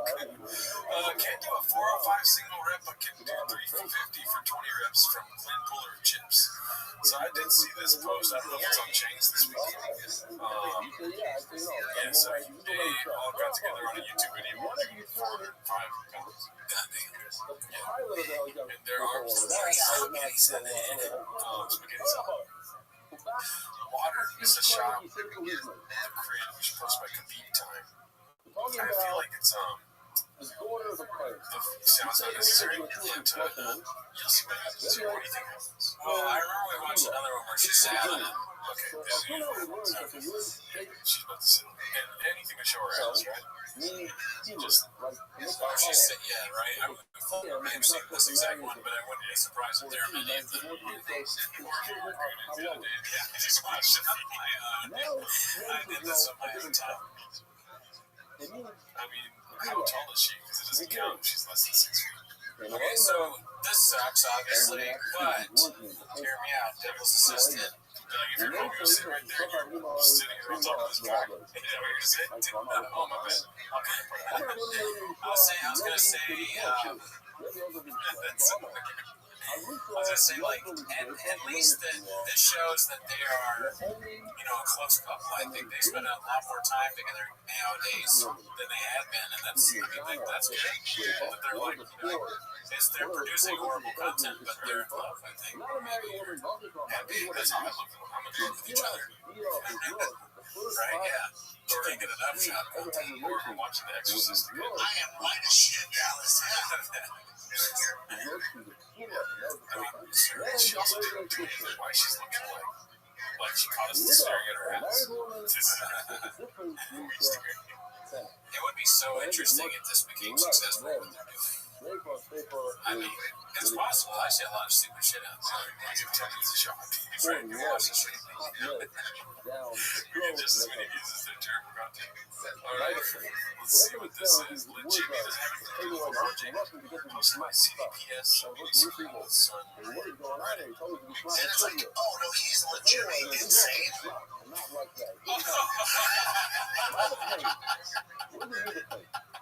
Dude, you can never guess. You never guess, dude. Social media, this isn't real. Oh my gosh. You never thought No, he's legitimately insane. No guess in a million years you would ever got this. He was dressing legitimately. You wouldn't know that. Don't pretend like you would have known that. You think that's like a high school nickname yet? Jimmy Insane. Anything is possible. We got another shot.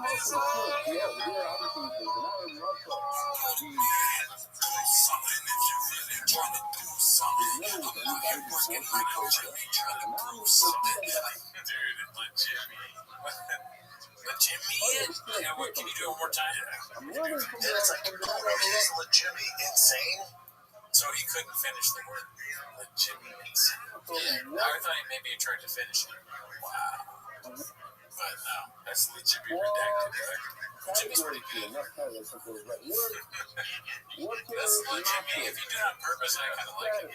We're going to go to Albert's after this because I'm legitimately hungry. Possibly, dude. Jimmy might want to go get a flaming young. It is connecting the dots, like everything's making sense. We can literally speak in Chavez all day. Makes sense. Then it's like, oh no, he's legitimately insane. Just like the shoulders being like a little closer to the neck than usual, too. Then it's like, oh no, he's legitimately insane. Then it's like, oh no, he's legitimately insane. You tell the cop about some guy that's legitimately insane, and then the cop doesn't know whether you're also legitimately insane. He's legitimately insane. He's legitimately insane. That was great. I don't know why that doesn't have any as much outputs as it should do. Shout out to you. Times are near. Busy middle equals zero eight. Times are there. And it's like, hey, remember that time? You're just talking about old stories, So it's like, me and Brian haven't had the conversation. I think we should go down there once a week. My passion and focus is Shop Show. Same here. We did the Shop Show. Yeah, Shop Show's real important to me. Legitimately my favorite show. Yeah, I don't know when it happens, when it's recorded, how often it is, or really, I'm just not realizing it's still going on. But super duper killing me. Oh, it's like my art shop show. Our show? Yeah. I know when our show is. Yeah, we legitimately have a shop show. Oh, yeah, it's like, dude, you have a shop show, we have a shop show. Everybody should have a shop show.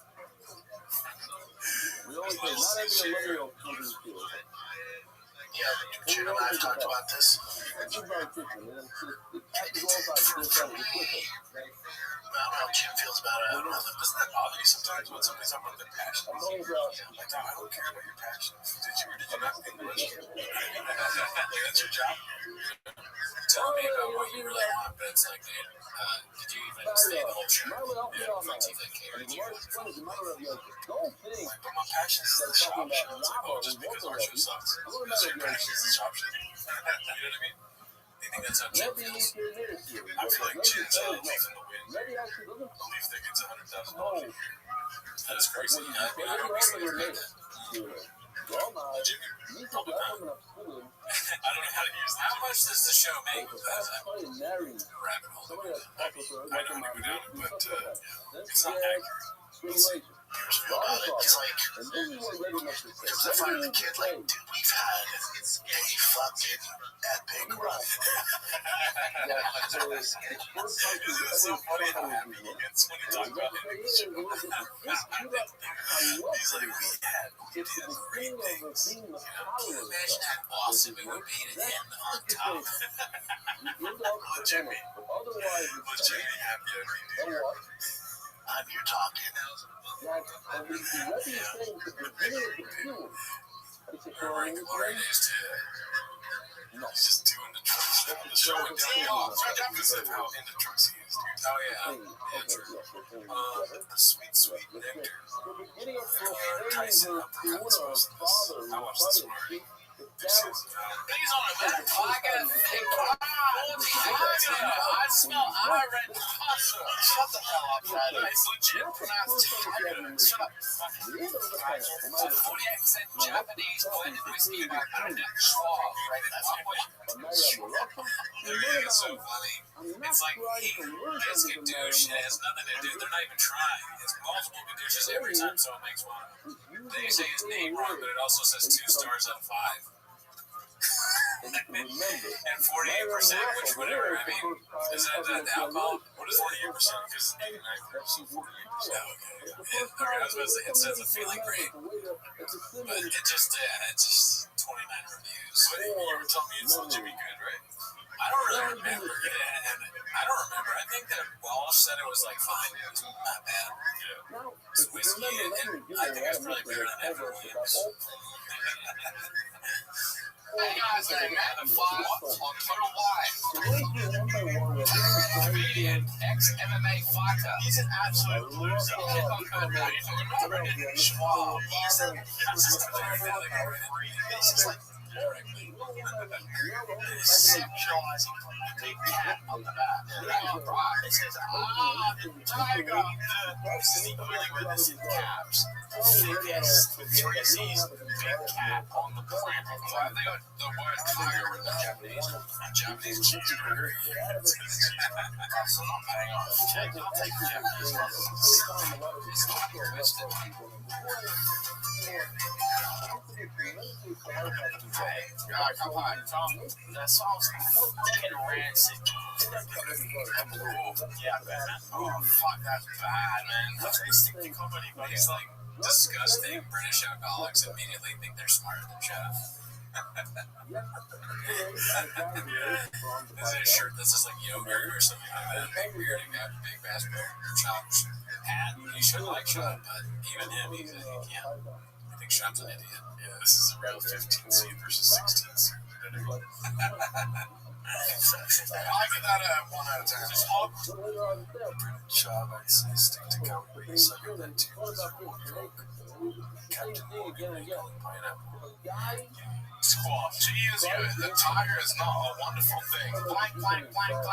Almost 80 pine aftertaste might be okay for $10. So what do you think it is? So the blank there?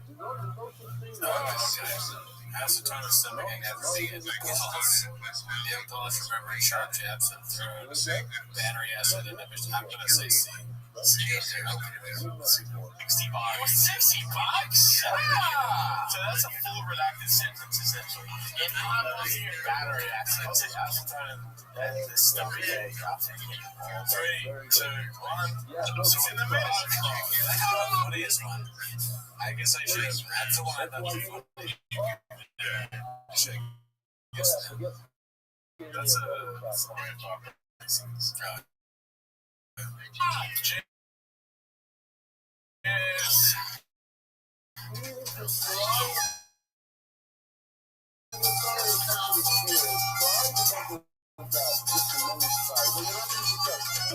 Isn't that funny how people like alcohol because the effect it has on it's like they're willing to like be okay with how bad it tastes sometimes right with your friends. You know what I mean? Yeah, and then you're like, I want that feeling again. You drink a whiskey again. Oh, Jesus, and then they just kind of get used to that. That's how bad this whiskey is. These guys have had so much alcohol. They want more, but not that bad. Or they're just trying to get clicks, because Brendan Chubb's I think they know a little bit about it. I'm surprised Headbutt wasn't the one because I thought they were UFC. Headbutt shit. I'm drunk. I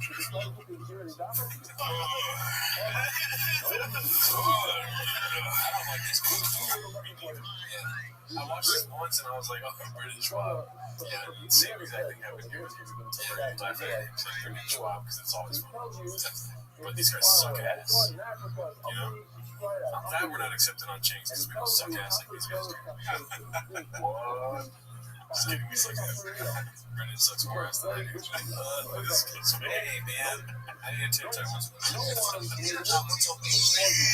You would laugh at my joke about your friend getting fucking pussy, dude. Which friend? When you're putting sludge on the bench press and you're sitting on his dick. I thought you were. I didn't understand. I thought you were saying that like somebody was sitting on my dick or something. No. Your friend lays on top of you while you bench press and you're moving sludge on vagina on top of his penis. I'm moving. Wait, who's bench pressing? I'm bench pressing. Brendan Schaub is bench pressing.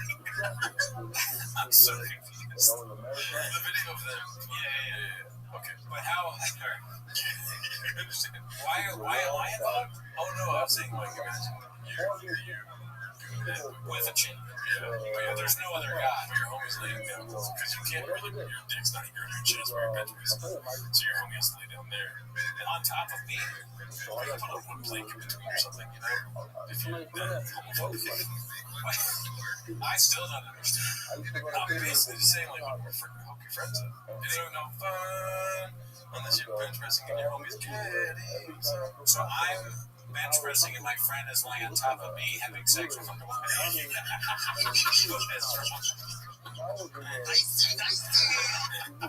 Well, slow Joe. I'm sorry, you're going to have a slow Joe. Yeah. Alright.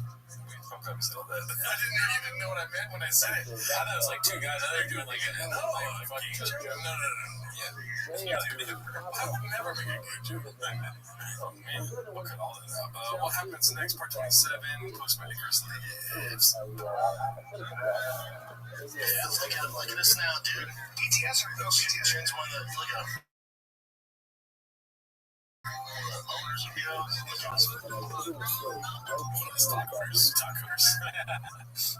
stockholders for sure. You deserve the stockholders. Hodor. That'd be like a good, like, those anime stand-up videos. You put Hodor in a, like, business suit. Stockholder.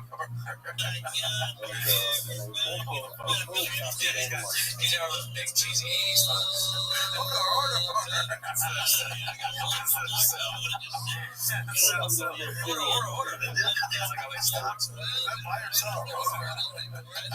He's the genius. That would be like funny outside of he's doing a sketch about him two having missed the boat from him. I got Hodor as a stock guy. And people will just interpret what he says. He never gets it wrong because people just interpret whatever he says is the right thing. He's a genius. Mystic. How does he know what's going up and down? He is a man who just is consistent as he's and I'm not saying the smartest Steve Jobs is. Steve Jobs is an Apple. He has our thing like that.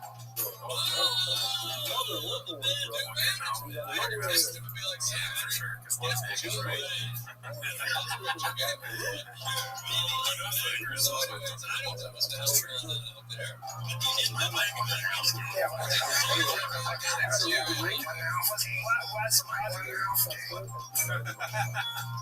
Mike was Nazi. Imagine Steve Wozniak was a huge T-Fat fan. Yeah, that would be amazing. But how does he get to mine with you? I don't know. Mike Wazowski from Monsters Inc. You watched a lot of Monsters Inc., dude. I see. I messed up on him. That is the monster's name. Oh, yeah. Okay, Mike Wazowski. Mike Wazowski. I was the one. All right, that makes a lot more sense. It'd be a lot more disturbing if it wasn't.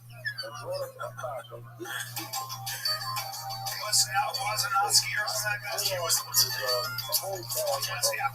Yeah. You're my Steve Wozniak shit. But you're way skinnier. Steve Wozniak. You're my Steve Wozniak. This is good podcasting. Why didn't they go back to this? If only, yeah, they have tons of views. They need to get that new guy in there, like a new general manager, and be like, guys, we need you to continue telling us what shit is like to you guys. And don't ever know your references. Don't come in with references. We're starting recording right now. It's fast. And then the next thing you know, millions of views. Steve Jobs, a day. Okay, let's get that. Maybe that doesn't work. The general manager's like, can you help Theo to come on? And he's like, nah, dude. Theo's like an uncle to me. He's like, can you help Bobby? Like, nah, but he's my best friend. How about Candace Owens? He'll do anything. Get it twisted. Don't get it twisted. Papa is nicer than Jobs. Yeah, he's a nice guy. Definitely not smart. Much nicer. Steve said I also used to yard. Yeah, Steve Jobs was a prickly, bit of a man cactus. I call it man cactus. Yeah, call him a man cactus because I think the word man before very funny man, very funny. Write that down. Yeah, dude, I'm legit being a man, dude. Earlier, I took a man. Oh, dude, I've been man constipated all day, dude. Really? That's rough. To my man to visit to the restaurant. Man difficult. I haven't been constipated in about 15 years. I can't remember what being constipated feels like. Yeah, you're always taking man fiber. I'm not even. My body's built of fiber. I'm not keto, but you're taking vitamins for your man creams, right? I am taking vitamins for my man creams, man, it's not working. It's a man Adderall. Okay. There he was. Looked at this chick. Tall. I like how it's all in the same picture. What the fuck? Thomas Wozniak now in a wheelchair. Oh, I saw him the other day. Definitely be. No, he's balling. He was just doing some fucking interview. He's so ripped. You son of a bitch. You've been doing some really well. I was in Indianapolis, Brent. Oh, yeah. I was in Indianapolis, Brent. I know you're going back to Trio. Download the DraftKings Sportsbook app right now. Use promo code SHOP SHOW. How dare you wear a sandbag? That's nuts. Wears it all, man. But yeah. This is the famous one we're supposed to see. That's the SHP show. That's Code Shop Show this Saturday at DraftKings Sportsbook. Officials. I think he's spelled it right. S-E. No, he said S-C-H. S-C-H-A-U-B. S-C-H-A-U-B. That would be correct. Let's see if he gets it right the second time. Show. That's Code Shop Show this Saturday at DraftKings Sportsbook. Official sportsbook program of the UFC.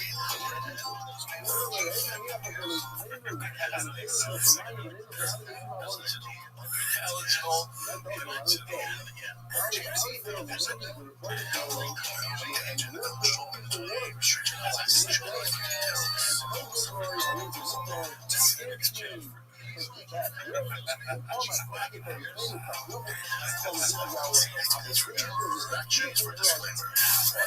Chateau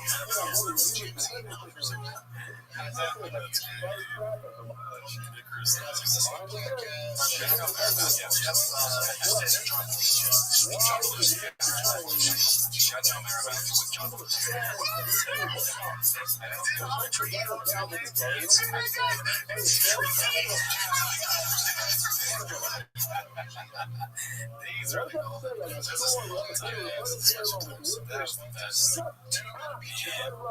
Chateau Marymount. That's legit be funny.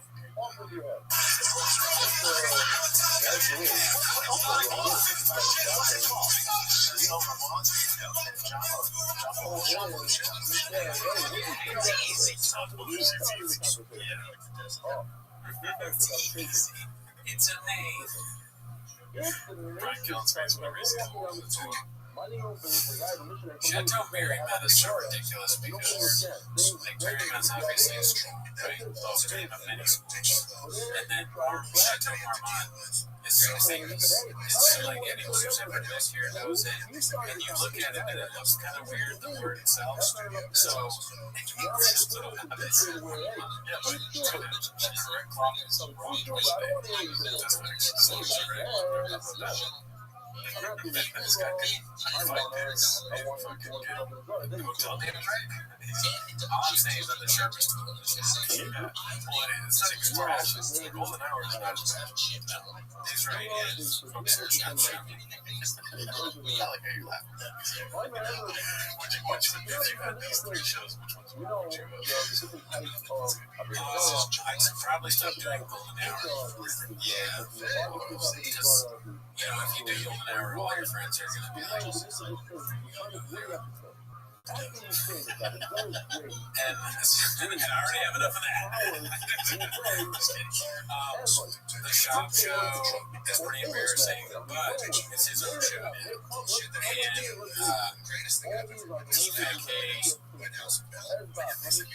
just like that as being a really Ryan, but we also got to because and again,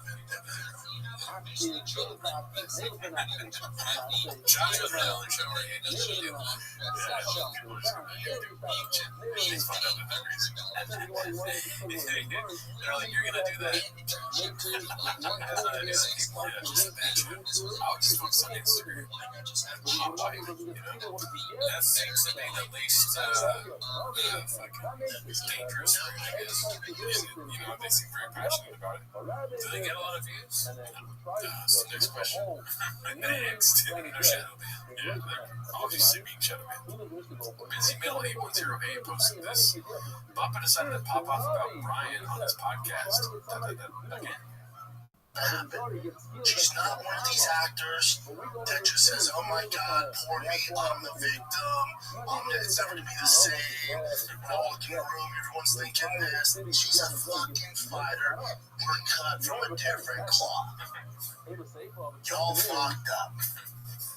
And every actor, comedian, if you were wrongfully accused, you were shamed for a tweet, somebody said it on a podcast, and you were canceled years ago, take a page out of fucking Gina's book.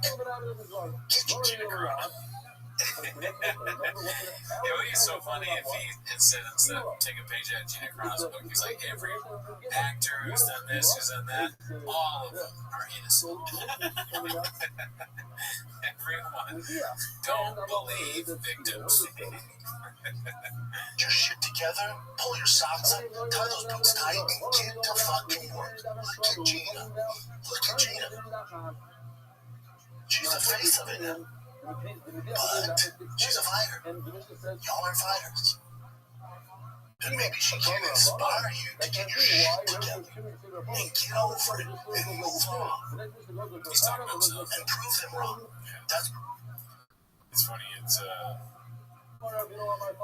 he's looking for that moment in the movie where he's like finally gets through to Brian, and Brian says the funniest thing of all time. And then slow motion laughing. He's like, yeah, he's got to say the right thing to get it back to them being the number one podcasters in America. What would that be? He's going to keep looking for it. And I like the movie, right? He's trying to do the Al Pacino thing. We fight for that itch. But I don't know if Shab has it. It's tricky. Yeah, Chateau's more like Chateau Marymount than a speech that's going to lead to success. Yeah, he's more Marymount than Al Pacino for sure. Let's see what they got here, dude. Letty Manolo of 2020 or 201. A delusional and defeated Papa rewriting history as he sees it. Let's see. This is a mindless ball. It is what it is, man. You know, So crazy. I don't. It's a sad story. You know, we're pioneers in the space, especially as I do. The first, I was the first professional athlete ever to have a podcast, and we're really the first duo. I can't imagine it's him. Yeah.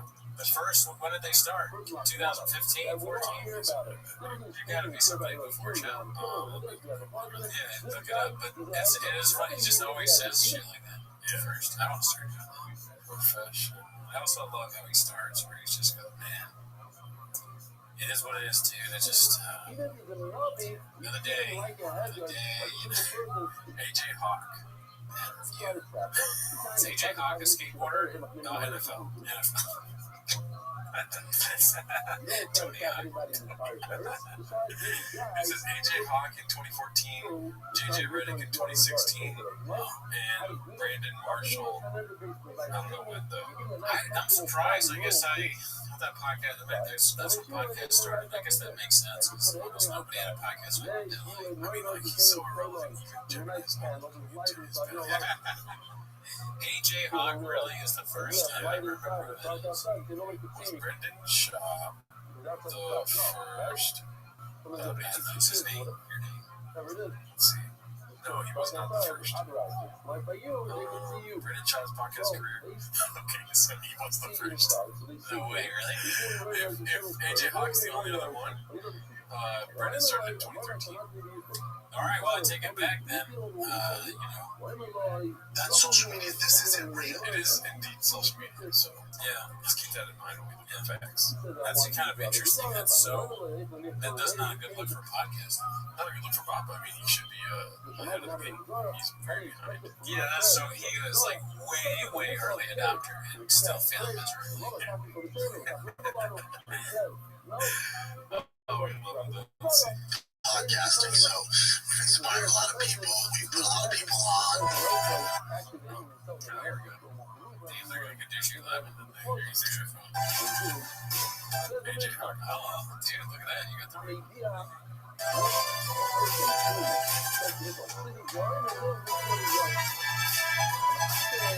Oh, active. But he's right though, all these athletes with podcasts, they always separate the child and people. Yeah. Yes, Jelly Roll started the podcast called Buns in the Oven. He's like, I just want to take many shit from the Pickies. We got a Latino version coming out of a podcast called Bimbo Bread.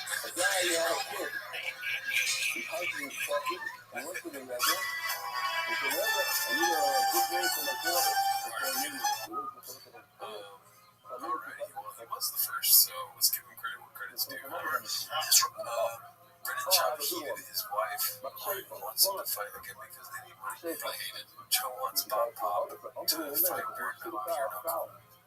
Pushing out, kick out, starch, whatever. But you don't see the after effect, the side effects after. And Jaws turns to his dad, who's with him, it's heartbreaking. He goes, my head. And I'm like, he's such a vet. He's been in a million fights. He goes, I've never felt this pain in my head. In my head, I'm thinking, fuck, his brain's ruined it. But they took him. Why did you say that's your wife? Because she still wants to see you do a fighting. She was like, I feel like you could tear some of these guys up. So we want to hard fest. That's the after effect. When they're like, one of the guys said a car accident. One of the guys, I don't know about that, but one of the guys won. I'm like, look at him. Broken hands, fucking. This is what it is. Like you see the paycheck and the knockout and the lights, but this is what it is. Yeah. After this is what it is. Yeah, you don't see that because you guys got to see Jones and what's his name? After you guys saw that after fight, right? I was backstage. You said that was brutal, right? I didn't see Jones. I saw Gustus. You and I never talk about. Sad. Very sad. It's sad because they're also trying to like fight random people in Starbucks parking lots. Yeah. When it comes to like doing it on camera, he's like, "This is what it is. This is what it is." That is funny. Like they know firsthand how awful violence is in fighting, and it's like the damage from it. They've experienced it, and yet he still wants to fight an untrained barista. Or a guy that honked at him. Security. Or a security wearing a mask on. Or like this, the guy honked at Brennan's wife to like go faster or something. And he was like, I was gonna kill that guy. This is what it is. He was gonna kill him. He was gonna snap Nate Diaz's neck off because Nate called him gay. It doesn't matter what you gay is like. That's what it was. Yeah. You're always saying that.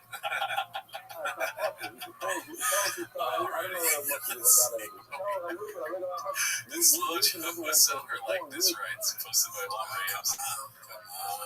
I guess that makes me pussy. I mean, no, wait a minute, Brendan. Let's see. Yeah. For sure. I don't know about the mouth part. That's kind of disturbing. You know what? I've always wondered what Uncanny Valley means. I don't know. So Uncanny Valley, great question. Thank you for asking. It's something about this. You can tell it's not human, right? That's what it means. Yeah. So is that effect you get when you look at something you're like, that's not human? My whole life I've wondered what it means. I never know. Thank you, Uncanny Valley. So you still don't understand. Shop actually ain't going broke, just needs more land. Also addresses the TFAT case lingo as stale. Posted by Not Yet. Have you ever seen this one? No? Okay, let's go. Ask Jay and all that shit. What can you do? I think it's pretty creative looking that. But that was years ago, so they kind of updated. Richard, where are you selling your house in Austin? Movie City's getting home, man. I'm literally moving to block. People kept making fun of the things you said from like, let's say 7 years ago, 8 years ago. Yes. Would you be upset about that, or would you be like, would you say like, come on, guys, get new words, or would you be like, they still talking about it? Can I ask you a serious question? What's an idea? Violence? Oh, so you're going to my ass again? Okay. Hard to tell, honestly.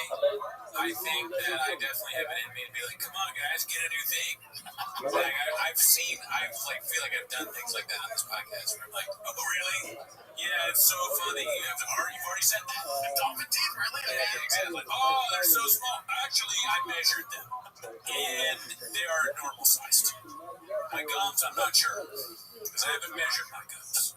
But I have that in me. But I think, in truth, I crave attention so much that I've told this before. Like, I told my friends, like, I honestly like being made fun of because I enjoy the attention, which is sick. Yeah, same here. Yeah, I think I would be happy if somebody was making a song about me every other week. You know? Yeah, that's crazy, dude. Yeah, this has been going on years. He's essentially Flappers, but we're way nicer. Flappers Comedy Club. I've not said any of the. I've said the most horrible things I can possibly think of. The other day, I tweeted that you're allowed, or the club encourages you to yell fire. It shows. I did see that. You get a ball of fries if you yell fire. And I mean that they do. Allegedly. I think it'd be funny if we found out what storage unit they're in. Not like the storage unit, but the storage complex. Yeah. Right? If we get a storage unit in the same one. I don't like how your eyes rolled back when I said that. I love it. Oh my god, it is. Yeah, dude. And then we name it Flappers too. Or just have it. If we bought a fucking storage unit next to theirs, so funny. What do we put in it? Our heart and soul, dude. We put shop merch, but we make fun of it. Like we write, this shirt sucks. That's stupid. So we gotta figure it out, like Nathan for you status, where we know we have to like know when they're gonna be there. And we rent like the more expensive truck, more expensive Mexican ATVs, like all the stuff that he has, but better. And then we put it in there, you know, when they're seeing us like move in. You and then they want to talk to us, and we're like, oh yeah, dude, we're into drugs, and we love The Fighter and the Kid's our favorite podcast. I wouldn't do this because not that. That I would do, but because I'm not, I don't. There's no animosity really that I have to Shop. I actually really like Shop. However, I do think there would be something funny about just completely like once it's all over, he's not, even podcasting. We buy the Calabasas studio. We hire Nick. We hire all those people. We literally just do the show. And we make fun of him still. Alex Jones. I saw that. I saw a little bit of that. I haven't really checked out the Heidecker thing with Alex Jones and how they made the InfoWars rainbow or something like that. And I have mixed feelings about that. I mean, it's gonna fall off, but I like it happening at once. Like speeding, like for a day, I'm like, oh, that's cool, and then you never watch it again. Yeah. But it's also, there's something, I don't know. I have to look at it more than I think, but what I'm saying. That's social media. This isn't real. I've told everyone that you really liked InfoWars. Yeah, I'm a big Alex Jones guy. It's just because, he really helped me out when I was struggling. Yeah. He helped me become the first guy with small teeth with a podcast. Yeah, he saw me. I was booked on a show once in Hollywood, and he saw me there, and he was like, hey, big fan. And I was like, no, 1 second, Alex. I'm going to go on stage right now. And then he saw the host say, like, oh, we don't have time for you today. I was like, what? And then Alex went, do it, puppy. Do you know this guy? Yeah, I was there. Yeah. I remember that like it was yesterday. Like it was last year. And, it's like he does a lot of things. Oh, he made up that thing about the and all that. It's like, I get it. It'll kill me. At the end of the day, I guess it's just me. I'm loyal to the fault. Yeah. So, Jimmy, I tell people that you are loyal to the fault. Yeah, and it's like, I thought we were going to fight. I thought, what happened? What happened? Don't cry. But it's okay. It's not a sad thing. It is what it is. You know what is a sad thing, dude? How often Brian or Brendan cries on his podcast. It's a lot of sad stuff. It's crazy, dude. Yeah. I just thought about that right now. He does this now, the whole nothing's protecting me. Yeah, no, I don't care at all, but I'm devastated. And Brian's he'll get it, but and then Joe Rogan does the thing where he's like, I don't pay attention to the news, it doesn't matter at all, but these fucking people making fun of me, it's like, it hurts my feelings. They're also full of shit. Of course it hurts your feelings. You're a human being. You don't like people making fun of you. Dude, being a Democrat, Republican, none of that makes sense. It's fucking whack. It's gay. 1 second. What's that drink? Yeah, too, yeah. I'm politically homeless now. I don't know whether I'm a Democrat or Republican. I voted for Trump, and I voted for Trump again. But I just don't know where I stand politically. They're not sick like us, though. I think maybe Shaw is, but Rogan probably doesn't need the people talking about him as much, and it probably hurts his feelings. Yeah. We should stop. Yeah. So back, moving 2 blocks away from our land. So yeah, he's addressing the whole selling his house thing. He's getting more land. Yeah, that's what happens. When you sell your house, sometimes it's because you want more land. Well, what is it called? Occam's sharp edge or whatever? Sharp edge. Occam's pencil. Occam's stone. Anything you say after Occam's that's not razor is hilarious.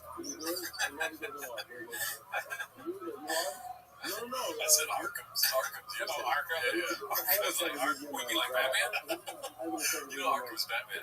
Arkham's pencil. Arkham's pencil, it sounds like a bad guy that's housed. I'm the pencil. Batman. Goodbye, pencil. Well, Occam's razor, right? The easiest answer is probably the correct answer. Guys struggling for money. He wishes he could afford a pencil. That was all right. I know this is totally off course, but that was one of my favorite jokes. This is what Miker said once. He was talking about how when you think about it, Batman is just a rich guy that beats up mentally deranged poor people, and there'll be a guy who's like, "I'm the question mark," and then Batman punches him in the face, and he falls through. That was so funny. I'm the question mark. I've never seen that. Arkham Shark Blade. Let's see. Because when we first came here, like, we rushed into the house, and I didn't know the area. Now we know the area, and I just need more land, so we're just getting more land, like a lot more land. That's this is like I'm telling everyone who's hopeless is moving outside. In a way, you get more land. What's his name? What's his name? What's his name? Mayor. But this is not the magic. You know what's the magic? That's not the magic. This stuff. He's welcome by Mayor.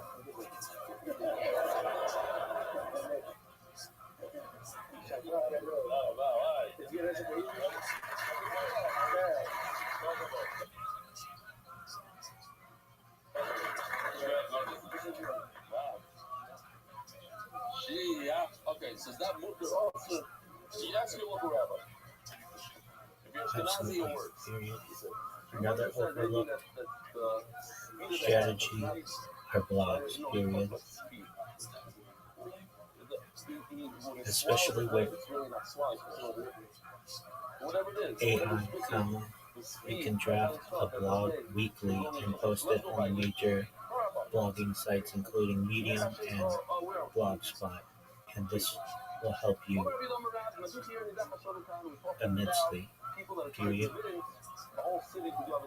You can ensure that your links are at the footer of each of your blogs, which also increases the power. Period.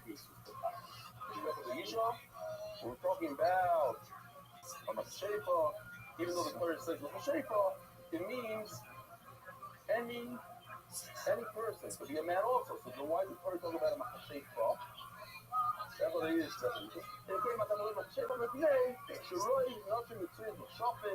Most women are into the t-shirt. We even have a picture here of a bunch of girls instead of taking the bus. The cat brings out. We saw some about math. What's the Tickets now at TonyHitchcock.com. It's going to be my last stretch of stand-up tour for the rest of 2020. It's all those moving in Austin that folks will be really.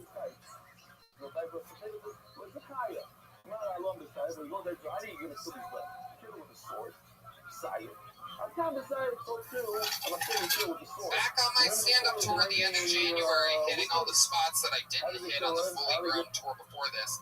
Vancouver, Portland, and Seattle. You're next. January 25th, 26th, and 27th. And then Los Angeles, California. I do stand-up. Denver, Colorado, Cleveland, Pittsburgh, Boston, Baltimore, Salt Lake City, San Jose, Dallas, Houston, St. Louis, Nashville, Fort Lauderdale, and Orlando. I'm so pumped for these upcoming dates.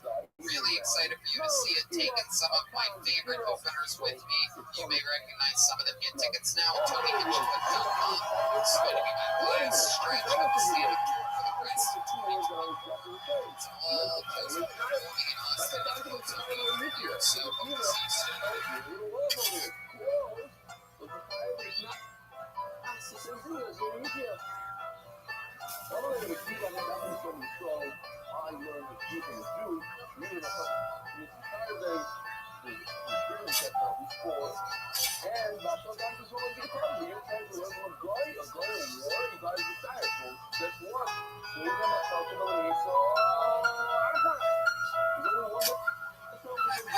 How did you get it wrapped up? How did you wrap them up back up?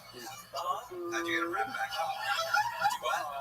How'd you wrap them back up? You put the notes in there. How'd you say that a little slower? I swear, I can't understand it. I swear. What the fuck are you? Why were you trying to give me advice on that shit, man? These motherfuckers take the lead. So I want. Okay. I didn't take it. Are you mad? No, I fucking. Bring it up, thank you. I'm gonna bring it up. I do it to everyone. So maybe I need to stop. Yes. But I have to do those.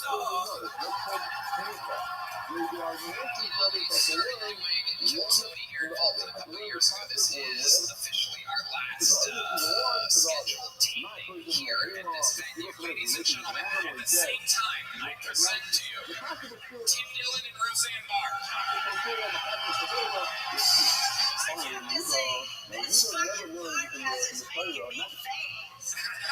Let's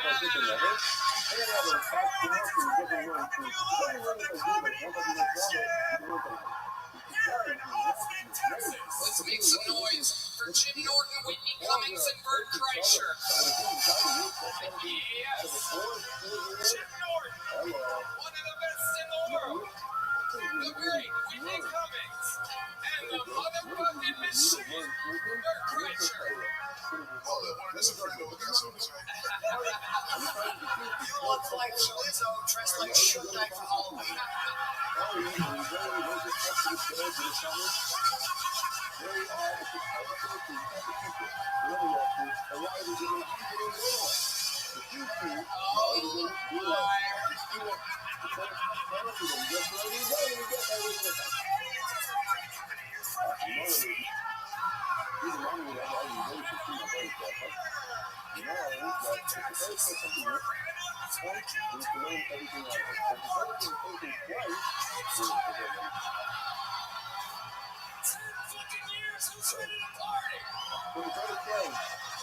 I'm not retarded, but I like rocks.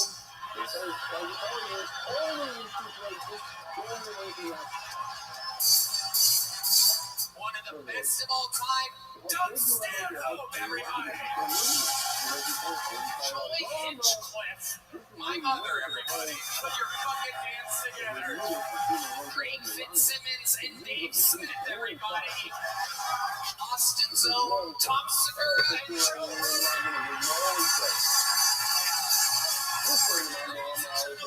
That's great. According to Milano, it says, "Hey, Milano, what about the Milano? Who's this Milano? Rashi shares Milano review that we learned from this as a Wednesday. The music is free.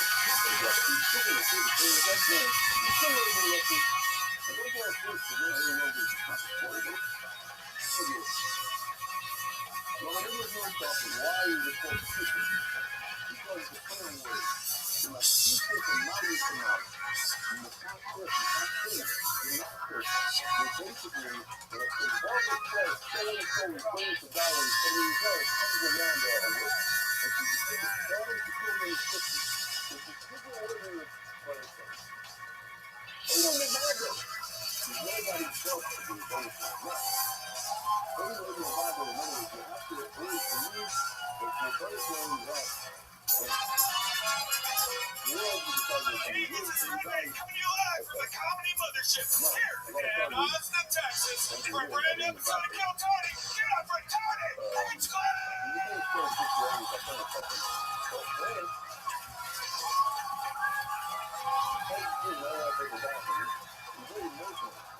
It's ready for the best fucking night of their lives,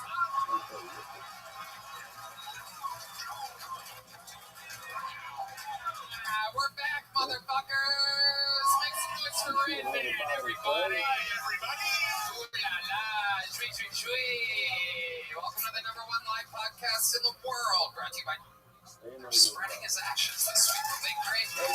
Michael Blair. Buy a t-shirt. Represent the great nurse/girlfriends out there representing, carrying on his great rest in peace, Michael Blair.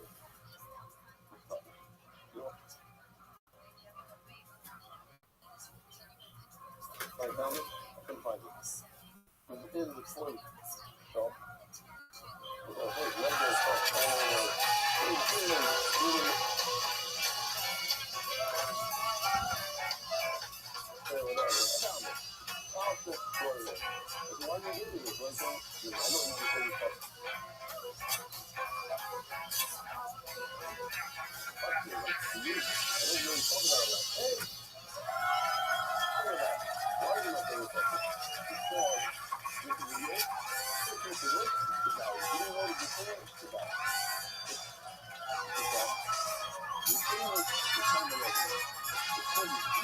This is Rabbi coming live from the Comedy Mothership here in Austin, Texas.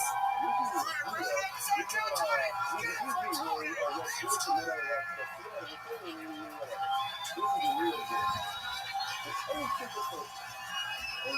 It's ready for the best fucking night of their lives. Oh, shit. Here we go again. Hey, look, it's Redman, everybody. We've been doing this show a long time together, him and I. 10.5 years running. And it is indeed the #1 live podcast in the world. Who's excited to be here, huh? Brought to you by Gel Blaster, the Red Rose, Yellow Rose, Hall Law Firm, Austin Security Guard Service, NinjaBuses.com, and Connect Mobile Health. Get an IV drip, save 10% using the promo code Tony10, something like that. How about a hand for the best damn band in the land, everybody? God damn it. Unbelievable, right?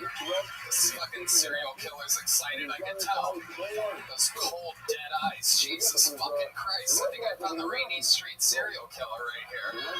Just out in the fucking obvious, blatant, fucking cold, dead eyes, Jesus. You guys are all bundled up. Why don't you take your fucking ski jacket off, relax a little bit, sir? Jesus Christ. That's the Peterson brothers joining the band over there. Local fucking legends. The great Michael Gonzalez on the drums. Matt the Mortician Muling on the electric guitar. The leader of the band, John B's on the keys. Let him hear it, because that's all he can do. The great and powerful D Madness, everybody. Oh, shit.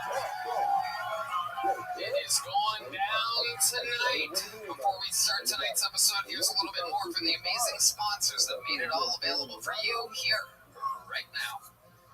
The Sunset Strip Comedy Club in Austin, Texas is now open. Check out Red Bad's secret show every Thursday. Go to sunsetstripatx.com for tickets.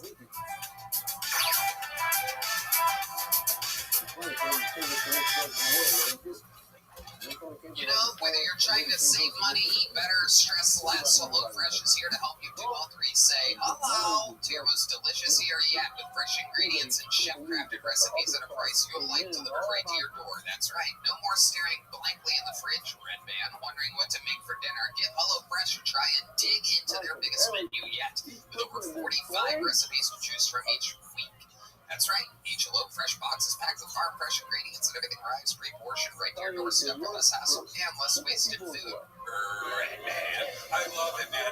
It's so nice being able to get when you need to cook something that you don't have anything left over instead of throwing away all this extra stuff in your fridge. I love the sweet ginger pork chops with buttery rice and roasted green beans. It blew my mind. It was so easy to make. It took virtually no time to cook. I personally love the Saskatchewan pork noodle stir fry with carrots, scallions, and peanuts. It's absolutely delicious. We love HelloFresh. We're always on the go, and whether it be late nights after a long night at the mothership or first thing for breakfast or lunch, we love HelloFresh. Go to HelloFresh.com/KTShowFree and use code KTShowFree for free breakfast for life. One breakfast item per box while subscription is active. That's free breakfast for life at HelloFresh.com/KTShowFree with code KTShowFree.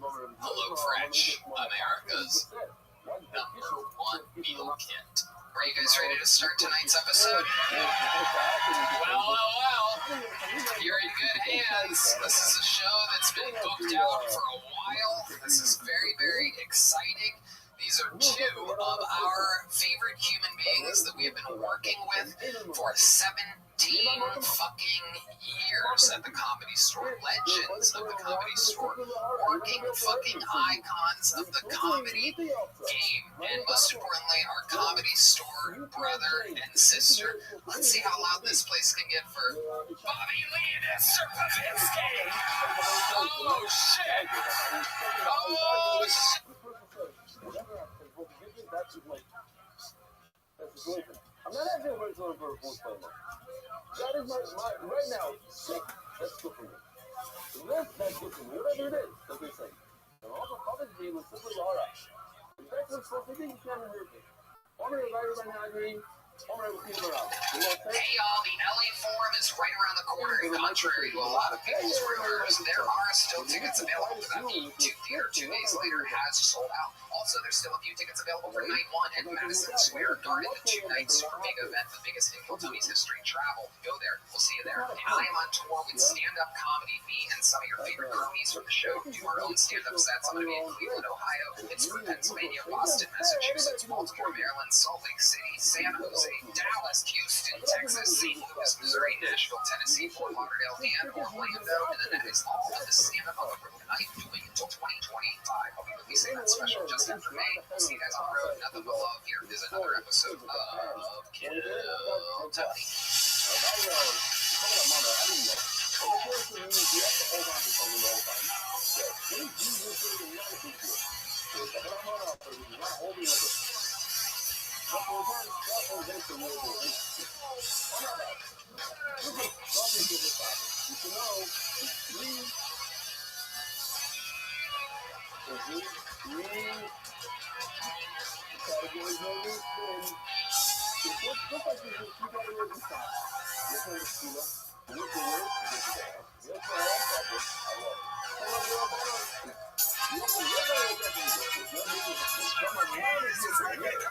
From the Comedy Mothership here in Austin, Texas, for a brand new episode of Kill Tony. Get up for Tony!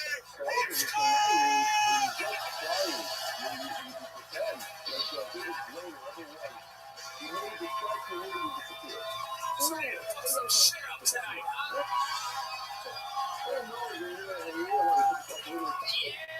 Yeah, makes my spirit man. Here we go again, the number one live podcast in the world. Put a hand for the best damn band in the land, huh? I don't think people know what the fuck they're missing. Kill Tony live, in-house, is just an unbelievable treat. This band fucking rocks. Matt Mueling on the electric guitar. It's a brand new single out, O2O, the letter O2O, the new hit song Epsilon. The great John B's on the keys. Check out johnb's.bandcamp.com for all of his music. That's DEAS. That's the great Michael Gonzalez on the drums. And how loud can this place get for the one, the only, the great and powerful D motherfucking Madness? Jesus Christ almighty. Unbelievable. The kids are put to bed, the bongs are bubbling. Here's a little bit more from the amazing sponsors that made tonight's episode available for you here right now. You guys are in for a very special treat. Sometimes I have multiple guests on, and sometimes it gets a little too fucking busy for my liking. Too many people trying to chime in. The show doesn't get to breathe. Sometimes the people don't know the show that well, and they're doing this and that. This is a special episode because this is a fucking veteran of the Kill Tony guest game coming on solo. He's been stuck with a ton of people on every episode that he's been on recently, and we have him here all by himself. He is truly my big brother, one of my favorite mentors in the history of my fucking career, and a man who I love with all of my goddamn heart. Comedy store legend, you know him from all of his hit specials, all of his hit podcasts, one of the funniest human beings on planet Earth, and one of my favorite humans of all time. Let's see how loud this place can get for the one and only Ari Shaffir, everybody. So small, then the music said we can't do this. We can't get it, and therefore must be a football. Olha aí, meu. Me cantinho achou de comigo de vir comigo que sou. E se primeiro Hey y'all, the LA Forum is right around the corner, and contrary to a lot of people's rumors, there are still tickets available for that Beat Theater 2 days later has sold out. Also, there's still a few tickets available for night one at Madison Square Garden, the two-night super mega event, the biggest in Tony's history. Travel, go there, we'll see you there. And I am on tour with stand-up comedy. Me and some of your favorite cronies from the show do our own stand-up sets. I'm going to be in Cleveland, Ohio, Pittsburgh, Pennsylvania, Boston, Massachusetts, Baltimore, Maryland, Salt Lake City, San Jose, Dallas, Houston, Texas, St. Louis, Missouri, Nashville, Tennessee, Fort Lauderdale, and Orlando. And then that is all of the stand-up on the road that I'm doing until 2025. We'll be releasing that special just after May. We'll see you guys on the road. Nothing but love. Here is another episode of Kill Tony.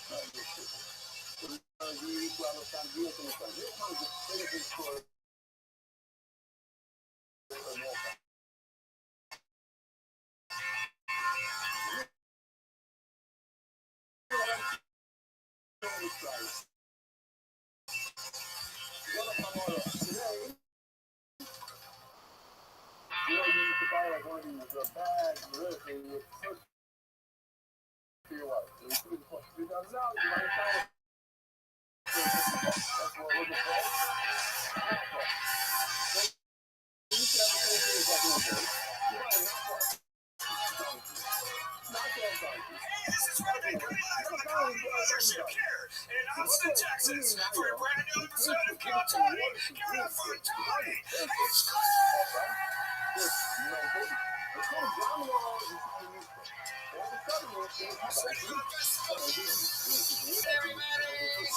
In my own world, brought to you by Jill Blaster, Red Rose, Yellow Rose, Austin Security Guard Service, and NinjaBuses.com. Connect Mobile Health where you can get an IV drip. Use the promo code KILL10, save 10%. How do we feel tonight? You guys with us? That's Michael Gonzalez on the drums. The Mutilator. Matt Muling on the electric guitar. John Dees on the keys. This is right. The one and the only. D-Madness, everybody. Oh my goodness. You guys ready to start tonight's show? Every week, I have some of the funniest people in the world on the show. This week, absolutely no different. Three very, very, very funny comedians. You know them. You love them. We're going to have a blast here together. Some of my favorite people. Make some noise for Louis J. Gomez, Kim Congdon, and Jeff Nye, everybody. Oh, yeah. The great Legion of Skanks, Louis J. Gomez. The great powerful Jeff Nye joining the fray. And that is Joe Sony's first ever regular, Kim Congdon. Legend of